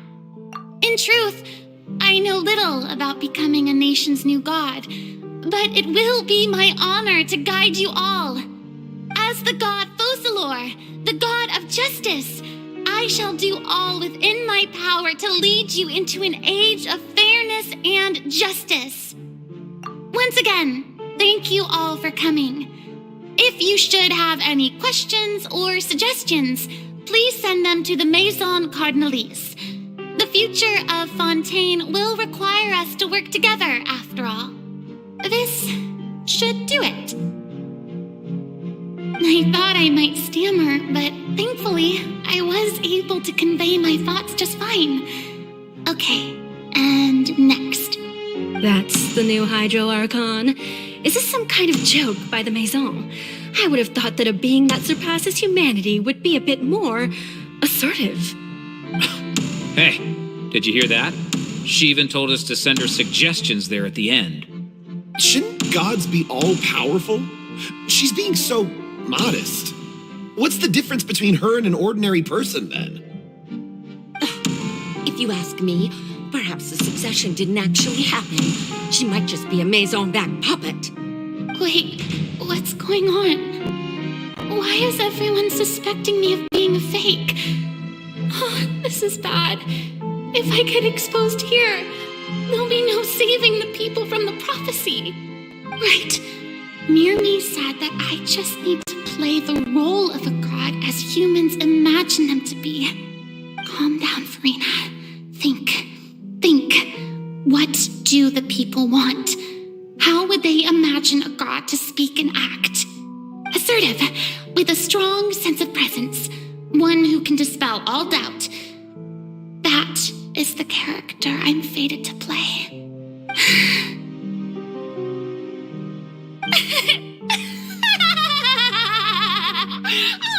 Oh, very good, my people. Only ones such as you are deserving of my rule. Now, I was wondering if some weak puppet were to one day come onto the stage and claim ownership of this opera house, would the children of Fontaine follow them? Well, it seems that you would all see right through them.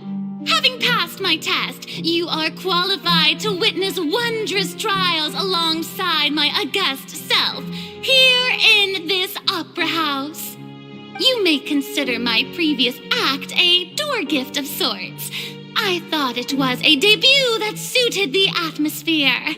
Now then, let us be reintroduced. Ah, so that was just a performance.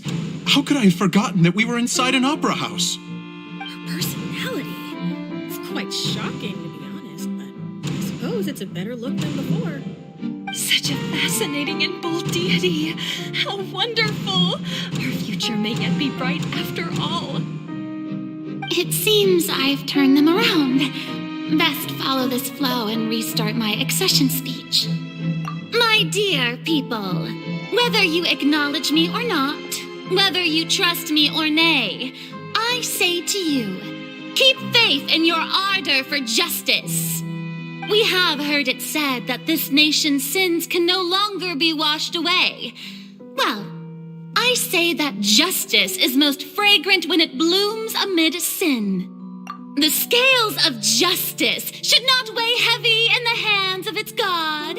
On one side, it must carry fairness and justice. And on the other, praise and applause. May law be the prayer on our lips. May judgment be our worship. Let us light the fires and drink to the future of Fontaine. There is no trouble in this world that justice cannot solve. All that is needed is for you, my people, to believe in it, heart and soul. So long as I, the Archon Focalor, stand within the Opera Epiclese, so long as I stand before the Oratrice, I shall even judge the gods of this world!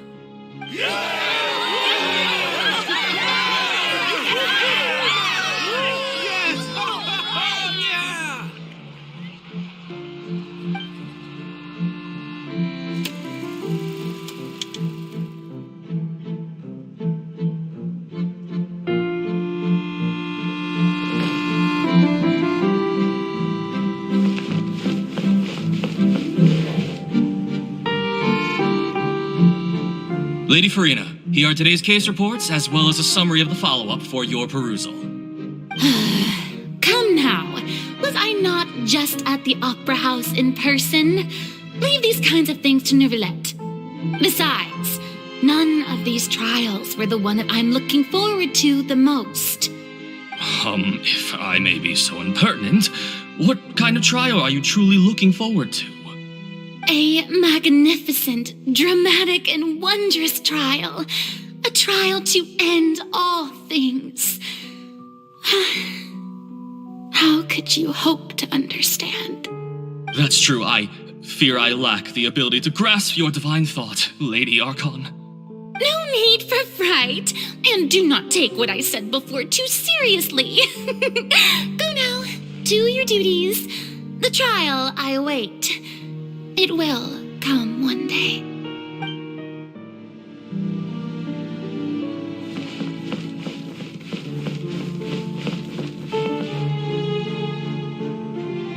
Lady Farina, I don't know what to say. Thank you for agreeing to see me. No need to thank me. Or rather, thank your own sense of perseverance instead. Long have you stood in line to meet me, have you not? Oh, I'm afraid that's just an inevitable consequence of my divine charm. All right, Deoteria, is it? How is your son's illness? You remembered me, and you knew of my family, too. He is doing much better now. In fact, he is far more of an ardent believer than I. He was the one who forced me to seek an audience with you, and to bring your words back to him. Oh, good. Very good. If this should happen again in the future, please do not hesitate to come and tell me. Going down to citizens' homes every so often, while not usual practice, should serve as a fine change of pace. Oh, you're such a gentle and wise God. Thank you once again, on behalf of my son.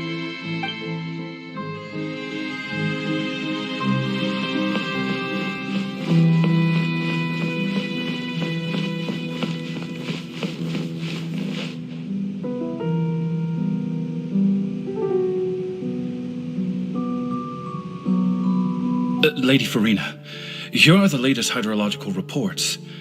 As for the specific parameters you asked to take note of, I'm afraid things still don't look good. I see.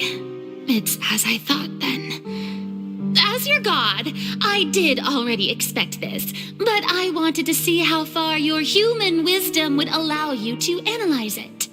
All manner of signs indicate that the prophecy will still come to pass. Forget it. That's not something you need to worry about right now. Well, as I understand it, the Fontaine Research Institute is also trying to find a way to counter the rising water levels. Really? Have they found anything? I'm afraid that they haven't found any effective solution thus far. Oh, is that so? Well, no wonder. This issue has reached the realm of the gods, after all. Still, their spirit is praiseworthy.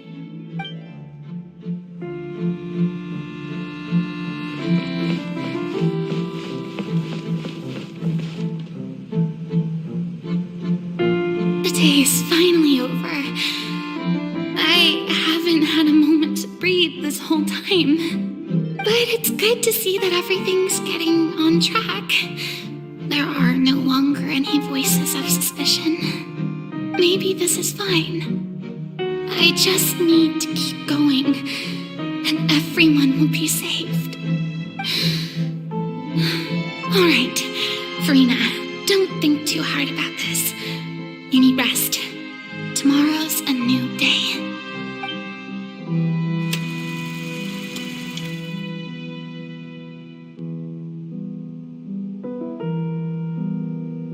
Lady Farina, here are the new trial reports for the latest cases, as well as a summary of the follow-up.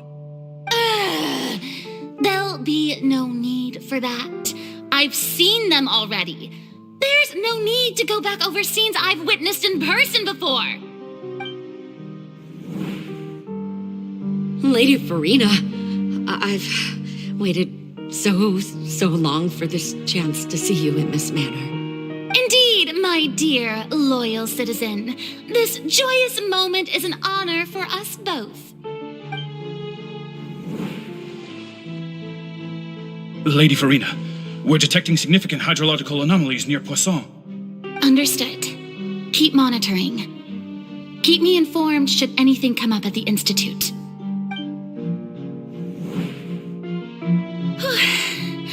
I don't think I let anything slip today. I must show the people that there is nothing to worry about. I just don't know when these days will end. I feel utterly exhausted. Best to rest early today, too.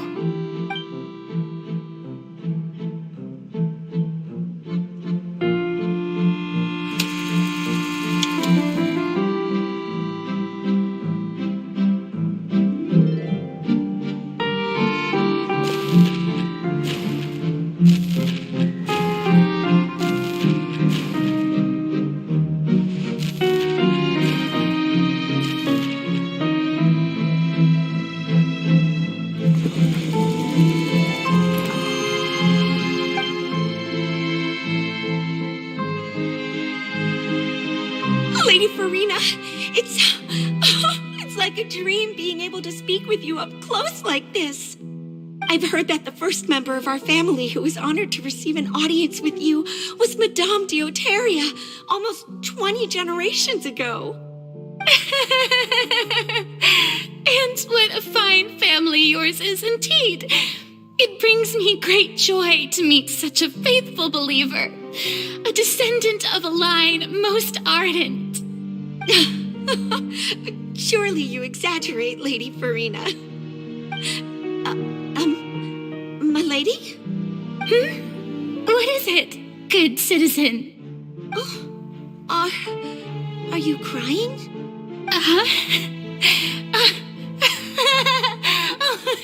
Really now? I didn't even notice. This must be the overflow of hydro from my person.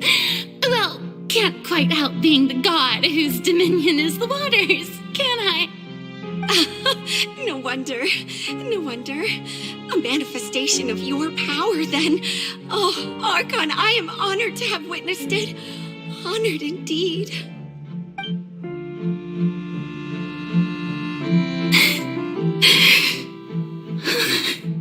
So interminable.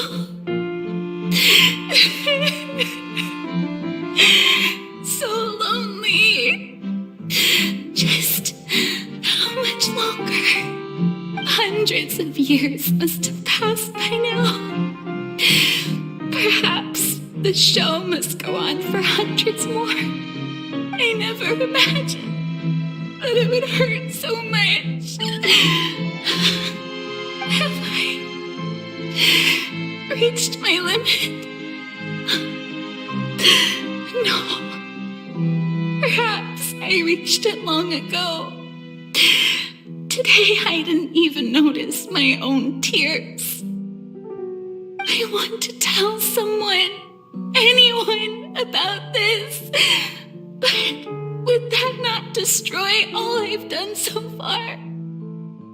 I've conducted so many investigations across the centuries, but there's not even a sliver of hope that we might break the prophecy.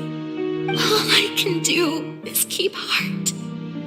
I must maintain this act. It is the only way to save Fontaine. Please, mirror me. You have to succeed.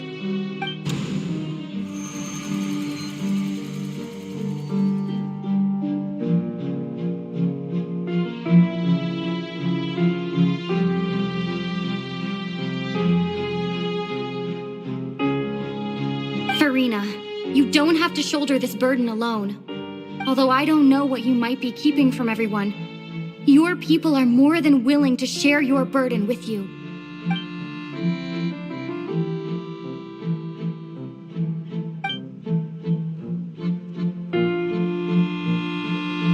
Share my burden. That's impossible. It was fated right from the start that this would be my duty alone. But even if your burden doesn't need to be shared, you can still choose to confide in someone. Just share it with me. I'm what you'd call a witness. A witness? Yes, I've heard that you came to Tevat from beyond the stars, yes.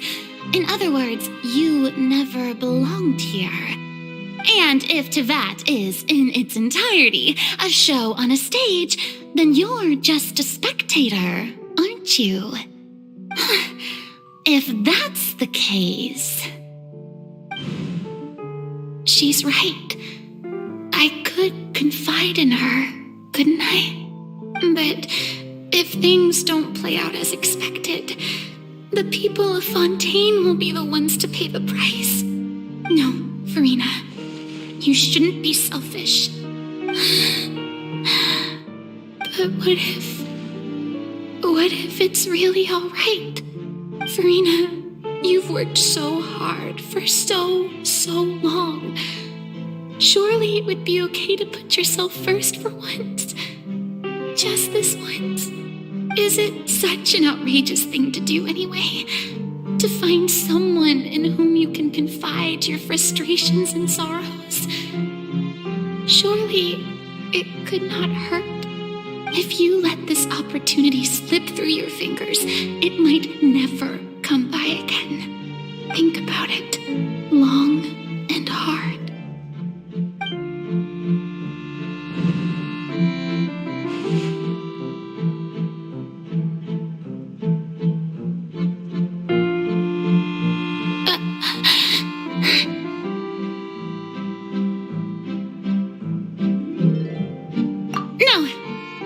Nothing to say.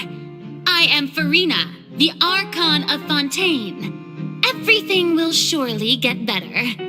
All you need to do, dear spectator, is to witness my performance until the curtains fall.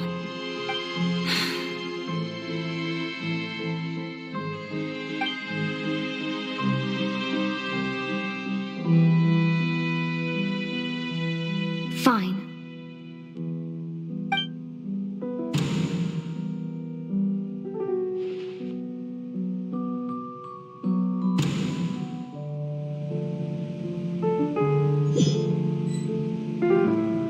So even Farina doesn't know the truth? You've never once let her in on the full plan? Yes, it had to be done. To deceive the heavenly principles, you must first deceive yourself. She did very well. If she had let her resolve falter even once in these 5 centuries, Fontaine would have been doomed to the most tragic fate. It seems that trusting humanity was the right decision after all. I believe that I understand how your deception works, but that is only half the truth, is it not? How would you build on this foundation to save the people of Fontaine?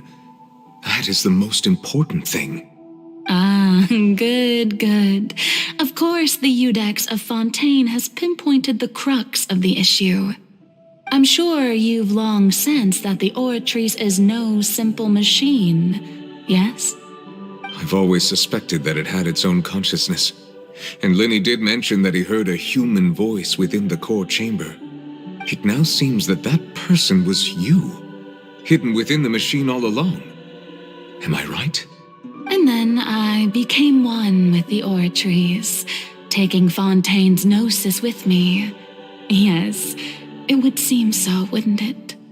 Alas, your understanding of this device still lacks sufficient depth. In truth, it is no enactor of justice. It is, in fact, a device created to kill the god of justice. I beg your pardon? Oh, you have it. And to be more precise, not only will the Oratrice take down the god of justice, it will also take down the divine throne upon which she has been placed. I mean, did you think I would be the sort to enjoy peaceful repose while Farina suffered? My work over these last 500 years has been to constantly accumulate indemnitium within the Oratrice. But really, some have already discovered that only a small fraction of the energy generated by the device was ever used to provide power to Fontaine. The vast majority had to be, accumulated to enact this death sentence. It was all part of your plan, then? Both the trial and the sentence? Indeed. This power, accrued over 5 centuries, could have sustained Fontainians for millennia had it only been used for that purpose. Almost all of it has now been stored within the Oratrice. But only power of this magnitude could hope to destroy the Hydro Archon's divine throne, shaking the rules established by Celestia and breaking through the institution that is the Seven. So the Oratrice's call for death was for neither Farina nor Focalor, but for the Hydro Archon. The destruction of that divine throne. If I do not misunderstand your intent, you must be... returning what's rightfully yours to you, of course. In other words, this was all done to return the authority of the Hydro Archon to the Hydro Dragon of this planet. But...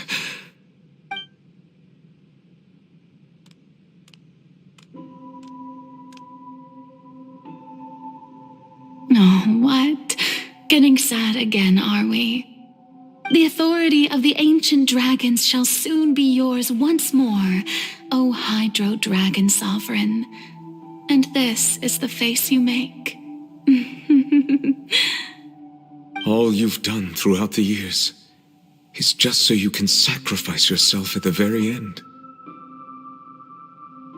I've never quite seen it that way, you know.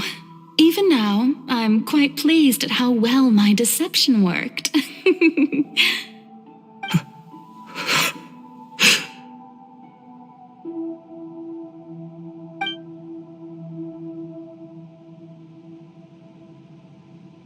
Hydro Dragon, don't cry. I must say, had it been within my rights, I would have loved to judge the heavenly principles themselves. Were they not guilty of essentially the same crime? Egeria stole the power of the primordial sea, and the heavenly principle stole the power you ancient dragons possessed. I, for my part, am the god of justice. And is it not just that your original powers should be returned to you? Speaking of justice, I have always believed that justice lies in the process of pursuing human existence itself. So, if the theft of the primordial sea's might was Fontaine's original sin, then, leaving matters of procedural right and wrong aside, the descent of the Fontainians as humans and their right to exist in this world would be Fontaine's original justice. In other words, existence was Egeria's justice, and to me, justice is the continuation of that existence. Defying the prophecy and ensuring that Fontaine's people shall live on, that should be the justice enthroned over all others. At this point, we, whether it be myself or all other Fontainians, have shouldered the burden of this sin for far too long. Iudex Nervillet, the highest judge in our land, when you regain your full power as an elemental sovereign, what verdict shall you pass upon us? So when I was invited to the court of Fontaine to serve as Iudex, I see now that that was your idea too. At last, I now understand the true purpose behind this position. In the beginning, I was uninterested in human existence. But these 5 centuries of living alongside them have gradually brought about mutual understanding between us. And I have even attempted to feel as they feel. You are a devious one, Focalor. Things being as they are, surely you know that I could never declare them to be guilty.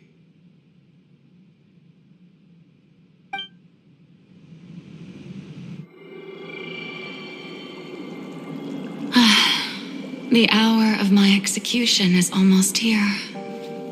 For the sinner, the curtain call has come. I know I may not sound it, but faced with death, I find myself a little afraid. Perhaps this is one thing both gods and humans have in common.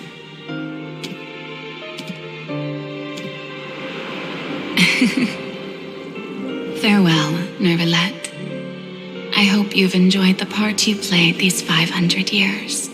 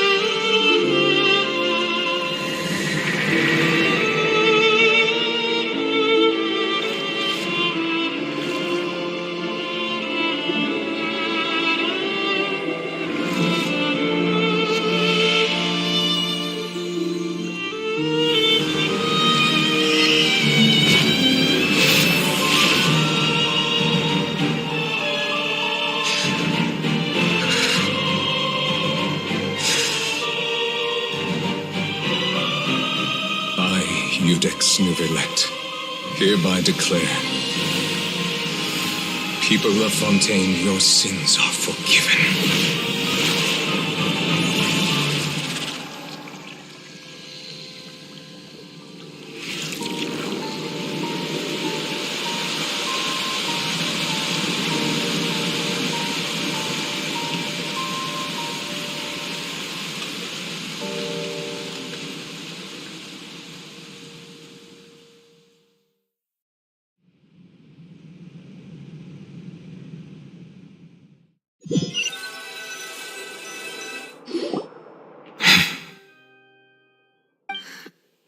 What just happened? Has the death sentence been carried out? Was that bright light some sort of misdirection? I have a feeling that something huge just happened. But since we're all still alive and haven't been dissolved, I assume whatever happened was good for us. It's time to end this. We must mete out punishment to that beast. Didn't you say just a moment ago that it can't be defeated? I have gained the strength sufficient to deal with it. Through certain means, I now have the ability to separate the power of the primordial sea from that creature. We should seize the opportunity to pursue our quarry. Traveler, now that the oratories can no longer function, I require an executor to help me mete out justice. The root of the calamities befalling Fontaine, the beast that enacts the prophecy. Its name is the all-devouring narwhal. Come with me, traveler. The hour of execution has come.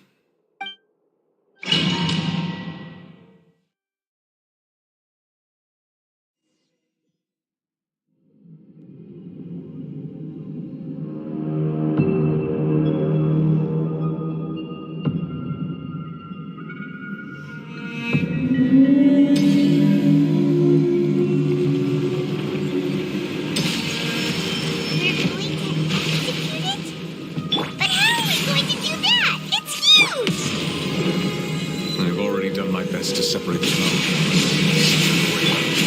Considering the size of the beast, I can't reach the power source. Unless we can find a way to attack it from within. I shall share the thought of the ancient rival's power with you.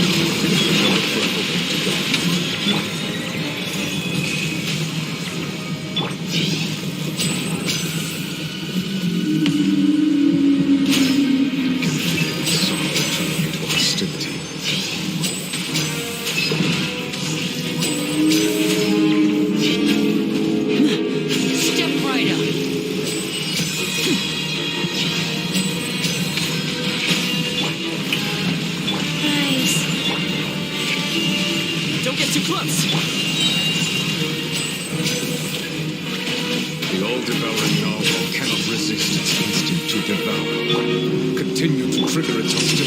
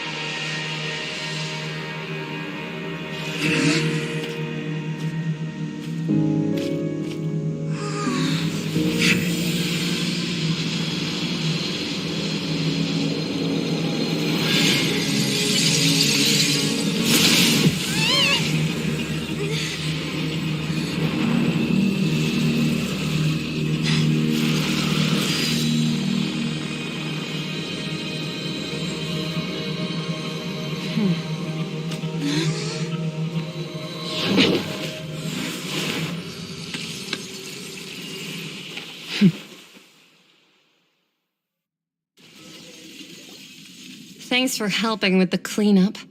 It should have been my job, but... oh well. It was just supposed to be a short private training session for me. I didn't think that my disciple and my master's pet would start brawling in the meantime. Well, actually, I had a feeling that it would happen at some point, but they bumped into one another earlier than I thought. What a blunder. I suppose I'll have to swing my sword 3 million times as penance. That power. Who are you exactly? Paimon has an idea. From what she said earlier, she must be Child's master. Skirk, right? It's just that he gave us the impression that she was the less talkative person. I simply did not have anything to say to the weak. But you, on the other hand, managed to defeat the all-devouring narwhal without using power from beyond this world. So you may speak to me as equals. I have to agree. It's a strange use of a planet's primordial waters just to raise an all-devouring narwhal. That kind of power is wasted on it. It's not cooperative. It eats too much. And I have more important things to do with my time than pet sitting. The only thing that creature has going for it is its looks. All in all, it fails as a pet. Miss Skirk? I think you might have missed the point. The point being? Well, being that this pet almost destroyed an entire nation. So what sort of person is your master? Well, Child's master's master. Wait, is that right? Oh, right. So you don't know him. Sorry, I assumed you did. His name is Sertologi. Huh? I am unfamiliar with that name. Huh. So Master isn't sufficiently famous. How should I describe him then? Have you heard of the name The Fowl? The Fowl? Still nothing? Well, how about the Visionary? Vetterfulnir, then? Or Gold Rhindaughter? Ooh, that one we've heard. Rhindaughter's part of the Hexen Circle. She's Albedo's mom, right? Oh, so you do know that name. To be honest, I also heard all of those names and titles from my master. I don't actually know them either. But I suppose you understand now, yes? My master is likely a similar sort to Rhindaughter. They are both pursuing some form of perfection. Wait, didn't you also mention a visionary person? Paimon didn't quite catch their name. Actually, never mind that. I believe it expedient to inform you that the all-devouring narwhal used up nearly all its strength fighting you. Such roiling hydro energies will prove difficult for the planet's deep seas to digest. As such, the Fontaine back on the surface has most likely been thrown into chaos. In other words, the prophecy that you've been fretting over should now be in full swing. What?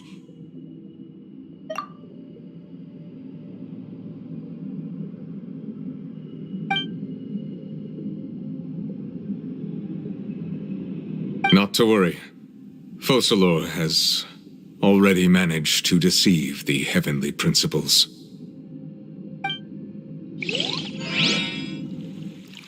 In the end, the people will all be dissolved into the waters, and only Farina will remain, weeping on her throne.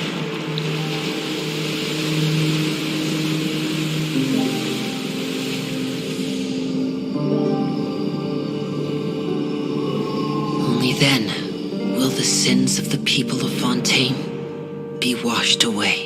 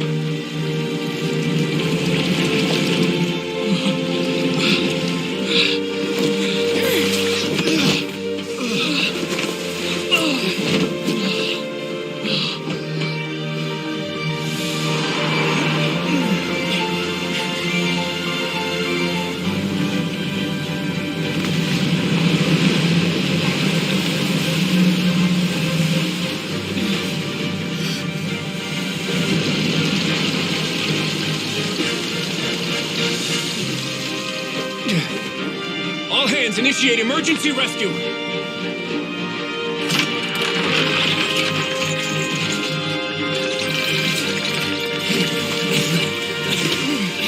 Hurry!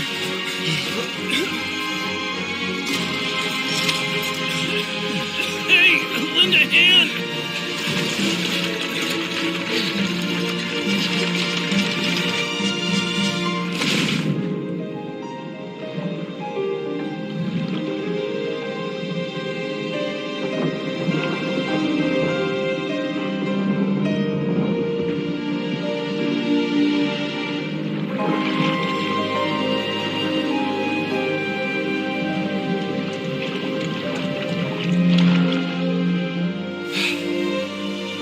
Look!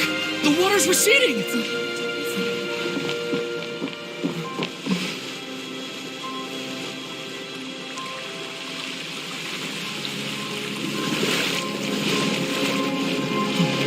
It's a miracle! Water's receding. We didn't dissolve. The prophecy was wrong. The prophecy was wrong.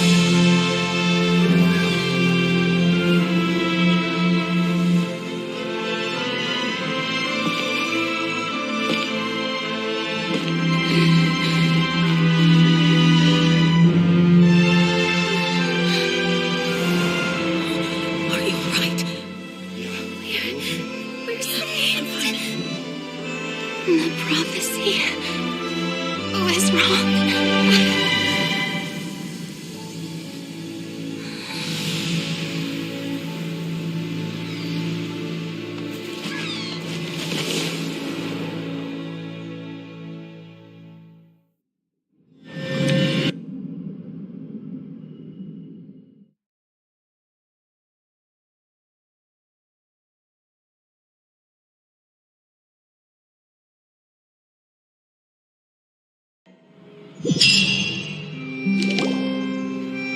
The soul renewed. The Spirit de Rasula talks post-disaster rebuilding. I recently visited Poisson to meet with Miss Navia, spokesperson of the Spirit de Rasula, and we spoke about Poisson's present and future. Old soil can still give birth to new bloom, Miss Navia stated. Hope is like seeing a small cookie when you're starving late at night. You just need a little of it. Skyship Winglet, lunar brain of the Fontaine Research Institute. The various disputes that have arisen on account of Mr. Edwin have suddenly become a shield over the Institute, with Jurier turning out to be a once overlooked hidden gem. People always call the first researcher mad, but few know what to call the second. And should that latter person achieve a miracle, they would find it all the harder to find a word with which to classify him and his team. Wow! Paimon barely recognizes the people in the reports. Are those really Jurier and Navia? They sound like real big shots. What do you think? Pretty enthralling, huh? The Steambird's idea was pretty simple. With the disaster just having passed, we would print a free edition packed to the margins with good news to calm people down. The value for these big scoops lies in their inevitable follow-ups. We'll publish further reports and go into the stories behind those people. Edwin's assistant, Jurier, created a true flying ship, while Navia is leading people in the reconstruction of their home. I'm sure that these stories could draw even your well-traveled eye. Paimon's curious too! Wait a minute. Didn't we watch everything happen from start to finish? What's there to be curious about? And that's exactly why I'd like you to come conduct interviews with me. You're the best incubators of news, if you haven't noticed. And also, with you around, I'm sure I'll get to see that Duke. Are you sure? Hasn't he turned you down several times already? Oh, this time will be different. Come on, let's head to Poisson first, and then make a trip to the fortress. There are some things you'll only know when you get there.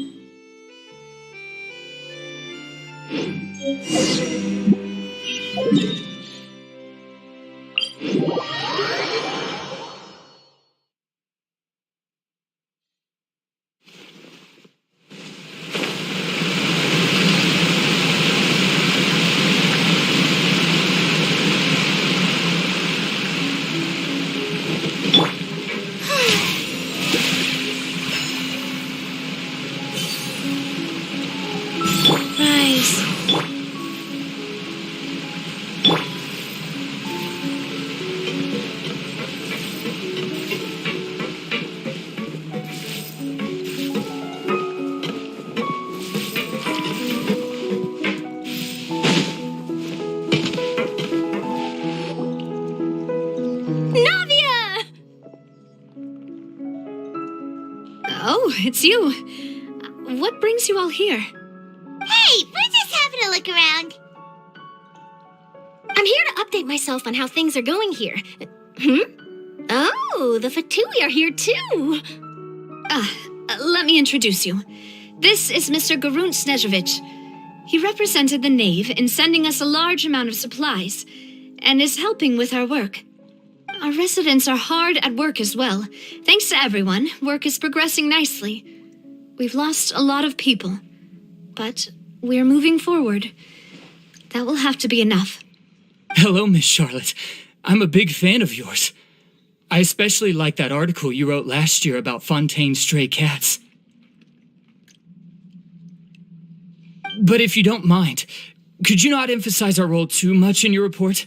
It's not charity we're doing here. We just happen to share the same interests as the Spina. I get where you're coming from. I'll keep it as simple as possible. Or would you be willing to feature as friendly neighbors? That would be fine. Thanks. Oh, you're back too. How are things? We finished laying down the construction materials. It'll be another hour before the workers are able to go over there. Huh? You're here too, Clorian? Well, her reputation's greatly risen after that whole duel business with Miss Farina, so she's here in Poisson to wait out the heat. All right. She really came here to help me out. There's too much to consider in the reconstruction of Poisson. The Spina has need of more decision-makers. And, well, I do already happen to be connected to Mr. Callis. Oh, wait just a moment. Do you mind me asking a few questions? You know, about how you felt before the duel, about what it was like facing down a god. There's lots of exciting material there, I bet. Forget it. I'm sure you can find a better theme than that, Miss Charlotte. I see you're the same as always. Couldn't you do me a favor, for Navia's sake? Well, if we're talking about doing things for my sake, you might as well just take a few more photos of me. Or of the Traveler. It's better than wasting time persuading Clorand, at any rate. Of course I will. I'm not gonna let her off that easy. All right, then everyone who wants to be in the photo, gather up. And smile.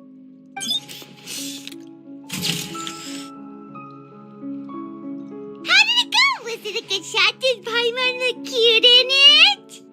Not bad. Your addition really helped the composition of the picture. All right, hang on a moment. Let me snap a few more shots.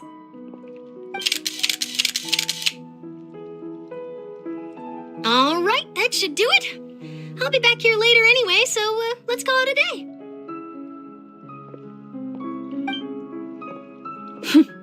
You're very quick. Speed is of the essence when it comes to the news, and freshness is the key. Also, not to brag, but I'm pretty good at building connections. Who knows? I might eventually get that interview with you after all, Miss Clorand. Wow, you really do have that never say die spirit. I'm impressed. I'll hazard a guess that this is how you got that interview at the Fortress of Meripede. Whoa, you're well informed. Let me make a guess, too. I asked Sijuin, who told Monsieur Nervillet, and he told you, right? That's a very complete information chain.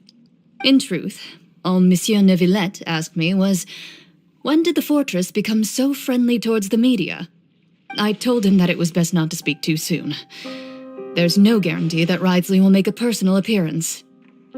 You're right. I've got to treasure every moment I have with them. In which case, I'll be making a move first. Stay safe now. And tell me if you hear anything interesting. I'll treat you to afternoon tea in exchange.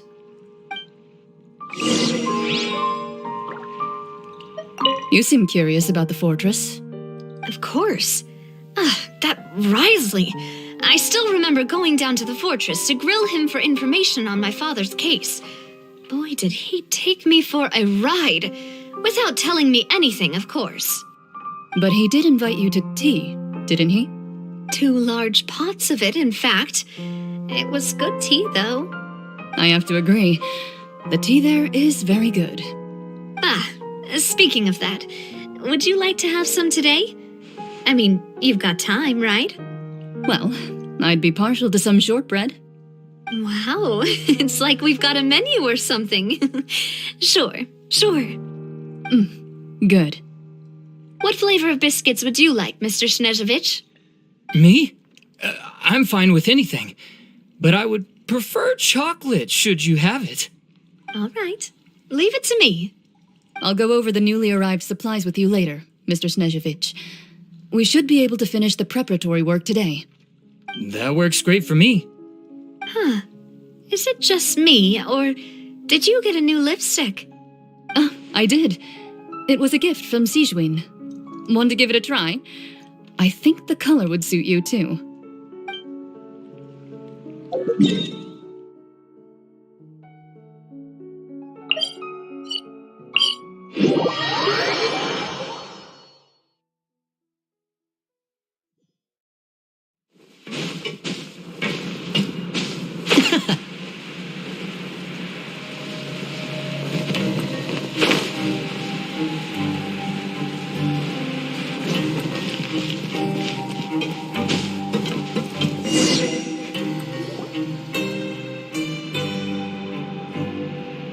Wow, guess we're here again, huh?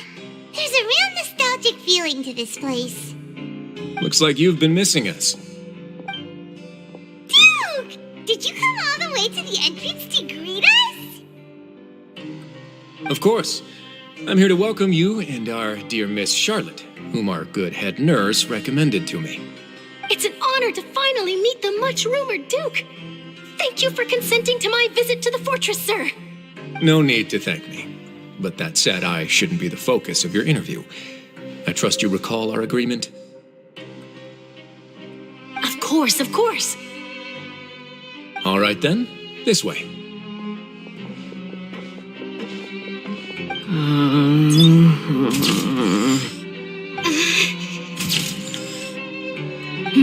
Hey, no need to be so nervous. I've already taken all the photos we need. Miss Charlotte, do these pictures really need to be published on the cover of the Steambird? It would seem that Miss Lorvine doesn't want her face to appear beside that of Mr. Jurier, Sir, please don't say things like that.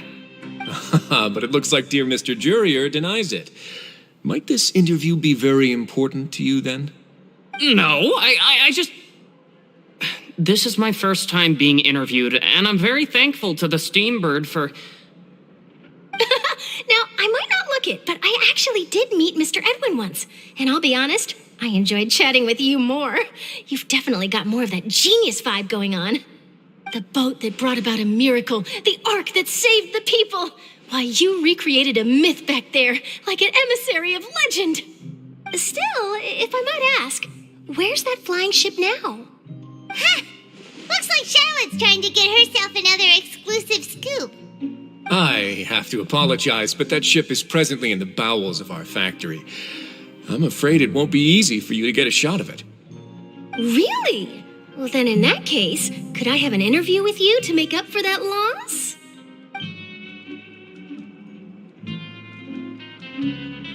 You already know my answer, I'm afraid. Best you interview our head nurse instead. Or perhaps you'd like to take another photo of this couple of researchers? Did you really have to use the word couple? Well, then, 2 solo photos will do. Is my hair messed up? Please, someone help me have a look. Things sure are getting pretty lively here. We've seen this kind of thing before. Oh, seems like everyone's here. Would any of you like to try this new drink I came up with? Ah, Sijuin. Hey, Miss Charlotte. Why don't you, take some pretty photos of our head nurse? Sure. Come on, Miss Sijuin. Over this way. Let's find a brighter spot. Huh? Sure. Do I have to smile? So, how have things been at the fortress?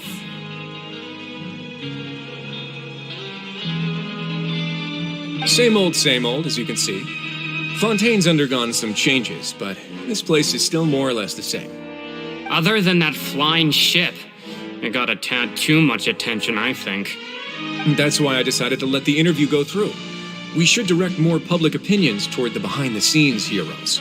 Am I right, Mr. Jerrier? Miss Lorvine? You're too kind, sir. I believe that you too should have your day in the sun. Not that you would want that, which is a pity. I'll just leave the spotlight to you two.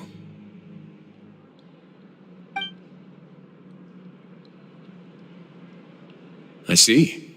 Lots of things happened that day, huh? Anyway, regarding that Harbinger, I'm not sure you remember, but his 3 young followers are still waiting for his return. He sure did win them over, huh? I'll tell them that there's good news and bad news.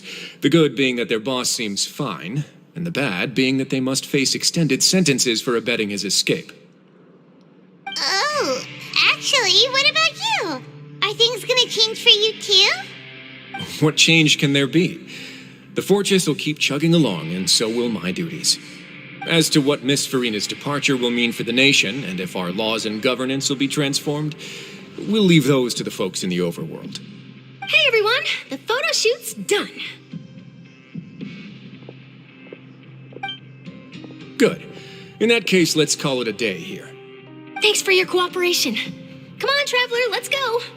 Till next time, everyone. There'll be a next time? Maybe. Who knows? I might write a story about the underwater factory next time. Until then. All right, last stop, the docks. Oh, I'd love to see you in one of Charlotte's photo shoots one day. Is that really necessary? Our line of work doesn't really require much photographing. It's precisely because we don't need the picture that they'll have value as keepsakes. You don't really look all that opposed to the idea, you know. Maybe I'm just happy that I managed to once again avoid the spotlight. I think this interview went well either way. Yes, you successfully kept prying eyes away by using Mr. Jerrier and Miss Lorvine as shields. Very good. You should be happy for them. They have a bright future ahead of them.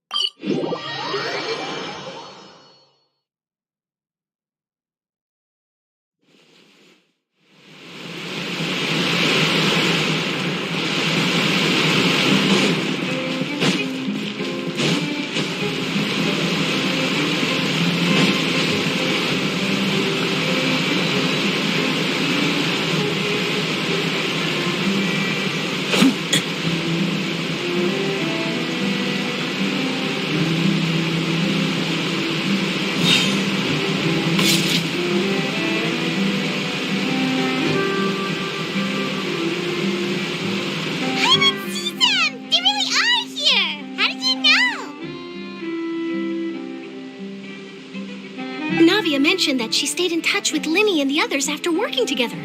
Apparently, they've been at the docks distributing these strange pockets the whole time since. Traveler, Paimon. Ah, and Miss Charlotte, too. Would you like a magic pocket? What sort of gadget is it? It's a wondrous bag that can be used to carry many things. The water level has returned to normal. But if you see any of your things floating around, you can use this to carry them. Or you could trick a friend into doing it for you. Trick a friend? I wonder which of my friends would fall for that.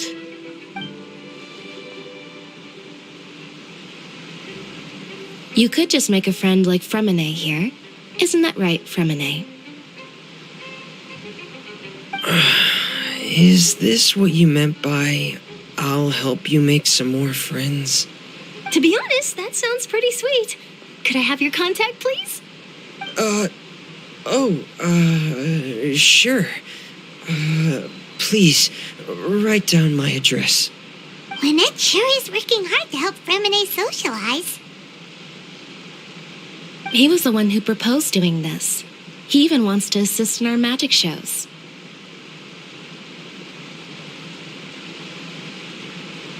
Yes, I was planning to first introduce Pear as an assistant, and later Fremine himself.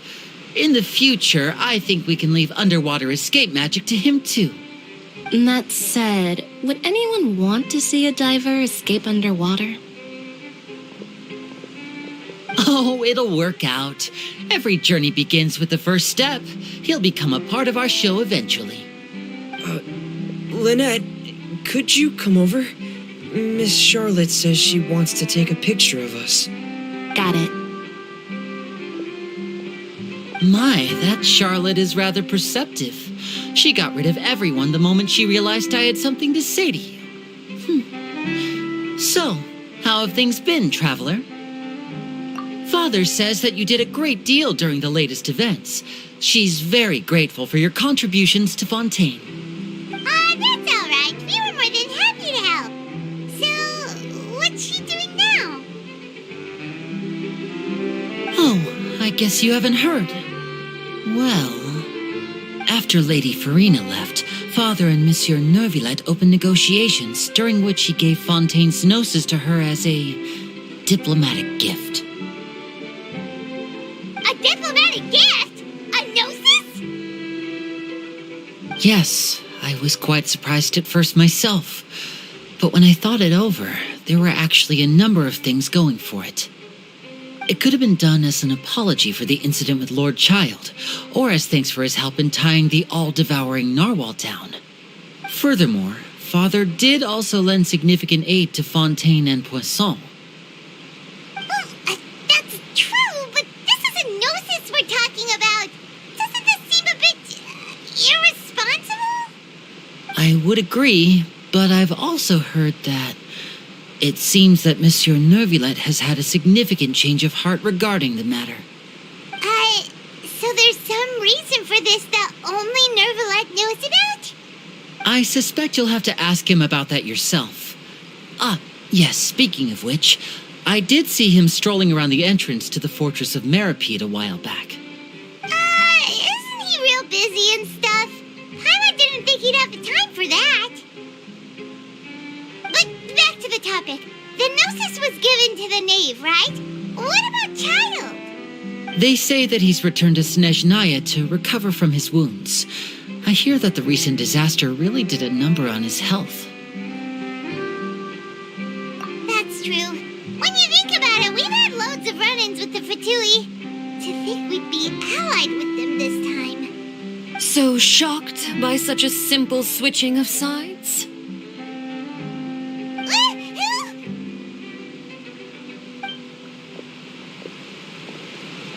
Father! Well, what do you know? Come to the docks to see how my children are doing and meet the Traveler by chance. Please do not pay my accomplishments in Fontaine too much mind. I would have done them regardless. Are you going to take the gnosis back to Snezhnaya? That is our duty as harbingers, yes. Don't be too preoccupied with sides. The goal of the Fatui concerns not a single place or person, but the entire world. With such a grand goal in mind, it is inevitable that we must wear many masks. Switching my masks is something I've always done. Well, that depends on many things. No one truly knows what the future holds. What good is honesty if you can't rely on it forever? As for you, I very much look forward to our next collaboration. Good things cannot be achieved alone, and you've proved yourselves to be great partners. A vision?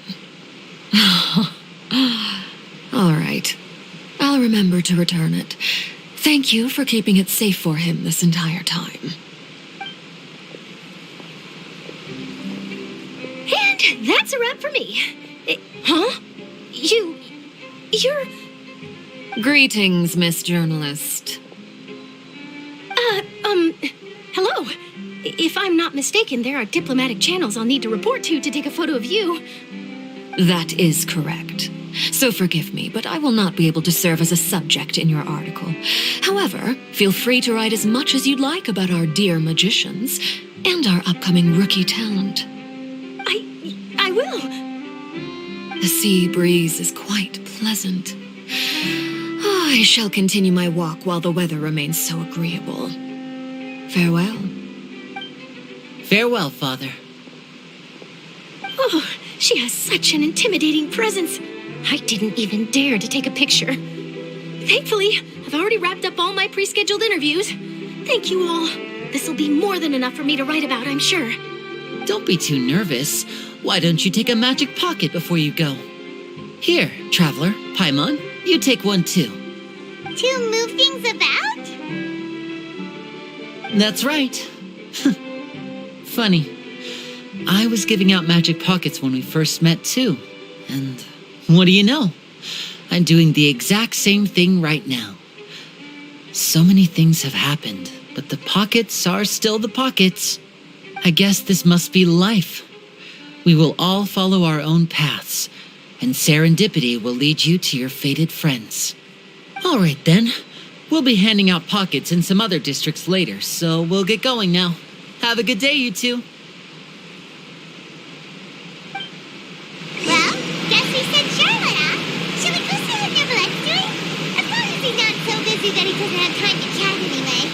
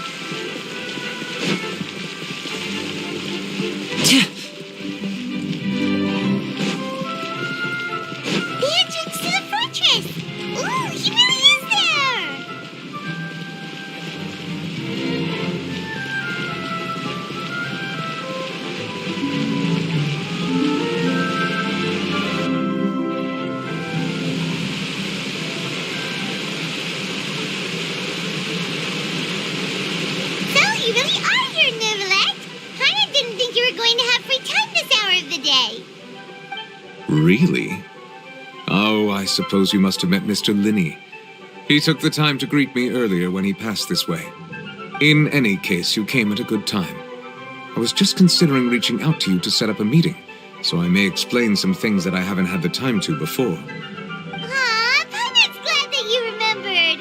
Thank you for keeping us on your mind, what with you being busy and all. Alright, let's have it then. How was Fontaine actually saved? The whole business is still quite the mystery to us. It is strange how words can often leave a bitter taste in the mouth when it finally comes time to say them out loud.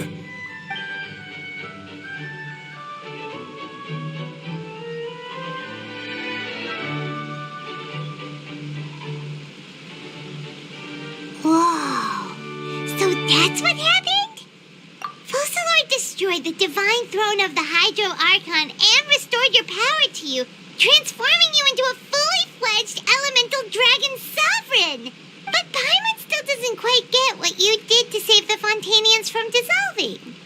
For me, the authority of the ancient dragons refers to absolute control over the hydro element. Fontainians were incomplete humans born of Egeria's use of the power of the primordial sea, with constitutions similar to that of mimics. But so long as those primordial energies remain within them, I could use the ancient dragon's authority to grant them true blood, after the fashion in which life was first brought into being on this planet. In other words, when I gave my verdict, Fontainians became true humans, and thus would naturally no longer be dissolved by water from the primordial sea. Focalor must have counted on you to make that decision as well. Your verdict was the key to making the prophecy appear to have come true while saving everyone. Yeah, and in a manner of speaking, Focalor finally managed to fulfill the original Hydro Archon's wish to turn Oceanids into real people too! It seems from your expressions that you still have more things you wish to ask. Ask away. I will tell you the truth as I know it. I have investigated his case along many avenues, and I have learned that he once fell into an unknown chasm when he was young. There, by chance, he awakened the all-devouring narwhal. But whether it be by sentiment or reason, that should not have been enough to consider him the root cause of the disaster. At most, he would have had tangential liability. As for the judgment passed by the oratrice during the trial, whether it was due to that liability by association, or Focalor deliberately using him to buy time for us on the assumption that he would be able to hold the creature off, I cannot say. Guess Focalor had Fontanians in mind the whole time. In the end, it was thanks to her that they finally became real humans. Hang on a second. Paimon suddenly got another question. Back when Fontanians hadn't yet become real humans, were the children they had also transformed Oceanids? Life has always flowed like water. Do you recall how Fontanians would often come to the Fountain of Lucine to pray for children?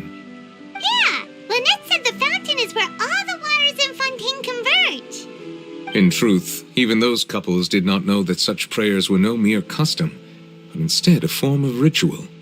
Those Oceanids who were blessed within the spring water would later descend as new humans in the coming months.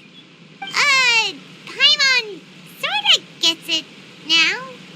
Either way, seems like this ritual won't be of any further use, but it'll probably live on as a local custom. Ask away. I will tell you the truth as I know it. Yeah, about that. Risley said Farina has already left. What's that all about? Ah, Lady Farina.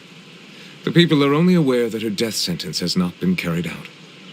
She abdicated the post of Hydro Archon and left affairs related to that title to me, before leaving the Opera House. I related Focalor's words to her faithfully and completely. After hearing them, she seemed neither saddened nor comforted.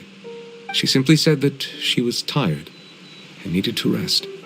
Having said that, she then packed her things and moved out of the Opera House, not unlike how an ordinary person might. But she's still got a place to stay, right? You need not worry. I will make arrangements to ensure that she will not want for food, clothing, board, or travel. In truth, I am somewhat happy for her. The wear and tear on her spirit will, of course, take time to heal. But now that she no longer has to play the role of Focalor the Hydro Archon, she can finally lay down her burdens and lead a normal life. What about you, then? What are your plans now that you've regained your full powers as the Hydro Dragon? After Focalor passed on, the Oratrice also ceased to function. This matter will directly affect our trials. After much careful consideration, I've decided to take over its role in our courts. From now on, I shall hear cases and pass verdicts by myself. Looks like you're still considering stuff from the perspective of the Udex, huh? As an elemental dragon, there are indeed many things that I must do. But this power and this duty, in a manner of speaking, you could say that both were granted to me. As such, before I attend to my other responsibilities, I must first and foremost continue to serve Fontaine as its highest judge. The duty of the Hydro Sovereign and the duty of the Udex shall coexist within my person. Additionally, the Hydro Archon's departure has brought about another problem, which is that the Opera House shall no longer produce indemnitium. That's true. That power was derived from the people's faith in the Hydro Archon, wasn't it? Wait, but the various mechs and machines in the city are all still okay. Where are they getting their energy from? As I am now, I have full command over New Musia, and it can serve as a complete substitute. Another reason why I cannot quite leave Fontaine immediately. Wow. This ancient dragon's authority stuff is really quite useful, huh? Ask away. I will tell you the truth as I know it. Oh, that's right! They say you've given it to the knave as a diplomatic gift or something! Leaving aside their intentionality, the two Fatui Harbingers have indeed done much for us during this crisis. Their sole remaining goal in Fontaine, at least at this point, would seem to be the Gnosis. The Oratrice has ceased to function. The Hydro Archon's divine throne is now no more, and I do not need the Gnosis's power. As such, it has lost all meaning for Fontaine. If the Fatui have impure designs, then we might as well accede to their request now, and avoid unnecessary conflict. What complicated considerations? Paimon thought thought you were just giving it to them out of gratitude to the knave and as an apology to Child. Ask away. I will tell you the truth as I know it. You will soon be heading to Natlan, I presume. I'm afraid that I have little talent as a travel guide, so all I can do is tell you what I know about that land. As far as I'm aware, Natlan can be said to be a nation of dragons. A nation of dragons? You mean like you? No, I suspect that I would not find myself welcome there. Unlike ancient dragons such as myself, the dragons of Natlan have undergone long years of development and evolution. Large numbers of them have entered a form of coexistence with humanity. Natlan is also the nation of war. War ravages those lands like an undying flame. There is one other piece of information I got incidentally from my negotiations with the knave that I believe may be useful to you. The harbinger known as the Captain has thrown his hat into the endless ring of war. The Captain. Sounds like a real tough customer. Seriously, everywhere you look, there's a Fatui Harbinger doing their thing. I suggest that you fully prepare yourself before going to Natlan. In the meantime, Fontaine's doors will always be open to you. Ask away. I will tell you the truth as I know it. Hang on a sec. Paimon's still got a question about the Gnosis. When we spoke to Linny earlier, he mentioned that your attitude towards giving away the Gnosis had clearly changed. We guessed that there might be some reason for it that only you were aware of. No wonder the House of the Hearth is the Fatui's intelligence division. They are certainly sharp. So regarding this specific issue, I was just getting ready to share something with you. What is it? In truth, I exchanged some further words with that lady named Skirk after sending you two back to the surface. It went something like this.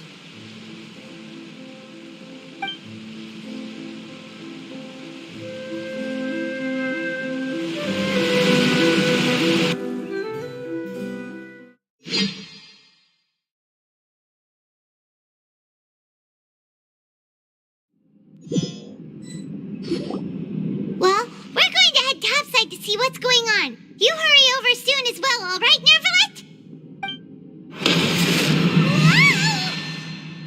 What next? The all-devouring narwhal isn't here, so I'm no longer getting any interference. I can finally catch the scent of your power, what it's made of.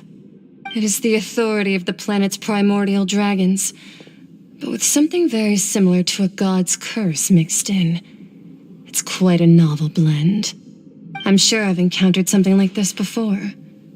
What was it again? I do not know what you speak of.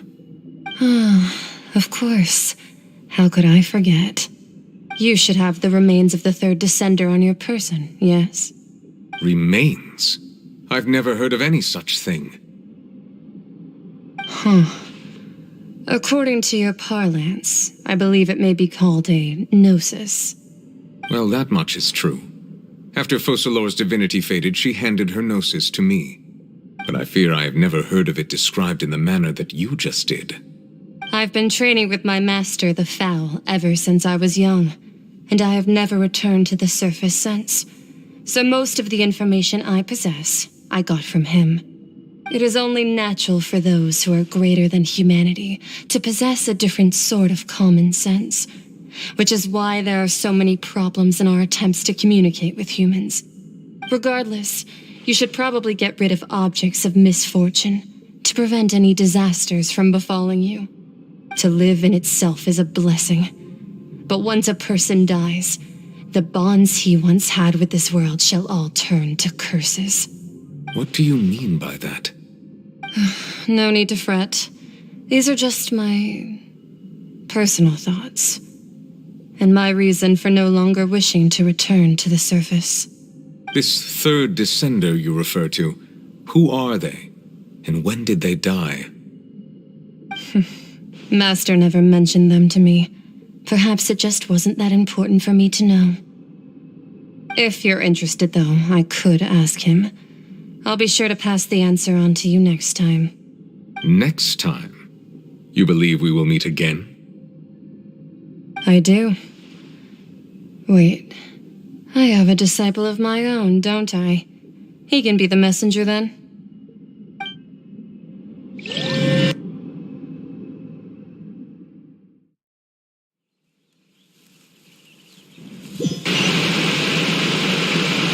That's what she told me. Whether it would prove useful or not, I wanted to pass that information on to you. The remains of the third descender? So that's what the no-sees actually are. Paimon just thought they looked like chess pieces. How could they be a person's remains? All the same, assuming that there was no misunderstanding or special metaphor at play, that is what she meant to say. And she said that it would bring misfortune and that you should check it, which is why you gave it to the Fatui. If she speaks the truth, then I would simply be putting Fontaine at unnecessary risk by keeping it here.